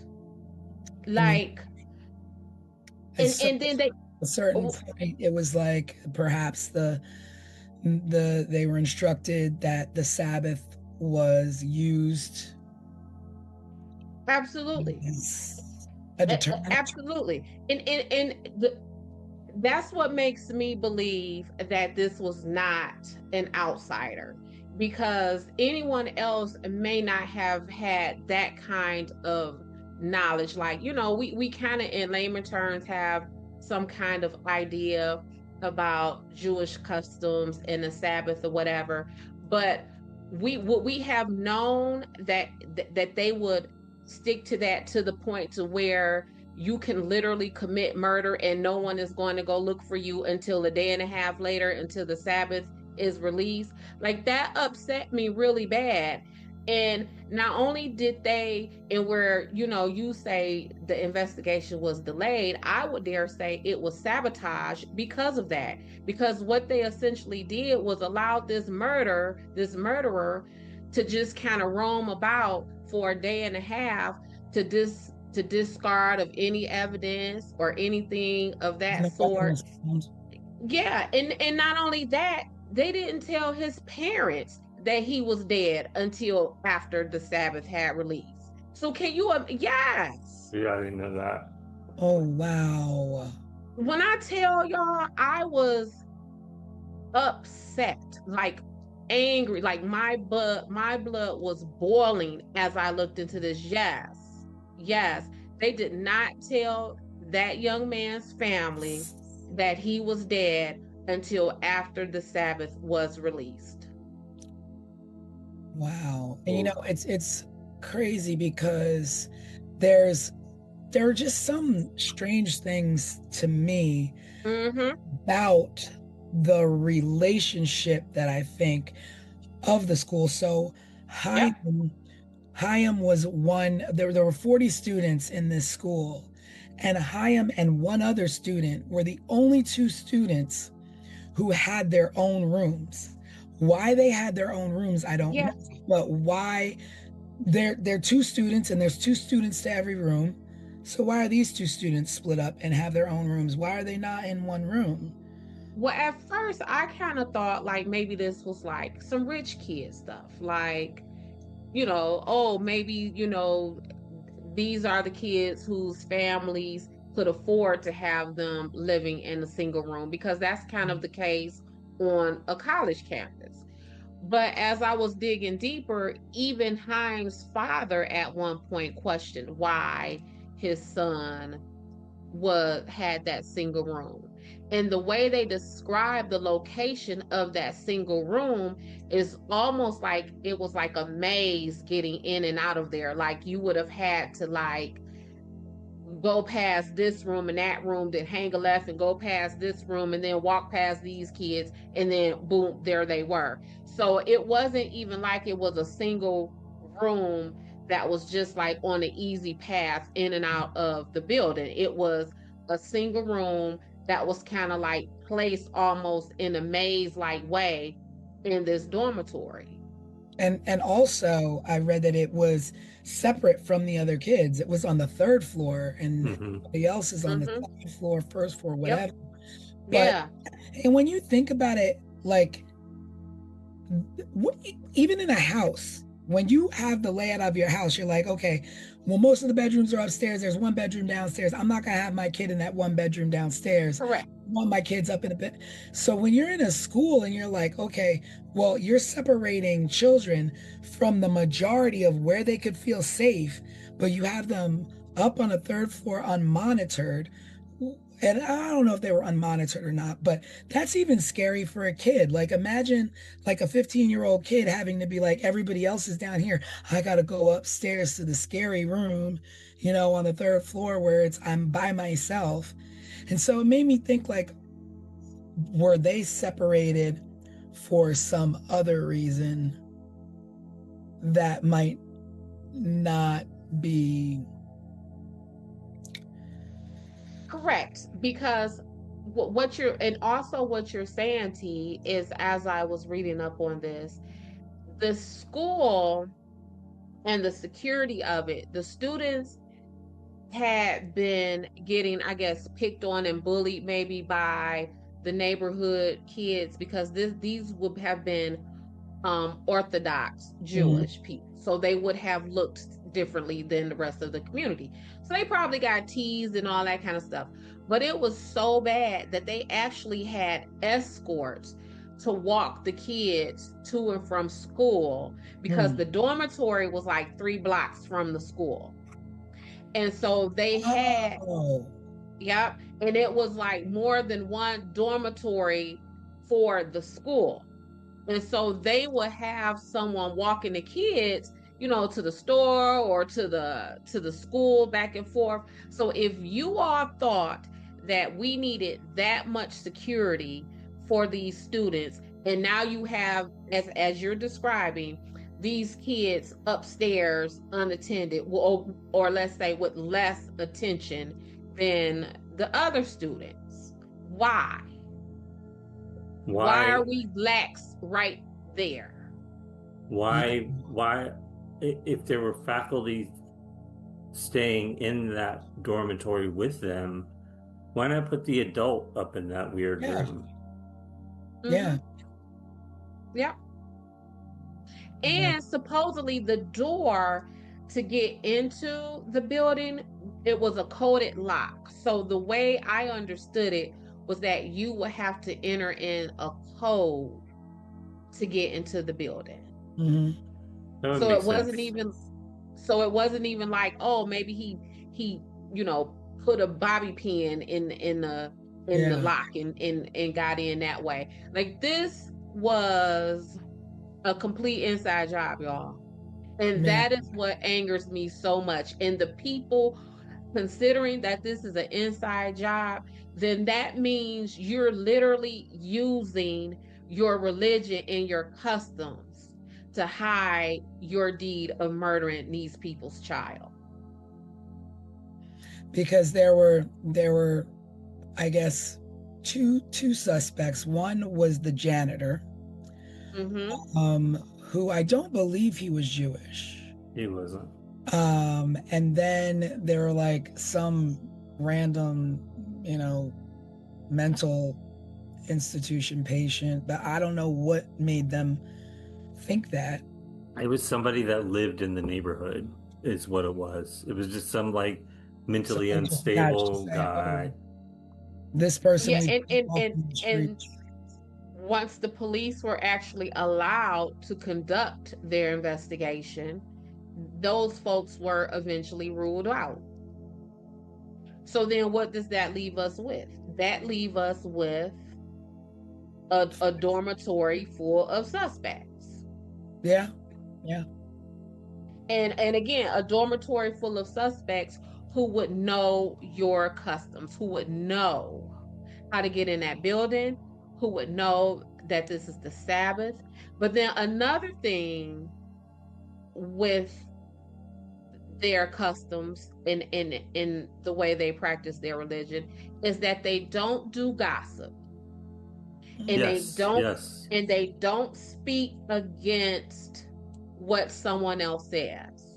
It is called, they call And that and Loshan Hara is what that's and let called. me tell you, so much so that I had a client who was sitting, a Jewish Orthodox client who was sitting in prison for something he did not do. And he was like, Des, I'm here because it is against my religion, it is against my customs to really say what happened. So, yes, ma'am. Yes. So, even back when we were talking about Suitland, where it was the matter of the snitches get stitches and kind of, nah, baby, they really about that life. And in the investigation, when the police were talking to them, they were sticking to that. Like, no, we're not saying because. So basically, if it was one of them in the vicinity, then it's just like, we know what happened, but we're not speaking on it because we don't. We know. Go ahead, Craig. I was the clip that I took out of like Google today was that there was silence by the community attributed to the religious principle of Loshan Hara, which is avoiding gossip or harmful speech, and a belief that one should not accuse another without positive proof. Yep. So unless they actually saw the person in the act doing this. I mean, that makes sense though, because that a lot of times that's the way you convict the wrong man, by gossip or hearsay or what you think might have happened or what you think you might have saw or what you, I mean. Yeah, but that's the difference between gossip and hearsay and a good lead. Yeah. That, it's that fine line. And whenever I'm working my investigations, I always tell my clients and my witnesses, I like to work under the premise of I would rather have too much information than not enough. Because if you give me too much information, I could pick it and throw it apart. I don't need this, I don't need that. But if I don't have enough, I'm just kind of sitting there twiddling my thumbs and I don't have anything, I don't have anywhere to go. So I get where, I don't want to say that because, I don't really know. That's gossiping or that's what I heard. But y'all not going to say nothing. And not only are y'all not going to say nothing, y'all going to wait a whole day and a half to tell us the nothing that y'all not going to tell us. Yeah. Well, there are other things that happened to also point in the direction of proximity, somebody from within the community. The ways things were left in his room with his body on the floor, the open window, the second candle that appeared out of nowhere. Nobody knows how it got there. That candle, that it said that candle was probably post, but not the day of. It could have been just the candle that was left like after the fact. But as far as that night, there was no candle left. Well, the way that I understood it is that a candle a second candle just appeared, and it was lit, and no one knew how it got there or how it got lit. Because it was put in the room when they still had it blocked off. Yeah, blocked off. Yeah, yeah. And then plus the tradition of opening a window to let the person's soul go. And at first, Craig, I kind of attributed that to him being sick, because I know a lot of the information we had said like, oh, it was 40 degrees, why would he have opened up the window? But a lot of folks, me included, when I'm not feeling well, I want the windows open. I don't care. And actually, the colder it is, the better. Yeah. And so that's kind of where my thinking was going at first. But then when all of this other stuff started catching in, and I was like, okay, well, maybe that could be part of someone, again, using the Jewish customs and traditions to hide this young man's murder.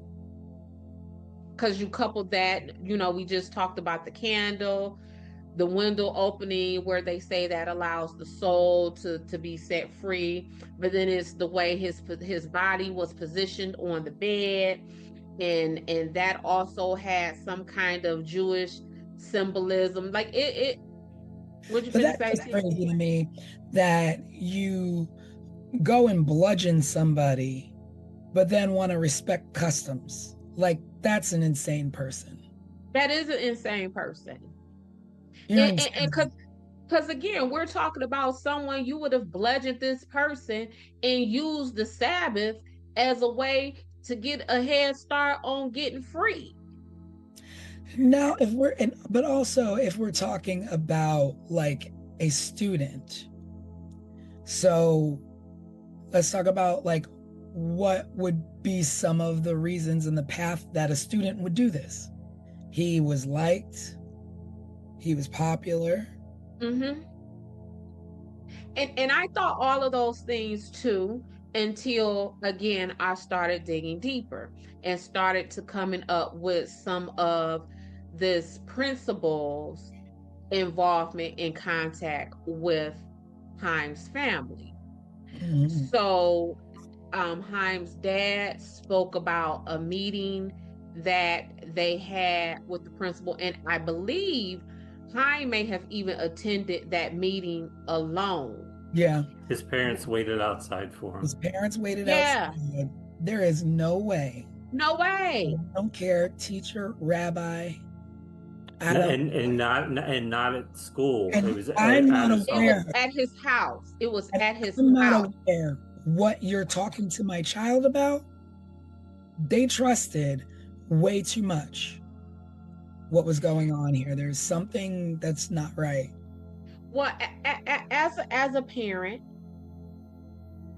and I have 4 children, and I sometimes refer to my kids as kids, but really I have my daughter be 30 years old next year. Like, that is how old my children are. And I still speak about my children as if they are my babies.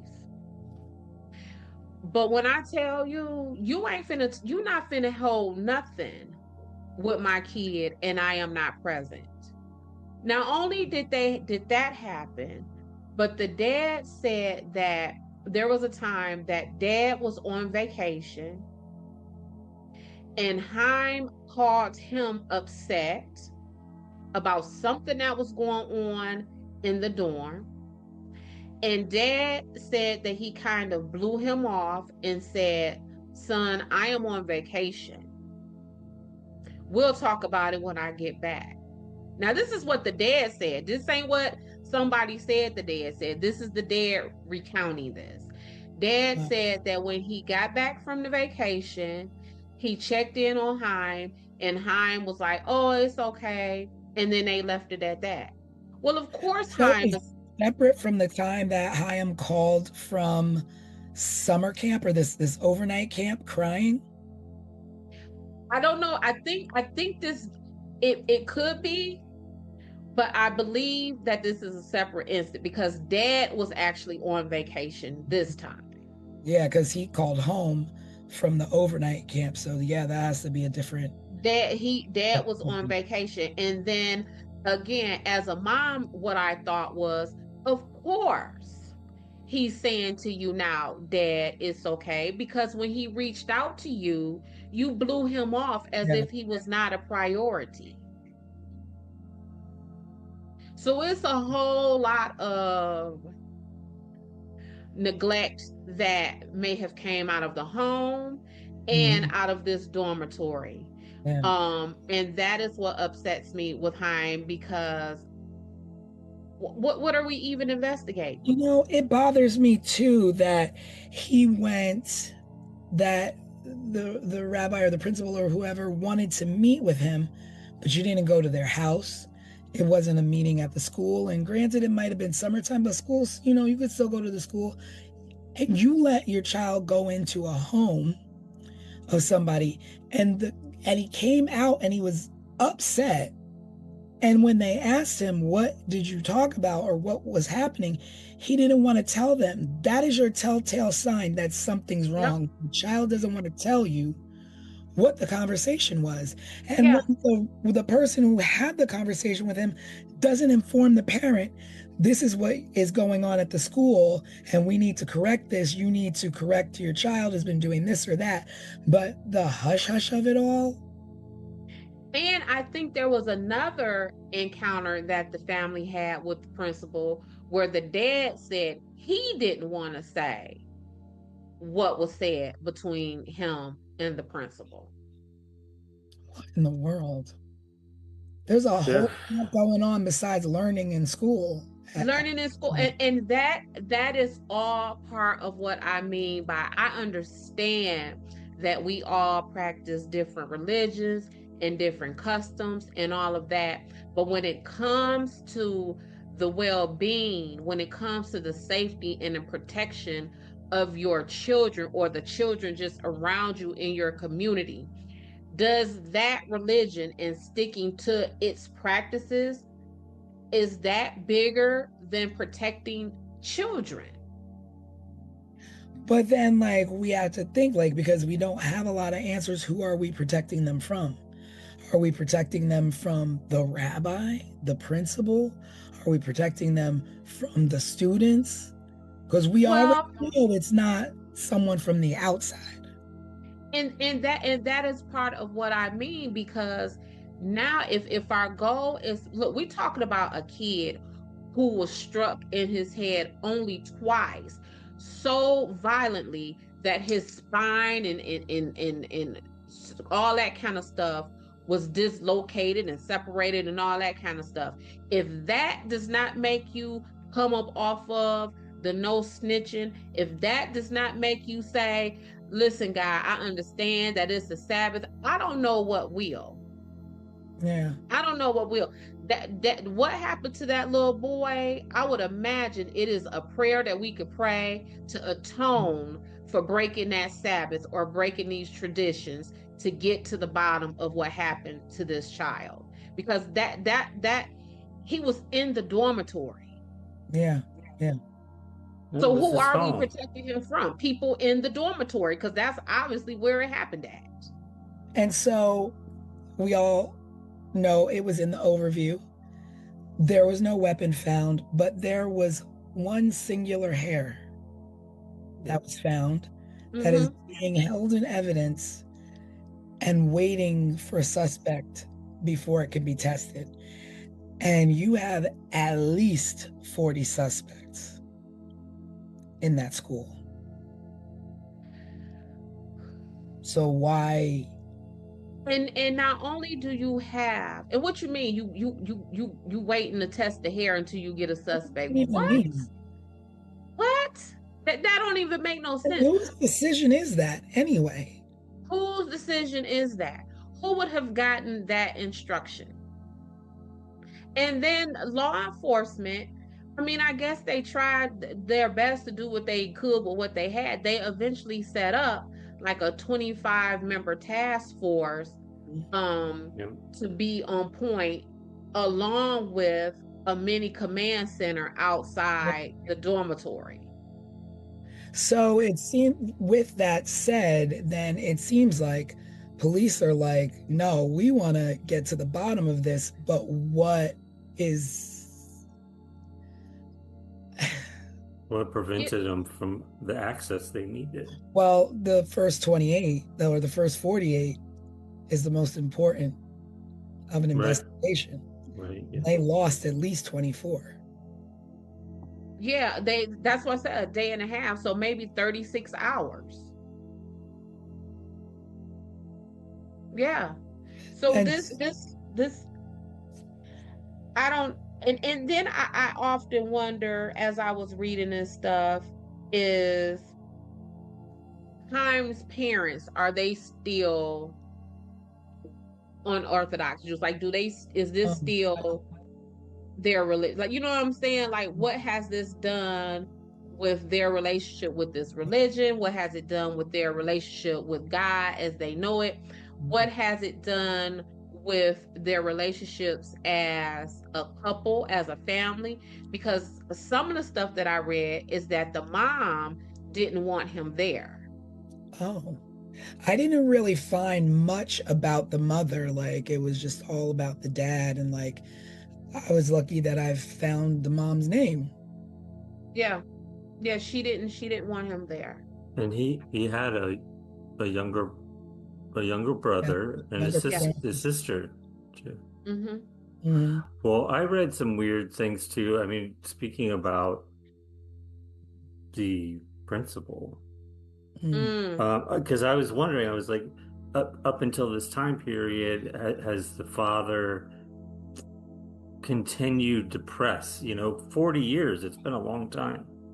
And at one point,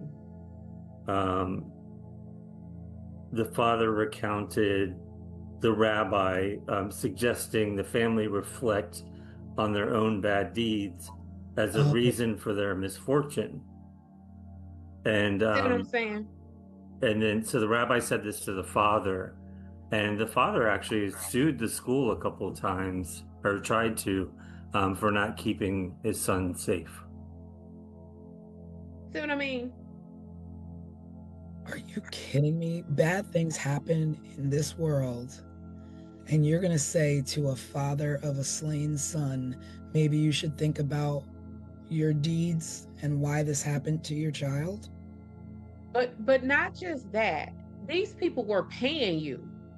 I'm sure it wasn't free for Haim to attend this school and live in that dormitory. Wow. My child died on your watch, sir. And your question to me, or your statement is to me, is Des, check yourself. That's something to that's A couple other like disturbing things I read years later. Some of the students finally spoke about abuse by another rabbi at the school, and then there was also a student who committed suicide at that school. They hung themselves. By hanging. Yeah. Yep. So years even before Haim's murder. That was before Haim's murder. There was someone essayed themselves before his murder. Suicide by hanging in the dormitory shower several years before Haim's murder, which some linked to a darker past within the institution. But it didn't come out until years later. I think I read like somewhere in like 2010 or something like recently. Because now these young men are adults and they have families and things like that of their own. Because I want to say Haim would be older than us at this point, wouldn't he? Yeah, a little bit. He was 15. Right? 15 and 86. Yep, he'd be like 4 years older than me, probably. Yeah. And let me tell you something, you still have all your faculty, so there's a lot of students out there who know what happened to him. And not only that, T, and it's like I tell witnesses all the time, that weekend, in your brain, you may not have processed that weekend, because that weekend, there would have not been anything remarkable about that weekend for your brain to attach to and to remember. But this weekend, what'd you say? Something just hit me. With what you were saying is that weekend was actually Halloween. Yes. So anything that you're going to do that can seem like the evil of the world, Halloween would be a perfect time. Halloween would be perfect. Like Seems all of this, thing. all of the symbolism of this, yes. Yes. But back to my point, whether these people live to be 150,000 years old, they will still hold on to those memories because something very remarkable happened. If this would have just been a regular old Halloween weekend, by the time they hit 40, 50 years old, by the time they might have hit 22, they would not have remembered anything. But that was a holiday weekend that your dorm mate was bludgeoned to death. You would remember that. You're going to retain that. Yeah. Absolutely. There's one other thing coming to mind that we haven't talked about, and that's the letter that was mailed to Himes' family. I don't have the details on that letter. I don't know, Des, if you was do. mailed to. Yeah. So in 1994, which is what, 12 years? How many years is that? Is that 8 years? Yeah. Yeah, 8 years. Mm-hmm. So the letter was mailed to Chimes' parents in Staten Island. It says in the letter was a humorous Easter card that read, "Know what happens to chickens when they are too old to lay Easter eggs? They die." And they have die spelled DYE. But also around that time, a stone slab at Himes' gravesite was vandalized. And the letter, it was 3 Hebrew letters in the vandalism, and it says that those letters symbolizes murder, except that last letter was incorrect.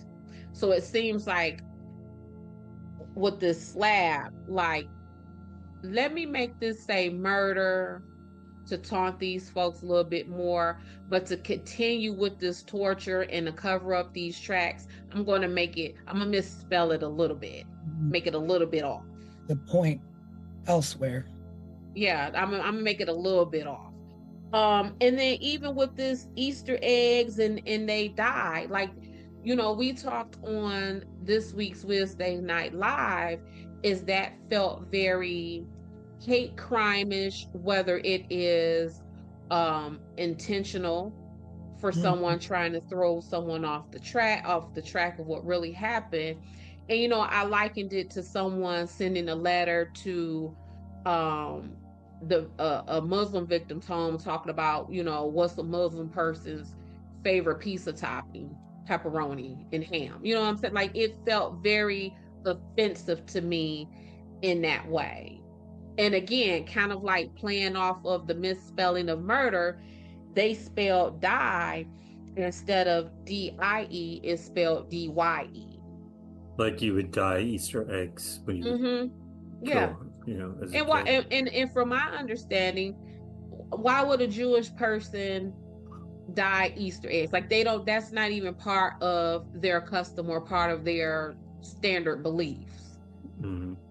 And like, what the thing that I was thinking is, okay, well, did you dust it for fingerprints? Did you get DNA from the licking of the envelope? Like, did you test that? Like, did that? Because guess what? In 1994, guess what they could have done? Just what you said. But they didn't. The technology was there for it at that point. And guess what? Oh, we finna check DNA, fingerprints, all that kind of stuff on this card. But oh, wait a minute, back in the evidence room, we got that hair. Let's run that too.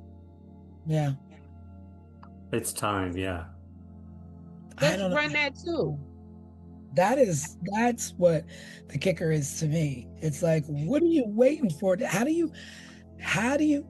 Typically you follow the clues to the suspect. You don't wait for a suspect to test a clue. Because if you're waiting for the suspect, then why do you need the clue? It's just Because crazy. it's all messed up. It is like he was 15 years old, and y'all did not tell his family about him being dead until a day and a half later. Are you what? It seems like every turn is something messed up. And I wonder too, like after the overnight camp, Chaim went to stay with his grandparents in Europe. Mhm. And that sometimes you're just a little bit more trusting with your grandparents. So it makes me wonder, did he like say anything to his grandparents about the conditions of the school or what? And if there was just that code of silence there as well. Listen, y'all. Y'all know how my brain think. Who was touching on this little boy? Yeah. Yeah. Yep.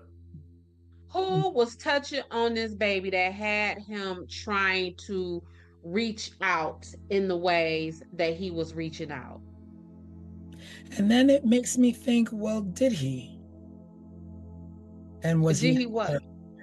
did he reach out? Did he confide and say, this is what's going on at my school? But because of we're not going to accuse people, or we're not going to say, was he ignored? I don't know. Yeah. Well, Dad said that when Dad was, having a good time frolicking away on vacation, when his son contacted him in despair, Dad said, "Hold on, buddy, I'll see you when I get back from vacation." Yeah. And then also Dad sat in on a press conference and refused to answer questions. So what you here for? The father? The father. He would not answer questions. He would not answer questions.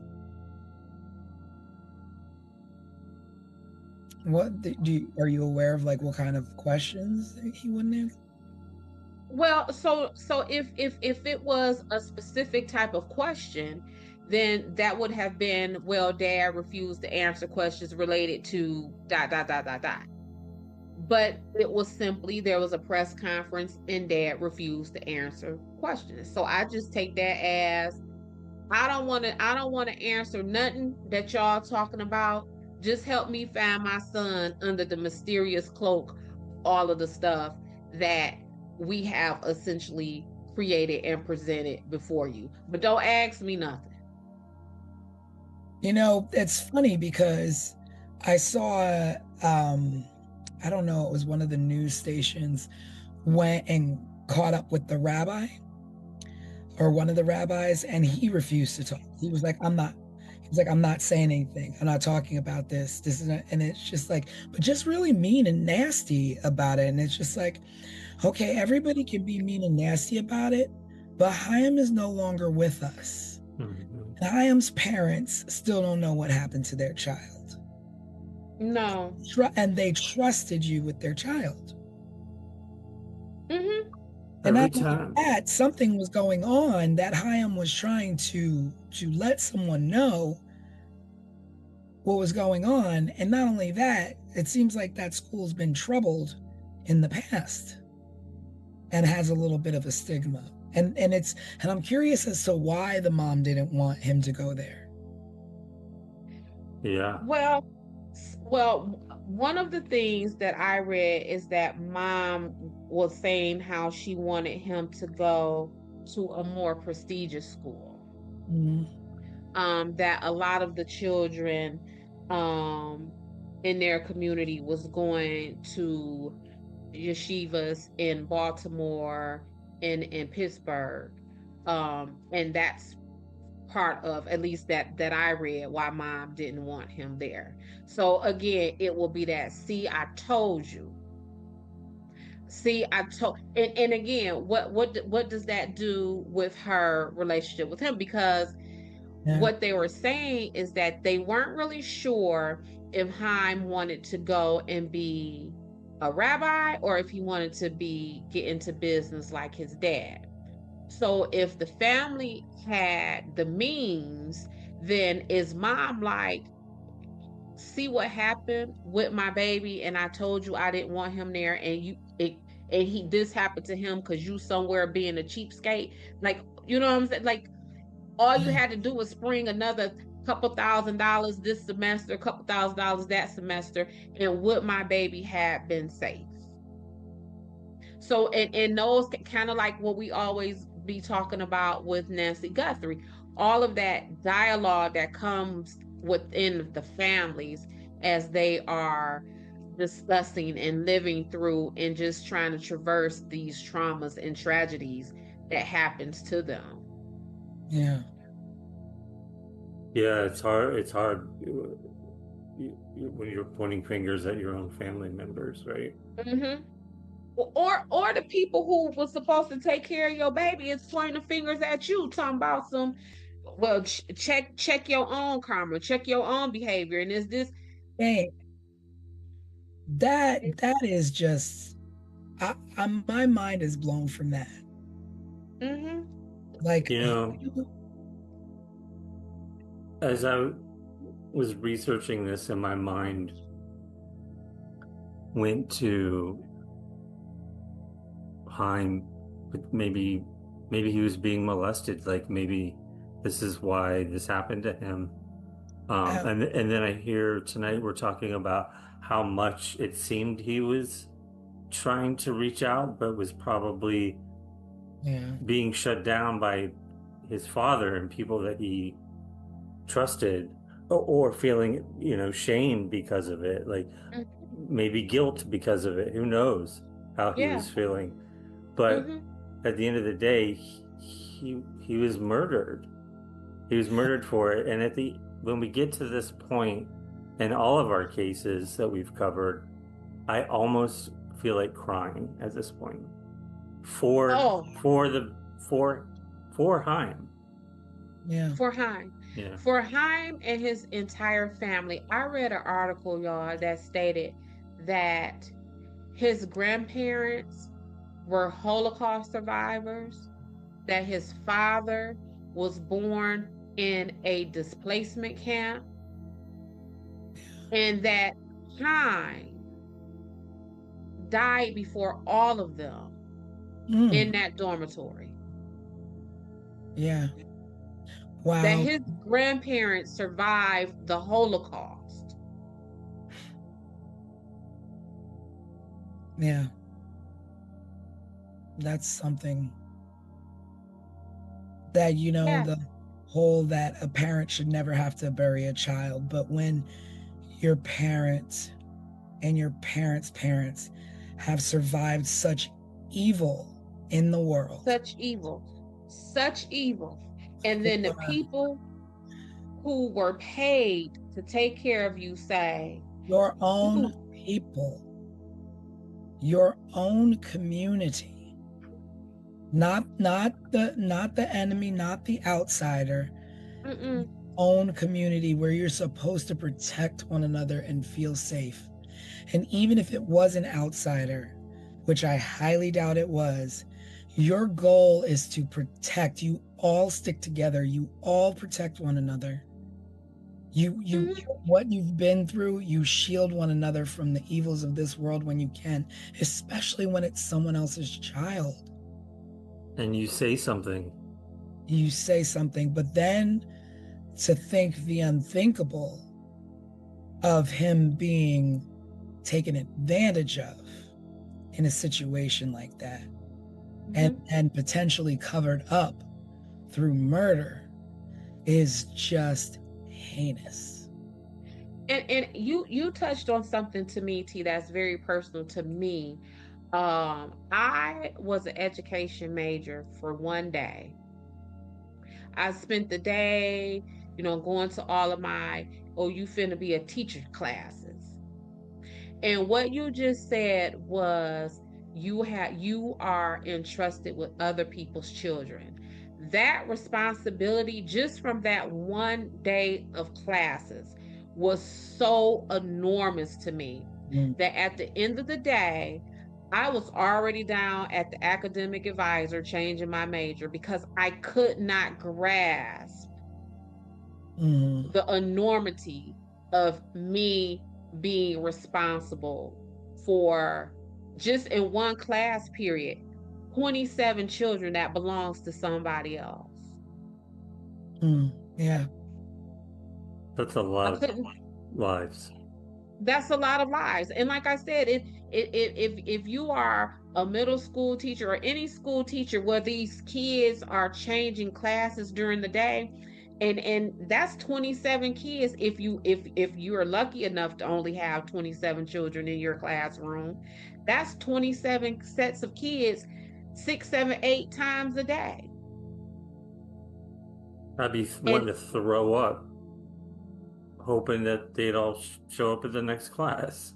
yes. And also, like, that really made me wonder too, like when you have kids that go to school and they go on field trips, and now you have one teacher at the front, one teacher at the back. Mhm. These kids, they want to run here and run there and run off and hide here and what have you.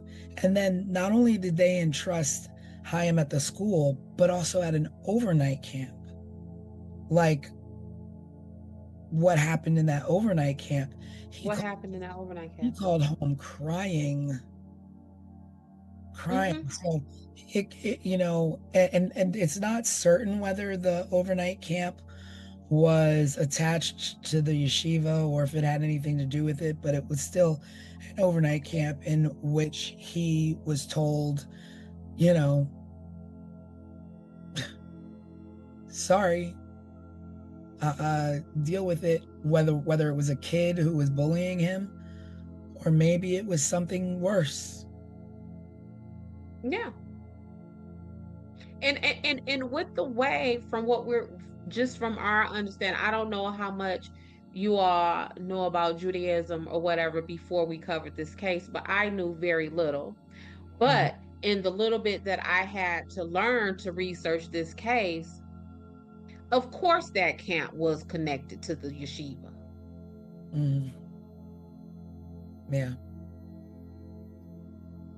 Yeah, when I went to summer camps as a kid, they would be like a week long. I think we would stay there, but they were always Methodist. My parents were Methodist. Correct. Yeah. Yeah. So I don't know, y'all. It angers me. Like, I cannot get past them allowing customs of any kind to Mhm. sabotage, to deter, to whatever you want to call it, the investigation of a child's murder. This is a child. Yeah. And not only do we prevent the investigation going, y'all, I will die on this hill. Y'all waited a day and a half to tell these people their son was dead. Like, what are y'all doing? I really feel like this case,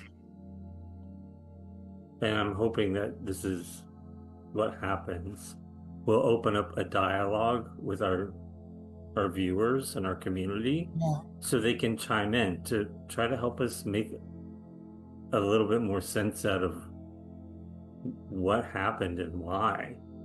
Yeah. I mean, I was reading, and I don't know if you guys had saw it. I was just trying to look it up again, that they did reopen the case in 2013, Mm-hmm. asking anyone to come forward. And I mean, they kind of like were just like, I guess let's just go at this again. It's been enough time, 25 something years. Mm-hmm. Maybe somebody will be willing to say something, but as here we are today with no answers. So apparently someone's still sitting on information. Well, that time frame that you're talking about where they reopened the case, that is also the time frame that Craig and I are talking about where the former students came out and said that someone had committed suicide and that there were stories of abuse. Like, I believe, at least from what I was reading, that those accounts started coming in when the case was reopened. Mhm. It's almost like people were screaming, this is what was going on. This is what You'd be like begging, look into this further, like look. Yeah, without saying it, essentially. Right. And just when we're coming off of Suitland and we're talking about law enforcement not caring enough to investigate and get the ball rolling and bringing closure to these families, this is a matter of law enforcement setting up a mini command center. Yeah. You can't ask them to do no more than that. If I'm correct, there's still, I mean, it's still an open case, and they still have a $25,000 reward available for information for this case. I guess, when it comes to inside the dorm, money doesn't talk. So. It seems to me like this is our first case where maybe it wasn't the police's efforts that screwed this thing up. Listen, y'all don't know how angry I was looking over this. Y'all don't know. Because like just what we're saying, this one we can't even say the cops. We can't say it was the cops. We can't say it was racism. We can't say this happened to this little boy because he's a poor colored kid from here or there or whatever. Nah, that's not what happened. Somebody inside that who was charged with his care knows what happened to him. Yeah. And that prevented the investigation into us figuring it out. For 40 years. Because like we said, he would be older than us. Yeah. Well, he'd be 55. I mean, if that was 40, he was 15, 16. I think it was close, like 2 weeks before his birthday or something. He would be 55, 56 years old at this point. He would have lived his life, gotten married, whatever he decided to do, become a rabbi, become a basketball player. I think he really liked playing basketball. I don't know what his hopes and dreams were, but hopefully by 55, 56, he would have been lived some of those out life. It was blowing my mind that they have a hair, but they're waiting on a suspect. Like the suspect is just going to be walking down the street and knock on the door and be like, hey, I'm a suspect number 238. Like, you have 40 plus suspects in that dorm. Those are all the suspects you need to test the hair. At this point, they could test it, put it into what CODIS is that the name of it? Yeah, absolutely. And then find a match that way. So and it's crazy to me too, like if you have this, like why isn't the community in an outrage, pushing for testing of this? I would be like, and how are, they were saying how they beefed up security at these yeshivas all across across the region because of it. And far and wide, it was like people were scared. But you can't be that scared if the killer is still out there and you think, oh, he only wanted to kill Chaim. You all have children. Well, it could have happened again unless it was an isolated incident in which somebody covered up something they were doing and didn't want it out and are making sure that it doesn't happen again. Well, so for this case to be unopened successfully in for to make any progress is, again, we have to have this community set aside these customs and beliefs that they are holding on so tight. So again, back to Suitland. When T was doing her ranting about you can't do the snitches in the Martin Luther King, if somebody had to be brave, all of that applies here. Yeah. All of that applies here. Somebody at some point has to say, kind of what I said, that I know, I trust in the God that I honor and that I serve. And I trust that that God will forgive me from breaking against my traditions to Mhm. speak, to find who bludgeoned this 15-year-old child to death. I know my God. Yeah. I trust him to give me salvation and forgiveness for that. Yeah. And if you practice a religion where you can't say that and you still practicing that religion, I don't know what to tell you. I don't know. I don't know what to tell you. I don't know what to tell you because I can't. You can't. No, I don't know what to tell Yeah. you. Yeah. Y'all got to say something about that. Yeah.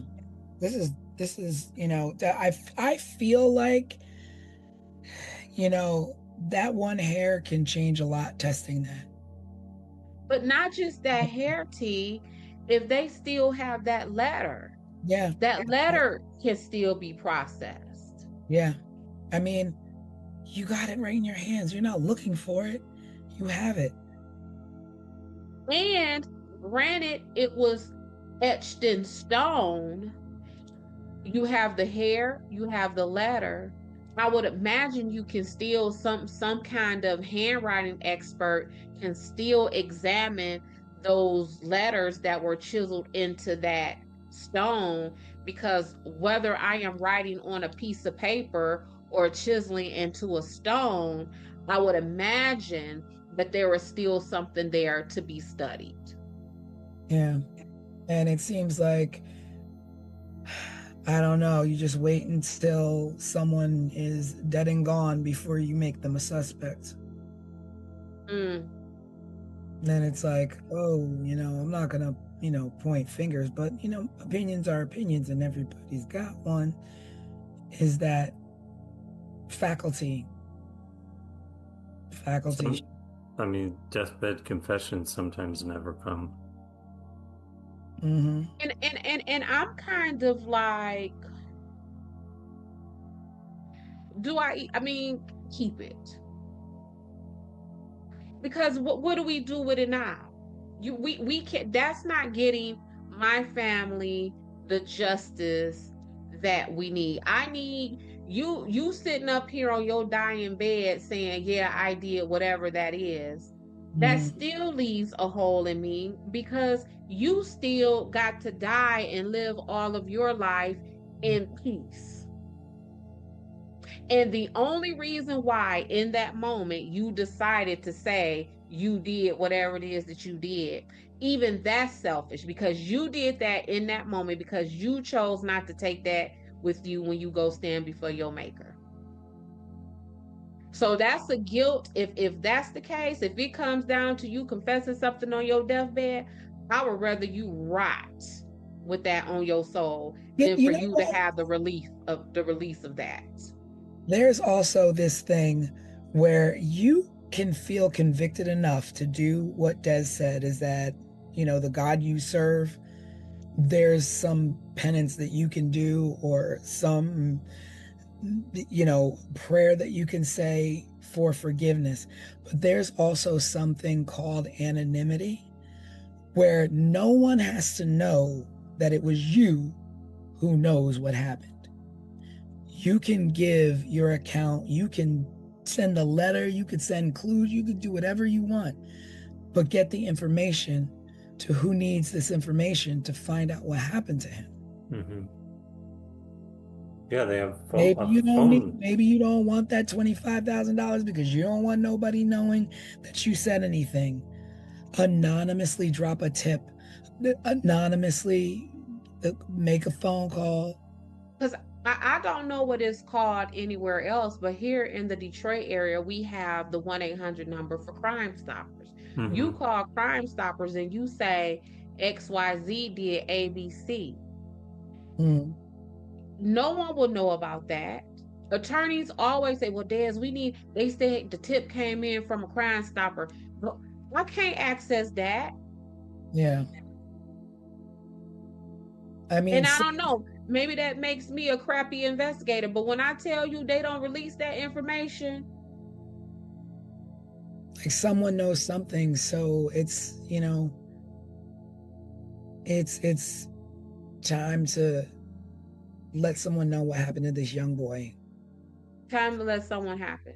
And again, I don't want to come down on other folks' customs and their beliefs, but I'm telling you, ain't no way I could carry that. Ain't no way. I would feel as guilty carrying information about what happened to that child as if I did that to that child myself. That is how I would internalize that. Also it's like, if it is like a matter of faculty and you want to protect faculty, maybe because they're at a level that you feel are untouchable or have a certain sanctity about them, but they were doing wrong, the right thing to do is come forward. Because not only that, it wasn't just Chaim, it's another kid, a kid before him, kids after him. Because it's that kid that hung himself in the shower. Exactly. Or harmed himself. When you don't say something, things don't change, and other victims are tagged on to the last victim. Yes. And the person who has the clue or the tip, they don't even necessarily have to be the rabbi or the student. They could be the rabbi, the person who the rabbi or that student confided in. It might be the sister of the rabbi who watched her rabbi brother come in the house with blood all up his blood spurts and splatter all up his arm and across his clothing. It didn't that tip does not necessarily have to come out of that dormitory, at least the physical dormitory. And how meticulous do you have to be to not leave a trail? Well, you don't have to be very meticulous to not leave a trail when you are strategic enough to commit this murder during the Sabbath, when that gives you a day and a half to get away. You could be clumsy in all kind of mess. You got a day and a half to get away. Yeah, and who knows what was moved in that day and a half. Correct. That was especially when they of a murder weapon getting further and further away. Right, because they can't even account for how the candle ended up lit. The second candle ended up lit. Yeah. So where does that leave us with the case of Chaim Weiss? It leaves us with the fact that nothing's solved, and there's $25,000 out there for anybody who has any tips and any leads that can lead to justice for his family and for him. Because a stranger did not do this. No. I would like to know, I wish I knew somebody from this faith so that we could ask them. Maybe it's a viewer even that chimes in. What? From this faith, that maybe even chimes in our comments to let us know, like, the seriousness or the, like, why was everyone so strict on not saying anything? Why were they so strict on waiting until Sunday and not doing anything on the Sabbath? I understand it's a part of the religion, but when it comes to murder, why is there no forgiveness for these things? Right.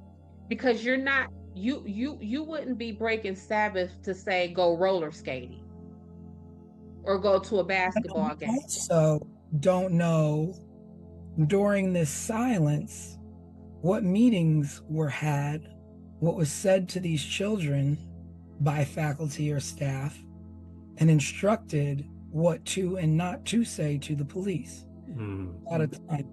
So I would suspect that they all had to stay there or go home. Like, I don't know what happened. So keeping with what you're saying, T, is that would have literally been them having at least 36 hours to get the story straight. Mhm. Yeah. That would have been them having 36 hours to further indoctrinate into these children Mhm. the priority of Sabbath and how we don't break Sabbath for no reasons. Yeah. Well, maybe we can find somebody to come on and discuss some of these things with us on a Wednesday night live. That would be interesting. Maybe I can reach out to a few people. It would be Yeah. great to know. Yeah, I'll reach out to a few people and see if we can speak to someone. Because I'm not, I'm not Jewish. I'm not familiar with the customs. I don't know, how individuals feel within that faith about the rules. So maybe we can have someone. But at the end of the day, may Chaim rest in peace, and may his parents see justice in this lifetime, in their lifetime, for their son. But just another unfortunate, senseless death. Yeah. And his siblings, the rest of his family too. Yeah. So are we wrapped on this case? I think that brings it to a close. I believe we discussed everything we could. And you know what? And sometimes, maybe in the future we will revisit some cases if we find out something else. Maybe we'll have a roundup of a few different cases and kind of update. But right now, this is it. This is it for Chaim. Do we get any clues for our next case yet, Tanisha? Yeah. It's different than all the other cases. Cool. Oh, yeah. That's my girl. That's right. That's my girl. I wouldn't expect any different answer than that. Definitely, yet again, an underserved community. Okay. It's going to be the next case. And a little bit different. But thank you for joining us on this Sunday evening and listening to the case of Chaim Weiss. If you have any questions or is there something that you want to add, please feel free to leave a comment. Let us know. We will include your comment on our Wednesday night live. We'll address your questions, what have you. And if you are watching this and you attended the school with Chaim before or after, and you know something, please say something. Please don't hold on to information that could help this case and help this young man or anyone before or after him that may have potentially either been harmed themselves, or are in danger. At Chaim school or any school, if you see something, say something. That is the truest line. If you see something, say something. You can always call Crime Stoppers. I believe there's Crime Stoppers in every area, right? Like, I think it's a national thing. It's a national call. There's a $25,000 reward for anyone coming forward. with clues for Hyam. So please, if you see something, say something. Again, thank you for joining us.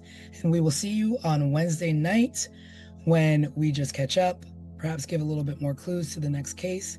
And if you like what you see and you enjoyed our program, please like, subscribe, and share. We appreciate all of the support. And again, have a wonderful evening, and we'll see you on Wednesday. Bye, everyone. Bye, family. Bye-bye. Subscribe, share, and remember, someone is always waiting for answers. This was 15 Minutes of Murder.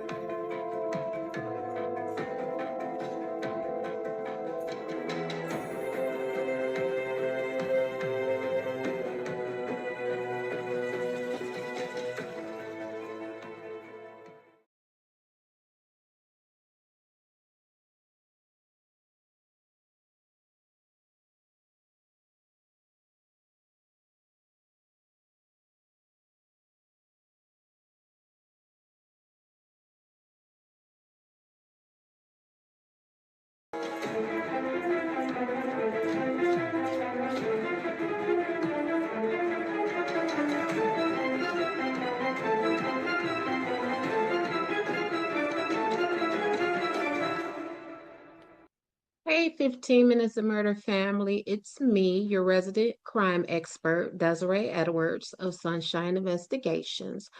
I started to stop by and kick it with y'all tonight to kind of give you an idea of what it is that I do in my work, whether it is Sunshine Investigations or 15 Minutes of Murder. I wanted to come to y'all and give you an idea of what investigators do. A lot of people think that investigators simply investigate, and I get it because what? It is in the title, the job title, right? So, but I wanted to let you know what I do in my approach. So, before I even begin any investigations, I like to do a deep dive into the people who I am working with, whether that is my client or a witness. I like to understand who they are. This helps me understand your ideas, your actions, what motivates you. I want to know what you like, what you dislike, your icks and your yums. And I just really feel that once I know those things, I again know a better way to understand you and also to kind of gauge if you're being honest and truthful with me. So if I've looked at your social media and everything on your page is green, and then you tell me your favorite color is orange, now I'm looking at you with a side eye because, bruh, that is not the vibe that I am getting, right? Or if I run, let's say, a asset search on you and I see that you only own two-door coupes, and then now you're telling me like your favorite vehicle to drive is a van. Again, that math isn't mathing because I don't see this track record for that of you. So, with that being said, let's kind of get into the ifs and the whats of what my investigation looks like and the skills and the services that I provide that you wouldn't necessarily think comes from a private investigator. And this list ain't in no order. It's just me talking to y'all, giving y'all an idea of my approach, my brand of investigations. So, one of the first things that I do that people don't think about is providing transportation. So, oftentimes, especially with me being a criminal defense investigator, some of the work requires footwork. So, I might have to help you gather court records and documents. I may even need to get you to a physical evaluation or a mental health evaluation that your attorney has ordered. And not everybody has a car. If it's now where the whole country is almost frozen over, You don't want to stand at the bus. And so as your investigator, I'm going to pick you up. What time is the appointment? I'm on my way. Let me get you there. Because if I am your investigator, if I am on the work, I am trying to make sure that all of our tasks are handled and taken care of with no excuses. And in a similar vein to that, one of the things that I do is babysit. Now, babysit as a private investigator. Yep. So let me tell you about this one time. So at this time, my youngest kid was like 17, 16 years old. So obviously taking care of small children was definitely part of my past. But this witness had a 2-year-old child. So I was like, okay, I meet y'all at the court. So while mom is testifying, I had the baby with me. We were in the hallway coloring. I even think that we went in a judge's chambers where the judge's support staff was loving all over this baby, right? Now, granted, when I got home, I was exhausted because, like I said, childcare was long into my past, and that little 2-year-old kid wore me into the ground. Do you hear me? But the baby's mom got to testify in peace and didn't have to worry about if her baby was safe and sound, right? Now, this other one that I do takes a lot more human skill and a lot more finesse, and this is family crisis management. A lot of investigators may look at it as if that ain't my job. I don't care what you got going on in your life. That ain't got nothing to do with me. But in fact, I believe that it does, because if my client is distracted by family issues, I feel that my client is not in their best condition to help me help them. And one time in particular, I had a client who had an extremely close relationship with their mother, and their mother was ill.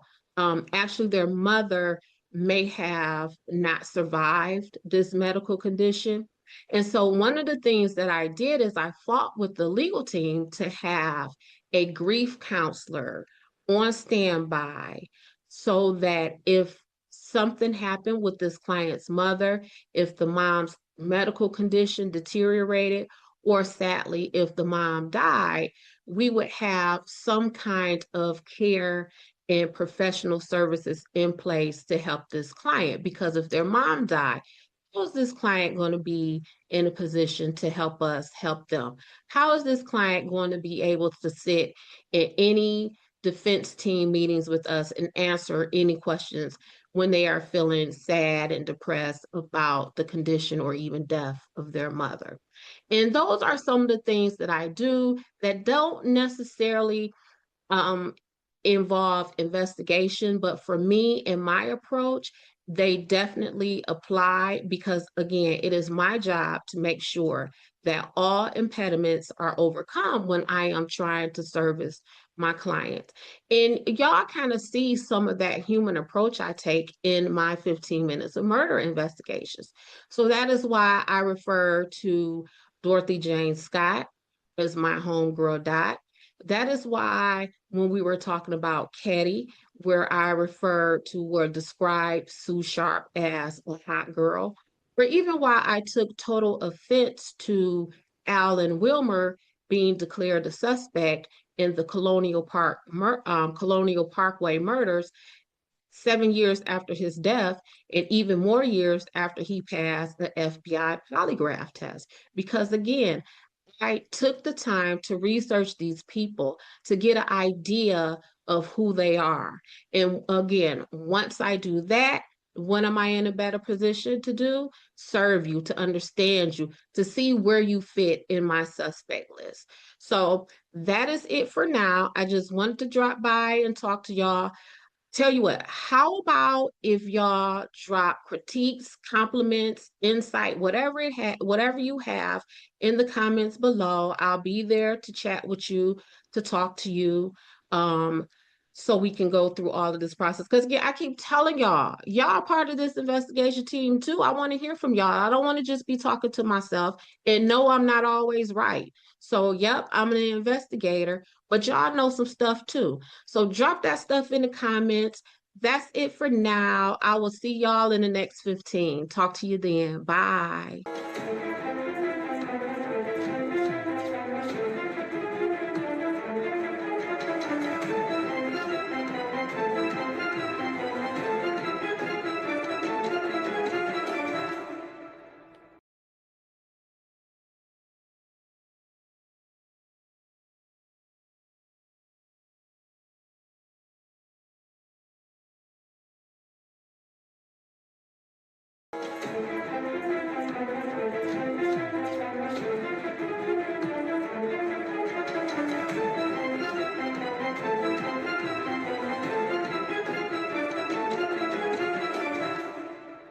Hey, 15 Minutes to Murder family. How are y'all doing?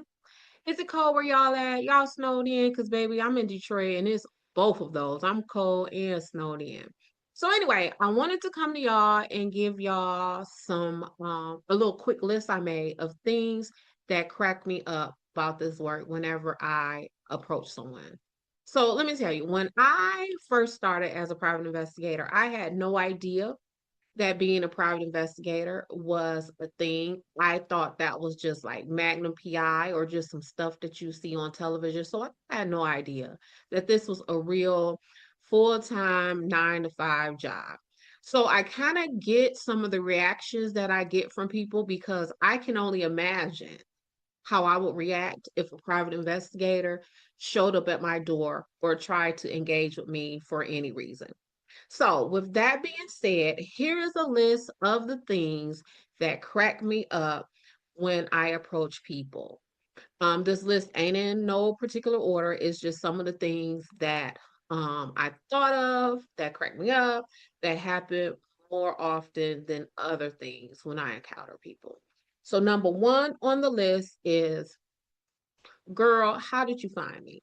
Now, listen, as a criminal defense attorney, I make sure that no one can ever say that I misrepresented myself in any way.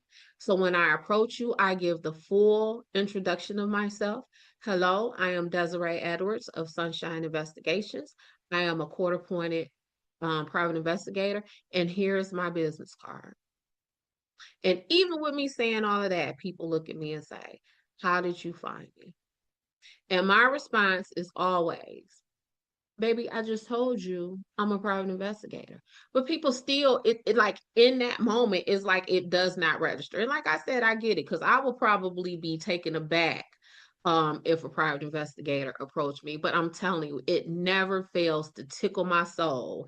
I be laughing so hard, like I just told you what I am and what I do for a living. That's how I found you. Number two, when people tell me that I have asked more questions than the police did.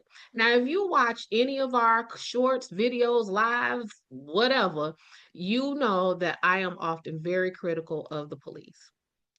And one of the reasons I am critical of the police is because I don't feel that they do enough person to person contact in their investigations. So I am asking you everything because I just consider myself as a private investigator. I like to think of myself as a fact finder.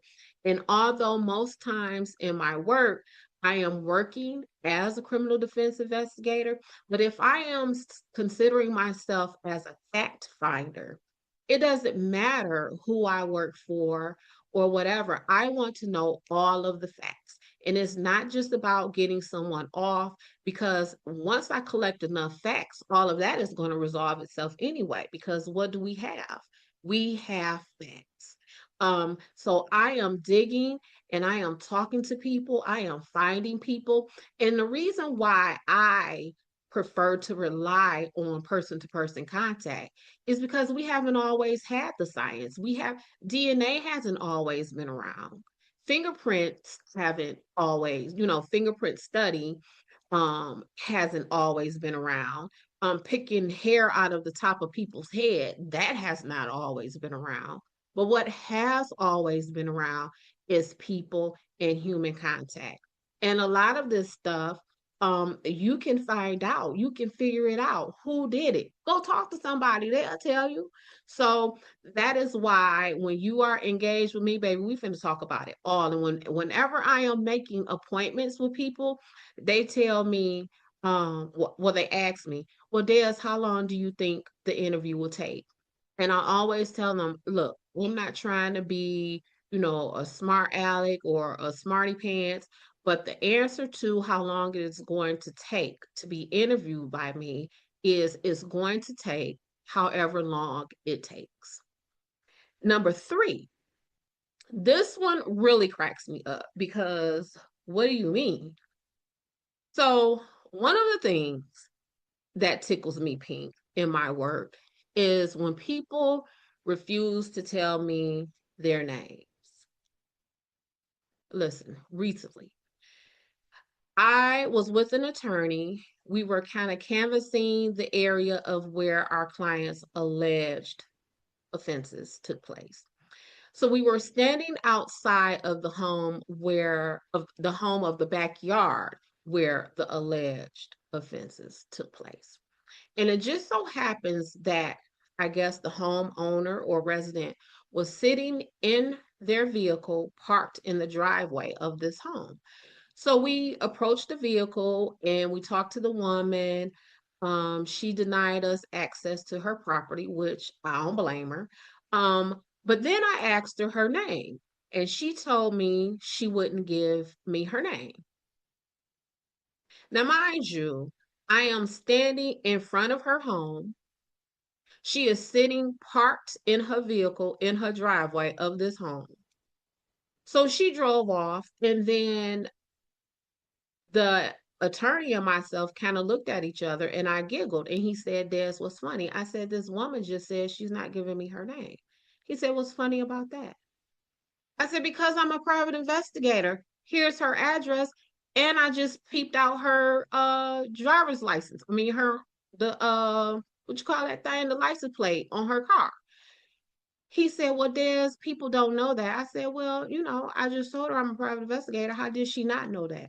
But anyway, y'all, those are the three things that crack me up when I am out here working and being a private investigator out here in these streets of Detroit, or even working 15 minutes of murder. So look, this is what I need for you to do. Drop your comments, your insights, some jokes. Have you ever encountered a private investigator for anything? If so, drop it in the comments. Let me talk to you. I want to hear how that went. That is it for right now. My 15 minutes of murder family. I will catch y'all later in the next 15. Bye.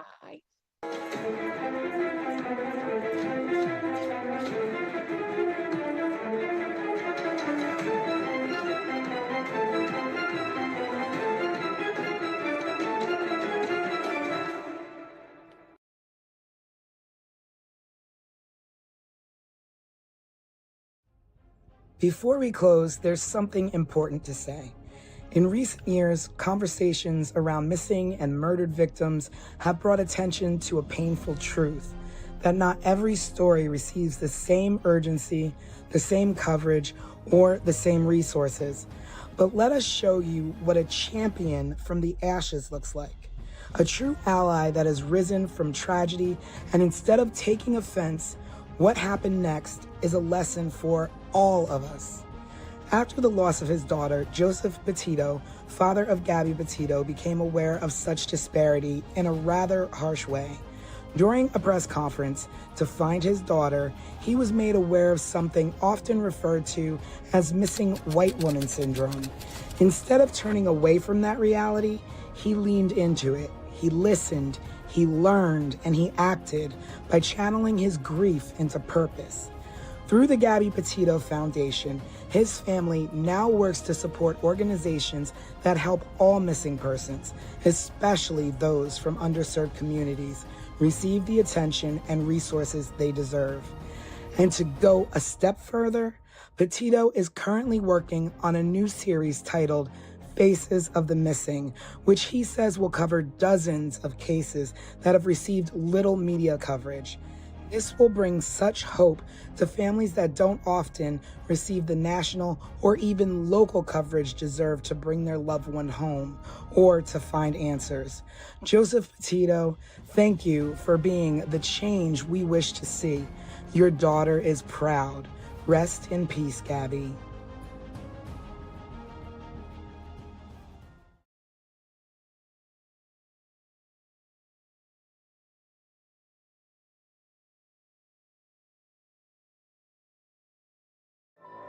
"15 Minutes of Murder," a raw, unfiltered dive into the most haunting unsolved crimes, with your creator and hosts, Tanisha Slater and Craig Chapman. After every episode, they break down the case with resident private investigator Desiree Edwards of Sunshine Investigations and star of VH1's Caught in the Act, Unfaithful. But it's not just their theories, it's yours too. Hello, everybody, and welcome to the first sneak peek of 15 Minutes of Murder, where we're just going to give you a little slice of what our show is about. I am one of your hosts, Tanisha Slater. And I am Desiree Edwards, your resident crime expert. And my name is Craig. We just wanted to give you a rundown of how this series is going to work. Every episode and every story and every case that we go through will start off with a sort of like preview television series that gives a rundown of the case that we're going to be featuring that week. In the first week, we will show this video, and then after that airs, people will be able to submit questions to us. You can also go to our website, 15minutesofmurder.com, and join our Substack. So we'll have a case file there for you to look at, and you can submit questions there. You can submit questions on our YouTube channel and any other social media outlet. And then the following week, we'll deep dive into the case through a podcast where we'll all join in, and you at home will have your questions answered, and possibly one or two of you will join us on the series. Craig, that's a big deal. The viewers get to join us and try and break down what actually happened. We can go from who done it to what's missing to what they missed. And with a resident crime expert, we'll be able to pick apart cases a little bit deeper. And our viewers get to kind of like keep us in line and let us know, Desiree, you think you know everything, but you don't. Here's what I think. See, I'm ready for that part. This will also give not only us, but everybody at home an opportunity to explore things that maybe weren't explored at the time that the cases happened. So alternative theories, things maybe we see that were missed, or any sort of like ideas that we might have or you might have at home. Yeah, I think the best part about this too is that we're going to be featuring all unsolved cases. So it also brings light to the 15 Minutes of Murder, which is also our title, obviously. But 15 Minutes of Murder doesn't mean like 15 minutes of murder. We're going to show you a 15-minute clip. It means every murder somehow gets its 15 minutes of, so to speak, fame. So hopefully with this, with cold cases and unsolved cases, we're bringing to light some things that maybe got overlooked. So you never know what we can crack. I'm hopeful that maybe some of these cases can become solved just from renewed interest, right? And new advancements and crime investigations and all that kind of stuff. So I'm excited. I think this show is going to be hugely beneficial, and I think our viewers are going to enjoy it. And we're going to be covering cases specifically from like the 80s, early 80s, where technology and crime solving was a lot different. It was more boots on the ground. That whole perspective of these investigating agencies just have experience overall that they may not have had 30 years ago. And they can employ those things and get some of these families and communities some closure. Maybe we should also take this time to sort of introduce ourselves in case people are wondering like where we come from and sort of what we're all about. I was a television producer for 20 years in New York, working on some good and some really terrible reality shows at MTV and VH1. And I started at Nickelodeon. And that's kind of how I met Tanisha. Yes, and my